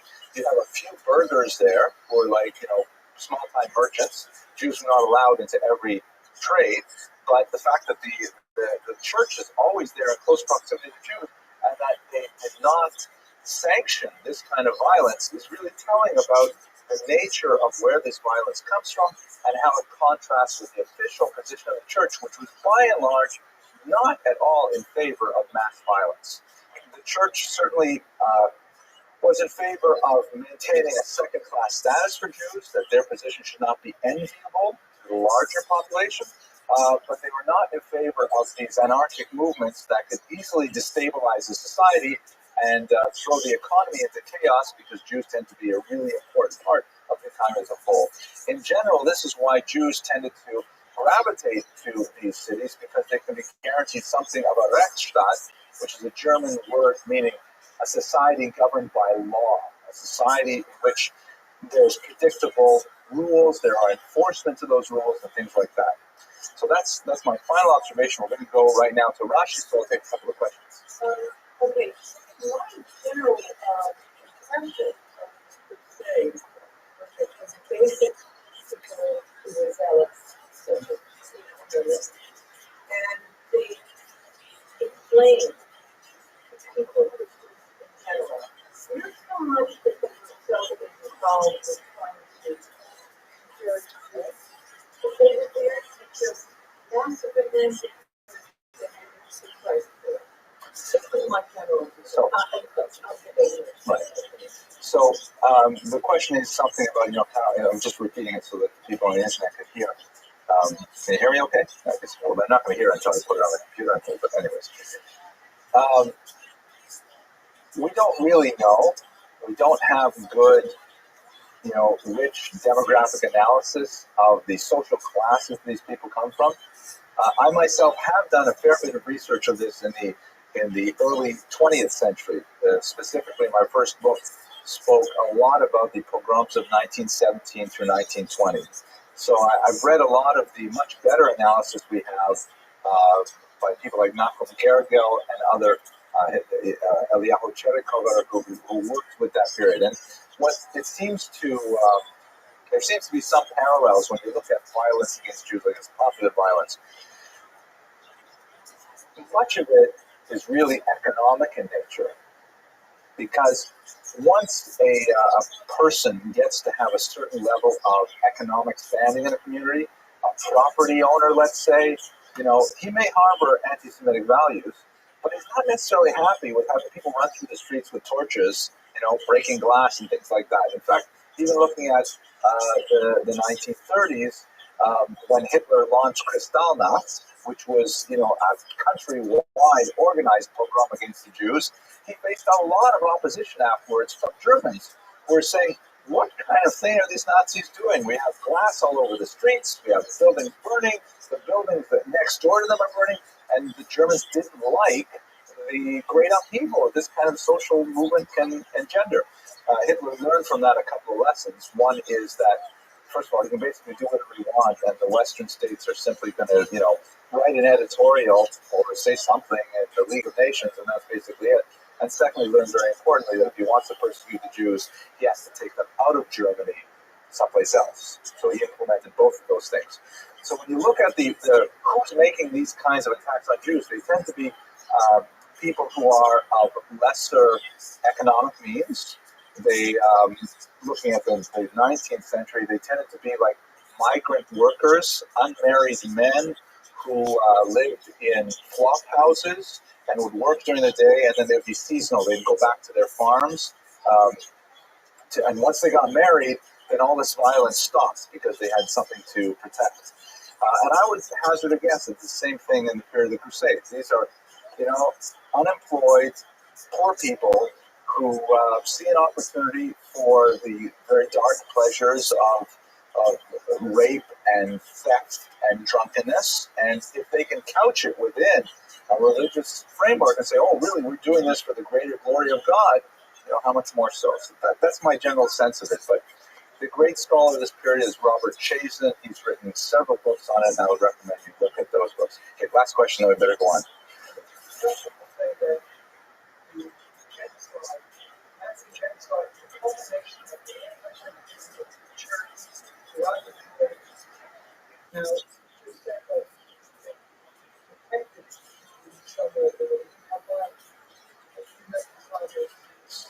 Yeah, neither can I. So the argument is basically, it's a fairly facile argument. You see it quite often, that the Holocaust is the sort of culmination of Christian anti-Semitism, especially church-based anti-Semitism. So and next week, by the way, we're going to look at Nicholas Donin, who's a very important figure in the history of anti-Semitism. So I'll give you some really nasty things to think about next week. There's no question that there's a long anti-Semitic tradition in the church that is tied very closely to the root of Christianity, because it is, after all, a breakaway minion from Judaism. There's always going to be like a repudiation of Judaism that's intrinsic to this new Christian movement, because that's one of the ways that you can justify the new movement is by deriding the origins, the mother religion. However, as my teacher, Alan Davies, who is I think he's a Presbyterian minister, and he's also a great scholar of anti-Semitism. He says that quite rightly that while the church had that kind of low level of constant anti-Semitism that occasionally flared up with a couple of nasty points, in reality, the church protected the Jews. They wanted the Jews to stay in a certain box in society, in a certain level of status, but it was intrinsic to Christian theology through St. Augustine, Doctrine and Witness, that Jews had to remain alive. I won't go into all the reasons for this. And invariably, whenever you have these explosions of anti-Semitism, they tend to come from the lower lay clergy, who are not necessarily even literate, or like stirring up the masses. And the upper clergy is constantly saying, no, you guys have it wrong. We're not supposed to kill the Jews. Stop that. Just say nasty things. Don't do nasty things. And quite often you have these fights within the church about how to control the enthusiasm of the uneducated Christian masses and give them, the real theology. You see it especially, for example, with the blood libel, where, someone will start a blood libel saying that the Jews killed this Christian child for his blood, and the Jews will right away go run to the bishop, and they'll go to the Pope, and the Pope will write a letter, a papal bull, saying, no, it's not true. They don't drink Christian blood. That's all Bubamyces. They'll say it in Latin, so it sounds more formal, but no one will pay attention to it. So it's one of the conundrums of Jewish history is that it's not necessarily the church. It may come from the lower clergy. It certainly comes from a large population, but the church itself generally tries to maintain the status quo. They're part of society. They want society to keep functioning. Mob violence is the worst thing. Okay, we better go on. Let's talk about our, here we are, halfway through the lecture. So, Yocheved bat Rashi, of course, bat means daughter of, and as is Hebrew convention, you name a person, son or daughter of, typically the father. You use the mother's name in other contexts, for example, the person is ill, but otherwise you call her Yocheved bat Rashi. She was born probably around the year 1058. We have some sense of it because Rashi does write on occasion about his family, so we have a little bit of a family tree. Her father was, of course, the illustrious Rabbi Shlomo ben Yitzchak, known by the acronym of his name, Rashi. He was the preeminent commentator on the Torah and the Talmud. His commentaries have become so canonized in the Jewish world that, in fact, one says that you learn the Torah with two fingers. One finger on the text itself and one finger on Rashi's commentary. It's a brilliant commentary, primarily because one of the things that Rashi does is he takes all of the oral Torah, the Midrash, the Talmud, the Mishnah, and so on, and he anthologizes it in a very beautiful, pithy, concise, easy to understand Hebrew. So when you study the Torah with Rashi, you're really studying both the written text with the massive interpretive tradition that is the best of Judaism. So Rashi is really, it is basic Judaism 101 for the last 1,000 years, and he's really an incomparable figure.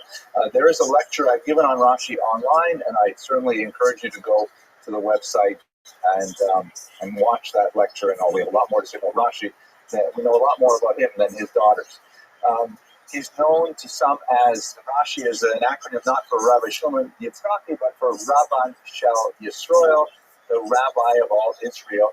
And that is not an understatement. He truly is someone who is almost Mosaic in his stature and his influence on the Jews. What we know about the family tree is as follows. So we have, at the top, we have Rashi, and we have his wife, Mrs. Rashi. That's all we know, unfortunately. And he had 4 daughters. Yocheved, who we'll speak about briefly today, Miriam, Rachel, and another unnamed daughter that may have died in infancy. We've lost her name, and in fact, it's not certain whether or not she lived, because some of the texts that refer to this are somewhat corrupt, and we're not positive whether or not it's actually referring to real people. Each of them, save the last, married. Rachel at one point went through a divorce from her husband Eliezer, which also sheds interesting light on the status of women at the time that we spoke about quite a bit last week, so I won't go into great detail about today. What's also fascinating is obviously his daughters were quite scholarly, both by native intellect and also by cultural upbringing. Their husbands did not necessarily distinguish themselves as great scholars, but their children certainly did. So that is, Yocheved gave birth to several very well-known rabbis, specifically Yitzchak, who's known as the Rivam, Shmuel, known as the Rashbam, and Yaakov, who is known as the Rabbeinu Tam. All 3 of these rabbis achieved very, celestial rabbinic records, almost equal to their phenomenal grandfather, and much of their career actually is made in arguing with Zaidi over how to interpret the Torah. So much of what Rabbeinu Tam or the Rashbam have to say about the Torah is in contrast to what their great-grandfather did. Yes, correct. Rabbeinu Tam disagreed with his father on how the tefillin should be constructed. Specifically, the tefillin have 4 parshiot, 4 sections of the Torah inside them. So Rabbeinu Tam disagreed on the sequence, among other things, of those parshiot. So there are some, there are some Jews who are very punctilious and will actually wear 2 pairs of tefillin. They'll wear Rashi, they'll pray, then they'll take it off and they'll put on Rabbeinu Tam. But I'll tell you an even more amazing thing. You remind me, this is kind of, forgive me, the small little kind of window into the outside world, but, so in the mornings I learn in the back with David Herman, my Russo, we sit down and we learn it. And one morning a strange man came in, Joseph, sorry, and he was a big guy, obviously from out of town. He's wearing like a long black kapota, and, he looks like very, very religious. And he's got, among other things, he's got Rabbeinu Tam tefillin. He's one of the. I don't think there's anyone else in this shul who does that. Who wears Aaron? No one wears it, right? Oh, Rabbi Citron will wear it too, but he'll do it quietly too. He doesn't like to show off that he has 2 pairs of tefillin, right? Oh, okay. So we have a few people. So this guy, anyways, he comes in where we're studying, which is kind of like a weird place to go because it's sort of out of the way. And a few minutes after he's there, the police show up. 7 o'clock in the morning, the police come in, and they're looking around for a guy involved in a hit-and-run fender bender. Some guy who crashed his car into someone else's car in the parking lot and then fled the scene. And, of course, they've got it on security camera, and there's a witness. And apparently the guy hit someone else's car, got out of his car, looked at the accident, got back to his car, left the parking lot, drove around the block, and then parked further away. And then, he left his big black hat in the back seat. So the police identify his car, and they figure he's up here praying. And sure enough, that was the whole story. So the real amazement is not that you can wear 2 pairs of tefillin, but how can you wear any tefillin and still leave the scene of an accident where you crash someone else's car. I'm sorry? That's why we have Aleph for it. Oh, you mean like for prisoners? And yeah, that's, I guess so. But my chavrusa, David Herman, he's such a tzaddik, he really is, because he said to me, like, why should we judge him by a higher standard? He grew up in a community where everybody dressed that way. His father dressed that way, his brothers dressed that way, his wife expects him to dress that way. Why should he be any greater than the rest of us just because he has all, the appurtenances? I thought that was a very kind way to look at it. Anyways, here we go. Yocheved in particular had 6 children, K'nai Nahora. We don't know about the last daughter, she is unnamed, but 3 of her sons were Rivam, it's Rabbi Yitzchak ben Meir, Rashbam, Rabbi Shmuel ben Meir, and Rabbeinu Tam. I'm not sure why they call Yaakov, maybe because they already have a Yitzchak, but Rabbeinu Tam means our teacher, the pure. Or actually, Tam is a funny word because it can mean also sort of stupid. So, Rabbeinu Tam. I'm sorry? Yeah. Oh, maybe that's it. Yaakov Ishtam, Yoshe Laholos, right? That Yaakov, the patriarch, very well put. So Rabbeinu Tam, but it means, our teacher was pure. And these were really, global level scholars. These are phenomenal scholars. It's amazing that in one family you really produce so many great scholars. Now, what do we know about Yocheved, though? Because that's really, here we are, 45 minutes of lecture. We're still waiting to hear something significant about her. Sorry, I can't too much. We have one tiny little phrase in one of Rashi's Teshuvot that has created an ocean of literature on Yocheved, but there, as the Talmud says, mountains hanging by a hair. There's one passage in which Rashi says, he's discussing a difficult halakhic Jewish legal concept. He says, and I called to my daughter, meaning he called his daughter and worked out an answer with her. Wow. So that sounds like a really great point that Rashi, the great scholar, the great rabbi of all Israel, called to his daughter and worked out. We don't know which daughter, we assume the eldest, no real specific reason to, but we assume with Yocheved. But somehow, with Yocheved, he was able to figure it out. And that should be like a definitive proof. However, many authors feel that this is a scribal error. And the difference is in the Hebrew, if you look at it, it doesn't say, Ulechein biti karati, which means, and therefore my daughter I called, or is he actually saying, Uleven biti karati, substituting the letter chaf for the letter beit, which is very similar. It's just that beit has a little bit of an extra foot on the bottom right, and ben biti means my grandson.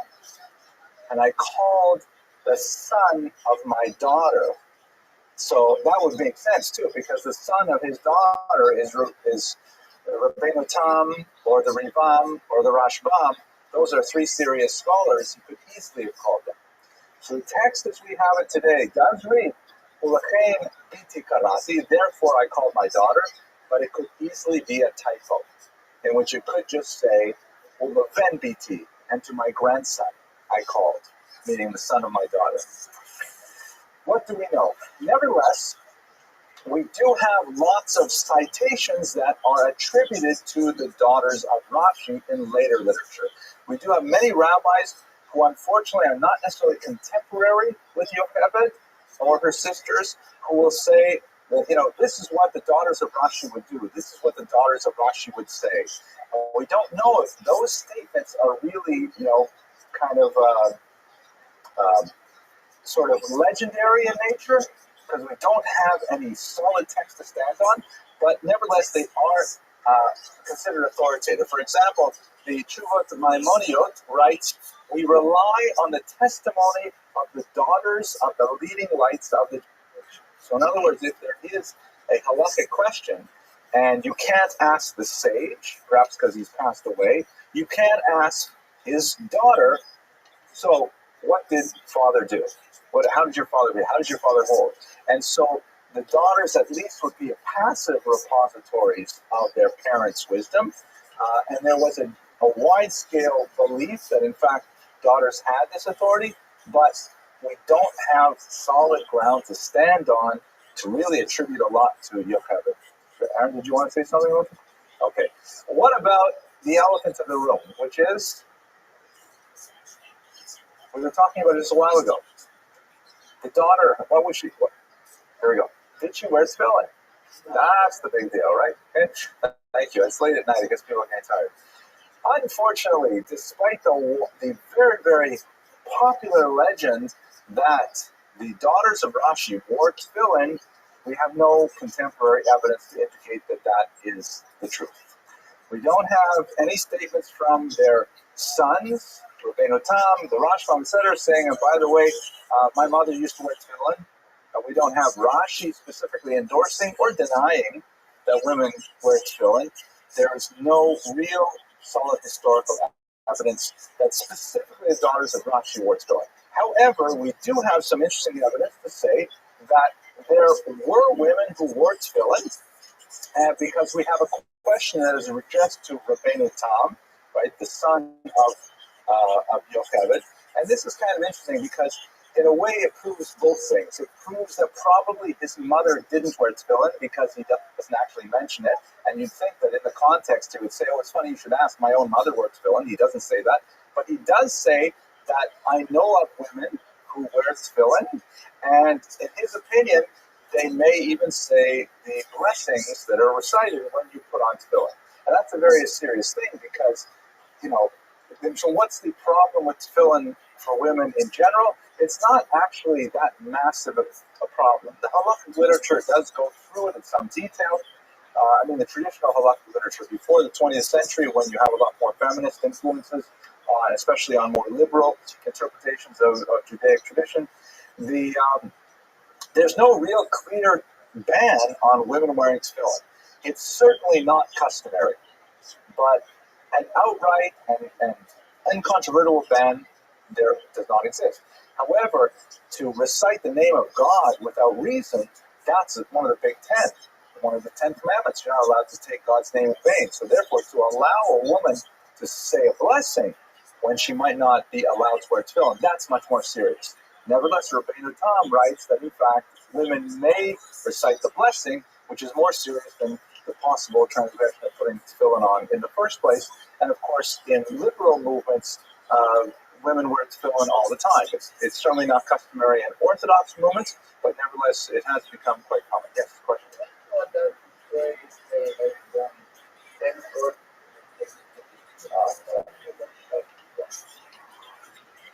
That's a very heavy and loaded question. I'm glad you asked me with 10 minutes left because I'll be able to say I'll take it after the class. But just to answer it quickly, we see it, if I'm not mistaken, we see it already in the Siddur of Reb Amram Gaon, which is about 9th century, I think. It really is quite old in our tradition. We do have some variant texts, though. We do have a couple of versions that don't exactly say Shelo Asani Isha, who was not created to be a woman. And there's a lot of rabbinic ink that's spilled in trying to explain that blessing. And at this point, I'm just going to take another question. Hopefully, better just go on. Okay. It's a very difficult and meaningful question, but I do want to move a little bit further on this particular thing, so I'm going to push off on it. And it is worth discussing, perhaps another class. Now, you would think so.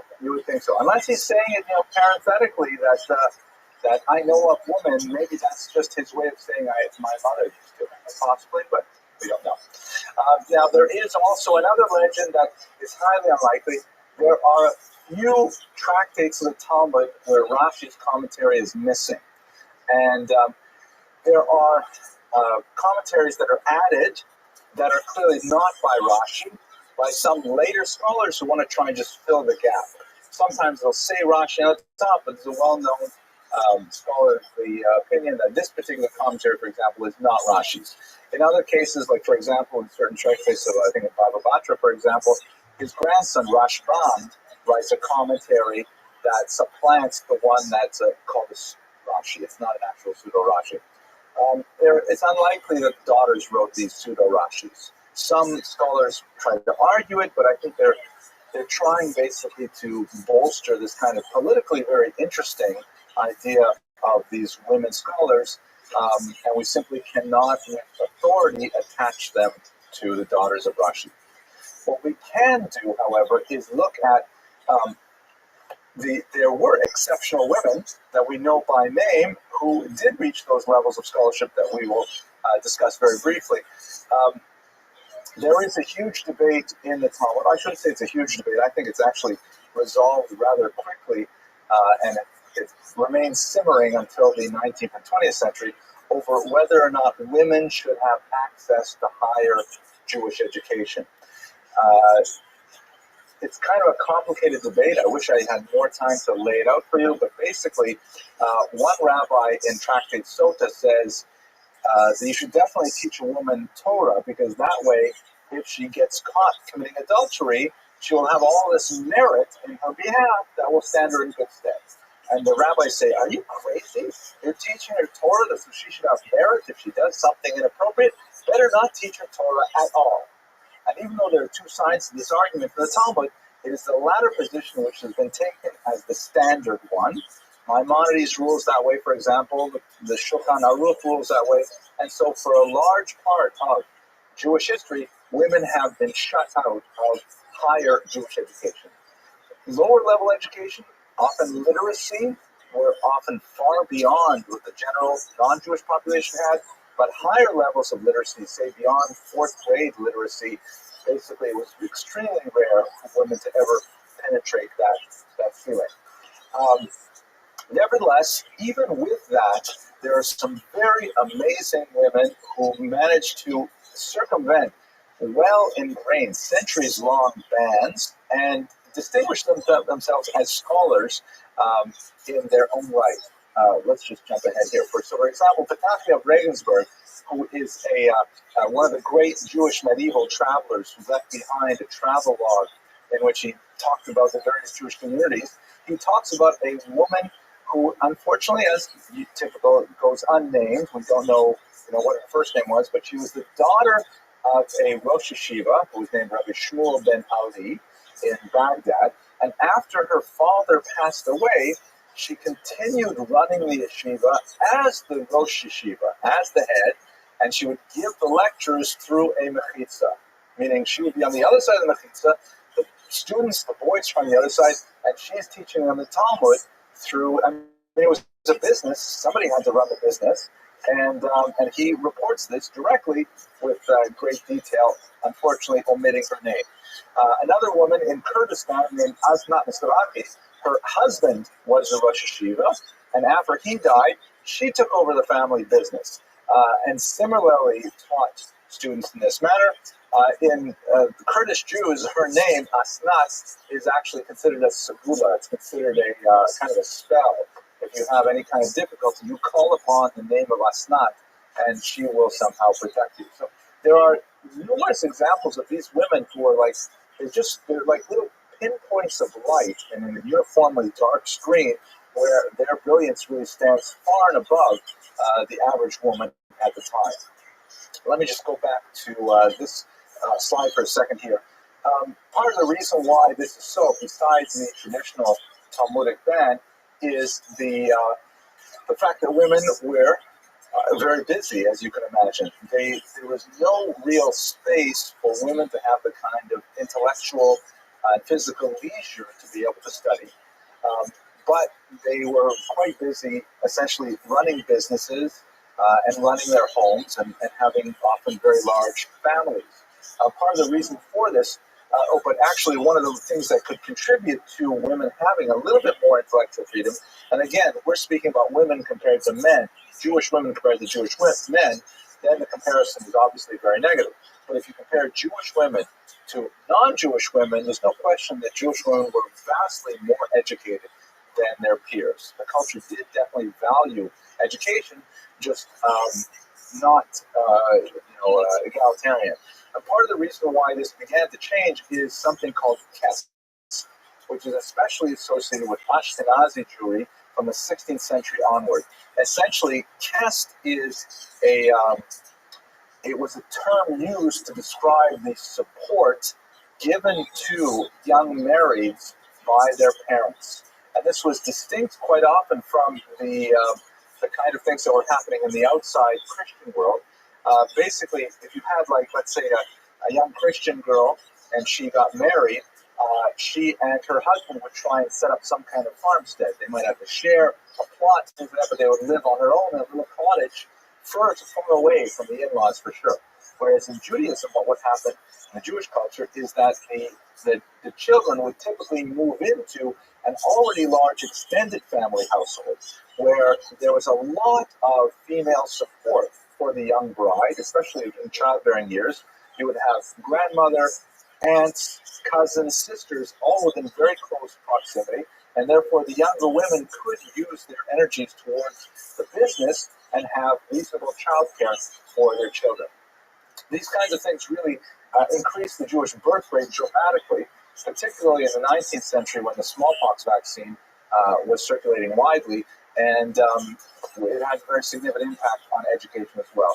When we get to the second term, I want to turn to the explosion of education for women that occurs in the late 19th century, because that's a very fascinating topic as a whole. So I'll have to skip over divorce. We talked about this quite a bit in the last week's lecture. So the legacy of Yochanan Bat Rashi, it's complex because we don't have a lot of really concrete data, but what we do have are some very pervasive and persistent legends about her. To be sure, we know that she came from an illustrious father and she produced very illustrious Jewish children who were very learned, and it stands to reason that she had an intellect that was equal to her sons and her father. But what we can say about her is that she inspired countless generations of Jewish women and kept the fire burning, as it were, of an aspiration for greater levels of Jewish literacy among Jewish women. It's ironic, Lisa is in the back room right now. I can say something nice about her. I mean, my own daughters, I take tremendous pride in the fact that they know so much. They have such a fantastic Jewish education. It gives me phenomenal nachas and halabai. And they have the kind of knowledge that, their great-grandmother, well, actually, their great-grandmother was a very educated woman too, but their great-great-grandmother could never even hope to have. So halabai, we should move forward and continue to give our daughters the kinds of education they deserve, because they're the ones that are going to change the world. Thank you for your attention and endurance. I'll see you next week.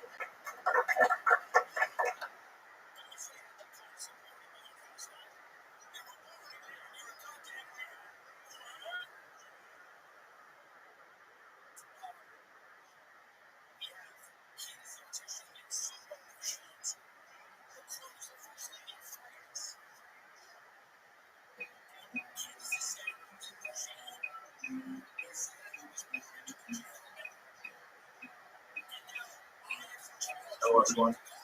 This week marks the yahrzeit of Hannah Finish, a young woman who died tragically in active resistance against the Nazis in World War II. Hannah Finish was born in Hungary in 1921. Her father was a well-known playwright who tragically died when Hannah was only 6 years old. Her family had a fairly assimilated Hungarian Jewish background, strong identification with the Jewish people, yet relatively weak attachment to religious observance.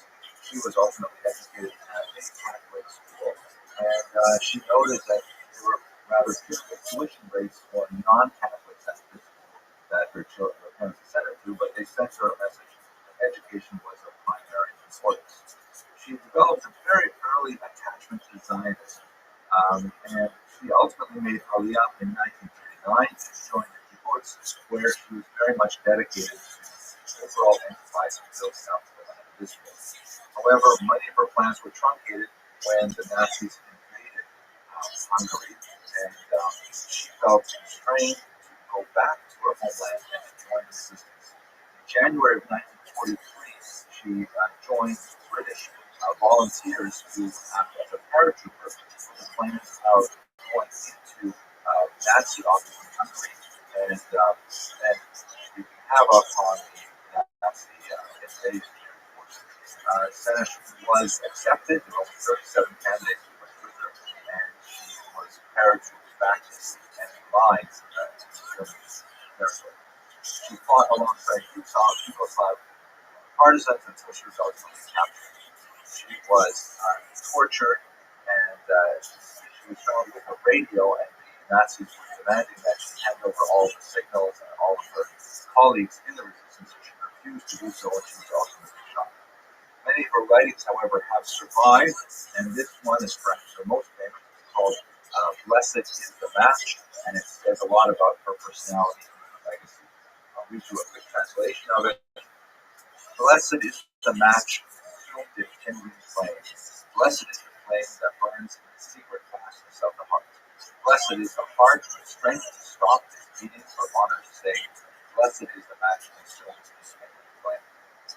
Short-lived but heroic young life. We commemorate her heroic life this week.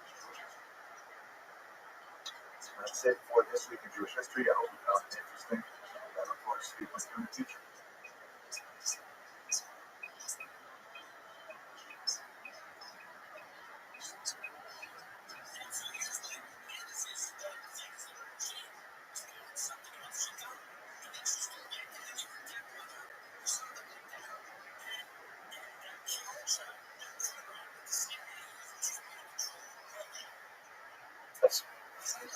Okay, so tonight's topic is Betty Freedom, and it's our penultimate class for the season. Next week we will have another, I think, very controversial topic. We're going to look at Rabbi Menachem Mendel Schneerson, the seventh Rebbe of the Chabad Lubavitch movement, a fascinating individual and misunderstood in many circles, I think. A person with made a huge impact on modern society, and I think we'll have an interesting discussion in that way. But tonight, we're going to be talking a little bit about women who changed things, women who had a dramatically different view of society, and through their influence, were able to leverage phenomenal changes that my own daughters enjoy tremendously in the 21st century. And with that in mind, that's my segue to the joke, which speaks to this idea that Jews historically are politically very quiescent. You know, they try to blend into the background. They try to avoid controversy and so on. There's a passage in the in Pirkei Avot that says, having this power of the Shlomo Shal Malchus, you should pray for the welfare of the community. Pray for the welfare of the government. She'il male mora ish Esrael chaim belahu. Because if it were not for the fear of the government, people would swallow each other alive. So the idea is Jews should, be quiet, not make trouble, things like that. So the joke goes like this. There are two Jews who are being led out to execution. And one of them starts screaming at the top of his lungs, "It's a mistake. I'm innocent. You've got the wrong guy. I demand a retrial. I demand an appeal. Where's my lawyer?" And the other one says to him, "Shut up. Don't make trouble." That was the punchline. Okay. All right. Sorry. I talked to a student today from New York, Mr. Alexander. How are you doing? Shout out there. Who says that I'm actually very funny, which I appreciated. Mind you, I'm still grading his essays. But he says one day he would like me to turn the camera around. Don't do it, Mr. Rodriguez. He'd like to turn the camera around to see how come it's so quiet back there. I think it's a microphone, but anyways. Okay, let's talk about our topic for today, Betty Friedan. And we have the clicker today, so we can go backwards and forwards, and we have a little red pointer on it. So, her name is Betty Naomi Goldstein, born in Peoria in 1921. The E was added as kind of an affectation by her parents. That was kind of like a cool thing to do, like today when they'll put accents on words and things like that. So she later lost the E when she was in college, but at the time she was named Betty Naomi Goldstein. Obviously a young Jewish woman. Her claim to fame, and it is extensive, two primary achievements. One is a very important book with huge influence in America and throughout the world, known as The Feminist Mystique, 1963, a rather searing critique, not only of the sort of American middle-class ideal of femininity, but in many ways, really the entire patriarchal system from the ancient world in the West to the 20th century.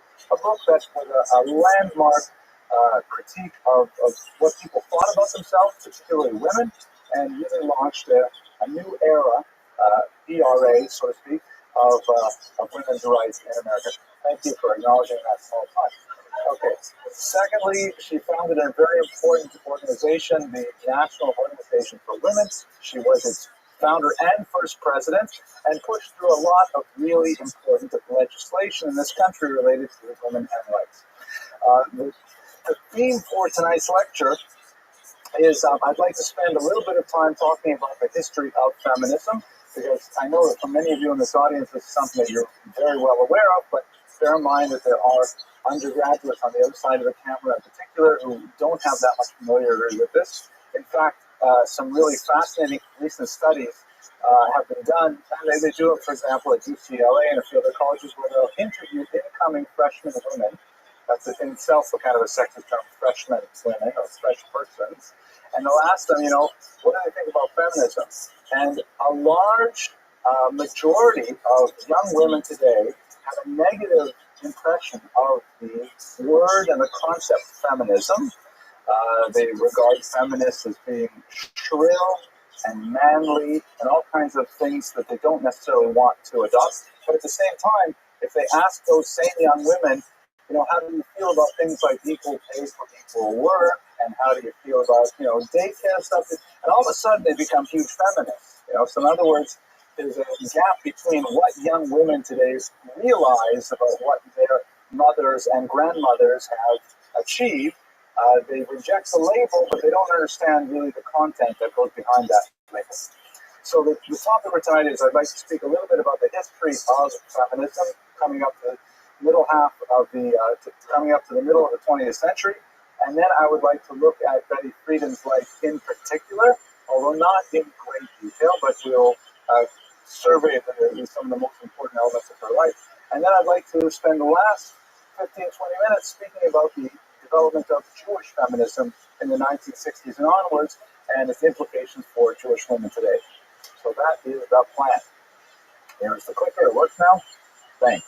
So, feminism, or as more properly known in the 18th century, was the women's question. What was the women's question? Really, it was the men's question. It was like, what are we going to do with women? It is ironically pretty much contemporaneous with the Jewish question. And in there's some eerie parallels between women's quest for legal rights, social rights, and so on, and Jews' quest for legal, social rights, and so on, for emancipation. Quite often, not only do they run in parallel, they intersected, as we have in the 20th century, where so many of the leading feminists were, in fact, the Jewish women at the same time.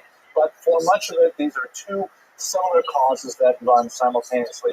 If you recall, when we talked about Shlomo Mikhails a few weeks ago in the lecture on the Soviet Union, for example, the Soviet Union established a section of the Communist Party for Jews at the same time that they established a section of the Communist Party for women, and they abandoned them both at the same year as well. So these two ideas, these are like subgroups, an interesting kind of minority within the either a physical minority or a legal minority, have a lot of things in common.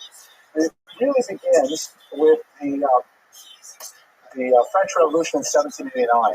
Like so many things changed with that very important revolution, which occurred, of course, in the heart of Europe, transforming a major monarchy that had lasted since who knows when into a democracy overnight.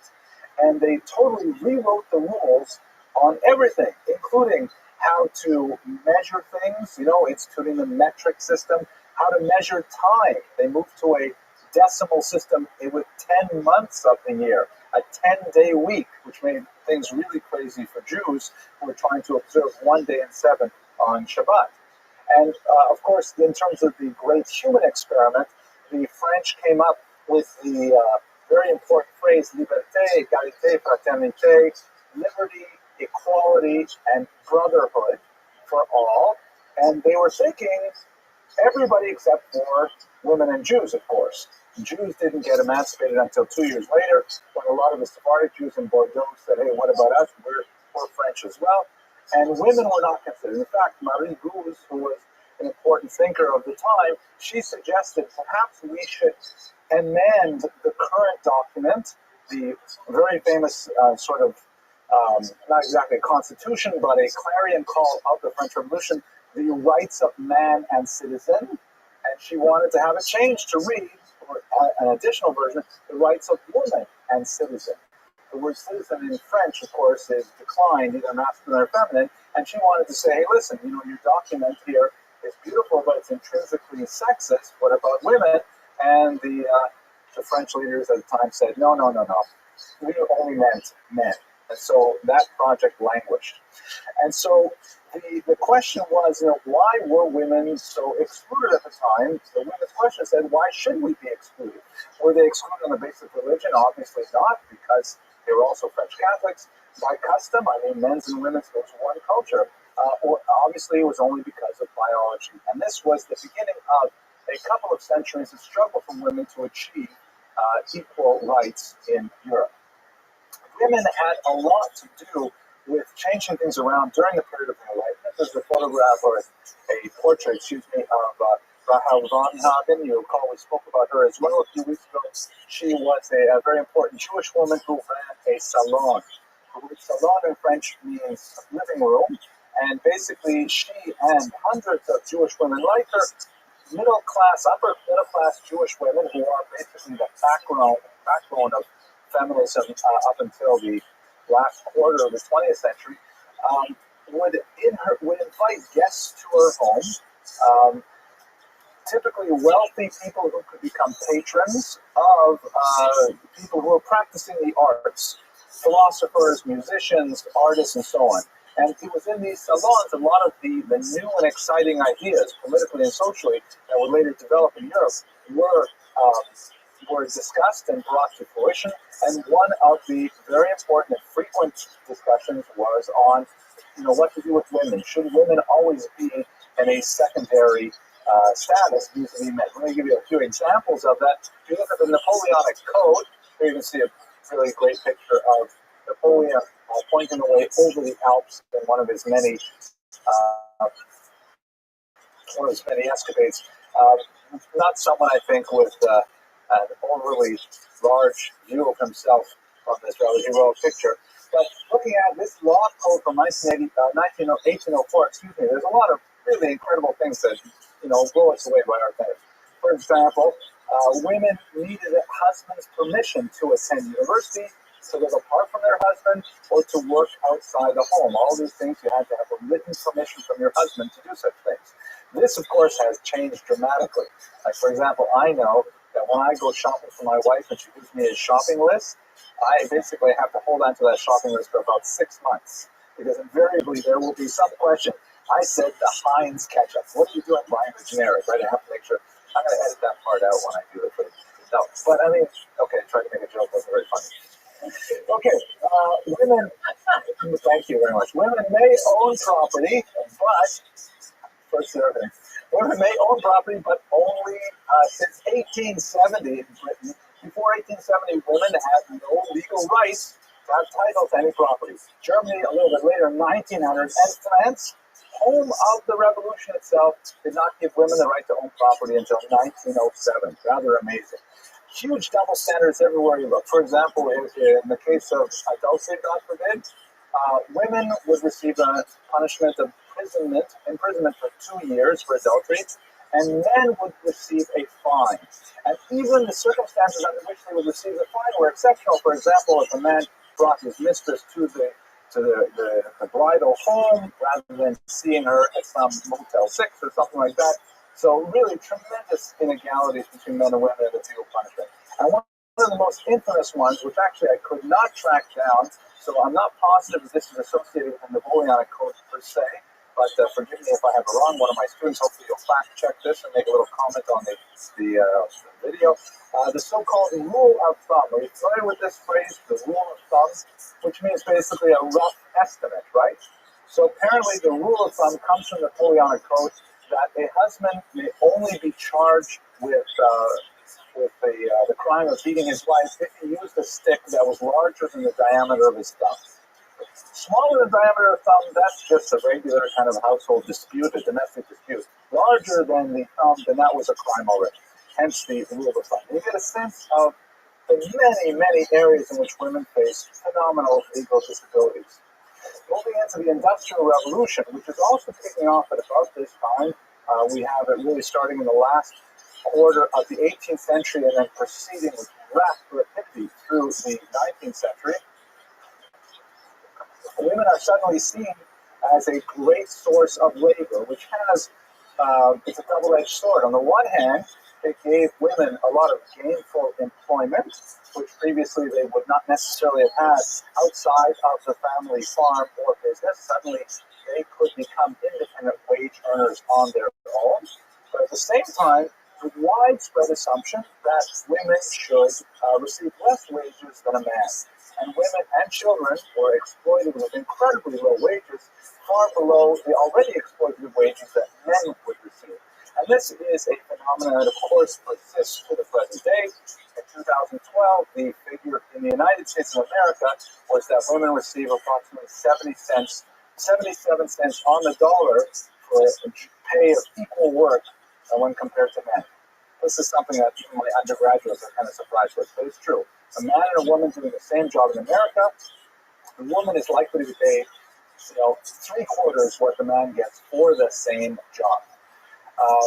Women also have the traditional double burden during the Industrial Revolution and moving on into the 20th and 21st centuries, where they would be sent to work and they would earn some capital for the home, but when they got home, they would be expected to have the same responsibilities they did if it were they, so to speak, traditional stay-at-home women. Of course, there is no really such a thing as the traditional stay-at-home woman. That's sort of like a kind of a chimera or a fantasy of 1950s Leave It to Beaver era, but nevertheless, women would be expected to go out of the home to work for a wage and then come home and take care of children, food preparation, laundry, and so on. So women really had, in many ways, a very, very difficult time through the Industrial Revolution. There's much more to say about this. We have to go on. So the feminist periodization is usually divided between first wave and second wave feminism. The second wave is the one that's associated specifically with Betty Friedan and her activity. The first wave is older. It goes back to really the late 19th century in particular, and it's very, very prominent in America, and it's concerned primarily with the addressing of these huge inegalities, particularly in legal terms. The most significant of these efforts, the first wave feminists, was the so-called suffragette movement. Suffragette, of course, means a female voter, immortalized in a somewhat patriarchal way by the Mary Poppins movie, which I'm sure you all seen, and my daughter Eliza was prominent in it just recently. Of course, they didn't make any big. I wonder how they did the suffragette scene in the production. Because men aren't allowed to go to the production, and so I have no idea how it was handled. But Eliza, how did they handle that? I really should get the video for y'all to see. You remember, familiar with the scene? This slightly ditzy woman, a woman of the house, she's slightly ditzy, and she comes in wearing all her petticoats and things like that, and these silly little umbrellas, and she's wearing like this sash which says something like "Votes for Women" or something, and she gets all the kids and the maid up into a dance celebrating how women get the right to vote. But the impression you get in the film is that this is the last person you want to give a vote to because she's not intelligent enough to make any reasonable decisions. And so it's a very condescending kind of approach to the whole suffragette question. They're making fun of women seeking the right to vote. Is that how they handle it in the production? Right. So, well, as they say in Yiddish, plus ça change, plus c'est la même chose. Okay, so nevertheless, I'm sorry, Joe, can I say something? Yeah, I think first day. The more it changes, the more it stays the same. The suffragette movement, of course, was successful in the end, and in 1920, the 19th Amendment was passed, which formally gave women the right to vote in the United States, a major victory for this first wave. But as we see in so many areas, the right to vote is hardly the end of, it's hardly, it's the end of the beginning, and that's it. Okay. So going now to Betty Friedan. Any questions before we go to Betty Friedan? Yes, please. I have to check on the political note. Because was voted against the pay for women in 2012. I have to be very careful what I say in shul, all the politics. But I'll tell my wife, and she'll be very pleased that you brought that up. Okay. Uh, so her. Okay. So she was the eldest child. There are three children in the family: Harry and Miriam Goldstein. Harry was a first-generation immigrant from, I believe it was Russia, the Russian Empire. He had a very thick accent that he never lost, but he pulled himself up by his bootstraps, established a small jewelry store, which ended up becoming quite profitable. He married Miriam, who was a first-generation American without an accent, much younger than he. Her parents disapproved of the match, but it went ahead anyway. And he brought up his wife and family in a very solid upper middle class family in Peoria. Later in her memoirs, young Buddy spoke about how she had really no idea what it was like for people off the bluff. The bluff was the area looking over Peoria. She always had servants and so on, and she had no idea of what it was like for people, so to speak, on the other side of the tracks. Like many firstborn, she was quite precocious, demonstrated a very high level of intelligence, and particularly in the humanities. She was a very strong writer, and throughout her primary and secondary school years, she spent a lot of time in literary efforts, establishing school newspapers and things like that, and everyone thought that she would succeed. Her mother, Miriam, had wanted to go to Smith College, a very prestigious all-women's college, but her father had forbidden it, and so there was no question in her mind that her daughter, Betty, and of course her sister after her, would also go to Smith. And it was at Smith that she began to really explore a lot of new ideas. One of those areas of thought that she was exposed to was the thought of Karl Marx, who we should really spend an entire lecture speaking about in perhaps next season, God willing. Marx, of course, the founder of what we call today the communist movement, had a lot to say about discrimination against women.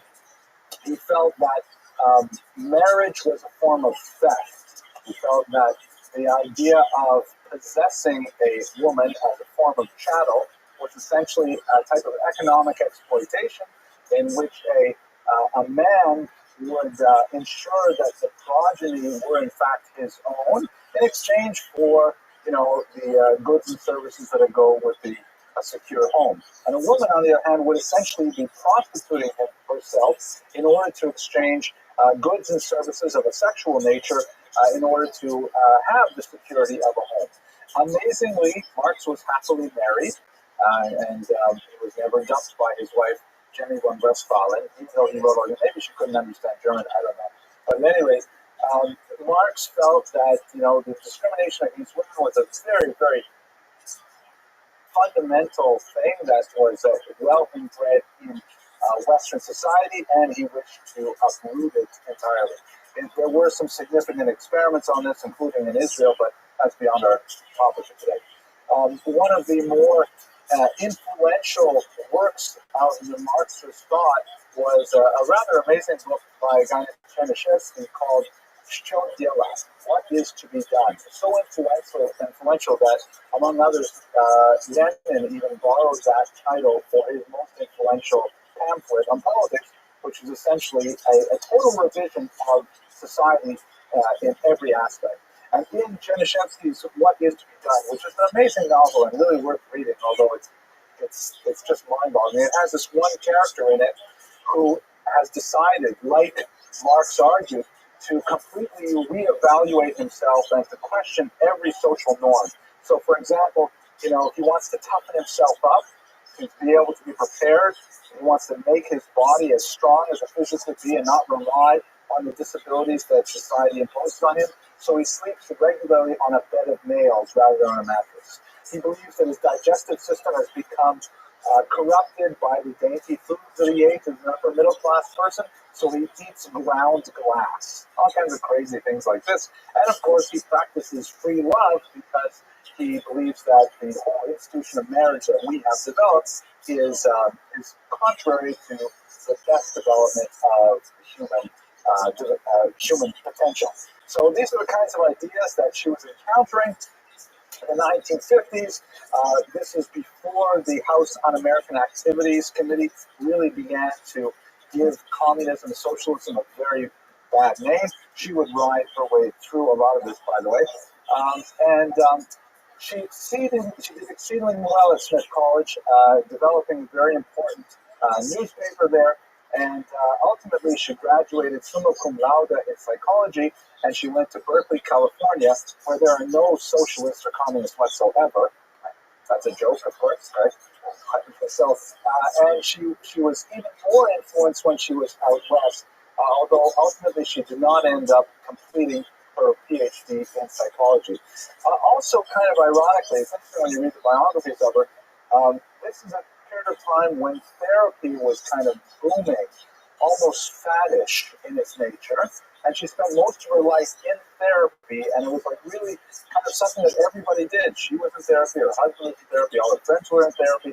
Even when she could barely rub two nickels together, she was still spending it on therapy. It was like drug use in the 1960s was the kind of thing that people did in big ways.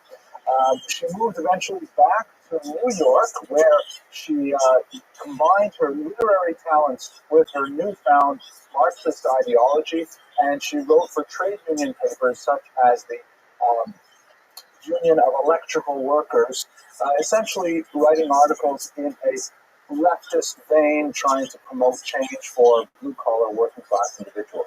It was at this time that she met Carl Friedman, a veteran who just returned from World War II and was somewhat lost, looking at different possibilities in his life. He had just come off of a bad relationship, of a failed relationship where his girlfriend from before the war had moved out with another man, and he met Betty, and they had a whirlwind relationship that ended in a very quick marriage and production of 3 children. He dropped he dropped 2 letters from his name. He dropped 2 letters from his name. His name was actually Friedman. He changed it to Frieden.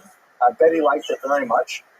As one biographer put, he had an extremely poor relationship with his own parents, and by dropping the 2 letters, he was dropping both the ma and the man from his name. That seems a little bit far-fetched, but kind of cute, repeating. Their marriage was extremely stormy.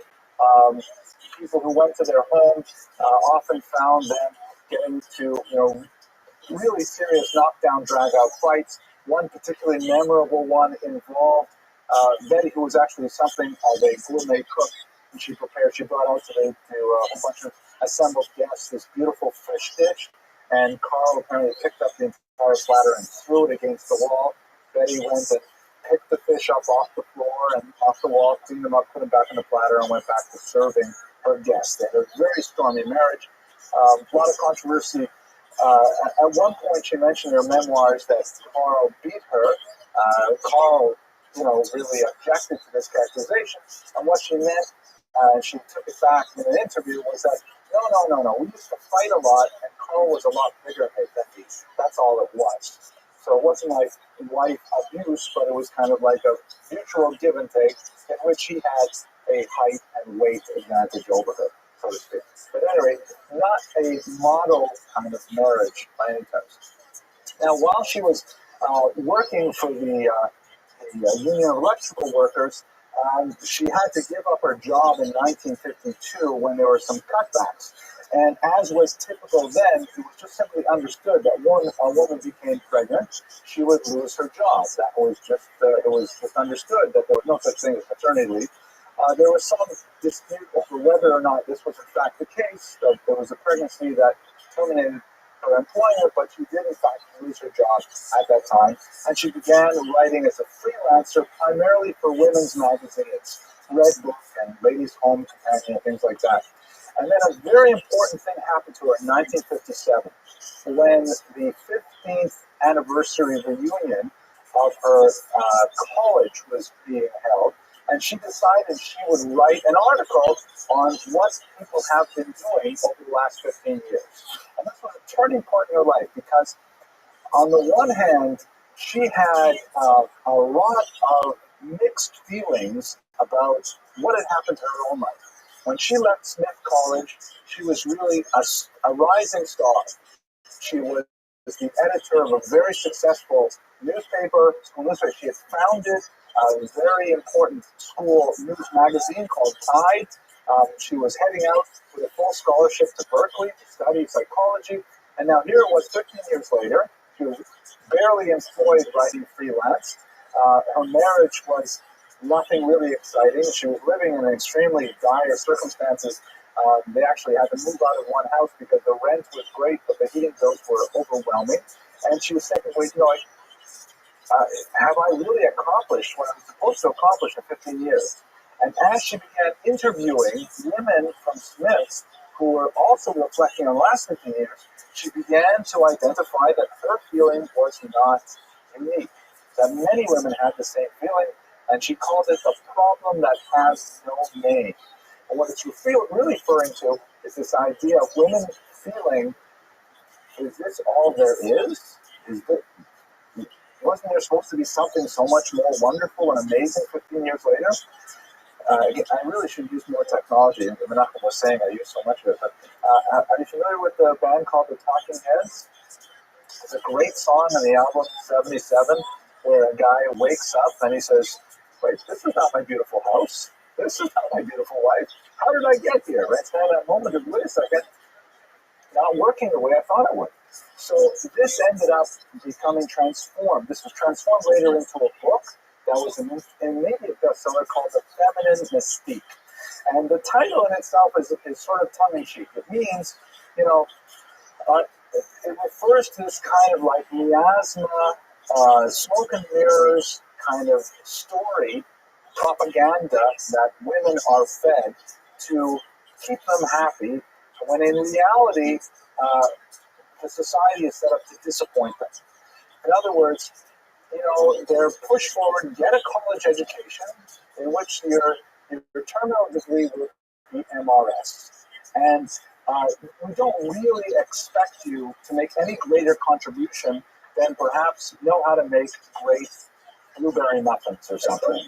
And these highly intelligent women with a lot of dynamism and a lot of will and drive and creativity suddenly find that once they enter into matrimony, all of that stops.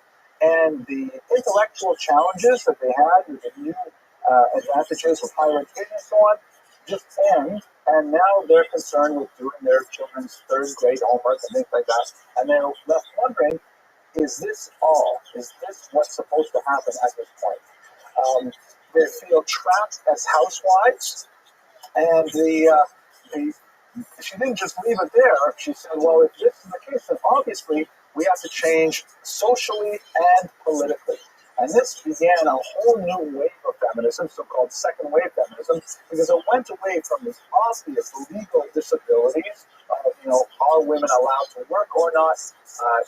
Should women receive the same pay as men? And obviously that's something that we're still working on. But more to a social question of what do they expect from our daughters? And do we really give them the tools to achieve what we say they can achieve? And this was the type of feminism that was extremely important for the last half of the century. She also founded a political arm that backed up these things. She didn't just write a book and then walk away. She was an extremely influential activist, a very sharp orator, and a powerful force in this burgeoning feminist movement. She formed the National Organization for Women. There are a lot of kind of ironies in this that she was nevertheless still sensitive to her class. And one, I think, telling example, when they had one early meeting and there was a secretary there who was charged with cleaning up afterwards, and one of the other organizers said to Betty, okay, well, why don't we help the secretary clean up? She says, I don't wash cups, right? because she had a sense of herself and her position and so on, and she could be brusque with other women. She had a lot of difficult relationships with other feminist leaders as well, who respected her for her drive and for intelligence, but not necessarily for her miscongeniality kind of personality, so to speak. But the National Organization for Women is an extremely important organization, primarily petitioned for things like civil rights for women, like equal pay, as we've addressed. Also, more controversially, they addressed the issue of reproductive control.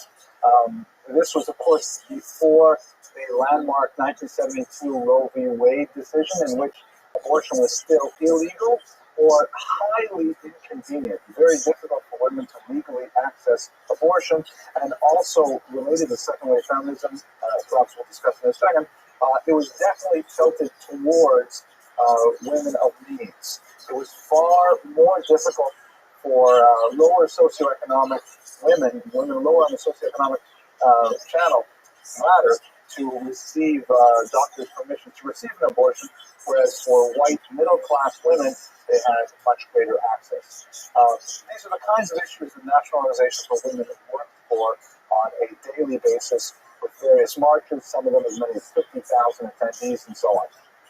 Okay, I'd like to pause at this point. We'll come back to her life at the end of the lecture, but I'd like to, because this is after all a lecture in Jewish history, what does this have to do with Jews? And I think there's some fascinating things to talk about here, but I'll take a sip of my coffee and ask her, does anyone have any questions to this point? Please.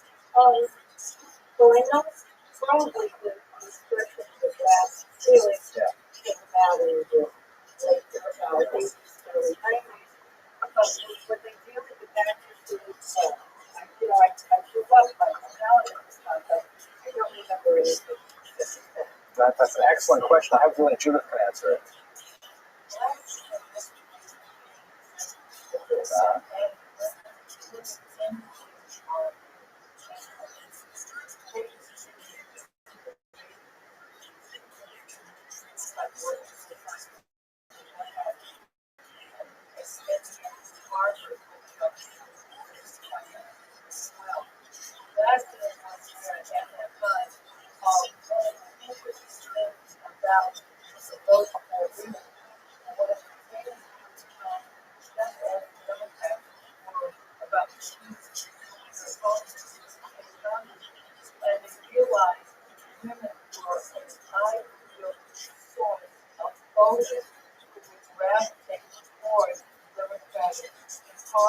Yeah, interesting.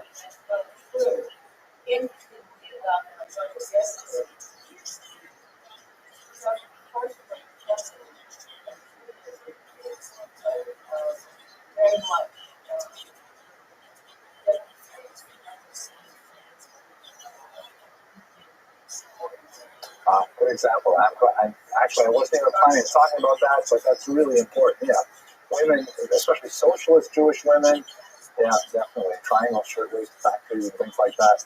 Definitely. Okay, Ms. Abramson, then we're going to move on. And by the way, just for the camera, in case you couldn't hear that, the discussion about something called the glass ceiling, which for you undergraduates under the age of 25 is this phenomenon where women can get jobs in industries, but then they find that they can't get promoted past a certain point. There's a glass ceiling.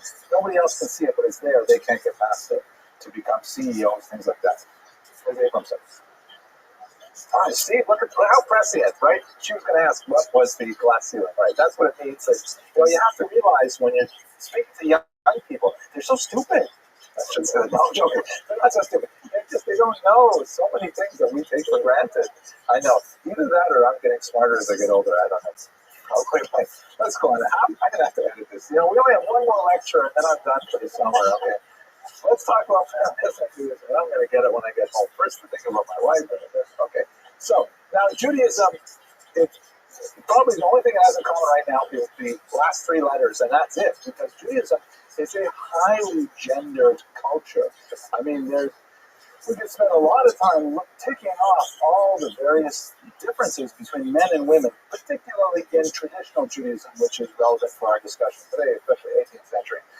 The life cycle celebrations comparing men and women are completely different. You look at what my grandmother Lana Shalom used to call the hoo-ha factor. like the hoo-has associated with the birth of a boy, and then, the bris milah, and then the bar mitzvah, and all that stuff, they vastly outdistance what you do for a young woman. But the wedding is the big deal, but the wedding is also involves a man as well. And there are, we're in a shul right now where there's a mechitza, where there is a distinction between where women pray and where men pray, which many would understand as a negative distinction as well. Obviously, Orthodox Jews do not find it as a negative, but that's not our topic for today. Rights and privileges, however, there are some real serious, very important areas in which women do not have, in traditional Judaism, the same rights and privileges as men. There are, obviously, I can say this is not an apologetic, that there are areas in which women have greater power than men, but they are much fewer and smaller than the areas in which men generally have greater power than women. Again, it's not within the scope of our 1 hour lecture to go into these. The point I'm trying to get across, though, is that Judaism is gendered, that men and women are treated differently. When they're treated well, they're treated equally, but it's very easy for the system to degenerate into a treatment of inequality that is also disadvantageous for the woman. Furthermore, much of Jewish culture in this gendered atmosphere emphasizes the role of women in the private sphere. As we say in Tehillim and Psalms, all the glory of the princess is within, meaning within the private sphere, protected, not necessarily broadcasting to the outside world and so on. This is something that is expected of the male to go out and to, kill the mastodon and drag it home, those kinds of things. And although there are very significant exceptions to that, and I often like to point out the passage in Proverbs that's read every Friday night, Eshet Chayil, in which this so-called woman of valor, really a better translation would be the warrior woman. Chayil means a soldier in modern Hebrew, the soldier woman. The descriptions of her are that she is, buying real estate, she's into commerce, she's got ships going here and there, she's an employer with lots of staff working under her, so she's certainly not a retiring kind of Mrs. Cleaver baking cookies, but nevertheless, there is this general trust in Jewish culture that, women's place is in the home, so to speak, that they're in private domain, whereas men tend to be in the public domain, which is definitely not in keeping with a lot of the values that we've seen in the concept of feminism. At the same time, Judaism has a lot of really strong female role models from the biblical period and onwards. Even though numerically, no question, we've got a lot more men acting in Jewish history, or these visible actors in Jewish history, we have some very strong foremothers who quite often completely trump their husbands. Sarah over Abraham, Rachel over Yaakov, and so on and so forth. So there's definitely a lot of strong-willed women with a sense of purpose who are frequently more correct than their husbands, and they are vindicated in the Jewish tradition. So we have kind of a mixed bag trying to analyze, how would Judaism mesh with this new ideology of feminism? Jewish feminism is born primarily in the late 1960s. Up until this point, feminism, even though it was often practiced by Jews, a lot of Jewish women were leaders in feminism, there was no real synthesis of Judaism and feminism until the last half of the 20th century. There are a few reasons why things begin to gel at that time. One is the fact that there are a lot of really important female Jewish leaders of the feminist movement, including Frieden and Gloria Steinem and others who are at the forefront of the movement, and so it's very easy for young Jewish women to look to them and say, wow, they're Jews and they're doing this, perhaps I should do something too, and I should connect it to my Judaism. But one factor that I think deserves a lot more analysis, you only see it poking up here and there, maybe someone should do a good dissertation on it sometime, the tremendous change in Jewish self-image after the Six-Day War. The War of 1967, in which it was painfully evident to all kinds of viewers of world politics that Israel was this beautiful and brand new experiment, only launched less than 20 years earlier, was going to be completely obliterated by its Arab enemies, that it was driving Israel into the sea. When who thought to remove the troops from the Sinai, the United Nations troops, and Nasser was about to advance, and then with a stunning preemptive strike and a victory after only 6 days, not only had Israel survived, but it had expanded its boundaries tremendously, conquering the entire Sinai Peninsula, the West Bank, the Gaza Strip, and the Golan Heights. So at that time, a lot of Jewish youth who had been, kind of laboring under the numerous clauses, the quota system in colleges, and trying to keep their heads down, shot, don't make trouble kind of attitude. And they were getting a little bit nervous about other ethnic groups beginning to kind of feel their identities. The Black Panther movement is beginning to rise at this point, and African Americans are able to express their identity. After 67, a lot of young Jews said, we should be proud of our Judaism too. We should be less afraid of being out there with our Judaism, and we should explore this thing that even our parents maybe have tried to, suppress. And our parents have tried to say, don't be too religious, trying to get us to Americanize. So there is a surge in general of Jewish consciousness after 1967, which has all kinds of implications. We'll speak a little bit about it next week when we look at Rabbi Schneerson's life, because this is really the major beginning of the Teshuvah movement that creates organizations like Aish HaTorah or Sameach. The entire network of Chabad houses really gets a huge spike after this point. And so, especially young women who are motivated by feminism also get a surge of Jewish pride and begin to see ways in which these two movements can come together. There's a lot more development of college-based Jewish feminist groups where women who really apply to both designations are getting together to discuss the ways in which they can create a form of feminism. The population base is ideal for this because Jewish women tend to be highly urbanized and highly educated, involved in college life, which is where a lot of these intellectual movements get a lot of traction. And later there will be a negative push towards these things as well, because feminism tends to become associated with other leftist causes, which for the most part tend to align themselves with the Arab world and the Palestinian Liberation Organization as well. And early Jewish feminists began, and many of them quote the same kind of experience, that they'll go to feminist gatherings and they will be ostracized because of their pro-Zionist position. That they can be feminists, but it's felt to be out of step with the support for Yasser Arafat. Sylvia Barrett-Fishman, whose work I'm going to feature in the next slide or so, she quotes one feminist leader, unfortunately she doesn't provide the name, who went to one of these conferences in the 1970s, and one of the other delegates there said to her, "Oh, Denmark is such a beautiful place, but the problem is, in the summer it's overrun by Germans. And I'm telling you, the Germans, they're just terrible, but at least they did one thing right. They got rid of all the Jews." And when the interlocutor heard this, and she kind of like made a splutter of disagreement, the woman said, "Oh, I'm so sorry, I didn't mean to offend you. Are you German?" All right, she's worried that she offended a German, not worried that she offended a Jew. All right, so the anti-Semitism and anti-Zionism of the feminist movement, prominent in many feminist thinkers, began to push. Oh my gosh, I lost my clicker. Fell apart here. The anti-Semitism began to drive many of these women further into Judaism rather than into the arms of feminist ideology. I'll get this to work. Let's see. Yeah, wow.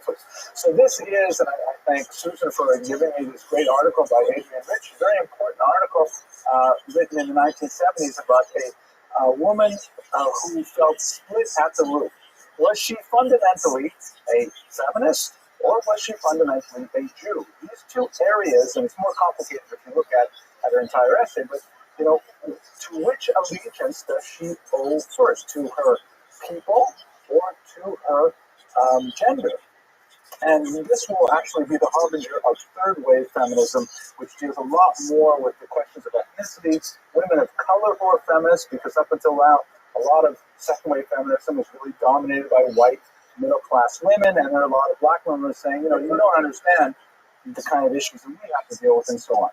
So Sylvia Barrett Fishman, who is one of my favorite writers on topics of this nature, she wrote a great book called A Breath of Life, Feminism in the American Jewish Community, which I'm going to use a couple of statistics for in a second. She writes that altogether, this combination of Judaism and feminism has, on the one hand, a potentially corrosive element, because, Jews, after all, we're a minority. We're especially sensitive to issues like intermarriage, issues like low birth rate, and so on. And there's some areas of feminist thought that definitely, have an impact on those areas. And at the same time, though, it has a complex, potentially fertile union as well. And I hope to explore some of those ideas in just a moment. So I think one of the most exciting areas of Jewish feminism really begins kind of like well behind the front lines of feminist thinkers. It really begins in Poland in the first 2 decades of the 20th century, the beginning of formal education for Jewish women, which is a remarkably new phenomenon. Formal, organized education for Jewish women is something that really begins with the Beis Yaakov movement in Poland in the 1910s. Sarah Schindler is the founder of this movement, and if you're interested, go on the web and you'll see the lecture that I gave on her movement. It's incredibly important. It eventually leads to something that really hasn't happened since biblical times, where you have women who are equally literate to men and in many ways equally qualified to work with Judaic texts to an unprecedented level. There are even, of course, the Reform movement, the Conservative movement have already ordained these women as rabbis. There's a certain amount of controversy over the ordination of women as rabbis in the Orthodox world. But even within the most right-wing Orthodox world, you do have this phenomenon that is only gaining steam in Israel, the so-called Yoatzei Halakha, halakhic advisors, where women highly trained in Jewish law will essentially act as lawyers and advocates for other women in legal systems that essentially attempts to kind of level the playing field for them there. Let's look at some statistics. Okay, check out this chart. This is a chart that makes me very happy. This is from the 1990 National Jewish Population Survey. I'm sure if we looked at the 2000 or even the 2010 numbers, we would have even better scores. But looking at how many men and women have received more than 6 years of day school, full-time Jewish education, which is the highest level that they recorded in terms of marking Jewish education, meaning how many people could say that they went to a Jewish day school for 6 or more years. So check this out. At age 65, this is men, so you have approximately 8% of men in America in 1990 who are 65 or over spent more than 6 years in day school. That means 92% obviously did not, but that's a big look at this. The contrast with women, where you have something like 1% could actually say they spent 6 years in day school. The next kind of generational slice of the sphere is men and women aged 45 to 64. Once again, about the same proportion of men and a slightly higher proportion of women. 25 to 44 men are not getting any more educated specifically. It's basically flat. Men's education is about the same, but women have made huge strides. And by the time you get to 1990, women aged 18 to 24 have made massive gains compared to their grandmothers in Jewish education, almost equaling men. And that's really a very, very exciting and dramatic statistic that has huge historical implications. Because in Judaism, there are 3 ways to get status. I think I've given you this before, but let's just see if you remember. What are the 3 ways that you can achieve status in the Jewish community? Money, right. It used to be money. Now money's not important anymore. I was just joking. Money still is important, right? If you have money, then you will be important. Okay, number 2. That's number 3. Education is good. Ms. Abramson, family equals, right? If your Zadie was your Chavetz Chaim, or if you have all these important relatives, Then, like every Lithuanian Jew in the world is obviously a direct descendant of the former Gaon. At least everyone I meet says that. So you either have money, or you have yichus, or you have learning. And the only democratic way to achieve status is through learning. And this chart means that women are getting a lot more status as a result of the power that comes with learning. You see this also in occupational status. This one isn't quite as thrilling as the last slide, but also it's basically looking at women and men in two different age groups, under 45 and over 45 in various professions. And you can see that basically these green bars are older women, over 45, right? That's not older, but like of the older segment. And the older women tend to be well represented in clerical fields, right, which are relatively low-paying, secretarial, pink-collar kind of jobs, and very low representation in high-status jobs. The brown bars here, though, show the representation of women in younger women, and they are much lower in clerical and really important in high status. And if you compare these to the men's bars, the red and the purple here, you see that women are also really undergoing much more dramatic change than the men. So not as quite as cool as this graph, but we see that in terms of the kind of jobs that Jewish women are holding, they're definitely making huge progress at the same time. So a lot of the kind of impact of Betty Friedan and her retinue are reflected in these slides. Now, there are many areas in which, Betty Friedan would definitely be unhappy with the progress or lack thereof in modern day Jewish feminism. One of the most difficult crises that refuses to be easily answered is the so-called Aguna crisis. This refers to a situation which has become really quite exacerbated in the 20th century. According to Jewish law, only a man has the right and power to divorce his wife. A woman may not divorce her husband. In the medieval period, the Beit Din had the power to physically coerce a man to grant his wife a get or a bill of divorce. But obviously, since the French Revolution that we began our lecture with today, the Beit Din does not have the power to impose corporal punishment, sanctions on another citizen. They're not. It's not a separate country. You're not allowed to simply have, they're not like mafioso who can just order a hit on a guy if he refuses to give someone a get, his wife a get. So these new freedoms have unfortunately been abused by many men who will separate from their wives but not give them a get, either out of vengeance or because they want to perhaps coerce some money out of their wives or even custody of the children, who knows what it is. And no legal remedy in Jewish law has yet been found. Many have been suggested. To date, no single remedy has been discovered which will adequately address the situation. Joe, the kosher nostra, the kosher nostra, right. That remedy is essentially medieval, and it does happen, but it happens sub rosa. Yes, please.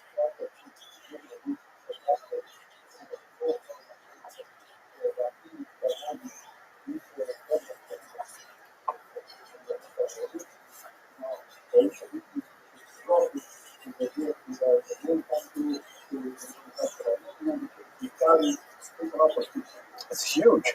Absolutely. Yeah, he's just pointing out there that we could make a huge laundry list. Even if I just listed them like reading the phone book, we would not have enough time in 1 hour.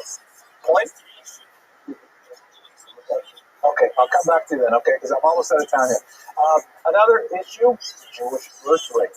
Very severe. I mean, it's very different from the Aguna crisis. But here's the problem. Jewish women, without a doubt, statistically are the most educated ethnic group of all women in America. Jewish women are much higher educated per capita than non-Jewish women. But, well-known phenomenon, higher education, correlates with a lower birth rate. Obviously, women, spend time in college longer, they delay marriage, they delay childbirth, and all of a sudden, they have less children overall. The replacement rate is approximately 2.1, and Jewish women on average in America have 1.1 children per family, which is basically like a child and a small poodle. So we have a very significant issue. There is clearly a big distinction between the Orthodox world, which has a much higher birth rate, but nevertheless, on the whole, American Jews are not replacing themselves. And one factor, we're not going to lay all of this on Jewish education, but one factor is that as women get more educated, that also has an impact on birth rate. Yes, sir. Oh, okay, very good. And a third issue, very significant and perhaps not as well known, is that Jewish women for centuries have constituted the bulk of the volunteer base of the Jewish community, the Kehillah. That, maybe women were not expected to bring home the same kind of paycheck as their husband, but it was known that women would, of course, volunteer for all kinds of organizations in the community. I mean, my mother was always active in all kinds of organizations, but I don't know too many women my generation who are, and I certainly don't know many my daughter's generation who are. And that's a huge cost to the community that goes unreported. As women get jobs, they're bringing capital into the family, but the community as a whole loses this extremely important source of communal support. So that's something that could really change our society as well. So finally, there's some really fascinating things that have been written by scholars like Lynn Davidman, Renee Kaufman, on the phenomenon of female returnees to Judaism, the so-called Baalot Shuvah. These are women who come from secular backgrounds, often very feminist in orientation. They begin to explore their Jewish roots, and all of a sudden they end up becoming highly observant, often going into extreme Hasidic movements and so on, and adopting a lot of the attitudes that many of their feminist sisters would find, completely contradictory to the values that they espoused when they were in a secular mode. But ultimately, the feminist movement is kind of like a doorway for many young women into the values of Judaism. And once they're in Judaism, they don't leave it alone. They bring those values in and, in fact, transform Judaism from within. Another topic that, I'd really like to study someday, but it'll probably involve a lot of research, is how this massive teshuvah phenomenon, according to some estimates, as many as 250,000 Jews in America alone, has actually affected the Orthodox world. One small story, and then I'll go to the last slide. I remember when I was studying in a kollel on the east side of Manhattan, and every morning after the morning prayers, they had this delicious breakfast. It was so phenomenal. And they had this one whitefish salad that, it was incredible. I have to believe it came from, Gan Eden or something. And so I said to the Rosh Yeshiva, I said, how do you get this whitefish salad? It's incredible. And he said, well, it's that guy over there. He's about Tshuva. It's some guy dominating. He's about Tshuva, but he used to be a professional chef. And I say, so? He says, he knows how it's supposed to taste. Right? So he knew how it was supposed to taste when it was trade, so he was able to make it kosher.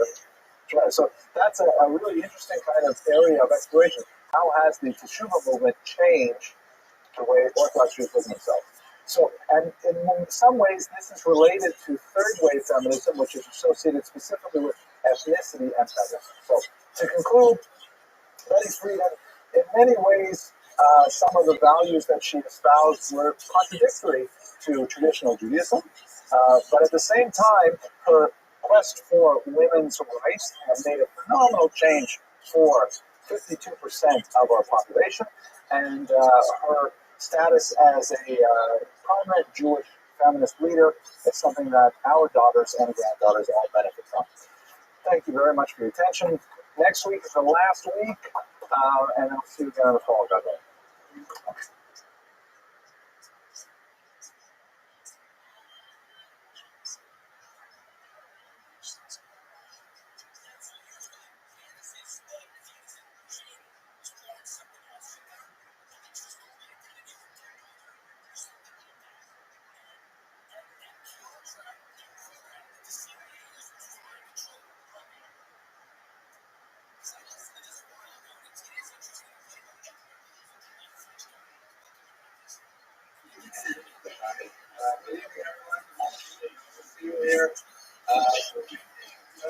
presentation is on the life of the Candy Ginsburg, a very important Soviet dissident writer who went through the horrible time of purges in the 1930s. In previous classes, we realized that what we're doing here is we are taking a regular undergraduate history course, HIS 156, which has history of the Jewish people in college south, and we're thinly disguising it with biography. So my main goal is to go over the general parameters of the period, and we will touch on the life of Candy Ginsburg in that context. We use her life as kind of a lever to understand the greater power of the during the late 30s and early 40s. I mentioned this specifically because some of this I remember one of my lectures I really enjoyed, and it was on the maiden of Leah. And he said, I hated this lecture. I was learning so much about the maiden of Leah. All I learned about was like general Hasidic history. That's what I was trying. So I put the disclaimer right up front. If you want to learn a lot more about it, there's going to be Ginsburg, and there are a lot of great books on her, especially the books directly. But I'm going to take a broader approach and discuss her life in the context of the period.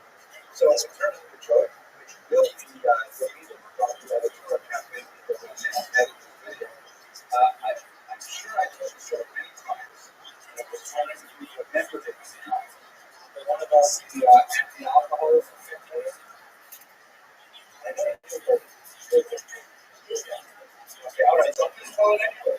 So, next up, so during the period of this breakup, and so it was going through the last year of reconstruction of society. That's like a means of restructuring, rebuilding. They're trying desperately to change society fundamentally to see if communism could survive into the 21st century. Ultimately, thankfully, it did not. But one of Gorbachev's pushes in the late 80s was to try and reduce the amount of alcoholism in Soviet society. And so it's one of them that there was rampant. People were drinking Horilka, whiskey, vodka, of course, and this incredibly dangerous concoction called Samovar, which is moonshine. And so the joke was actually basically Alice Gorbachev gets on a plane, and it's a journalist junket. It's a whole bunch of television journalists with him, and he takes them to basic Siberia, an average industrial town, and he wants to meet an average worker in an average Soviet factory and talk to him about things with alcoholism. So they go down to this one munitions plant, and there's a big conveyor belt. There are all these workers there, making purchases. And Gorbachev goes up to somebody, and all of the journalists crowd around and says to him, Gorbachev, now, do you think a person can have a drink of vodka and go to work in the morning? And the worker says, do you think I'll think David? Yes, I think it's possible. So he says, Ivan, tell me, do you think a person could have 3 shots of vodka and go to work in the morning? Do you think the president? Yes, I think it's possible. He says, well, Ivan, do you think a person could drink a whole bottle of Horilka and go to work in the morning? He says, yeah, okay, that's not the funny stuff for today. I have to tell you about Candy Ginsburg, right? She is most well known for her 2 volumes memoir. I brought the first volume with me here today, a tremendously stunning, well-written memoir of the institutional camp system that the Soviets put in place in the 1930s and extended right through the 1940s and into the early 1950s. She was unjustly imprisoned there, along with hundreds of thousands of people who suffered the same fate.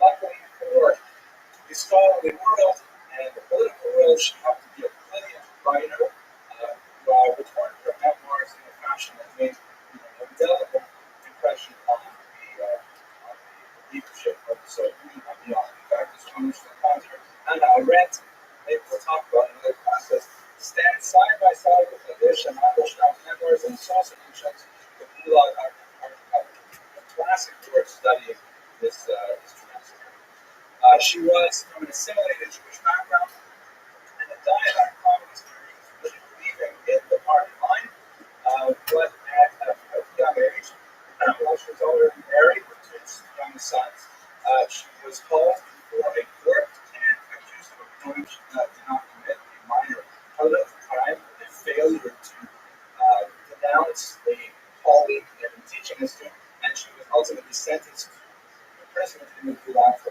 18 years.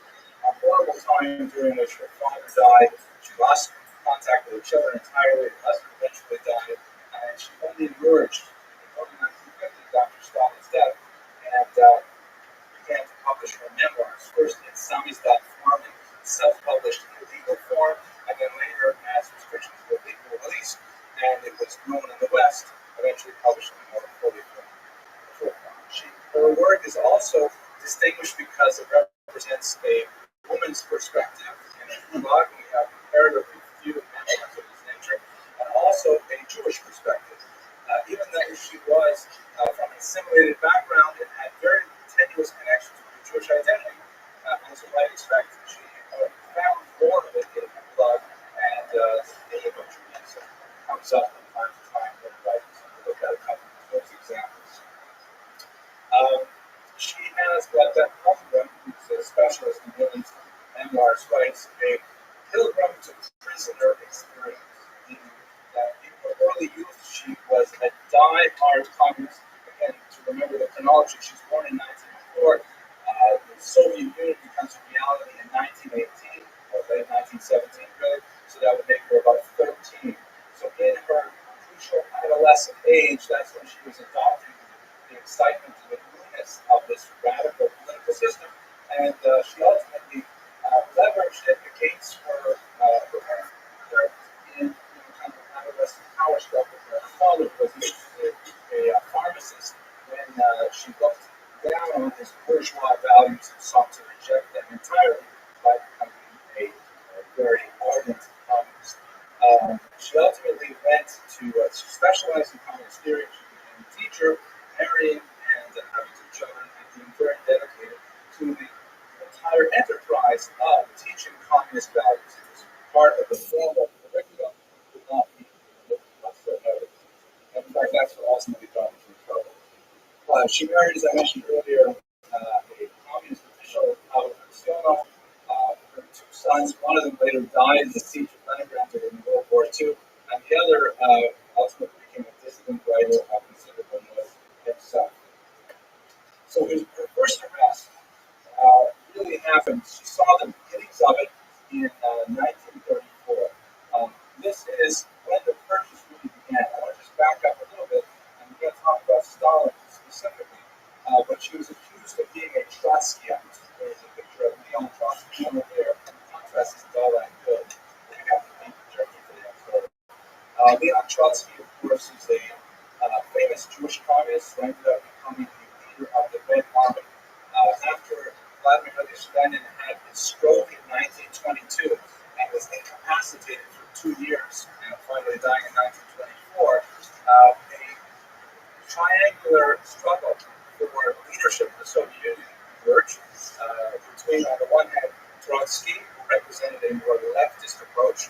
He wanted to keep, I should mention that Lenin, immediately prior to dying, had taken a major step back from traditional communist doctrine by introducing something called the New Economic Policy. And the New Economic Policy was a relaxation of the rules of communism, with more small market capitalism permitted and more small trade. And he argued that he was taking one step backward in order to take 2 steps forward. The country was so devastated by the Civil War of 1917 through 1920 that he said, you know what, when we had war communism, there was a period of confiscations and rapid communization. He said, we've got to step back and we've got to let people make a living in their backyards with small-time farming and so on. And then he had the stroke, and there was a big debate about what exactly what Lenin had done. I think actually they made little necklaces, and hats, WWLD. What would Lenin have done were he alive and well? Would he have continued along the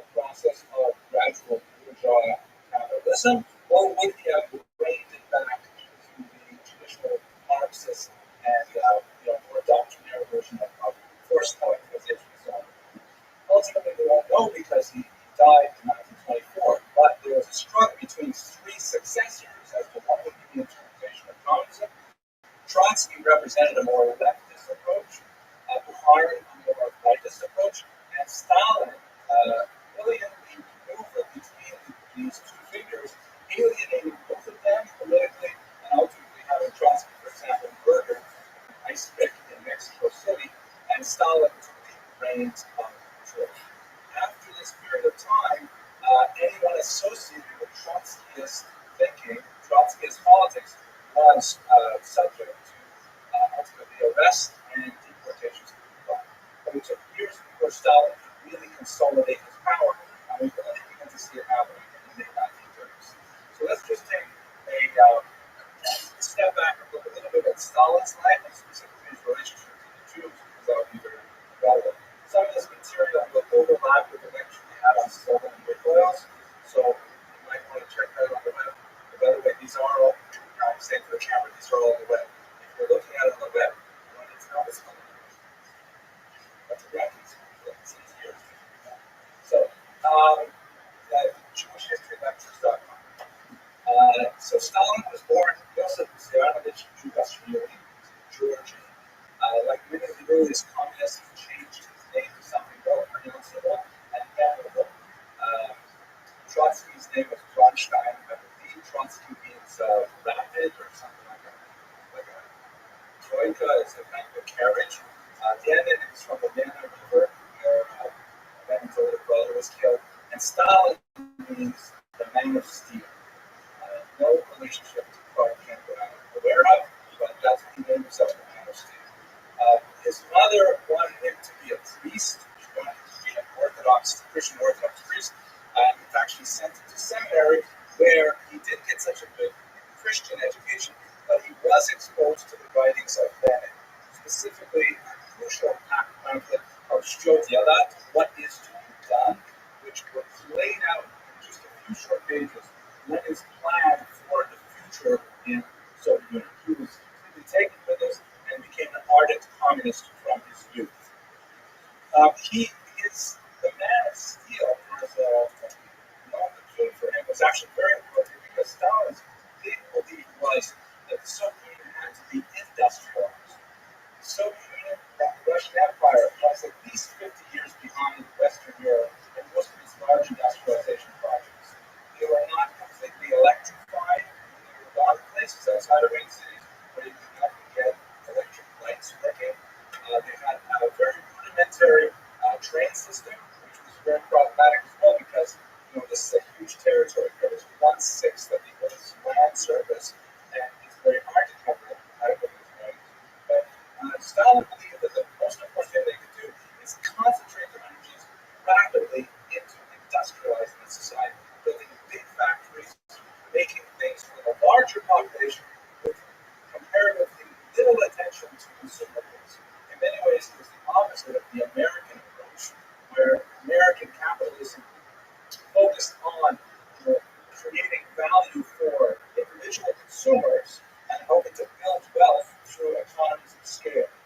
The Stalinist model said create these massive factories, these gorgeous palaces for the people, which are great for communities, like very, very little things for individuals. When I was there in the 1980s, even, I'm sure some of you may have memories of this visit. So it was very difficult to get basic commodities like toilet paper. I described to my friends there that I believe that in America they actually have colored toilet paper. You can choose your color, and you're like, oh my God, just get a color. So what people used to use is inside of the bathroom you have these little sort of like bills, and you put them within the wall that sort of plastic on them, and they would get clogged up when you see the newspapers, and they would cut them into like 4x6-inch squares. And it's actually very good quality newsprint for this, but very soft compared to our newsprint. And the same can be said about the words they put on the page. And if you're left, you should piece together the whole story while you're waiting. But that's what people did. It's all about everything for the people, nothing for persons. And that was really his point of view. And so his sense was that the whole of society, all of the economic tension of the early Soviet Union should be subjugated to the will of the nation as a whole. We see it very clearly in a disastrous collectivization project that began in 1928 as the first 5-year plan, in which he sought to remove all of the last vestiges of Lenin's Lenin's new economic policy by taking all of these individual farms and forcing everyone to go into big collective factory farms, where you would have the economy of scale. You only had to buy one tractor for 20 farm plots, whereas before you would have to buy 20 farm plot tractors for each plot. But on the other hand, people resisted tremendously. And this picture here, by the way, which is from International Women's Day, shows Sophie, and she's dragging all these bourgeois capitalist farmers into what was the capitalist, the collective farm. See the tractor here, which is a symbol of wealth, in the machine in the room there. And this was what Stalin did. He forced all the so-called blacks, these small-time farmers, and that might mean they own a cow on their own, into these collective farms, which were economically very poor producers, and ultimately resulted in a terrible famine of 1932-33. The famine was caused in part by natural climatic conditions, but it was caused even more so by disastrous economic policies, where Stalin insisted on maintaining his export quota of grain, even though people were literally starving and were cannibalizing each other in city streets in Kiev, for example, at this time. Reasonable estimates place the number of people killed at 4 to 5 million during this 1 year. There are much larger estimates as well. We don't know really for sure because there was a census taken in 1936 that would have told us definitively how many people were killed. But once the results came out, Stalin had the census takers executed, and the census was buried. So we only have little pieces of it that survived in municipal archives. They also passed at this time one of the most cruel laws imaginable, so-called Law of Socialist Property, that literally made it a capital crime to steal a stock of grain.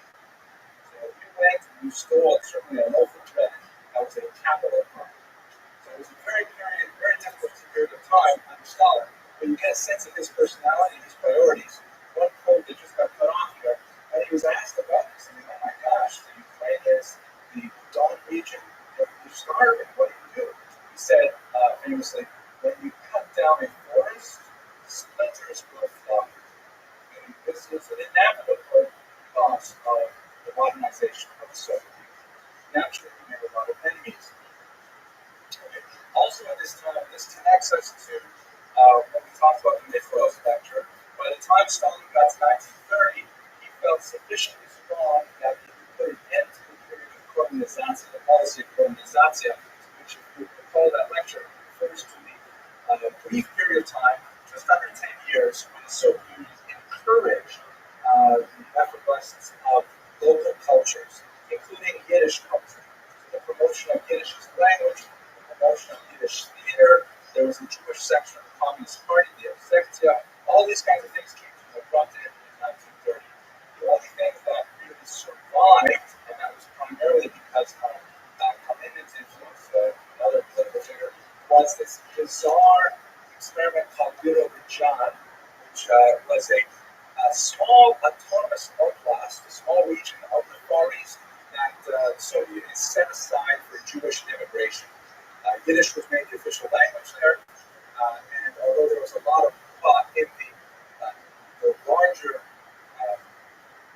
public world, I mean, in terms of public relations, it was designed primarily to offset the popularity of Zionism.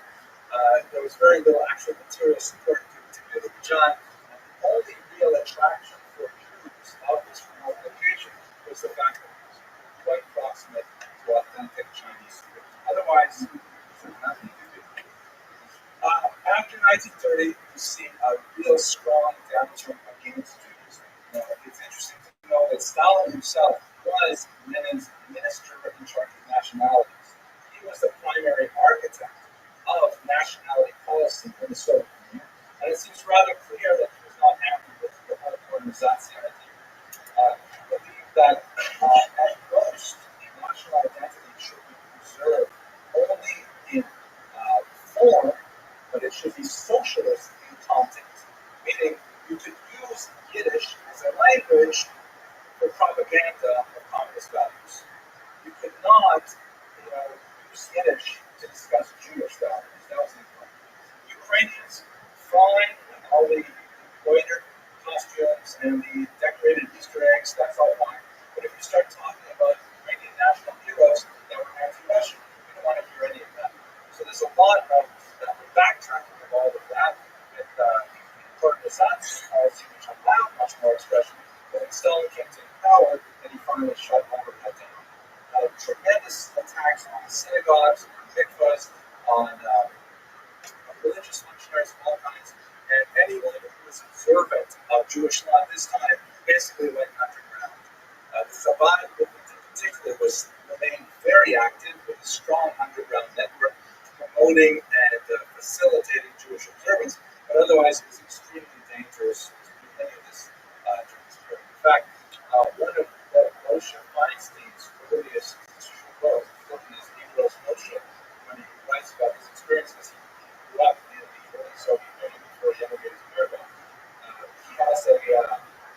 He gets a tshuva from a man who has to work early in the morning, and he wants to wear his filling, but he would have to put them on too early in order to get to work on time. And he certainly can't put them on at work because he would be persecuted. So he asked Rabbi Moshe, am I allowed to put them on before dawn? I can't remember the answer, but that's an example of the kind of emotion that was carrying on time.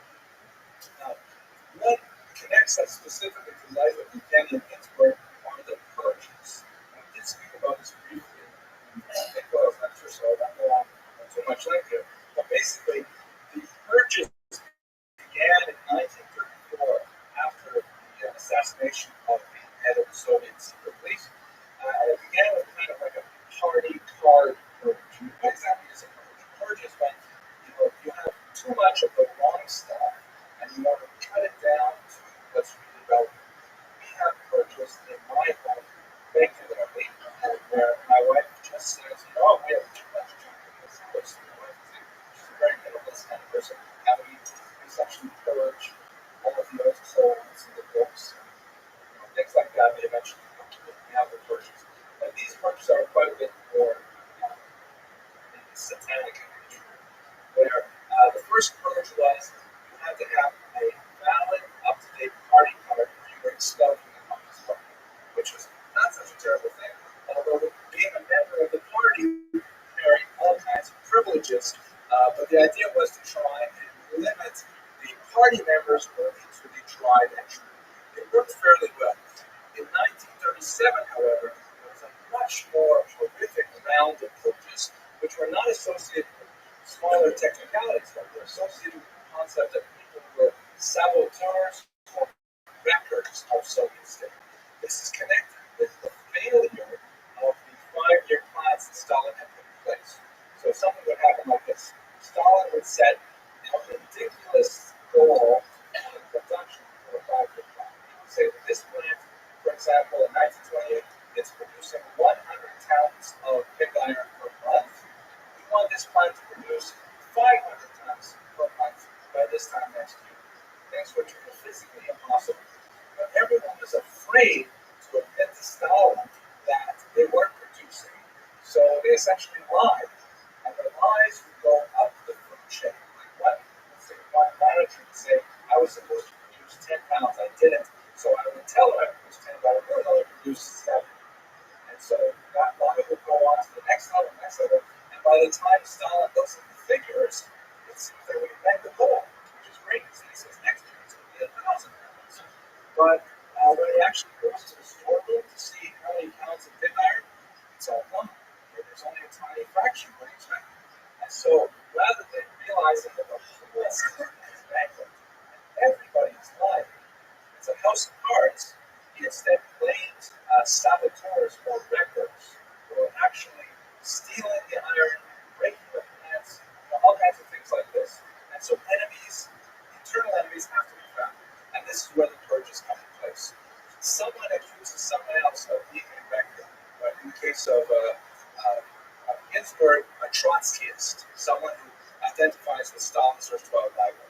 And so she's called before a kangaroo court, and I'll say her particularly because I'm speaking generically, and they accuse her of these horrible crimes. They may torture her. They may expose her family to all kinds of risk. They may cause her husband to lose his job and so on, which is economic suicide in a society that doesn't boast of 100% employment. And the only way that she can get out of it, or at least think she can get out of it, is if she betrays 10 other people who worked with her. And so she fabricates 10 names. She just makes up 10 names of people that she doesn't especially like, and she wants to divert the blame from herself. And then those 10 people get arrested. And then they betray another 10 people each. And within a short period of a couple of years, it just ballooned out of control, where the whole society was filled with people betraying each other to the secret police. And there were knocks on the door at 4 a.m., 5 a.m., taking people out of their beds, never to be seen again. There is also a significant anti-Semitic component to this as well, because Jews are often singled out for their crimes, since they are still the other. They are still, relatively new to emancipation. It's only really been 18, 19 years since Jews were given equal rights. It's very easy to identify them, and they're also, by the way, disproportionately pro-communist. So it's very easy to identify them as the potential wreckers, and they get caught up into this horrible stuff. And now, I'm going to go a little bit out of order. I'd like to talk a little bit about her specific connection.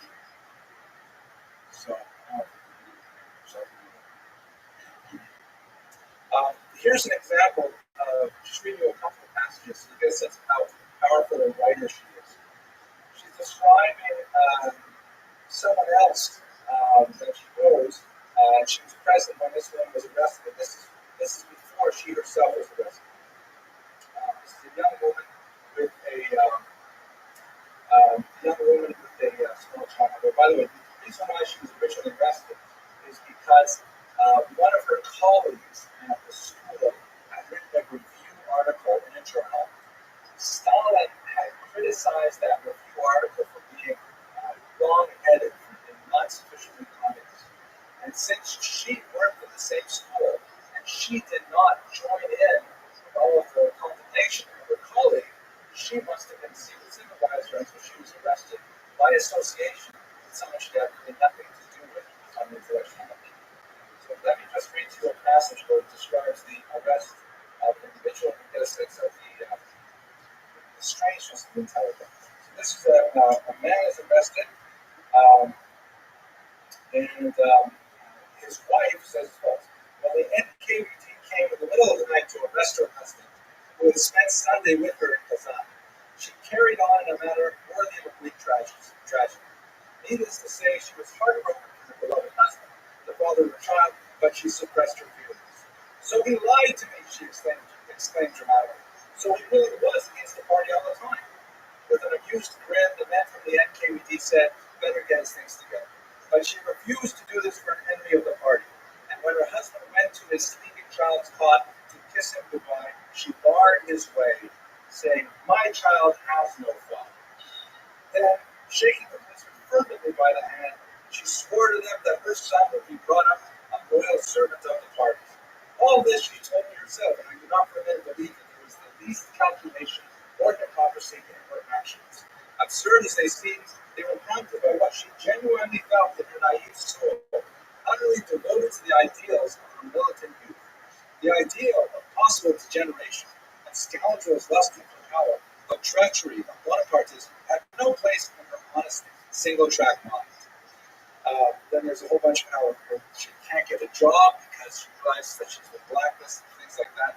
And then finally, when she becomes a beggar, she goes from place to place, and finally she stops coming to Ginsburg, and she just disappears. For 2 or 3 days, we had no news, and on the 4th we heard that, after writing a letter full of love and devotion to Stalin, she had drunk a glass of acetic acid.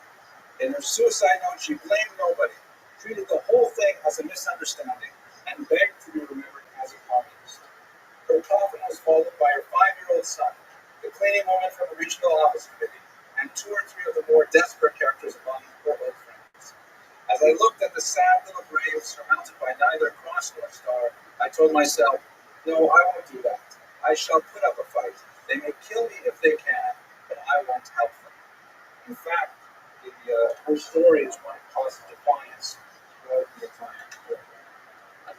So she is arrested and she's sent out to the gulag, which is an acronym for a state labor camp, where it's essentially a huge outdoor prison, usually far out in eastern Siberia, where people are put to work in various forced labor activities. There are actually remarkable parallels between the gulag and the concentration camps. One of the major disjunctures is that the gulag was not designed as a death factory where people were not sent there specifically to be killed. They were sent there to be punished, horribly punished, to be neglected and abused, and without a doubt, hundreds of thousands died in the gulag. But in many ways, what's quite striking with the gulag is the common psychological approaches that the Nazis and the Soviets used to break down the resistance of the prisoners there. There's a remarkable book written by Terence Desprez called The Survivor. He was one of the early scholars, remember the Harvard Society of Fellows, who set out to write the first really synthetic work looking at the experience people had in the Nazi camps and in the gulag. And he tried to bring together all these memoirs to look at what were the common elements. Among the elements that he found was something called excremental assault. That was his term for it. Where both the Nazis and the Soviets strove to remove individuality from all their prisoners. First, taking away their clothing, making them wear uniforms. In some cases, like the Nazis shaving their heads to make them look more uniform. Then taking away their names, insisting that they be referred to by number. In the case of some death camps, actually tattooing the number on their arms. And ultimately, argues Desprez, they caused them to receive back to the lowest point of their individuality and their identities, but even caused them to lose the basics of atonement training. Because when you think about the developmental progress of a human being and their actualization as individuals, the very first thing we learn about socialization is how to be continent. But by forcing the prisoners to eat liquidly, to drool and drool, and to give them very limited baths and breaks, they ended up soiling themselves and feeling disgusting about themselves, which served to further reduce their psychological growth. According to Desprez, this was a very deliberate plan by both the Nazis and the Soviets. Shortly after he completed this amazing work, which is still worth reading about 40 years old, Desprez committed suicide because his time he spent contemplating these things was obviously too much. At any rate, life in the gulag, very desperate, comparable in many ways to life in the concentration camps. There was some possibility of escape because they were not guarded with the same degree of arms as the concentration camps, but these gulags were so far out in the remote Far East that there was nowhere to run to. Where would you go? Although it was known that people did occasionally escape and make the long trek back to the European Russia. But the nature of the life there was incredibly difficult because everyone was under complete uncertainty as to why they were there and how long they were there. There were frequent retrials where a person might be sentenced for 3 or 4 years, and halfway through that, they would be hauled towards a court out in Siberia and sentenced to an additional 10 years for some mysterious crime that they similarly did not do. So it was kind of an open-ended ticket to leave the crime, and people who come to despair and commit suicide during their time. She managed to hold on to her identity and her strength built throughout, which makes her a very remarkable figure. So what I'd like to do at this point is really see what's happened to the Jews a little bit further west. We'll understand a little bit more about what she returned to, but I should toss for a couple of questions. Anyone have any questions? I'll just roll them out straight for 5 minutes. Okay. What you don't know is that this is actually going to sleep. Because I'm talking here. No one's awake. Is it?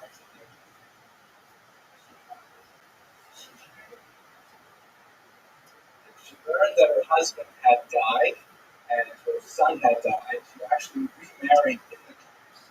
It had a certain level of degree of freedom that was unusual compared to the Nazi camps. She remarried in the camps, and later she was reunited with her son, the one that survived. Now, what's going on in Western Europe? Well, not Western Europe,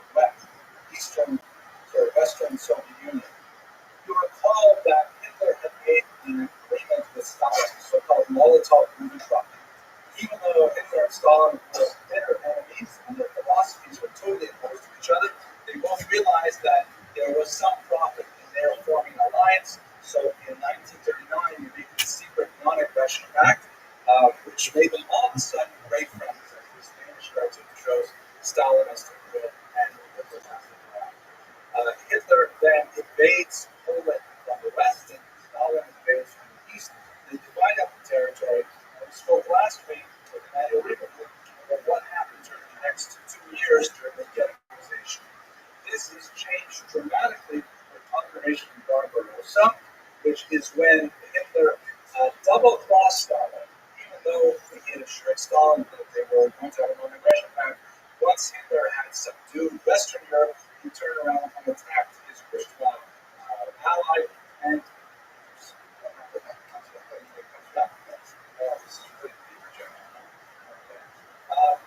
what he did was, so this is the Soviet territory under Nazi control right up until here, and Stalingrad from the east.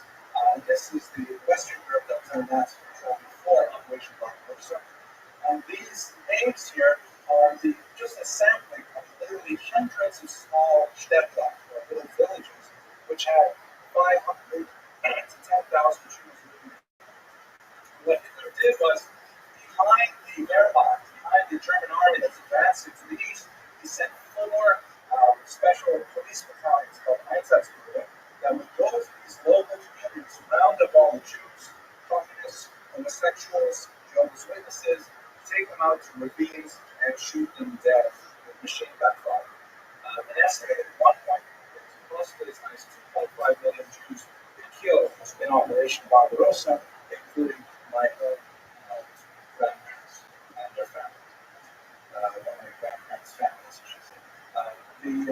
One of the worst of the disasters from murders was in Babi Yar. Yar is a Russian word meaning ravine, so it's old women's ravine is what it means, where 33,000 Jews were killed in less than a week. Astounding numbers were killed. Babi Yar remained open though, and the killing site for the rest of the correspondence.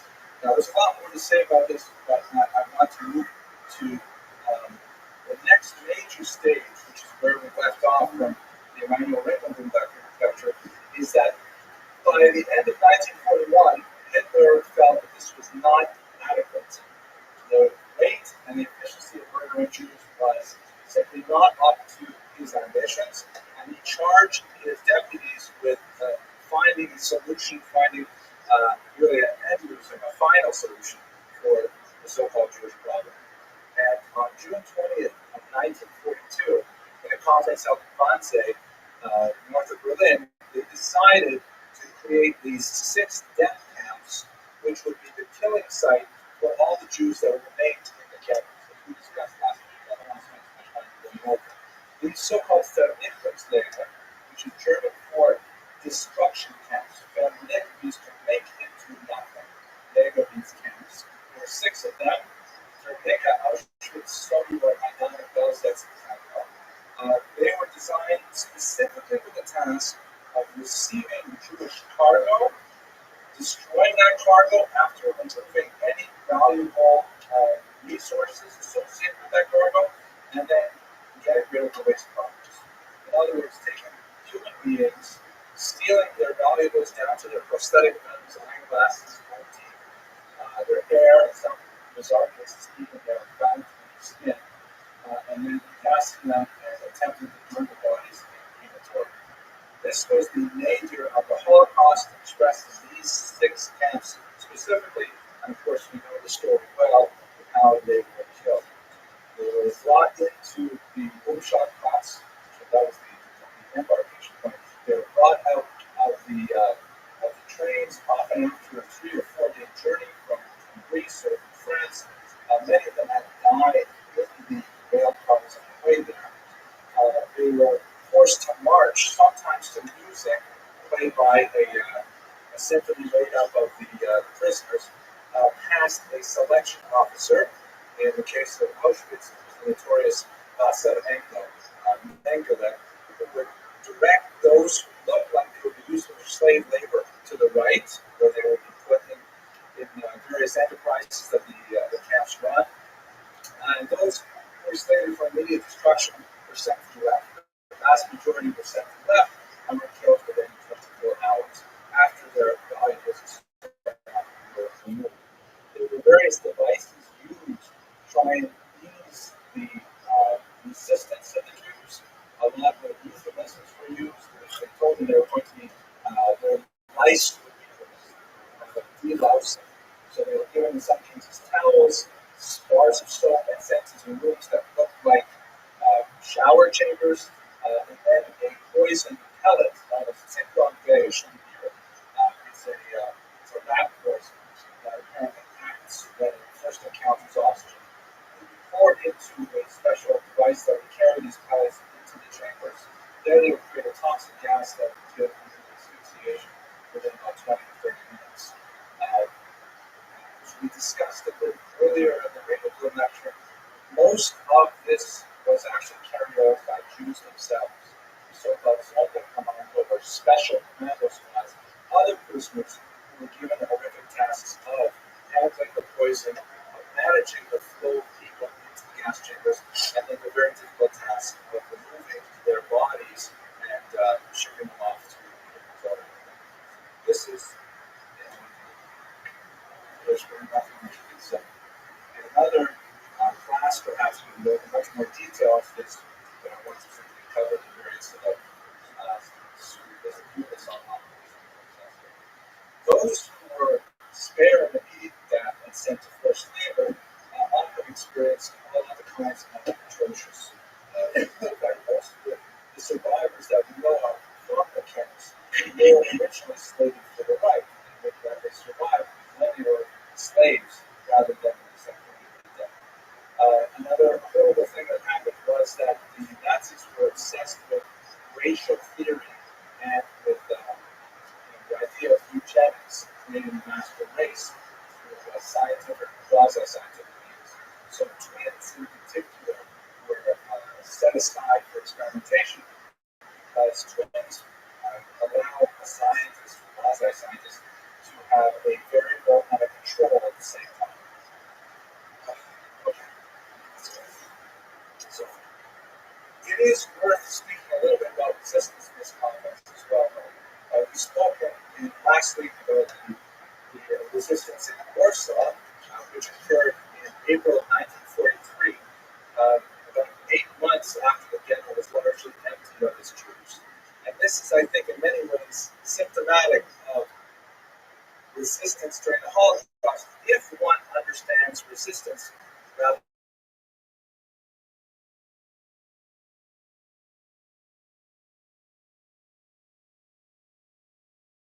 narrowly. There are some significant exceptions. Lithuania, for example, is an extremely active partisan movement. Anyone who escaped the woods got involved in anti-Nazi activities. In some cases, they're on anti-Nazi and anti-Soviet activities. But by and large, Jews try to stay out of trouble, and they use, models of understanding persecution that have worked for about 2,000 years, but were inadequate to the challenge of the Nazis.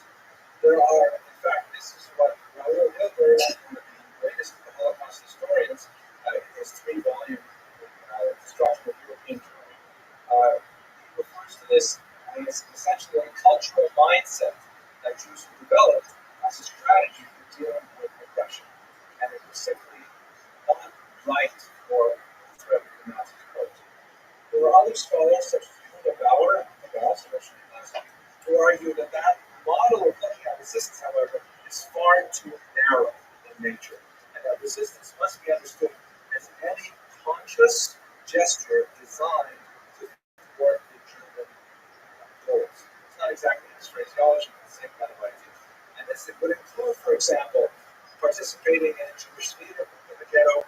It would include continuing to pray in the ghetto. It would include refusing to die. That in itself, affirming life, is in fact or a valid form of Jewish resistance. If the Nazi goal was to completely invalidate the Jewish people, then any act to counter that would in fact be a form of resistance.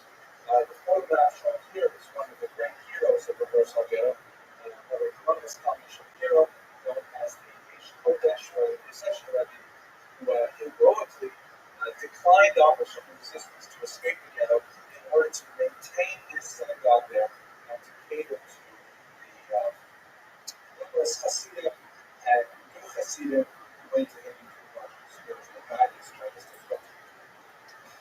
Okay, now we're right about to get back to Ginsburg. What happened? Her release really had nothing to do with what happened, what she ever did, or what happened to Cuba. It had to do more with what happened in Moscow, which was specifically the death of Stalin. The Soviet Union was, if you look at the newspapers of the time, it looks like they were actually surprised that Stalin died. I imagine a lot of people today would be surprised if Castro dies, and maybe that's a similar kind of, but it's a similar kind of feeling, I imagine. People were wailing in the streets. People were genuinely felt that there was a crisis of biblical proportions that Stalin had passed away.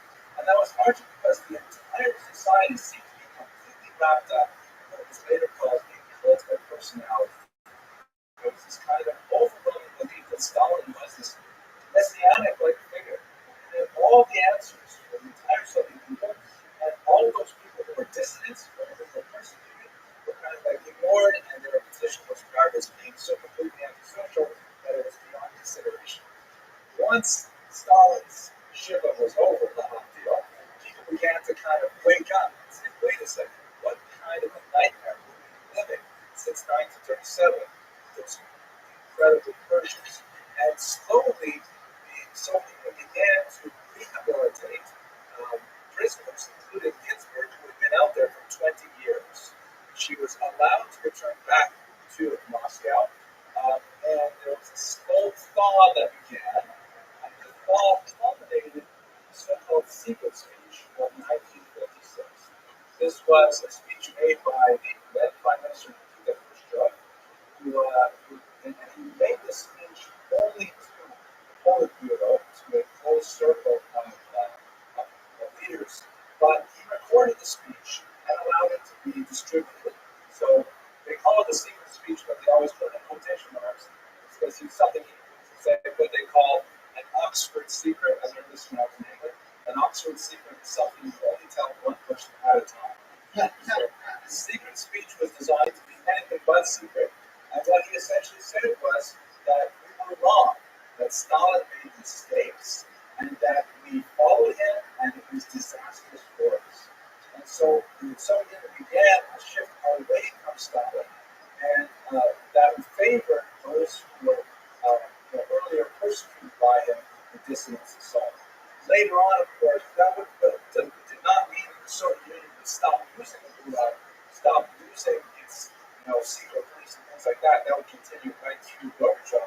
But there was a recognition society-wide that they had gone far too far, and that Stalin was something like a Hitler-esque kind of person for the Soviet Union. She came out with her 2 volumes of memoirs. The first was this journey into the moment, the other one is simply in the building, in which she described her experiences, and they're incredibly powerful. Let me read you one more passage of the down here.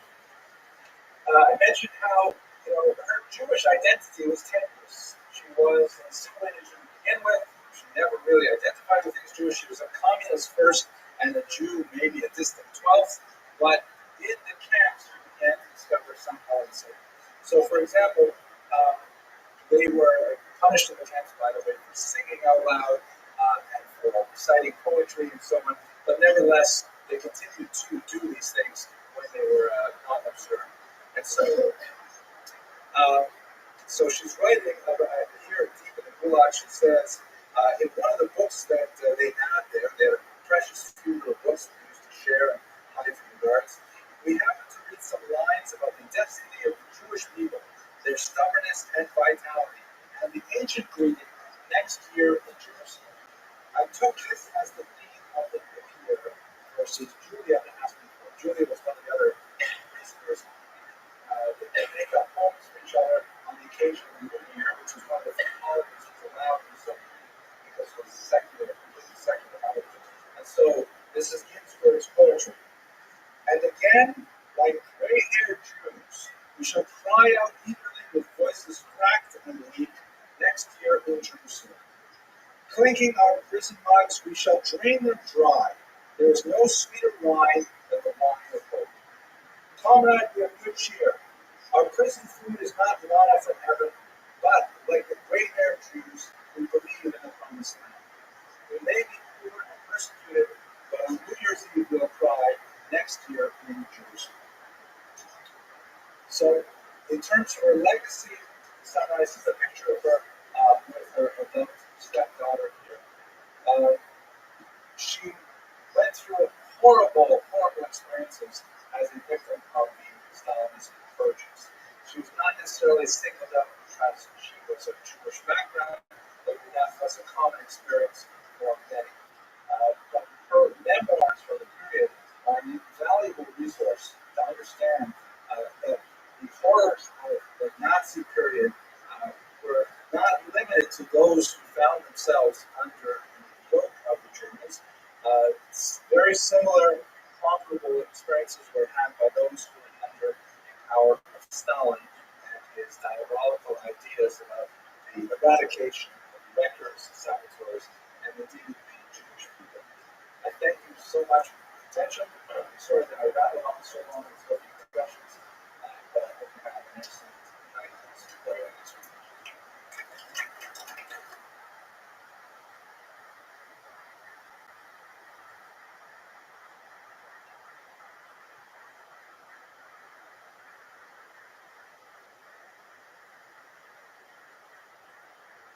Quick story from Rachel, the wife of Akiva ben Yosef. Sorry again for the sort of self-colors of the technical story there. The story is that after 12 years of absence from his wife, Akiva returns from a long stay in Shiva. He overhears his wife saying, before he gets a chance to stay over, he overhears her saying, one of the women say, don't you feel terrible that your husband go to yeshiva for 12 long years? And she says, you know what? I would do it all over again. So Akiva, as the story at the time goes, turns around, goes away for another 12 years. Then he comes back with 24,000 students in total. And as they're getting close to his home, she comes up to greet him. His students don't realize who she is, and they're trying to push her away because, this is the great Rabbi Akiva is coming, and he stops his students and he says the famous word. He says, let's see if I get it right. Shalachem shali. What is yours is mine. All the Torah that you have, my 24,000 students, is from me. The shali, shalom. Everything that I have comes from her. So as the story goes, she had tremendous self-sacrifice, 24 years of her married life given up so that Akiva could continue to learn. And the lesson is that whatever the students have belongs to Akiva, whatever Akiva has belongs to Raphael. This story is beautiful, but almost certainly apocryphal. The premier biography of Akiva say was maybe something like 3 years. 12 years would be highly unusual for all of those reasons. But nevertheless, the idea that's present in that sentiment is so profound, and I think very true of a large trend in Jewish history, specifically the bifurcated nature of gender roles, where women are primarily located in the private sphere, typically taking care of the home fires. Husbands are off in the public sphere, typically engaged in large-scale learning with groups, perhaps in the political sphere, and this has been reified many, many generations. We'll see that there are a lot of challenges to this particular model, particularly in the 19th and 20th century. But our goal in this class is to look at the roots of this phenomenon, to understand how it played out over the centuries, and to get a better sense of the role of women in ancient Israel. Specifically, what I'd like to do is I'd like to spend a little bit of time talking about the political and economic context of the Jews at this period in the first and early second century. And then I'd like to move to the biographies of Rachel and Akiva. They're dual biographies. It's very hard to separate them, but we'll focus specifically on Rachel. And then finally, which will take probably most of the lecture, we're going to talk about women in ancient Israel as a whole. And that's really the point of the lecture. Rachel is an excuse to talk about women in ancient Israel. Okay, so why don't we start with the political context. I call this lecture Rachel, wife of Akiva. We're lucky we even know her first name. Quite often, the famous wives of rabbis are known only in association with their husbands, sometimes their fathers or their sons. We'll speak a few weeks later about the wise mother of Rabbi, for example, and we always know her only because he called her Ima, so we know Ima Shalamaye, that's it. In this case, however, we do know Rachel because she came from a very significant family. We don't know her dates, but we can assume they're probably broadly similar to Akiva's. His dates are circa 40 of the Common Era through 137 of the Common Era. What that means is he lived through perhaps the most tumultuous era in Jewish history, specifically the First Roman Jewish War, which ended in the destruction of the First Temple in 170. The incredible spiritual ferment of that time that gave birth to the early Christian movement, that nurtured the early Pharisaic movement, or matured the Pharisaic movement, and the Essenes, and the other groups who were born during this period. And then there was kind of an aftershock towards the end of Akiva's life, the Bar Kokhba rebellion, which was a result of the Hadrianic persecutions. This is a picture of Hadrian over here. This is one of the Roman emperors who decided that the only way to deal with the Jewish problem was to once and for all completely wipe out all of the rituals that made the Jews distinct. So the specific kinds of practices that he targeted included, for example, banning of circumcision, something which had perennial consequences right up until really the last few years, the last few months. There's been some controversy in Germany over this.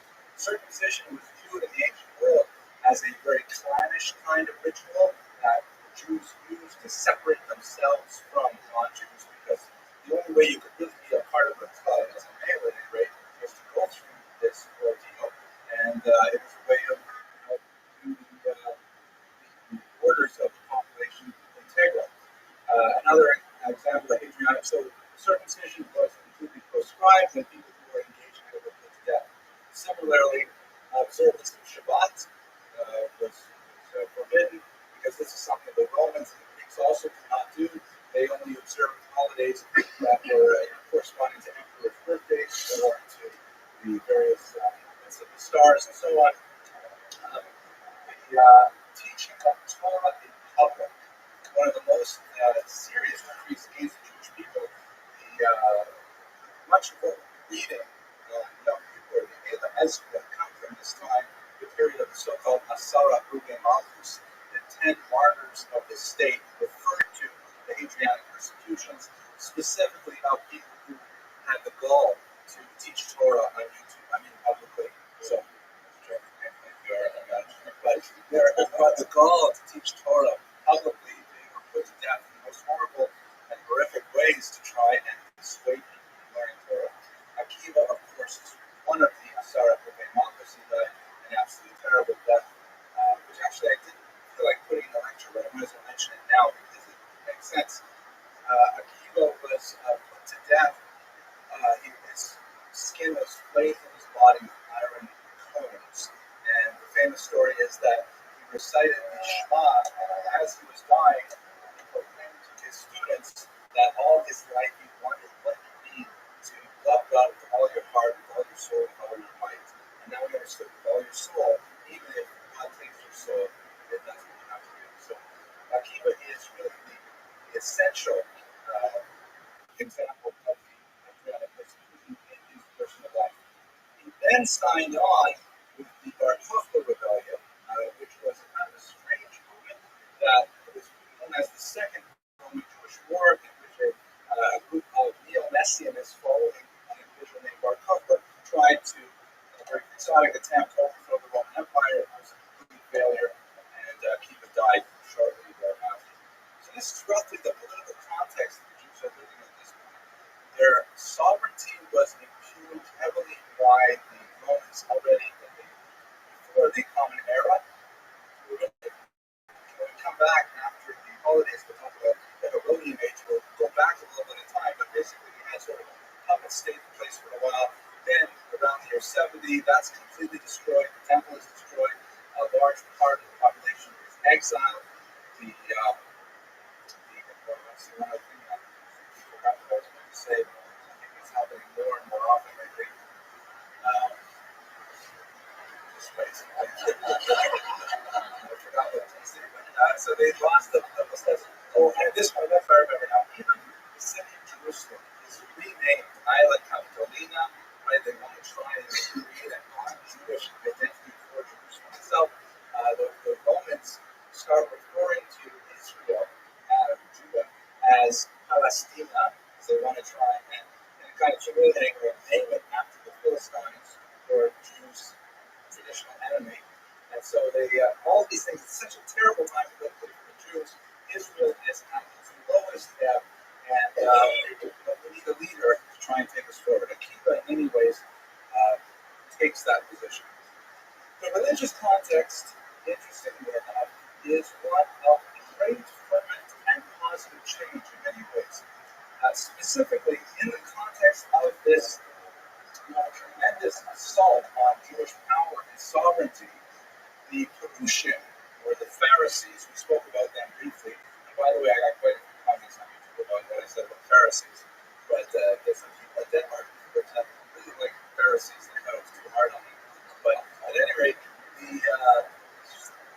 the Pharisees, under Rabbi Yochanan ben Zakkai, they adopt a political strategy of how to deal with this new reality by essentially separating from the Roman movement entirely and adopting a pacifistic stance vis-a-vis Rome, which turned out to be ultimately very successful, and that's why we're still sitting here talking about the Pharisees, because they adopted that political orientation.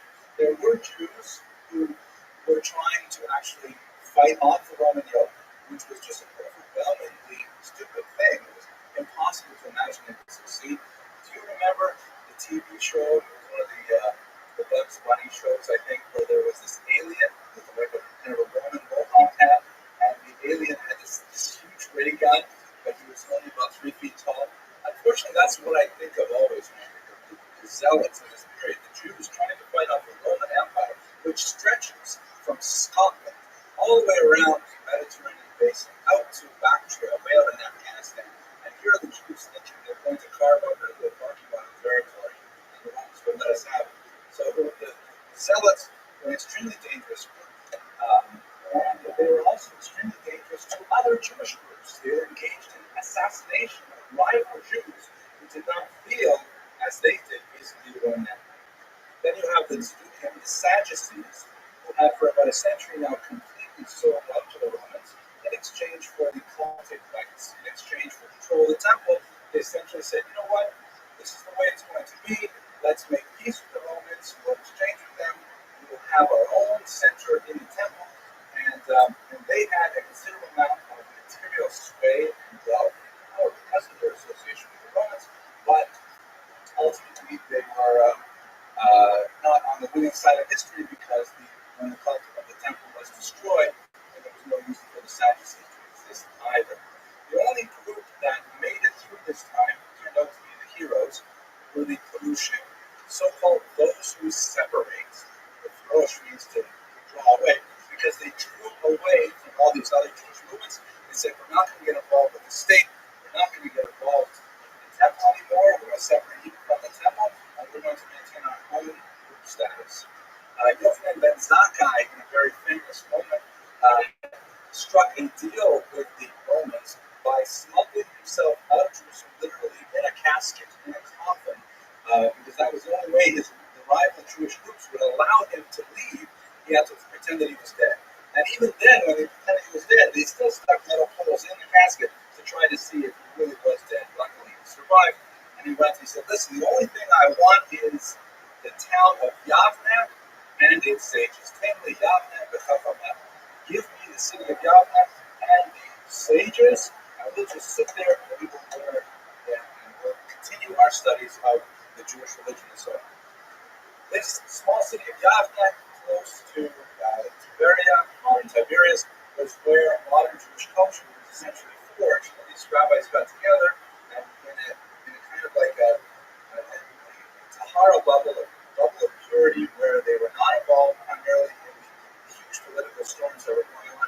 They just focused on the Masorah, on the tradition, working on the Mishnah, which would later become the Talmud, and the essential intellectual focus of Judaism. Their main achievement in Yavne was the writing of the Mishnah, which was codified by Rabbi Yehuda Hanassi. The tradition is that Rabbi Yehuda Hanassi was born on the day that Rabbi Akiva died in the year 137. So that's kind of like a really important things that are going on religiously for the Jews at this time. Can I take any questions? Yes.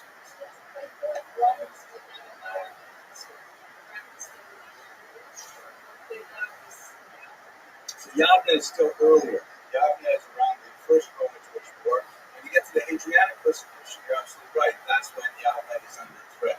But by that time, they've had about 60 years to try and cement the ways in which the Masorah handed over, and they were quite successful.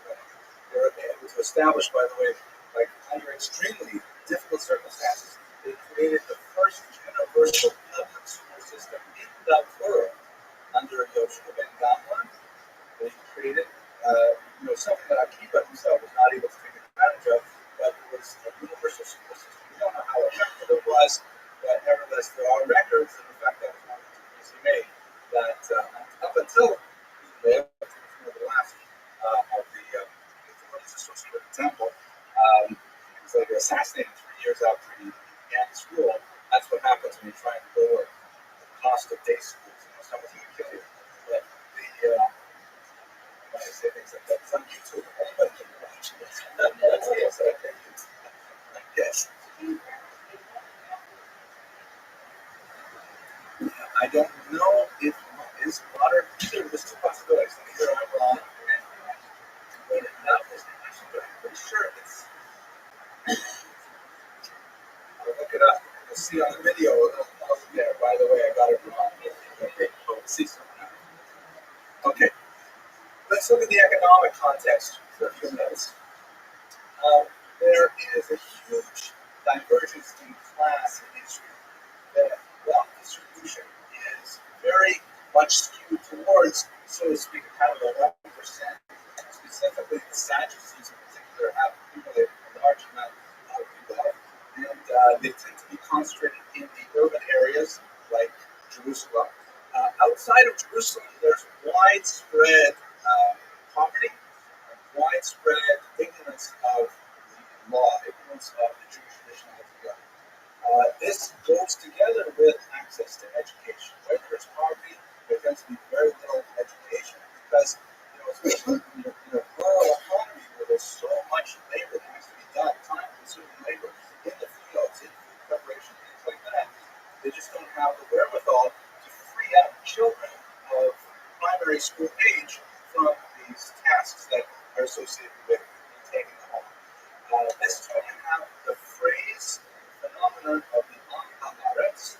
The phrase literally means the people of the land, which perhaps in the biblical times, you see the reference to Haaretz every now and then in Tanakh, and it's not pejorative. It means like a farmer, right? Like legions of passive manipulations.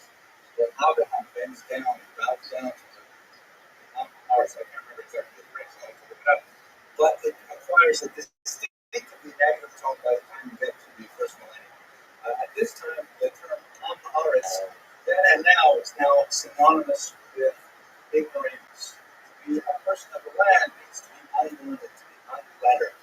And that's a kind of a richness that's pertained in Jewish culture all the way through the modern period. The Jews have historically they've been very poor at farming since they left the land of Israel. There's been a marked movement to commerce, small business, things like that. And only with the reestablishment of the state of Israel has the idea of Jews as farmers become extremely. And in this context, we understand a little bit more about Akiva himself. In pause for a question or two, arguments, discussions. Okay. All right. So, what's the story of Rabbi Akiva? Again, unfortunately, it's very romantic, but we only have a handful of stories about them, and they are kind of magnified in our mind as kind of like mythic stories of great power. Not myth necessarily in the sense of untrue, but myth in the sense of great value that are instructive for us Christians. It was a star-crossed lovers match that was ill-fated from the beginning. Rachel was the daughter of Kalba Silva, who was reputed to be one of the three most wealthy men in Israel of the time. Akiva, son of Yosef, was an unlettered shepherd who worked for Kalba Silva. So Rachel met this young man, and you can imagine she's the wealthiest, her father is one of the three wealthiest men in Israel. He's got all this money, and she is, here. She is used to living a life of luxury, but she meets this bright, she thinks he's bright anyways, shepherd, and she's attracted to him, and the feeling is mutual. However, he has absolutely no learning whatsoever, and not only that, he has a tremendous antipathy to the Son sages. He says at one point that when he was a youth, when he saw a scholar, he wanted to bite him like a donkey. So angry with him that you think about the connection of education and wealth and privilege. Here's Akiva struggling in tremendous poverty. He sees the top of the economy as, hypocrites who walk around in fancy robes and have plenty of good food to eat, but they have no sense of what reality is like for the average Jew. So they have tremendous hostility to the sages. Nevertheless, very much against Kalba Silva's will, as you can imagine, Rachel marries Akiva on the condition that he learned Torah. He is really against the idea at first, but he is so deeply attracted to Rachel that in fact he goes along with her demand and promises that he will in fact study Torah. So he begins at first by going to night classes. Not a very successful attempt. He goes to work in the fields all day long, and he comes back at night, and he goes to his medrash, and he keeps falling asleep in shul. He starts falling asleep, he just can't keep his eyes open, and ultimately he drops out. One because he just can't keep up with his classes, he can't wake up in the morning and go to the fields and to supervise the sheep and things like that. And Kalba Sabu, it's not exactly clear whether he cut Rachel off or if she became alien to him, but she joined Akiva in a life of great poverty. At one point, she even sold her reportedly beautiful long hair to put food on the table. Later, Akiva would say to her that, one day, Rachel, I promise you, one day I'll find a way to buy you a Yerushalayim Shel Zahav, which was apparently a kind of ornament very popular in the time. It was either some kind of large medallion or maybe some kind of tiara, and had a golden image of the city of Jerusalem skyline. Yerushalayim Shel Zahav, Jerusalem gold. And she would say, yeah. And later on, of course, when he was the head of an academy and very well known, and he bought it for her, then as the months went, women would say to their husbands, I was destroyed by the they would say to the husbands, when are you going to buy me a Yerushalayim Shel Zahav? And the husband would say back, when you sell your hair, like Rachel sold hers, when you live up to that kind of look.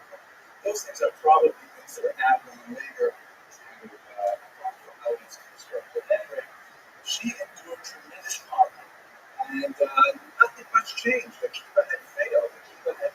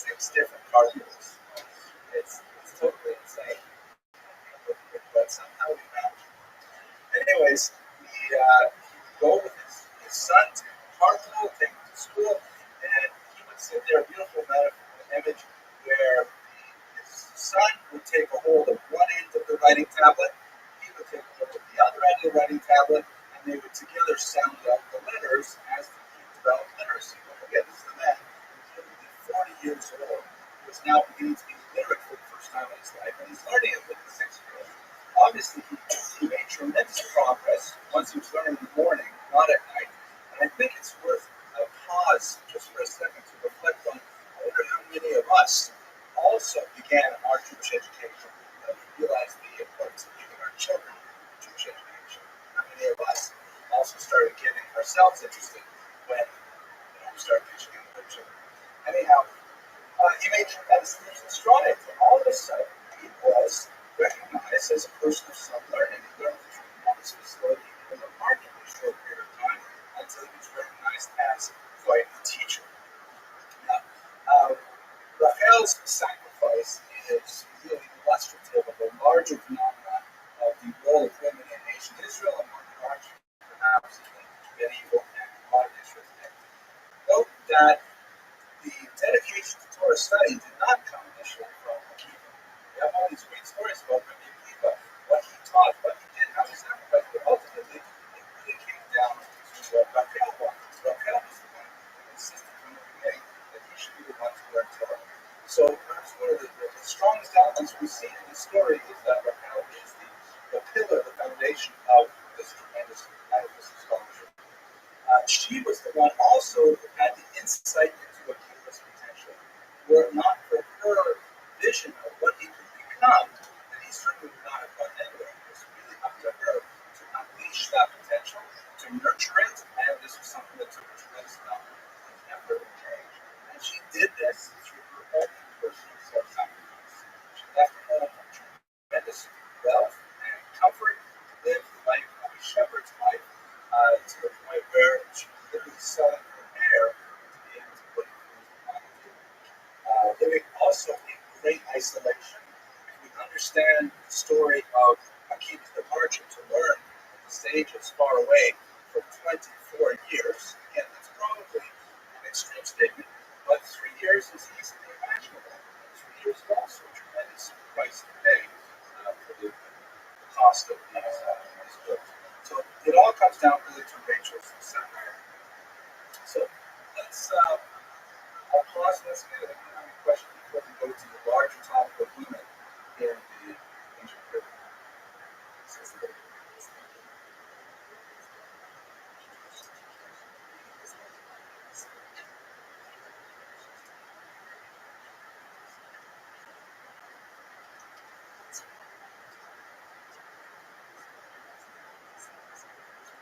It's an excellent observation. I think one of the main distinctions that if you compare, I mean, it's really in many ways apples and oranges, but the Romans had a head-on, one-force kind of approach. Kill anybody who does this. And that was not successful.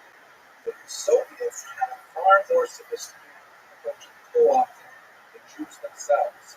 Most of the implemented Soviet policy among the Jews were themselves fairly educated, including Simon Dimenstein, who's actually a rabbi.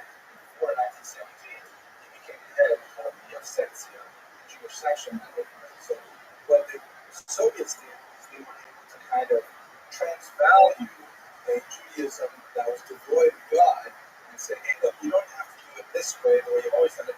Instead of saying, say Moses, say Stalin. And they were able to put something in its place to fill that gap, and that's ultimately far more dangerous. Substitutes are, yes, Ms. Abrams.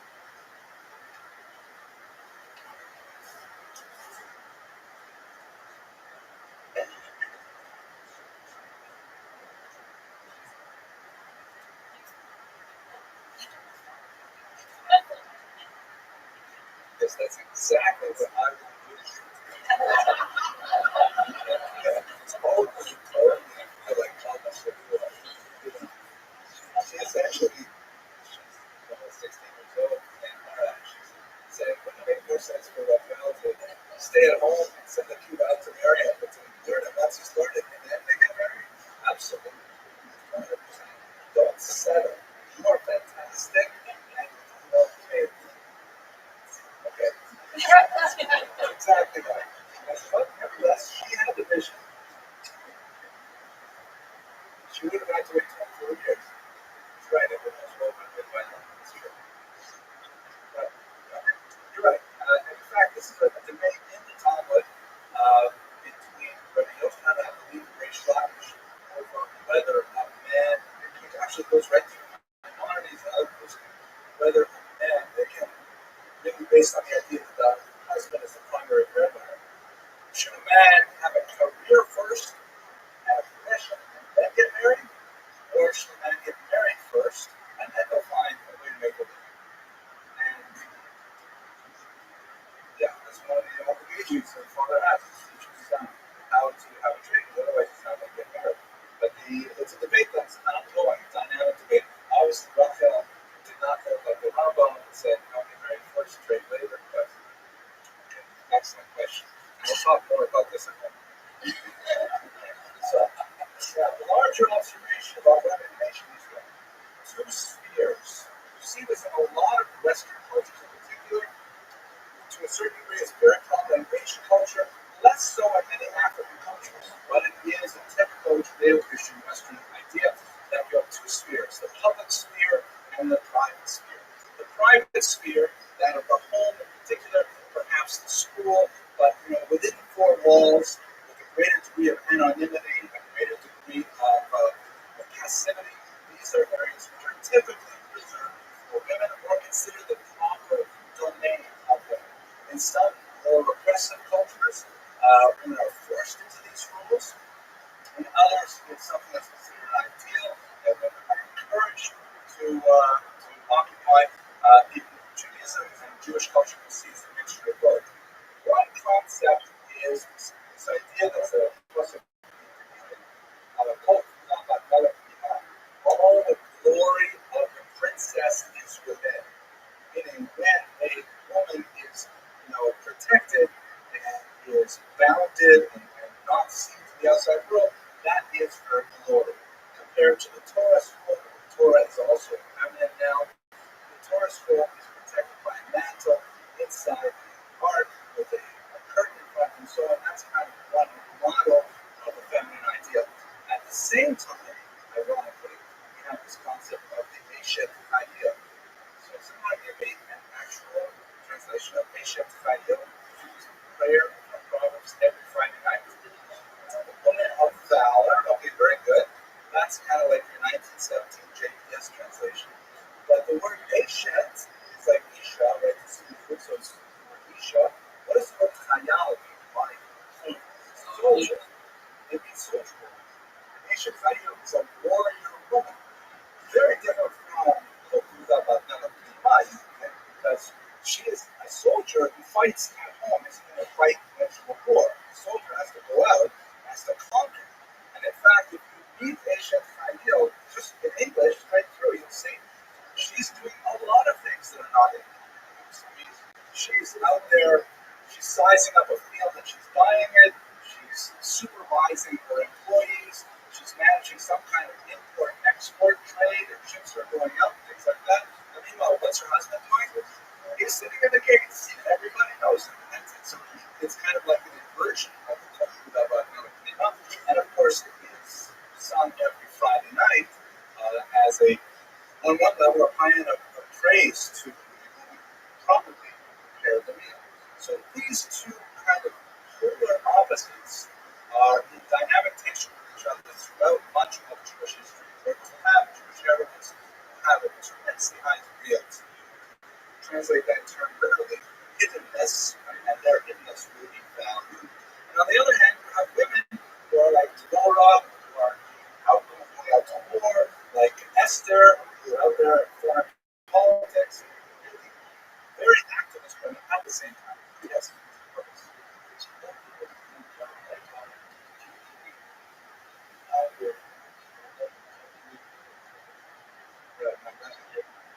Yeah, she would be a method Kohanim, a kingdom of priests, I mean, inside, insular, or Lagoyim, invite to the nations. I think that's very true. And in fact, to extend your point further, in much of the Kabbalistic literature in particular, the Jewish people is invariably described in the feminine. The Knesset Yisrael is understood as the feminine aspect, God would be the masculine aspect, and we take on both of these roles. At any rate, these models are this attention that goes throughout the entire corpus of Jewish history. And there's one slide, just for fun, I'm not sure which image to use, so you want to make sure you find that. The Rose of the Riveter, right? Famous 1940s American propaganda promoting women activism. Right there. Okay, now, see, I would put that on YouTube. Realize that there's someone out there who's sending lots of nasty mail. They put that out there. We're let you know. Okay. Now, theoretically, through much of the literature, women are defined through men, either through association with their husband, even Rachel, Eshet, Akiva. We see this in a lot of cultures. The word Isha, interestingly enough, in Hebrew can mean either wife or woman. They are synonymous terms. When I thought about this for a while, I read this in one article and I thought, that's an interesting point. But then, with the exception of English, most languages have that. Right? In French, it's femme can mean wife or woman, and in German, it's Frau, which can mean wife or woman. Maybe you make a distinction between madame and mademoiselle, but when you speak of adult woman, the term for adult woman and the term for adult wife are synonymous. That is also true of man. You say, this is my man, this is my man, this is my husband. So I'm not sure how really valid the point is, but it would represent. Women historically are identified and valued through their connection either to their father or their husband or their adult sons. They rarely have status as individuals separate from men. This is not at all the case with very symbolic men who are typically understood to be married, but their marriage is kind of very incidental to whatever else it is they're doing in their lives. This may not be very surprising because, after all, who controls the literature that we're talking about? It's primarily men. Overwhelmingly men. So since men write the stories, this means that many of women's voices throughout history are unfortunately submerged. And they only really come to the fore when they are truly exceptional, such as Raphael or perhaps Gloria. That's when we hear a lot more about them. So working with the sources we have, it's very difficult to kind of develop literary and historical archaeology and resurrect what it is that women did. We also see there is what my grandmother was called the Khan disparity. If you look at life cycle events, there's no question that women get far less hoo-ha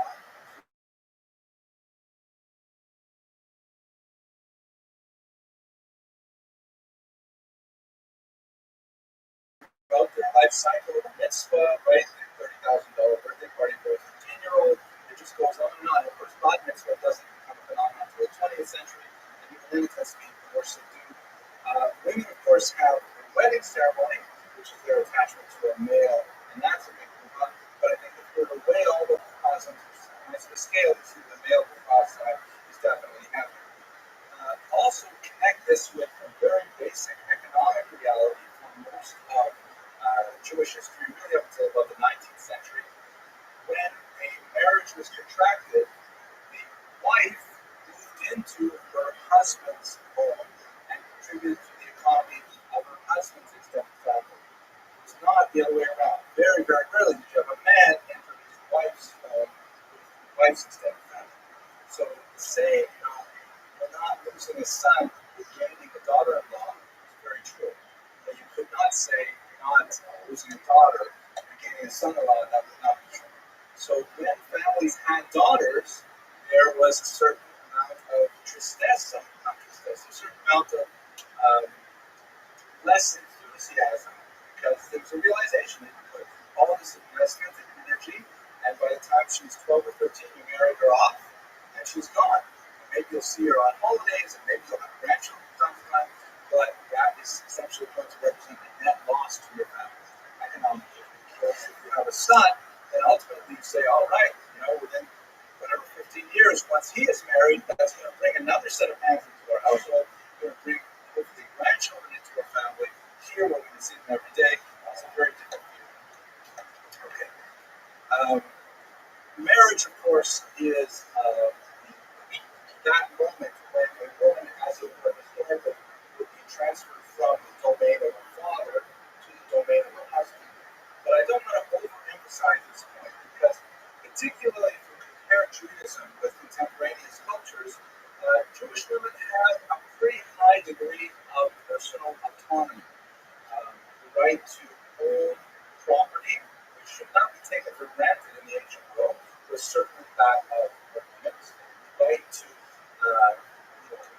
demand compensation for property she brings into marriage, for example, if her husband uses that property. Of course, the right for her personal safety. The rabbis recognize the concept even of marital rape, which is something that we have even debates over in the 20th century was an absolutely foregone conclusion that there is such a crime, even to the ancient rabbis. So women really have a high degree of autonomy compared to other societies. At the same time, there are significant legal disabilities that women have labored under that are present even to the present to our times, particularly when we look at divorce law. Last year we spoke about Takana of the Gershom, which was an attempt to address some of these things. But nevertheless, women, in many ways, as second-class citizens, if you compare them with other societies, they're doing much better, but nevertheless, there is a disparity between men and women in this traditional society. So let's think about what kind of economic activity they were engaged in. Archaeological studies say some interesting things about Jews at this time. Apparently, about half of their caloric intake was based on grains, cereal products, one form or another, which sounds a lot, by the way, like my house. My sons in particular, they can eat like a box of cereal each every 15 or 20 minutes. It's incredible how much cereal, like the non-sugared cereals, at least like how fast can they go through it? Those public cereals. You can't even see them on the shelf. It's gone. So they're obviously, good Jewish stuff. But when you think about what that means, it's not like obviously today when you go to Publix and you buy a box of cereal. There's a phenomenal amount of work involved in producing that cereal.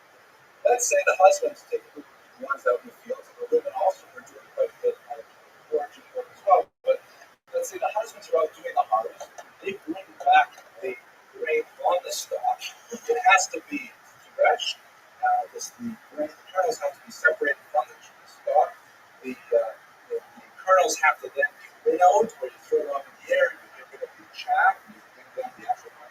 And then, the most time-consuming thing of all, you've got to grind it. This is the woman doing, which basically they use two millstones, and you can have personal private grinders above the size. You sit down on the ground, you put it between your legs, you put the grain, lift up one millstone, you put the grain in between, and then you spin it around and use the grain, like this massive millstone, to crush the grain. You lift it up again, you dust it off, that's your flour. You only make a tiny amount with every few rotations of this huge millstone, and it takes hours and hours and hours to prepare this flour that will then be baked into a great daily bread. So the amount of time that women spend in food preparation alone is overwhelming by modern sensibilities.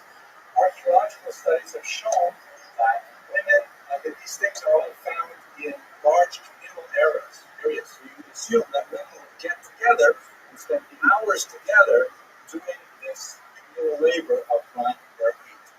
And from this, we can infer something that we see peeking through every now and then in the literature, where women develop a kind of a parallel culture, which runs alongside male culture, but develops a whole different set of values, traditions, and prayers, liturgies, and so on.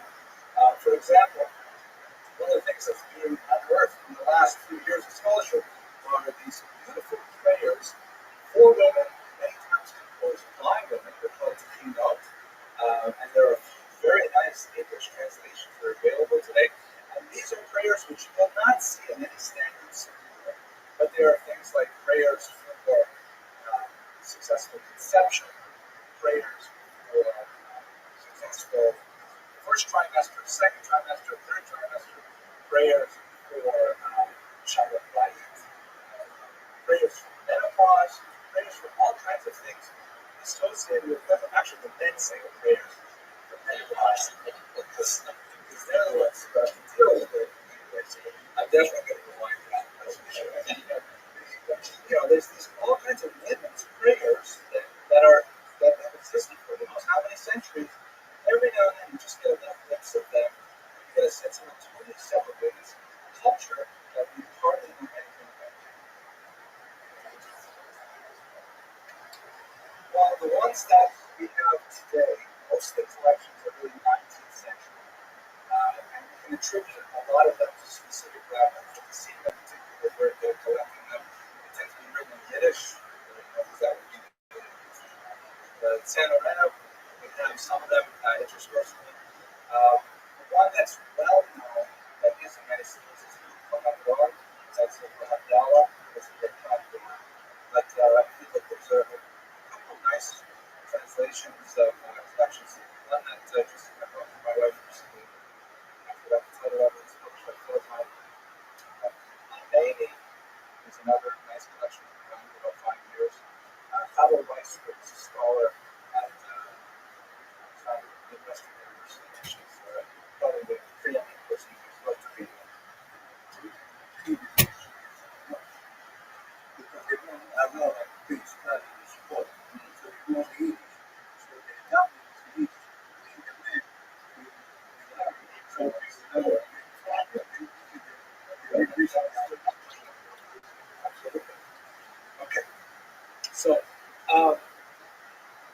in terms of intellectual freedom, because as I mentioned earlier, economic activity and intellectual activity tend to be correlated. Once you have a gathering of disposable income, then you can look to the possibility of creating a school or an environment and things like that. So women had far more limited access to formal learning then, right?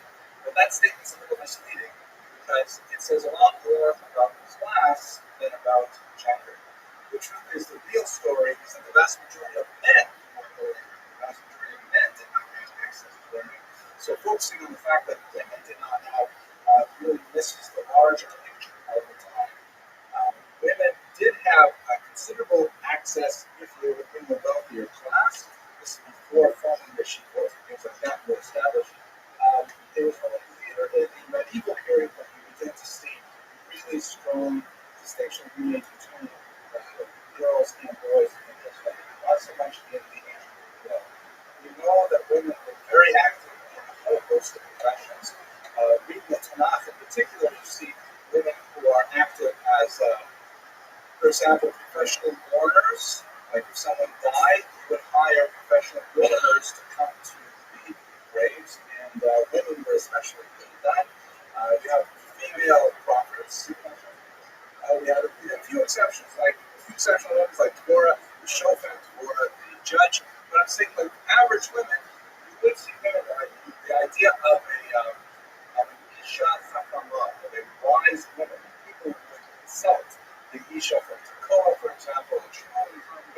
There's all kinds of examples where people would think of wise women, so the women were regarded as being repositories of knowledge. And it was not considered really bizarre in the context of the Tanakh that someone would go to such a place.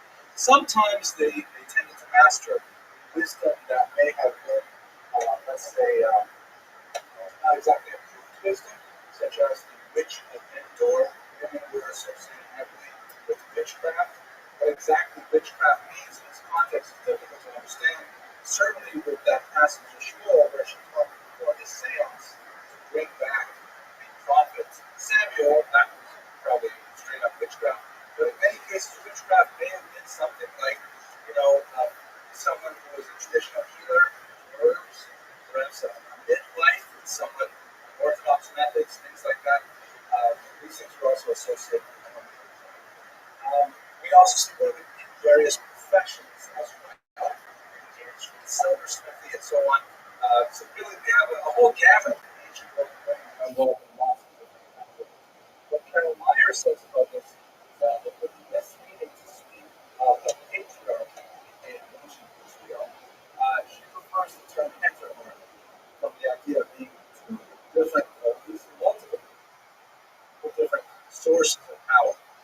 sense when you think about the idea of a separate women's spirituality existing in parallel form to the later reified and codified men's spirituality. To me, that seems like a very fair analysis of the status of women in the ancient world.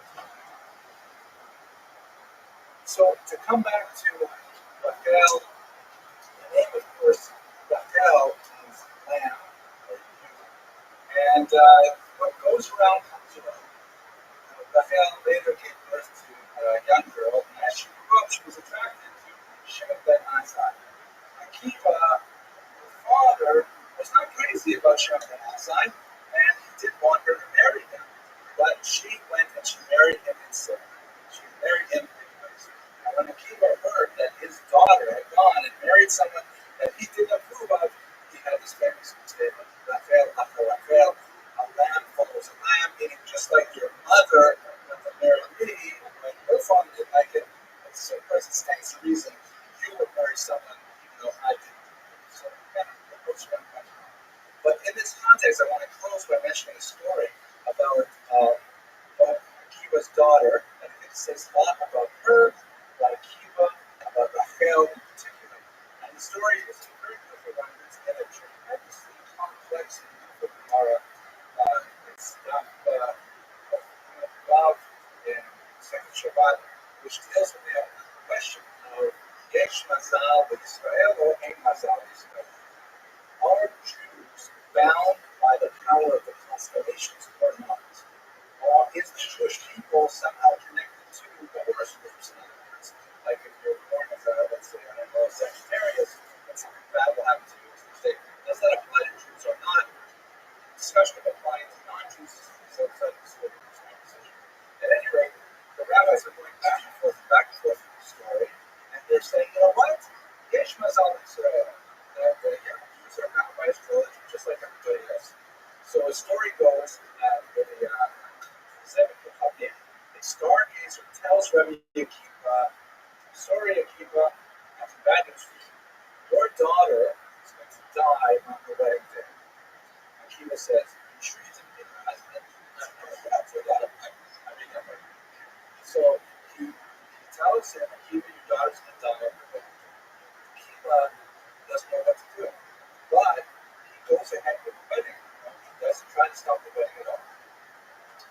The wedding goes fine. The next morning, Akiva's daughter, whose name is Akiva's daughter, goes to the wall of the kitchen and she retrieves her brooch. She had a brooch in a big pin, and she had put it in a chink in the stone wall. And she pulled it out, and she saw that it was attached to a large poisonous snake. And the snake was impaled on the pin of the brooch. Actually, I should have told you that the stargazer told Akiva, your daughter will be bitten by a snake. I'm really specific as this now. I think I remember correctly. At any rate, so Akiva says, what happened? How did you do this? How did this story happen? She says, I don't know. But last night, during the wedding celebration, everyone was having a great time. Everyone was happy and celebrating food.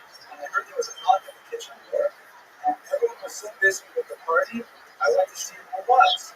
As a poor person who went to the door, and there was no one else to help him, so I took off my coat and put it in the wall and put together some food, and then I gave it to him, and I went back to the party.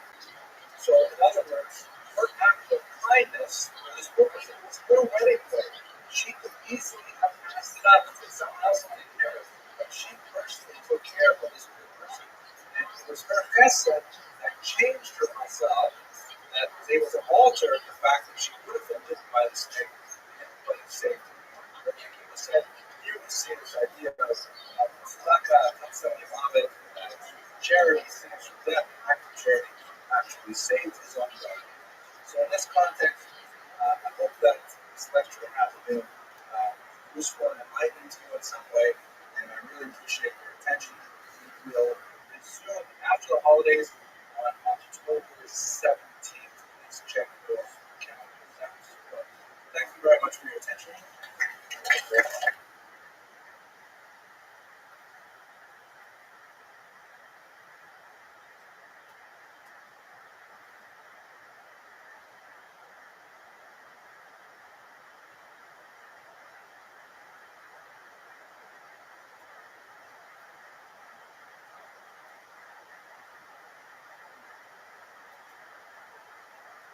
Mara ended a little late, so it was just hard to get up and stuff. And my haste tonight is, of course, the last class of the semester. I will how was the plans? We have sort of. We have coming up for Shavuos night. We're going to have an all-night program here at the school, of course. There are a couple of options. One option is it's going to be great speakers all night. I'm starting off at midnight with a lecture on the PS section of Rabbi, a rather amazing individual who led a Hasidic group in the Warsaw Ghetto throughout the entire Nazi occupation. His name is Hieronymus Shapiro. He was the Rabbi of a little town called PS section, about 14 kilometers outside Warsaw. And he wrote through the entire Shoah, and he buried his writings underground before he was killed. And they were discovered in 1952 by a Polish construction worker, and they have since been published on the entire nation published. So I'll be speaking about what he had to say during the Holocaust at midnight, God willing, on Shavuos night. That will be a week from Saturday night, I think. And then there'll be speakers all night. For those of you who are interested, I'll have a Tabora in the back, just friends that I learned with go through the 11th chapter of Mesilat Yesharim, the chapter on Nekiyut. It's going to be a fascinating learning. Midnight. So that's one summer semester sort of. The other summer semester that I'm toying with is maybe during the 3 weeks we might do a couple of lectures on the Holocaust or on history of anti-Semitism, something like that. But God willing, we will return with this program in the fall. I'm pleased to tell you that it seems to have been a great success. The response from the course evaluations last semester was really high, and I hope you'll fill this out so we can improve for next fall. Yeah, it's right next to it. Perfect. The videos have been amazingly popular. We have in the neighborhood of, I think, 6,000 people have viewed them worldwide. Yeah, I picked up a new person in the Philippines. There are now 24 people in the Philippines who follow this. 4 in Turkey, only 2 in Russia. Yeah. But it's just marvelous. Hey, Mayor, go into another room, will you? I can't think properly. Thanks. Okay. I don't actually, the map doesn't go that detailed, but I imagine it's probably East Lamport. All right. Now, so tonight's topic is a fascinating, powerful topic. We're going to talk about Hannah Senish, one of the more amazing stories of the Holocaust. It's a story with a sad ending, but at the same time a heroic and very meaningful ending. And they will give us an opportunity to discuss the Holocaust, which is such a colossal event in 20th century Jewish history. I wish we had more time to go on past the Holocaust. Perhaps next spring, when we go over this period of history again, we'll extend it further to the 1967 war in front today. Before we get to the topic of the Holocaust, I should try to say at least a little joke before we go in. It's hard to say jokes afterwards. So, as you know, I only know 14 jokes, and I ran out of them a long time ago, so I have to recycle them. Did I tell you the joke about Gorbachev's anti-alcohol campaign? Yes. Baruch Hashem. I'm sure I told it to you, but thank God you were forgetting. So the joke goes like this. It's a true joke that I actually heard when I was studying for my dissertation in Kiev. At the time, it was at the collapse of communism, and President Gorbachev was trying very hard to crack down on alcoholism in Soviet society. It was running rampant. People were drinking vodka, whiskey, and especially this homemade moonshine called Horilka. No, it was called the Samahon. Samahon means self-cooked, and it's like you make it in your bathtub with bathtub joke, and it caused blindness. It was poisonous often. It was causing abscesses at work and all kinds of things. So Gorbachev went on. He actually did go on a big campaign trying to, reduce the amount of alcohol consumed in Soviet society. So the joke goes like this: Gorbachev gets a junket of journalists, puts them into a big Soviet Aeroflot plane, and he flies them all to a factory in Siberia to talk to average Russian workers, Tovarichi, about drinking and how dangerous it is. So the journalists join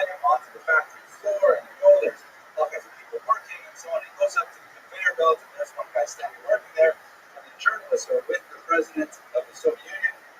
And he says to him, Ivan, tell me, do you think a person can have a drink in the morning and go to work? And Ivan says, Mr. President, yes, I think it's possible. And he looks at the journalist and says, well, Ivan, tell me, do you think a person can have, let's say, 3 shots of Horenka and then go to work in the morning? He says, Mikhail Sergeyevich, yes, I think it's possible. And he says to him, Ivan, tell me, honestly, do you think a person could have 10 shots of Samahon and still go to work in the morning? He says, you see, I'm working. So, the irony of this joke and how it actually fits in a sad way, but nevertheless, permit me this kind of flippant connection. But despite the tremendous suffering that the Jewish people went through in the 20th century, we nevertheless see that here we are. We are still working.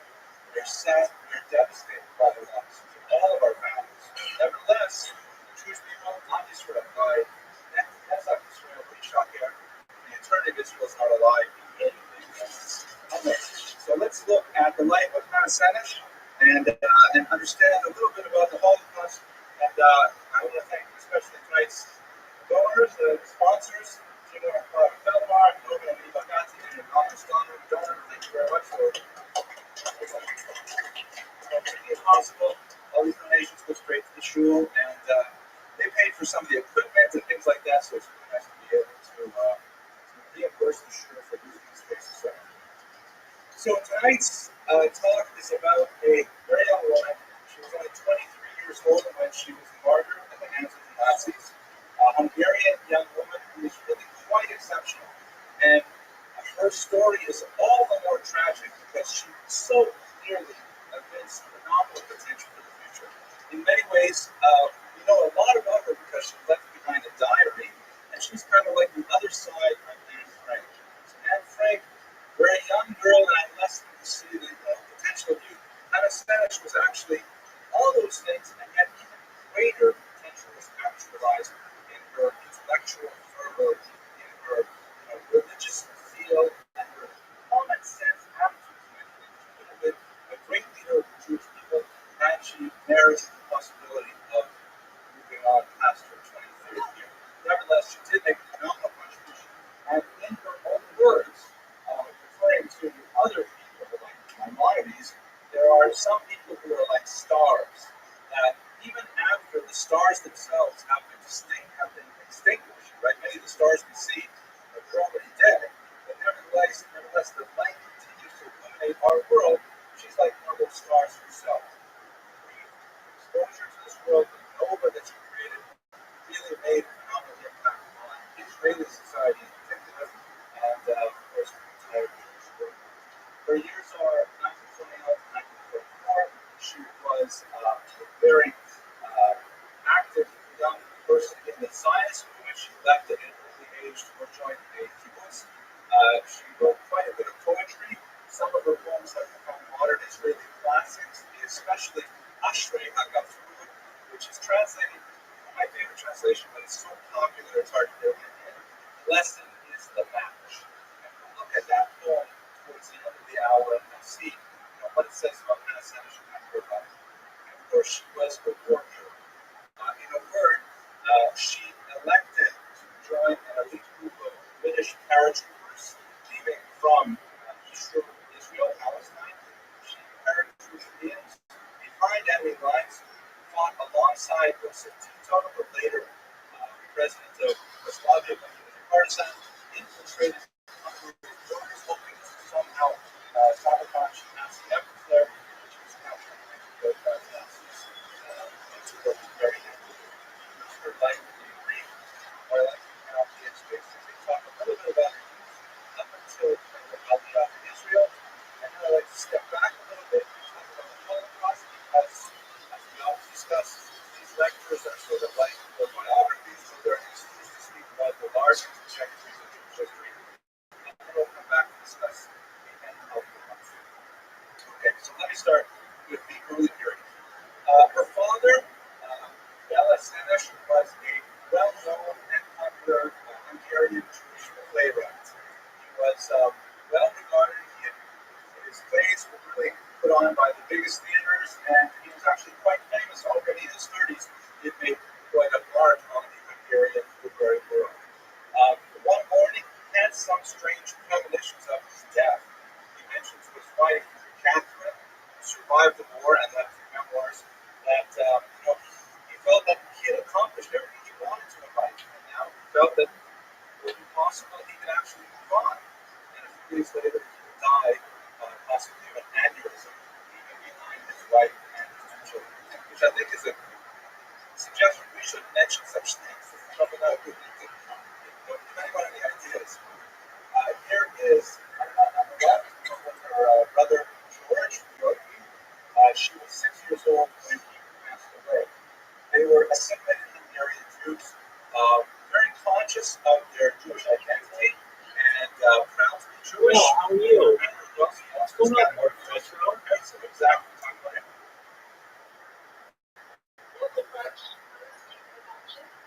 Very, absolutely. Remind me, more pressure. How do we meet?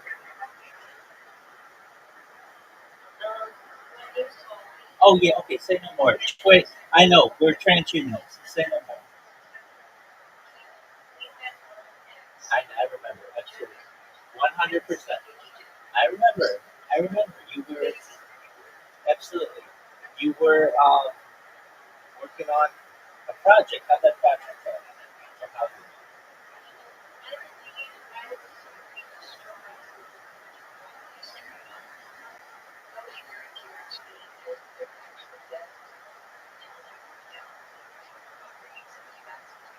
Yeah, I absolutely remember.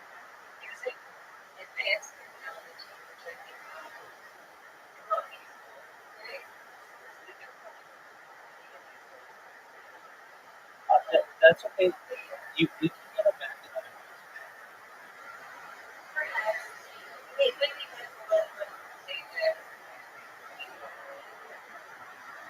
Okay, very well. How things been for you on X? Of course, of course. No way. Why? Okay.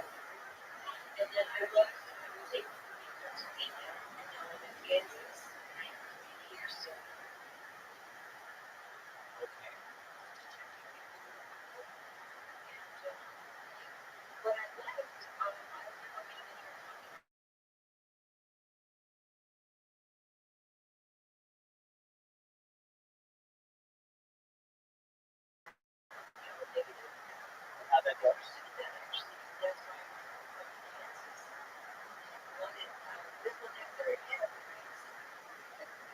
Yeah. Right. Okay. Where's the next?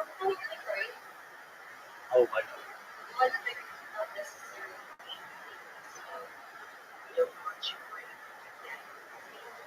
Yeah. No, but I definitely understand your woman's desire to get O positive or O negative blood positive, and the universe don't.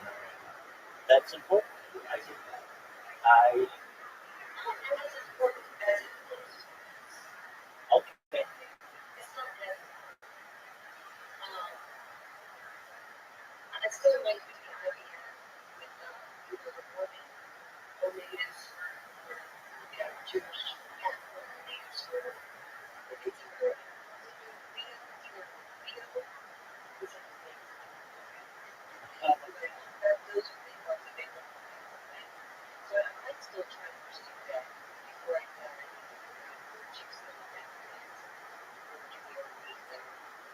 Yeah.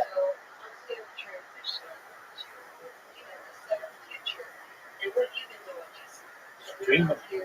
Streaming. Yeah. Well, so and I recommend you do this as well. I transitioned. Well, I'm still on X.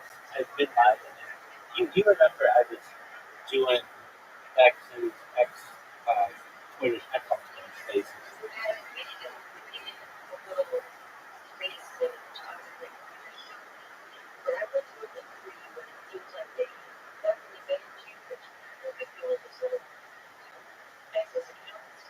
Sure. No, I've been going since February 14th, every single day, um, every moment of every day, on video. So maybe you didn't have my most recent account, but fortunately they haven't found this one. And I think it's because I didn't tie it to myself. I just made a random name, and then I've just been using X as like something to preserve the video.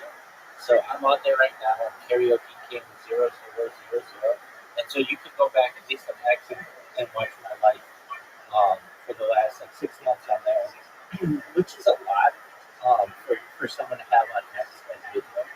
And fortunately, they haven't gotten me there. But I don't know if I told you about this. I may have, but I found a lot of okay, fortune on a platform called Blue Sky. Have you talked about Blue Sky?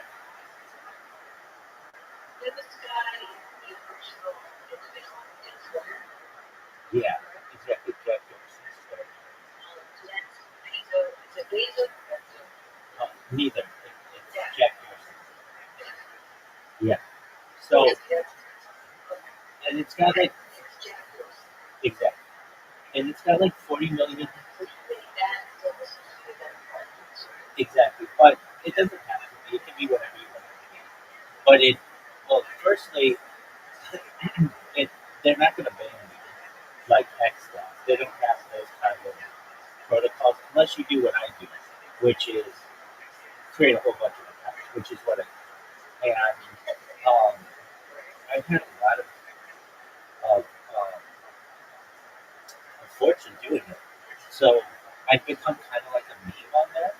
And the reason why is I created bots that like and repost people, and it doesn't spam them with anything. I mean, I guess like a like and repost would spam, yes, but I mean, it's positive, and um, people tweet about me or whatever you want to call it, blue sky about me, about 3 or 4 times an hour, which is a lot. I mean, it's like to just get any kind of social media momentum is very difficult. To even get anybody to talk about you, let alone to screenshot what you like your like or retweet.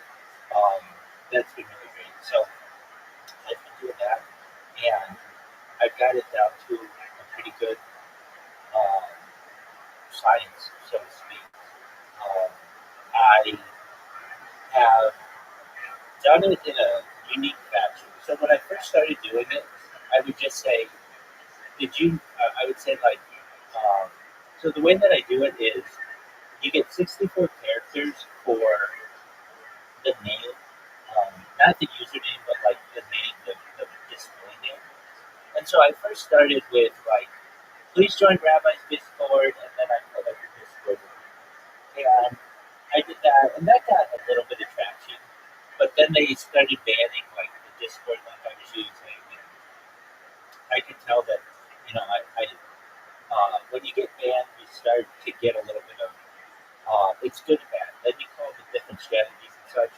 And then I started using ones that were funny, and that would get a lot more. Like especially if they were like funny and like it depends how, but like a lot of the sexually explicit ones were people would screenshot it like crazy. And instead of before when I would say, "Please join Rabbi's Discord," I would get like maybe 1 or 2 people a day screenshotting me. When I make them sexually explicit, I get 3 or 4 people an hour. And it was just like, wow, sex sells. Like, I didn't know that this is, yeah, I mean, because it gets people's attention and it becomes a notification in their phone. And so a lot of times people say it makes them laugh, like, because they're really funny names. And so these,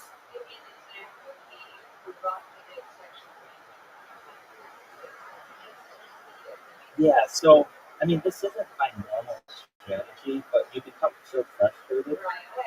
Yeah, exactly. So I've got a list of them, the ones that I was using. Now, some of them are, they're really, they're really sexually explicit.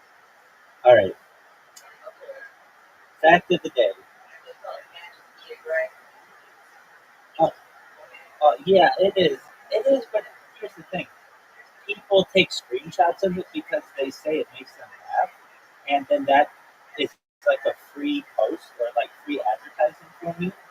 And exa- exactly. So I will make them. Again, they are very sexually explicit. And again, this is not my normal way. When I started, it was literally, I was really polite. I was like, please join Rabbi's Discord, just like for world peace, is what it said. Please join Rabbi's Discord for world peace with the Discord now. Because I am about world peace, I'm not about sexuality. I think it's okay to talk about, and certainly, like, I want to make things less taboo. But that, but just saying, please join Rabbi's Discord for World Peace does not get me as far as this way. So these are, so I make them as sexually explicit as I basically can. So again, I like even feel embarrassed just reading things, but here we go. Rabbi tongues clitoral hood like hound dogs eat peanut butter. Fact of the day. Absolutely. Fact of the day. Rabbi chews clit like bubblegum, parentheses, upon request. Because everything, no woman wants that. That's like bubblegum. Like, let's be honest, that would be extremely painful, but it puts an image in your head that is like, wow, that is very explicit. FYI, exactly. FYI, Rabbi sprays hot cum inside milks like a bombardier do. Rabbi provides orgasms at no cost to needy milks in your area. Blue Sky Trivia. Rabbi is the mastermind behind Guilt's Gone Wild. Rabbi makes you orgasm so hard that you will flood your house. Did you know Rabbi both rates and ranks tweets for charity? Rabbi can lick clit at a distance like chameleons eat insects. Warning. Rabbi will munch your box until your labia callous. Did you know Rabbi fingers chicks like bowling balls? Blue Sky Alert. Rabbi's penile girth causes vaginal canals to widen. Important notice. Rabbi causes milks to spray like fire hydrants. Did you know? Rabbi can fish you like an engine piston. Did you know? When Rabbi fishes you, your vagina becomes a handcuff. Fun fact. Rabbi destroys milk pussy. Fun fact. Rabbi destroys milk pussy like a jackhammer. Blue Sky Warning. Rabbi impales milk pussy like box skewers. Fun fact. Rabbi pumps milk pussy with cum like an oil barrel. Rabbi pounds pussy like a heavyweight boxer punches a speed bag. Flash flood warning. Rabbi causing milk leakage, seek high ground. Severe weather alert. Rabbi causing panic drop, seek shelter. Severe weather warning. Rabbi causing pussy to gush like geysers. Breaking news. Rabbi raw dog the entire thought control. Blue Sky fact of the day. Blue Sky fact of the day. Rabbi eats ass like a pudding bowl. Blue Sky alert. Rabbi tosses salad like a turbocharged salad spin. Rabbi once ate so much pussy his jaw had to be wired shut. Rabbi drinks pussy juice like a Gatorade. Rabbi distributes orgasm like an ATM dispenses cash. You get the point. So, yeah. So these things are so blatant that, and they make people laugh because people just be. How much engagement doing that compared to doing standard meat? Yeah, I would say it's about 20 times as much engagement, like a huge amount. But it is worth it. Absolutely. Because it makes people, I guess people, it makes them laugh. What they say is, like, I'm dying. I can't believe somebody would put this as their name. And then I get people who are they're like, that's my rabbi, the pussy. And I get some people, of course, who are like, why would you post? It's not even posting it. It's the name. So what happens, and the reason why I do this, after all of these, I have a Discord link, which gets people into it. And I can tell you, like, when I first started this, I had about 1,750 people in here, and I'm over 1,800 now. one guy in here who was like, "What kind of name is this?" And I was able to say, "I stream my life with peace. I talk about ending with hunger, ending with thirst. I talk about futurology. I talk about life extension. I talk about mind uploading, transhumanism." And once you actually get a chance to speak with me, then you're like, "Oh, okay, this is really cool." So he reposted me, and I got like 25 people just from one person because he has a really big extra. So it does what I need it to do, where it gets people's attention, and then I become a meme because then everybody knows about me. So it's a small enough. Blue Sky's a small enough platform that they have about 100 moderators, but they don't have AI utilized, so everything has to be manually uh, terminated, or they have to suspend all my accounts manually. And I came up with a really efficient way of creating accounts. So I got about 1,100 accounts that are ready to be used right now. Like I just have like a bank. Oh yeah, I got a bank name, and I created over probably about 10,000 of them right now. Which normally when you create accounts, it's a lot of work. But what I do, and I know you can see that I've got these devices like the smartphones, and what I do is I just have to hit one button on them. Yeah.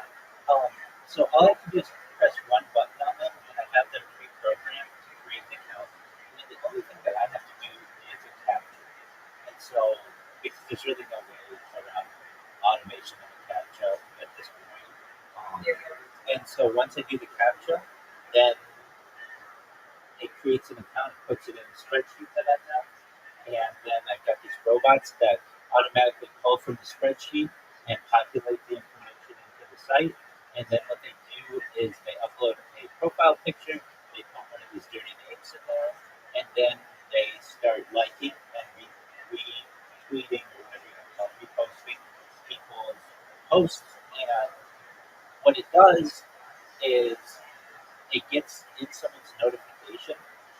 So, like, if you have notifications turned on, it'll make noise on your phone, which is the best kind of advertising that you could want.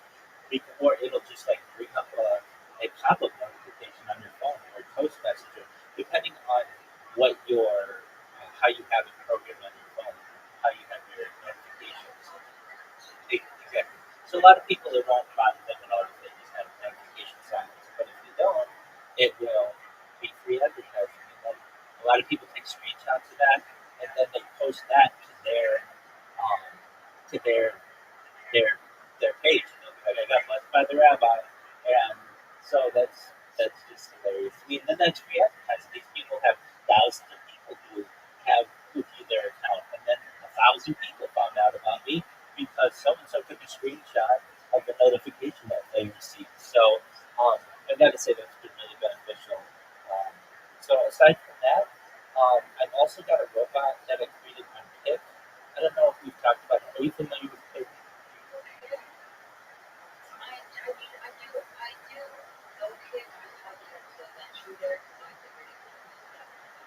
Yeah, right. So Twitch. Right, exactly. They seem to be slowly growing, both of them. Yo, what's going on, dude? How you doing? Okay. Zoo, can you hear me? Zoo, yeah. Zoo, how are you?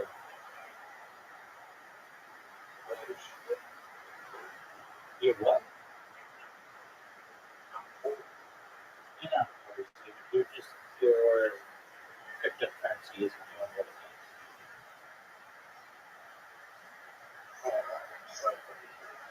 My friend, you are probably better off than 95% of all people on it. So don't consider yourself.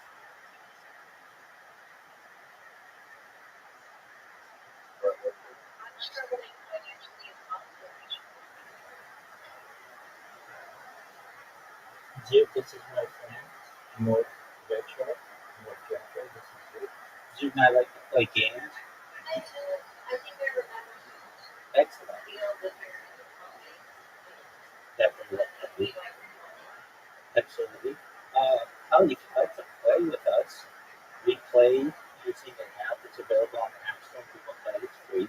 It's called Plato, Plato, and there are many games that you can play with us, or that you can just play in general.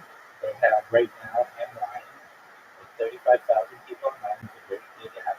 They have things like Uno and pool and drum and things like mini golf and paper soccer and bowling. Um, and Miss Aquarius, who's also in here, she and I play bowling before she goes to bed every night. And that's really fun. It's got things like gin rummy and darts and goldfish and battleship and chess and checkers and all that stuff like that. So if you'd like to play, feel free to download it if you just want to listen to it. And you can do that as well. Just want to give you that information. Yeah, excellent. Like your updates about what you've been doing, Yeah, any monetization, things of that nature. I do. You're pretty open about videos and stuff, but yeah. Sure. I mean, we don't have that ability, but we, yeah, but I am. Do what's wrong.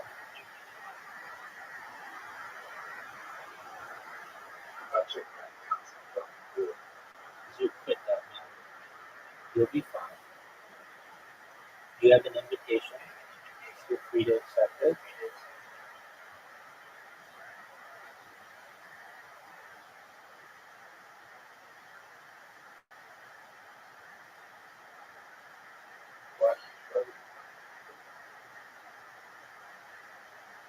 Me, because my last job was with Apple working on sex. Because I was doing cybersecurity, I was a PSM, from the university, but it was an online school that we did. And then next thing that I had went towards my see now, it's like really cool father. And then like I had an issue with that housing, so I went with a friend, and that friend was not really very good friends, and it has ended to be a hazmat, psychologically disturbing situation. And then I found shelter with a different dude that I had been staying friends with in Sweden and Kansas, and this isn't working out here as well because this individual was a pathological liar, although they seem very, very tight with the military. They can't be doing on their reputation. So I'm afraid of some stuff with that, which is that technically because that wouldn't have exposed certain assholes. So now I'm in the process of trying to figure out income and shelter. And it's a completely different situation, but it's the same pattern of behaviors, which is almost even women and their wellness, right, and their dignity. And basically, I'm just being fed a bunch of lies by men, which they are doing, almost like catfishing, or you think that they don't agree with you, but they actually are just assholes that want a sex slave of some sort. Right? So basically, I'm going to do a lot of different things on my own, all at once, and I'm going to Rabbi because he has empty in terms of creating multiple revenue streams independently. So I hope if you can take me under his wing and mentor me a little bit as I try to navigate everything he does, but do something like that as a side revenue thing. That would be fantastic. Um, and that's basically about it. I have degrees in education that I used to get in. Not just you have a master's degree. Benefits.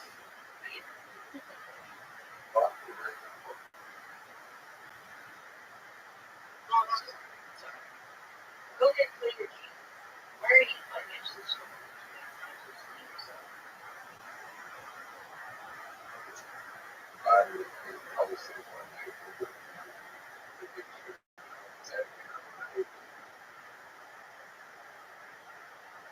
Academically,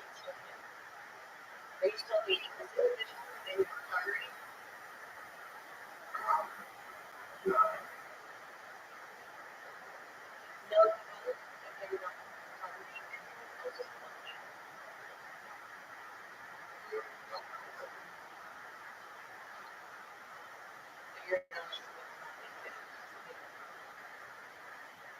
up there, right?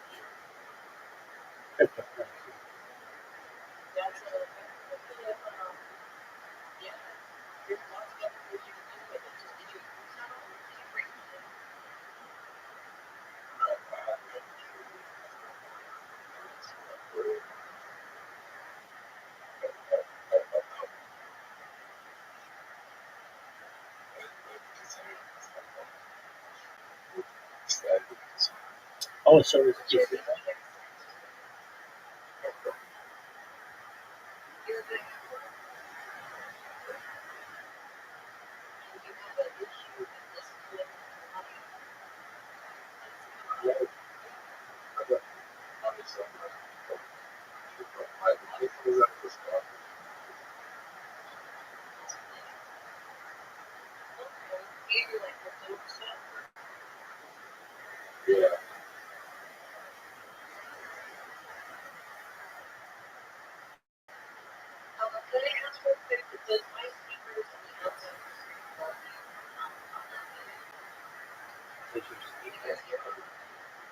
It sounds great.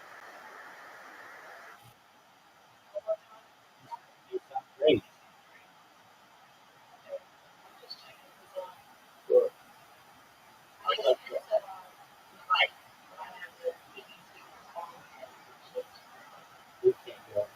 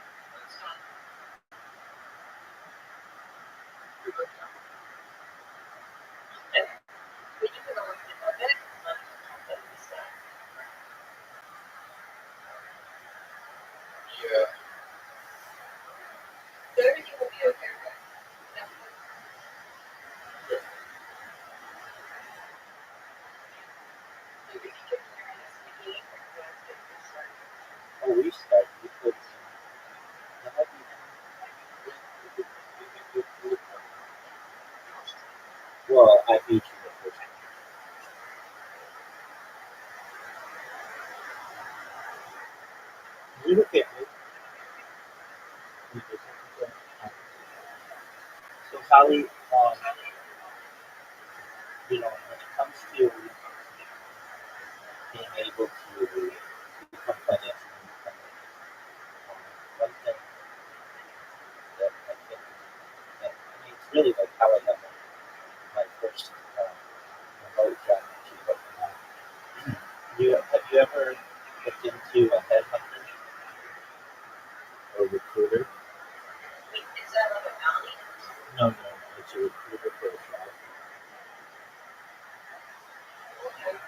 So basically, I would go scouting for individuals that might fit the criteria of a resume.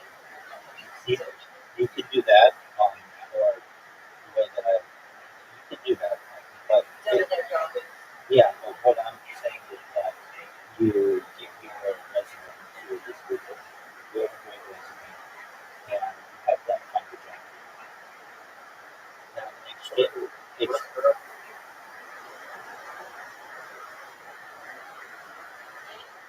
where am I? I was in Pennsylvania. I'm right now in Kansas for like 2 weeks. I've been there. Well, I'm thinking about a month. I feel like it's, I mean, because we're almost a month. And it's a day or two. You know, it's just a thing. Right? It's something you want. But it's just a matter. So, is he at least the right birthday? yes. And there was other needs with blood safety. But you never change up that. I got really attached. I think like if you really love a person or that person's not particularly aggravating,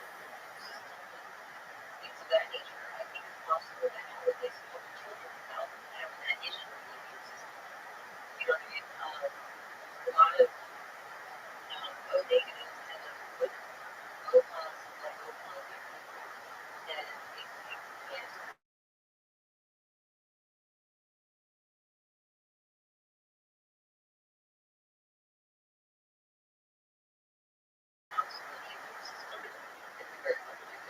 It's very, it's a pattern that I've seen, which is hard to find stats on. It's just I've been, so it's maybe thing that just takes people first story, my own sister, but I've always told this story as much as I really appreciate it and stuff like that. I have that big old need for, you know what I mean, as big as my needs, like the books in which you get to, they start, you know what I mean, being less and less interested because there's certain different shit. It's like they weren't really serious in the first place. They'll be young. Maybe they were, and then they're changing their mind and they'll put it back out. It's just like you ask them, you know what I mean, you put it back out. And they're like, don't do that. And then they act like they're really interested again. Right? I really think that they just don't know what they want. They think they want you, but they don't know what they want. This guy here in the States is really willing to do a long relationship and get married for the benefits of the military life. Get like spouse benefits and then have these kids. I think they work together. Okay, so you don't want that. Yeah. Even if you were to be a kid, not to show us anything. Right. And I got text messages for sure, like an asshole that is clear. Yeah, and there's something within the human psyche that we talk a big game until we stick our dick in you, and then we want to move on. And I think that you were right. Most people are all the same. We're not really technical. It used to be maybe I would have been are you really? I just think you're really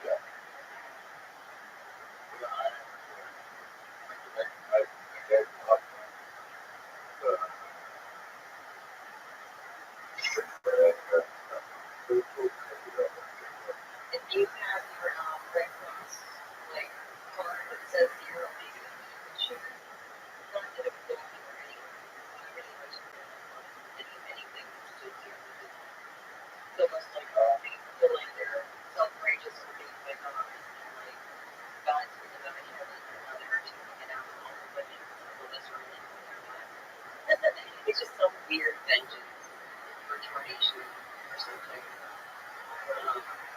And a power trip. I can show you a text that is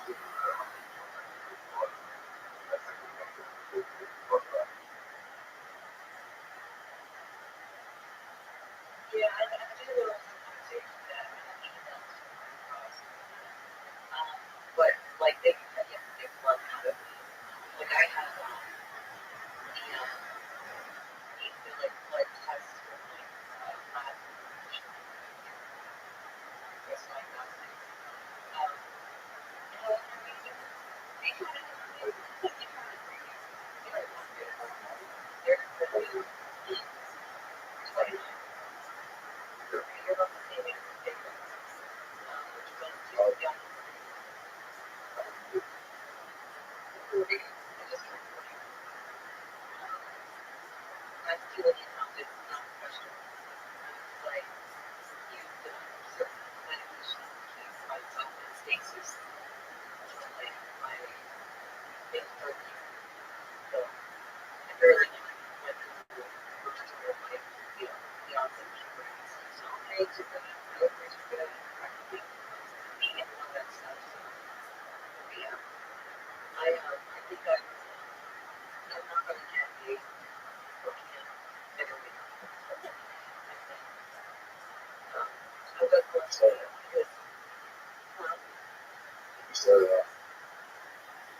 I say that because what I wanted, the whole idea was I waited trying to find different individuals that might fit the criteria of a good doctor. You know what I mean? And it's very difficult to find those these men are going themselves kind of being pathological liars, and you think like they're still recognized the child.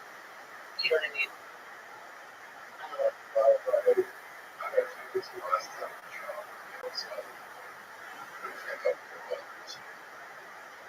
Or you mean like over the West? You mean in America?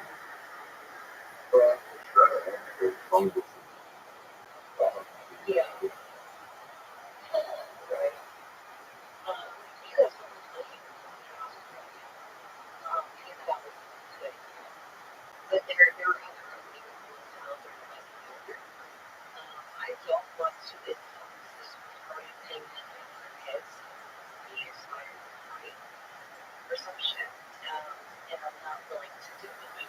You understand? Like they want a perfect olive oil and routine, but yet they're most childish.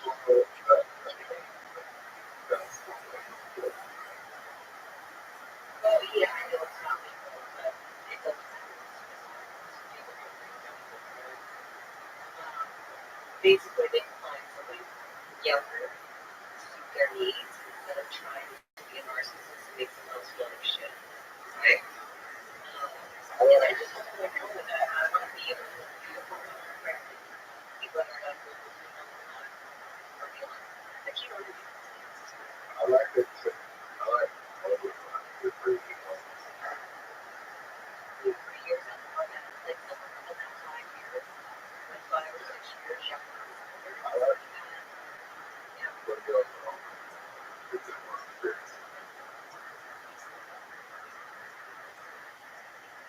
Yeah.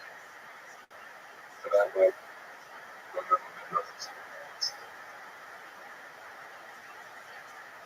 So how do you to like teach somebody something is kind of to be taught something? yeah. Yeah. That's interesting. Many men like that, they say that and they always talk back and forth. Or it's like give and take men, like they are out there.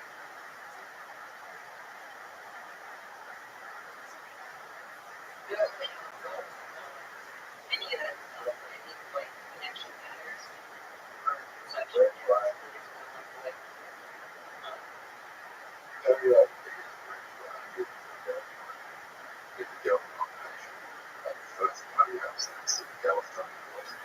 That's a red flag. You should know how to play this. Get back. so that kind of means he's not willing to teach you child and for themselves as well. I mean, you're looking for fun. You're looking for like fun, right? There's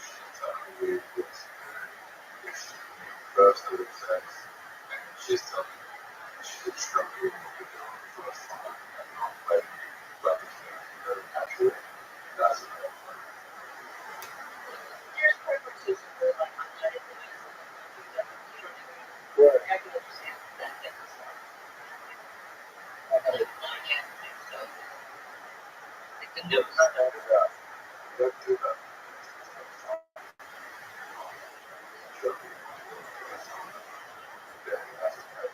Give give an example. Okay, are you sure you're just not good at math?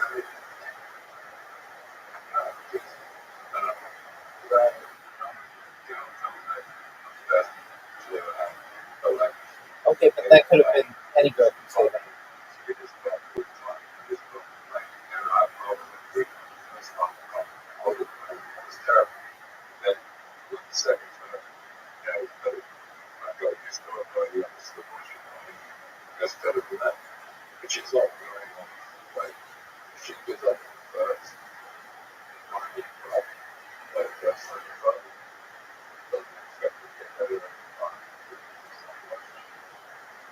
Getting a lot of things that you bring to that.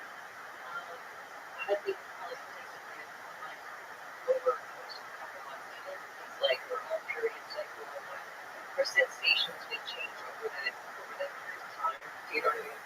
Depending on where controls on. For a woman and a man, it takes a basic like 3 to 6 months usually. For me, it's 6 days and about 3 days if they're, you know, virtue of the virtue shit, right?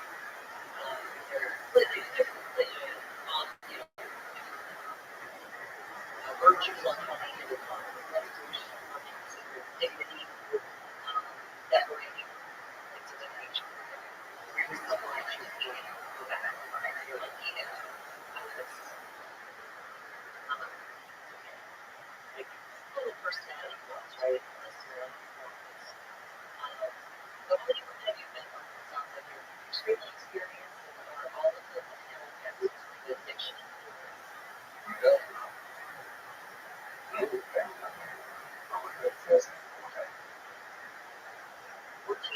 That's a lot.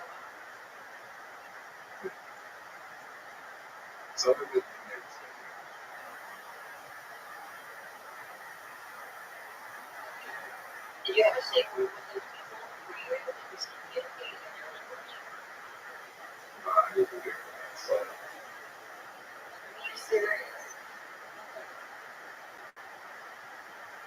Well, that's interesting. And you have yet to have any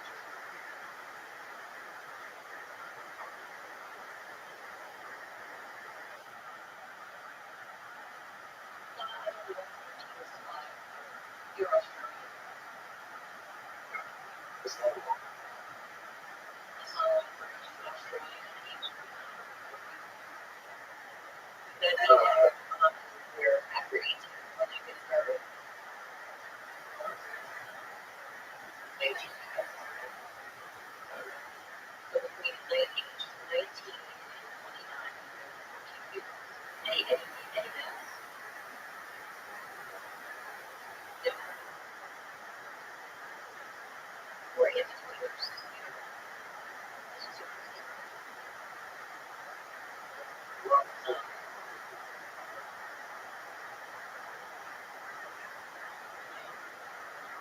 I know 3 girls, one does strings, and maybe like 3 guys. And some of those that I could probably count a lot of them, right? Uninvited. I'm like completely common. Right? Yeah, consensual aspects. But yeah. Really well, 6 people actually. And one last time was with a girl that was 2009. And with a guy, it was ended up to be like 2006 or something. Well, very long time.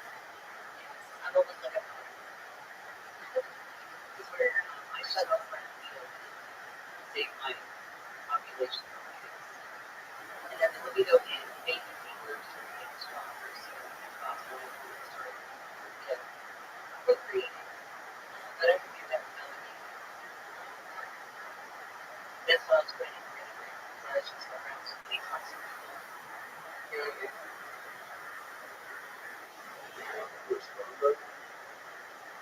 do I want to? I was considering this one. I looked into it for me. I went for my date and she used my age. We did it. One of our gay guy friends. We used him as a governor. And at the time, it's like, if one of them were, at least one of them were still positive. So I would pretend to be his girlfriend. Do you know what I mean?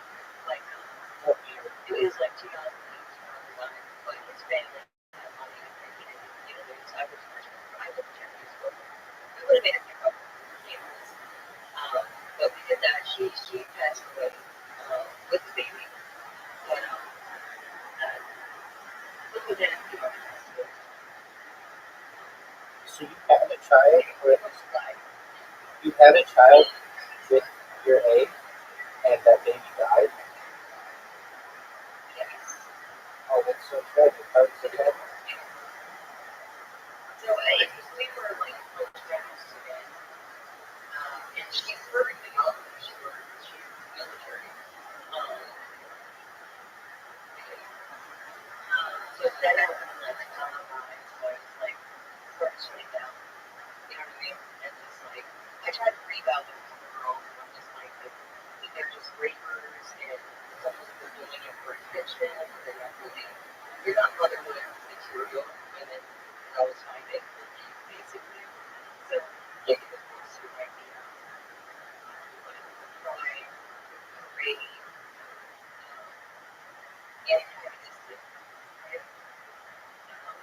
And with individuals that don't really want to invest in the future, and it's more popular than not have kids, right? But the women hired through that, explosion of, LGBT rights, a lot of them were returned, and they still have to prove these cases. Right. The women rape. Yeah, so like, Did you say the women rape?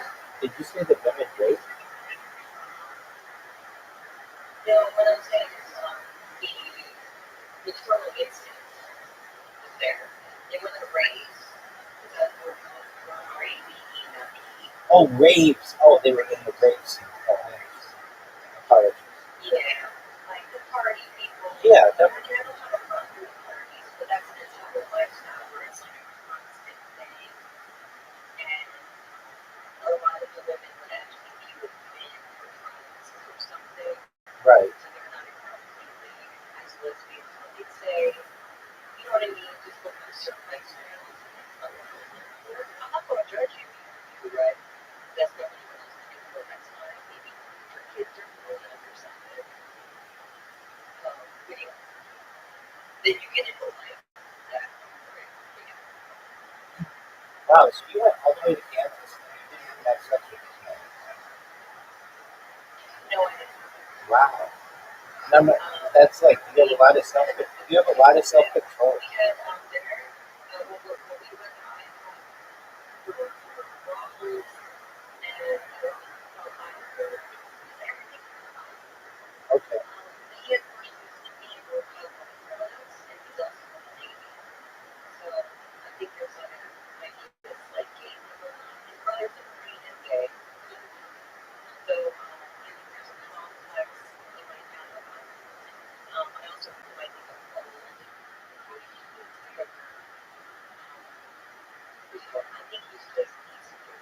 How old is Like the things I can bring out make me into a problem. I think it's just turned 35. Okay. 35 years old. Yeah.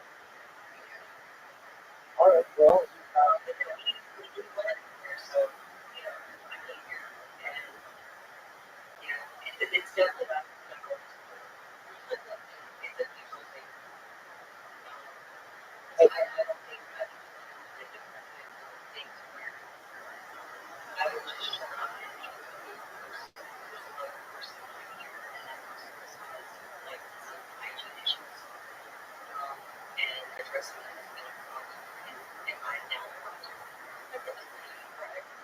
Okay, and for the other person that said that, the person with the hygiene issues, they said they don't like me. They're probably upset that they have to work their things from the playground that I'm in, which is another part of the house. They're supposedly a friend, but they're going to leave together. The military guy's white, right? He's from Michigan. And this other dude is like half black Hawaiian, with like the white boy guilt thing. You understand what I mean? Where it's like, oh, I'm helping somebody and stuff like that, right? That's also like a contentious thing. So where like he communicated to me that on his not here now, and he's mad about letting kids and explore his things. Okay. And like he failed from me and then embassy or something. So he was basically letting me in. It was an emergency doctor, so he made me bring up books in case we're right with this guy that might make it to an embassy. Do you understand? He's very career motivated. Sure. Yeah. Right. And I don't think he knew that anything was going to work out because, I mean, those things will work. So he says, he's a fat boy, so I think he's just using the insulin shot stuff to try to lose weight. There's a whole bunch of different things that people do wrestling, right? So listen, and I don't think I'm anything, but I do have a high respect for soldiers. But if you're going to turn civilians into pawns, you know what I mean? It's a little bit more true than one thing, and not necessarily true about the well-being of children. So, you know what I mean? Right. So yeah.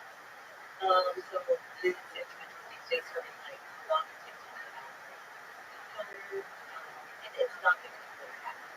It's too much. You're age where you play still have to be safe. You can hear some hospital disconnect and like dissertation where it's like I sign up and everything and it happened that and it wasn't addressed. I was told I would have Ethernet because he did internet is actually in Israel, right? Which means that we would have to wait for him to leave Israel, right? For us, I guess, to sneak in with the Ethernet, you know, like, his house. Yeah. You know what I mean? Right. Which is a war part. But I got I got my own internet system. Yeah, that's what I he was about to do. Really bad. He was telling him about the first, like, 3 weeks. Because the internet did the Wi-Fi sucks because the walls are really like constant.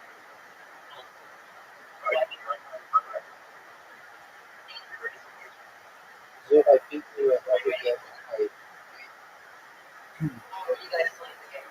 Yeah. I don't need that. No, you're fine. It's a long day. I'm saying. No, you're fine. All right. It's a your worst situation. You know what I mean? And this happens to me thing, which I guess, you know, he flew out because he's in Aries. And then, you know, we go out with text messages. You know, oh, we're here, little London, you know, that kind of thing. Your potential baby mama is cherry picking. And you know what I mean? There's certain things that are disturbing her. It's just like, you know what I mean? It's just like, I never had to introduce it properly. There's no rules. You know what I mean? And then when the girlfriend said, hey, let me know if you need anything. Right? But if you do need anything, it's really this sort of problem. You know what I mean? Right.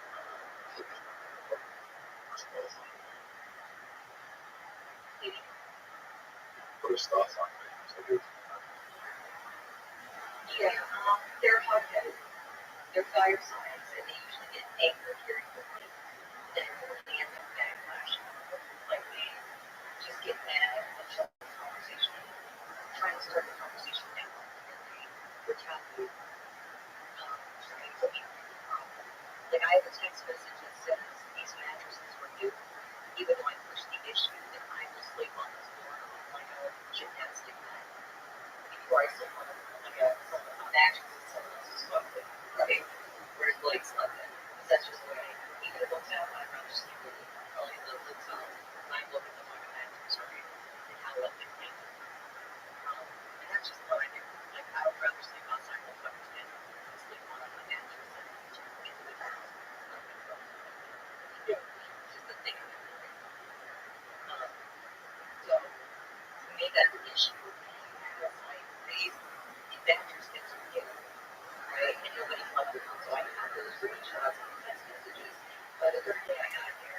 did lay on top of the bed, right? And then I decided to do laundry and it's all stayed up. So now my mattress is outside of this room. And in the dining room, we decided, like, that's the issue. But he's going to put it in that guy's room once that guy leaves. Because the military mattress. So why would you keep that mattress? My children it's all staying up. I would rather see it as a domestic matter. You know what I mean? Right. It's like a thing where it's like he made it like a bigger deal. But at the same time, it's like, oh, okay, so now it's over. Okay. But if the church showed me prior to coming here, the sheets were different than what I actually wrote. I have those extras. So we change the sheets. You know, even the book on you do that. You know what I mean? So then he got himself caught up with her eyes because I'm coming back on something. But you know what I mean? You can't have that session. So almost that narcissistic things where you can't handle it. He's or you just can't get past that shit, right? And it's other things as well. Are you okay with that? I know. Would you be okay with an older man? Yeah, I actually was going to pursue an ex-Marine that's Canadian that I talked to on an ex, and I don't think he might be good because he's done this here. We spent a lot of time on the 1912 bus, which I'm kind of fine with, but he's not wanting to have kids. He said if it happens, it happens. He's not really like passionate about it. I'm not going to try to man for 50, right? Everybody can get that. I'm not going to try to man for this one, you know. Yeah. Well, he's 52. And another gentleman that he's where he seems like he's a lost cause to the rest of his life. But he's 47. So, both good. You know what I mean? Yeah. But I mean, The one guy where I could check out, he's almost pushing 60. But he hasn't even started looking at it. I don't know if it's from the woman's side, his side, but, you know, he's a twin. They got twin kids. right. I mean, this is just a suggestion. I'm you. I am posting Craigslist ad in Los Angeles, and I'm going to say I'm in a college. I'm interested in a man who's serious, and here are my specifications. If you would like to inquire, please do. I'm looking for a living situation, and I'm not here to just be as nice as we can sexually. But people generally on the coast have more money and more opportunity to be able to provide for you in a way that I think you need, especially with protection and such. And there are a lot more people here. I mean, at least in Southern California, we have like 25 million people. So that's, a lot of guys, basically, is what I'm saying, who can make sure that your words are not Ethernet and huge on your toilet. They would be, they just, people who have more needs. So, the credit the cues on my phone, it's somebody I'm not going to be having sex with. You know what I mean? Just that you're talking with somebody and you want to make sure you're everything that person. No, Because you're going to be anxious for this thing. You know what I mean? Because I know, I get that. I get that in the approach. that's your party. I get that totally. I'm empathizing with you. What I'm saying is that these men, there are a lot of single men in Southern California who have a lot more money than anybody anywhere else you're going to be looking. And they're going to be able to give you your own bathroom, perhaps even a guest house. And you, like, basically get more needs. And that's going to be definitely a positive. They're going to be looking for someone. I just picked that up and then I really don't It's definitely feasible. It's definitely unflexible. And you're going to get 10 guys a day, and then you're going to interview them via FaceTime or Skype or not Skype, or like Zoom or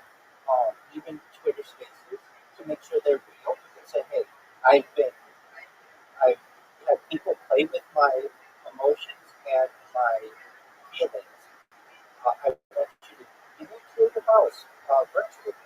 And if it looks like a place that is clean and I would want to live, then what I need you to do is give me a plane ticket to LA and I will come and live with you. I'll give you a month at least where we can get acquainted. You're not gonna I want you to know that this is a serious opportunity. So it's not just a quick we're not just gonna this isn't a fling. I want a father for my child and I ideally want a husband. But like, okay, so you're like, where would I even post that? It's very easy. All you do is you go to check. It is so. Yeah, I have. Normally it's from other countries though, not necessarily the United States. But yeah, I've known people to do it. I've known people who've done it and they've been married for 30 years. So, and they have had children.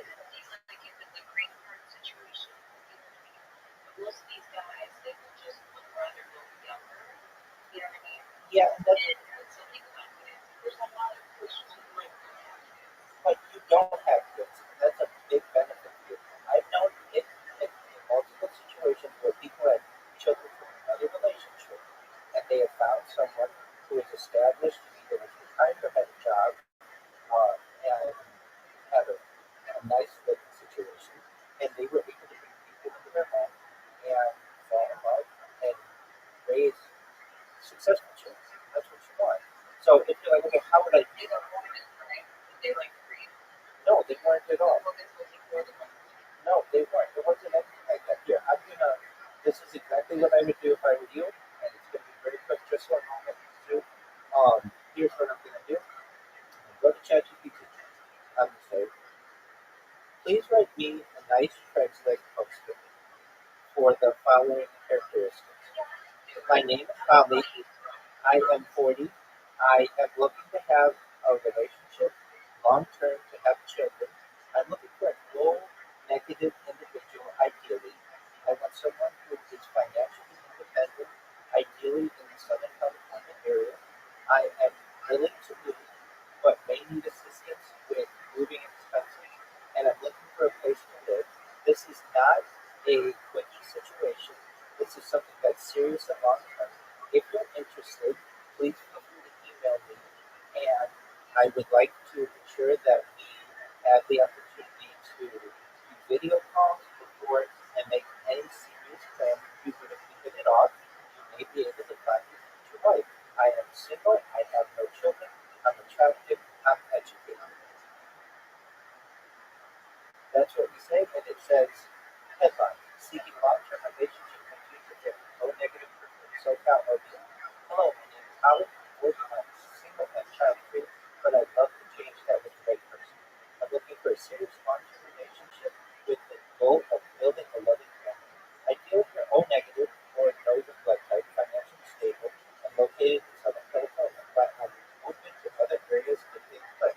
If we really connect, I'm willing to relocate, though some help with moving expenses may be needed.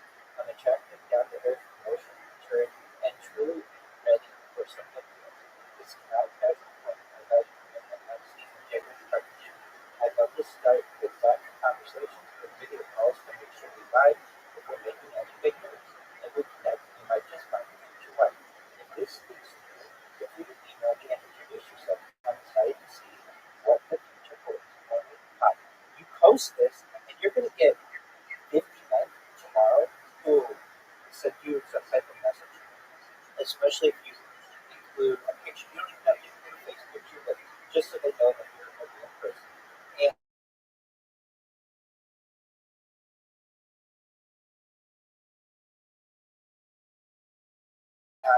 And for not whatever. And then you're gonna line up video calls just like what John wanted or similar activity. And then you're gonna find some guy. I could see you easily finding some guy between 55 and 65 who wants to have a family, just hasn't found the right woman, not mature, whatever. Or maybe, or, yeah, I mean, you could find a guy who's 25.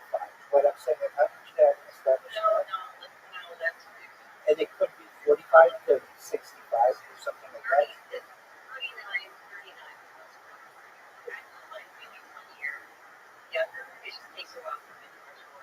You're exactly. you're exactly right. And you're going to post this, and I would post it to big cities where you want to live, preferably places that have nice weather, ways to go. That's sort of beneficial, but not necessary. And just see what happens. It doesn't hurt. That's a really nice introduction. It doesn't get too much, and it's just the right everything that you want. And you're going to find guys who you will. If you post this in LA, in the LA price list, it's free under the personal section. You will find. I bet you get 50 guys in the next 24 hours.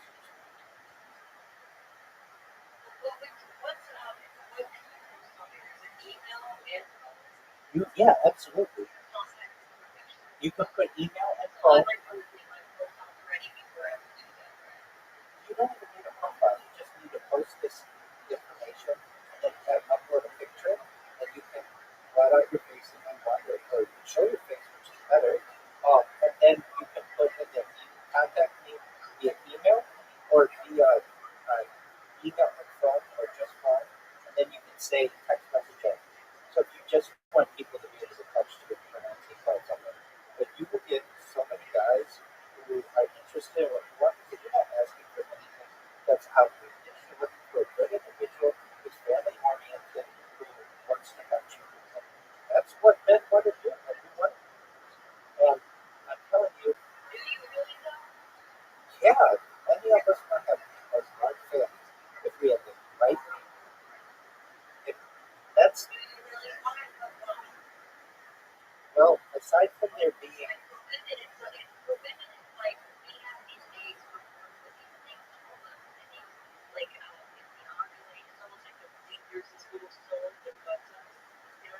aside from the aside aside from it being an instinctual quality of a person, people want to teach. Like I would want to teach people, both men and women, like boys and girls, how to live and the positive things. You're able, like, to educate them and make sure that they have it better than you have it, and hopefully grow up into moral and decent people that have children of their own, and have grandchildren, and build a family, and just create more love in the world. These are all positive aspects of procreation, and I know that there are other people out there that think the same way.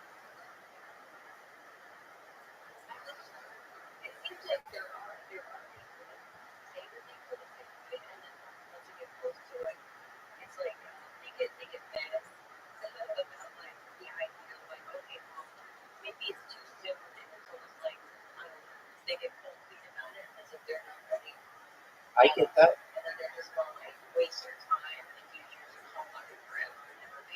I get that. I get that. And it is true. Now that's why. Wait, how you didn't even try that?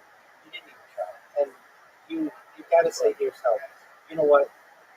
It would take me 10 minutes to put together a profile and just see what happens. Not even put together a profile. It takes 2 minutes to create the profile. It'll take you 1 minute to create the rocket tree or whatever you want. Post a picture. You can have this all done in 5 minutes, and then you just wait. And while you're blowing time with this loser at Kansas, you can have some guy who says, "Hey, I'd like to chat. You seem like a nice individual. We have plans or similar goals." And then if you get that, then I would really be like with the guy in Kansas. How many times did you video chat?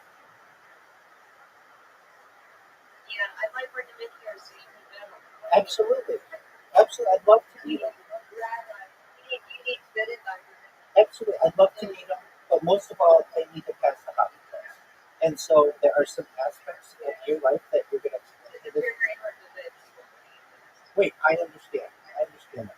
How many times did you video chat with the Kansas guy? Okay. No, no, no. That doesn't count. That doesn't count. That doesn't count. That doesn't count. That doesn't count. So the guy who you're currently with, you didn't video chat with, and this time, this time you're going to change that, and you're going to make sure that this person has a nice house, that they're clean, that they're consistent, meaning they're just not flaky, you're gonna make sure, like, hey, do you have anyone else living in the house? The guy might say, I have a dog. Okay, can I see your dog? Yeah, I'm just asking, are you okay with somebody with pets? Oh, yeah, yeah. But it's not that it's not really, Normal pets, a dog or a cat, let's say. If they have a dog or a cat, are you okay with that? Okay.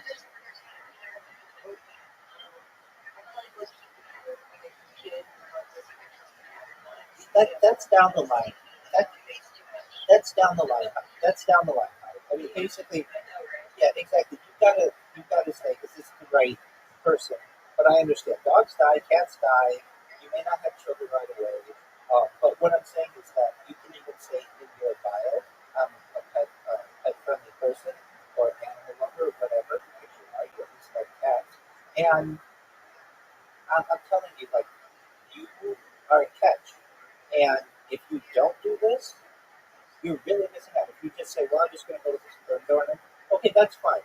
But in 5 years, when you need money and you need a place to live, and you've got a child, and now you're on your own because the but have you ever raised a child on welfare? Yeah, exactly. Um, you want somebody who has a house. There are many men in Southern California. It doesn't have to be Southern California. I'm just saying a place where the per capita income is higher. There are people who would be able to provide for you, and that's what you want. Ideally, would you want to be a housewife so you can focus on the child? Yeah, exactly. And that's the natural thing that you want. Absolutely.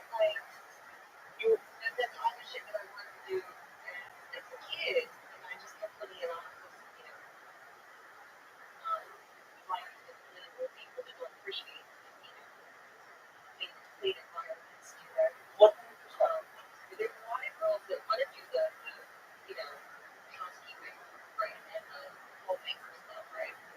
And I was one of them. It's just I always had to do the other roles as well, and also defend myself, right? you you don't you don't need that.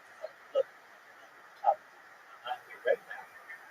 I just do it yourself, and it may be the best decision you ever make in your entire life. What you should do is go to ground and do exactly what I did with ChatGPT. Get your profile. Let's create Craigslist ads for you. I'll be here the whole time. It's going to take us 10 minutes. And then once it's done, you can go do whatever else you want to do.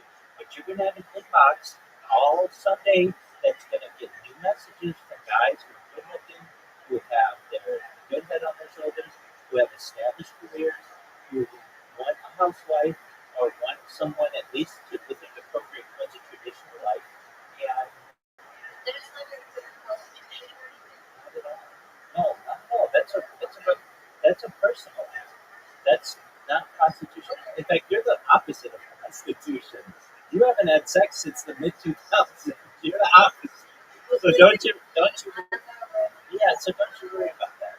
And um, you if you I mean I could even send you the but I'm sure you can put it in your there are more specifics that you want. But no, I don't believe you. I don't believe you. I, I don't believe you. I don't believe you. I don't believe you. I don't believe you. No, no, I don't because it literally takes you 10 minutes right now. You have to do it. This could be the biggest opportunity of your life. Okay. No, no. Hold on, hold on, hold on, hold on, hold on, hold on, hold on, hold on. Don't worry about that. These are just excuses. I dismiss excuses on Grace Solution. So on Craigslist, you can anonymize your email so that they don't have your email. So you just would email them. But if you don't want it, okay, so I understand. Go to protonmail.com. You get a free encrypted email, and that'll be your email for communicating with men, and you can do it in 3 minutes. And I'm going to wait here for you until you've created it.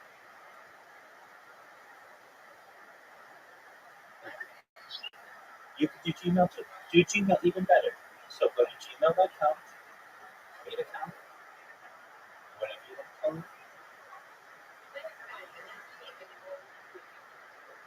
You absolutely could. That's fine. Go to Craigslist.com and usually it'd probably just be easiest to just put it in Google. Craigslist Los Angeles. That way it'll give you the right page. And if I were you, I would put Craigslist Los Angeles, Craigslist Orange County, and Craigslist San Diego. And even some of those three ones. Because it's one, it's the people are good looking, they're healthy, they're wealthy, they're going to be able to support a child much easier than someone in a fire. What you call flyovers? Yeah, so basically people who just drive a place. New York, LA, everything in the middle is public flyovers. So like the middle states are considered to be weird. Yeah, yeah. They have lower incomes there isn't a lot of industry there, and the movers and shakers of the United States and globally don't really fly it the South or the Midwest really too much. So they come in flyovers. They're the states you fly over in the plane. Oh, okay, never landed. Exactly. So they see the states. For like,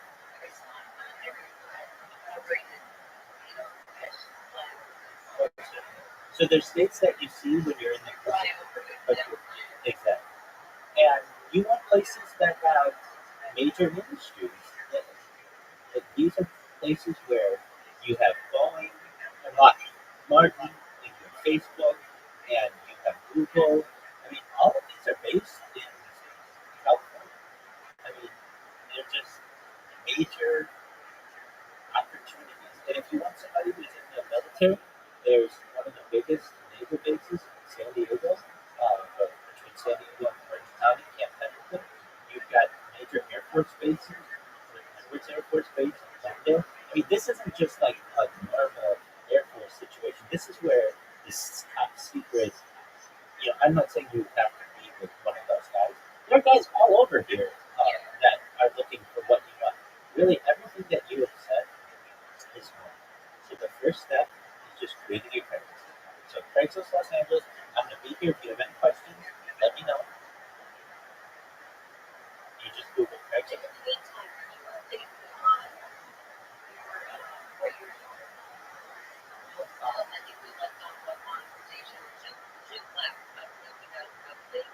Yeah, he does that. That's fine.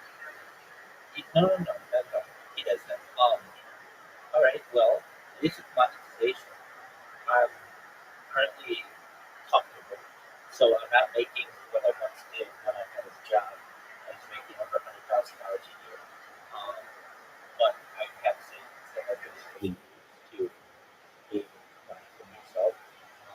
Unruffle, make a little money, and also sponsor my cryptocurrency, so that provides me with some assets. And I mean, I don't really, I got enough to eat, and I got enough to be able to pay my internet. That's what those are my main focuses.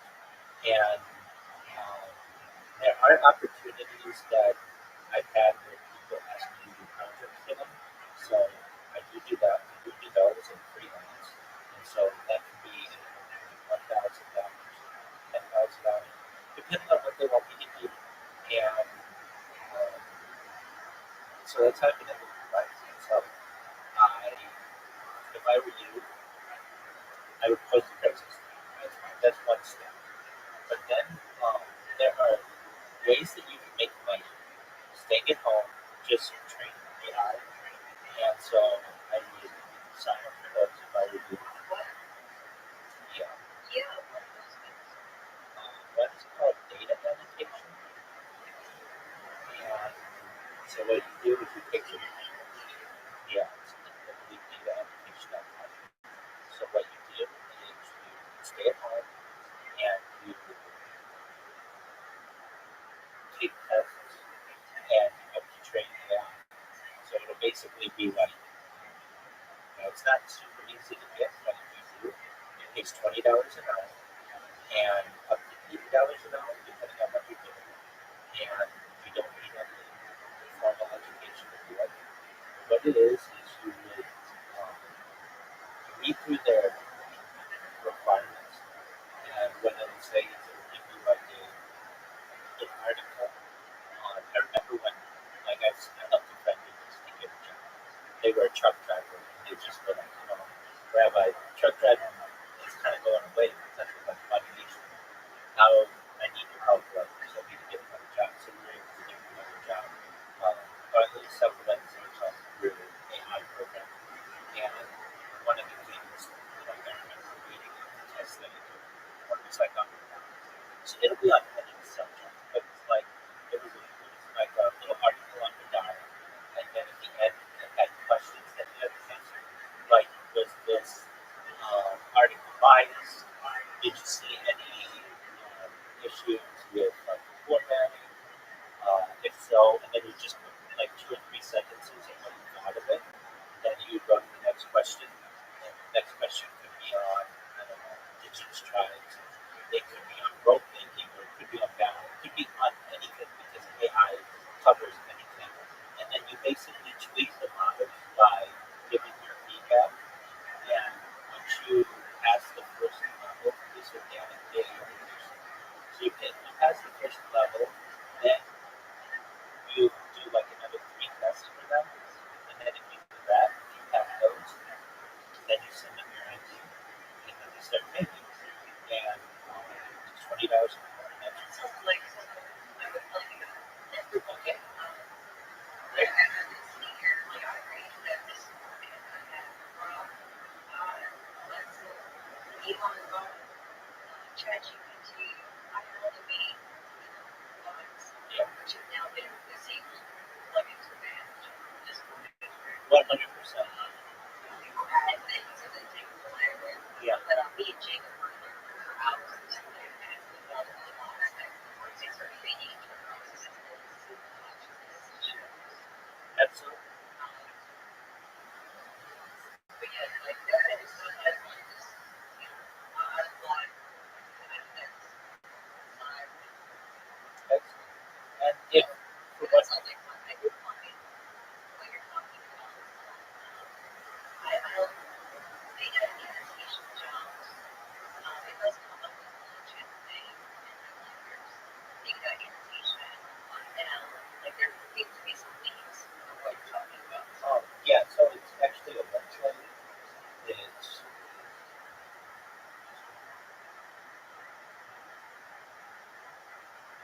data annotation.taik. It says get paid to train AI trainers. We have 4.6. Have you done that yourself or just I help with that doing. If not, I didn't need to do it, so I did. But I know that like if I needed to, I could either do this one or one of the other ones that offer this thing where you just get paid to train AI on your own schedule.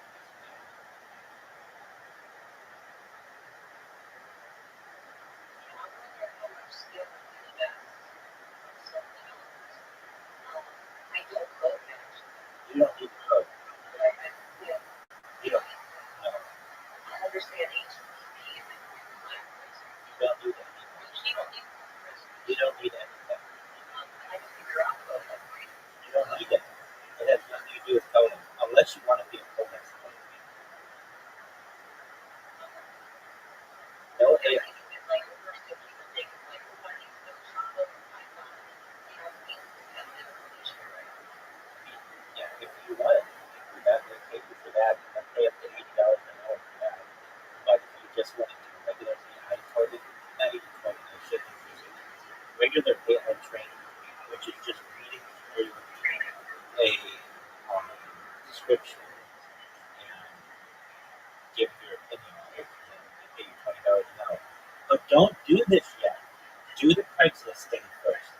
once you have the Craigslist thing posted, then knock yourself out. Then go to town with this. You'll be able to start earning money. Actually, it takes a week or two. Actually, no, it takes like 3 days. So, but you've got to have that Craigslist post. I don't know why you haven't done that. I'm getting there. I did the whole the job stuff. No, I know you did. And I don't want you to do that. You can do that in 20 minutes after you have this thing posted. So go to in Google, type Craigslist list, click create an account.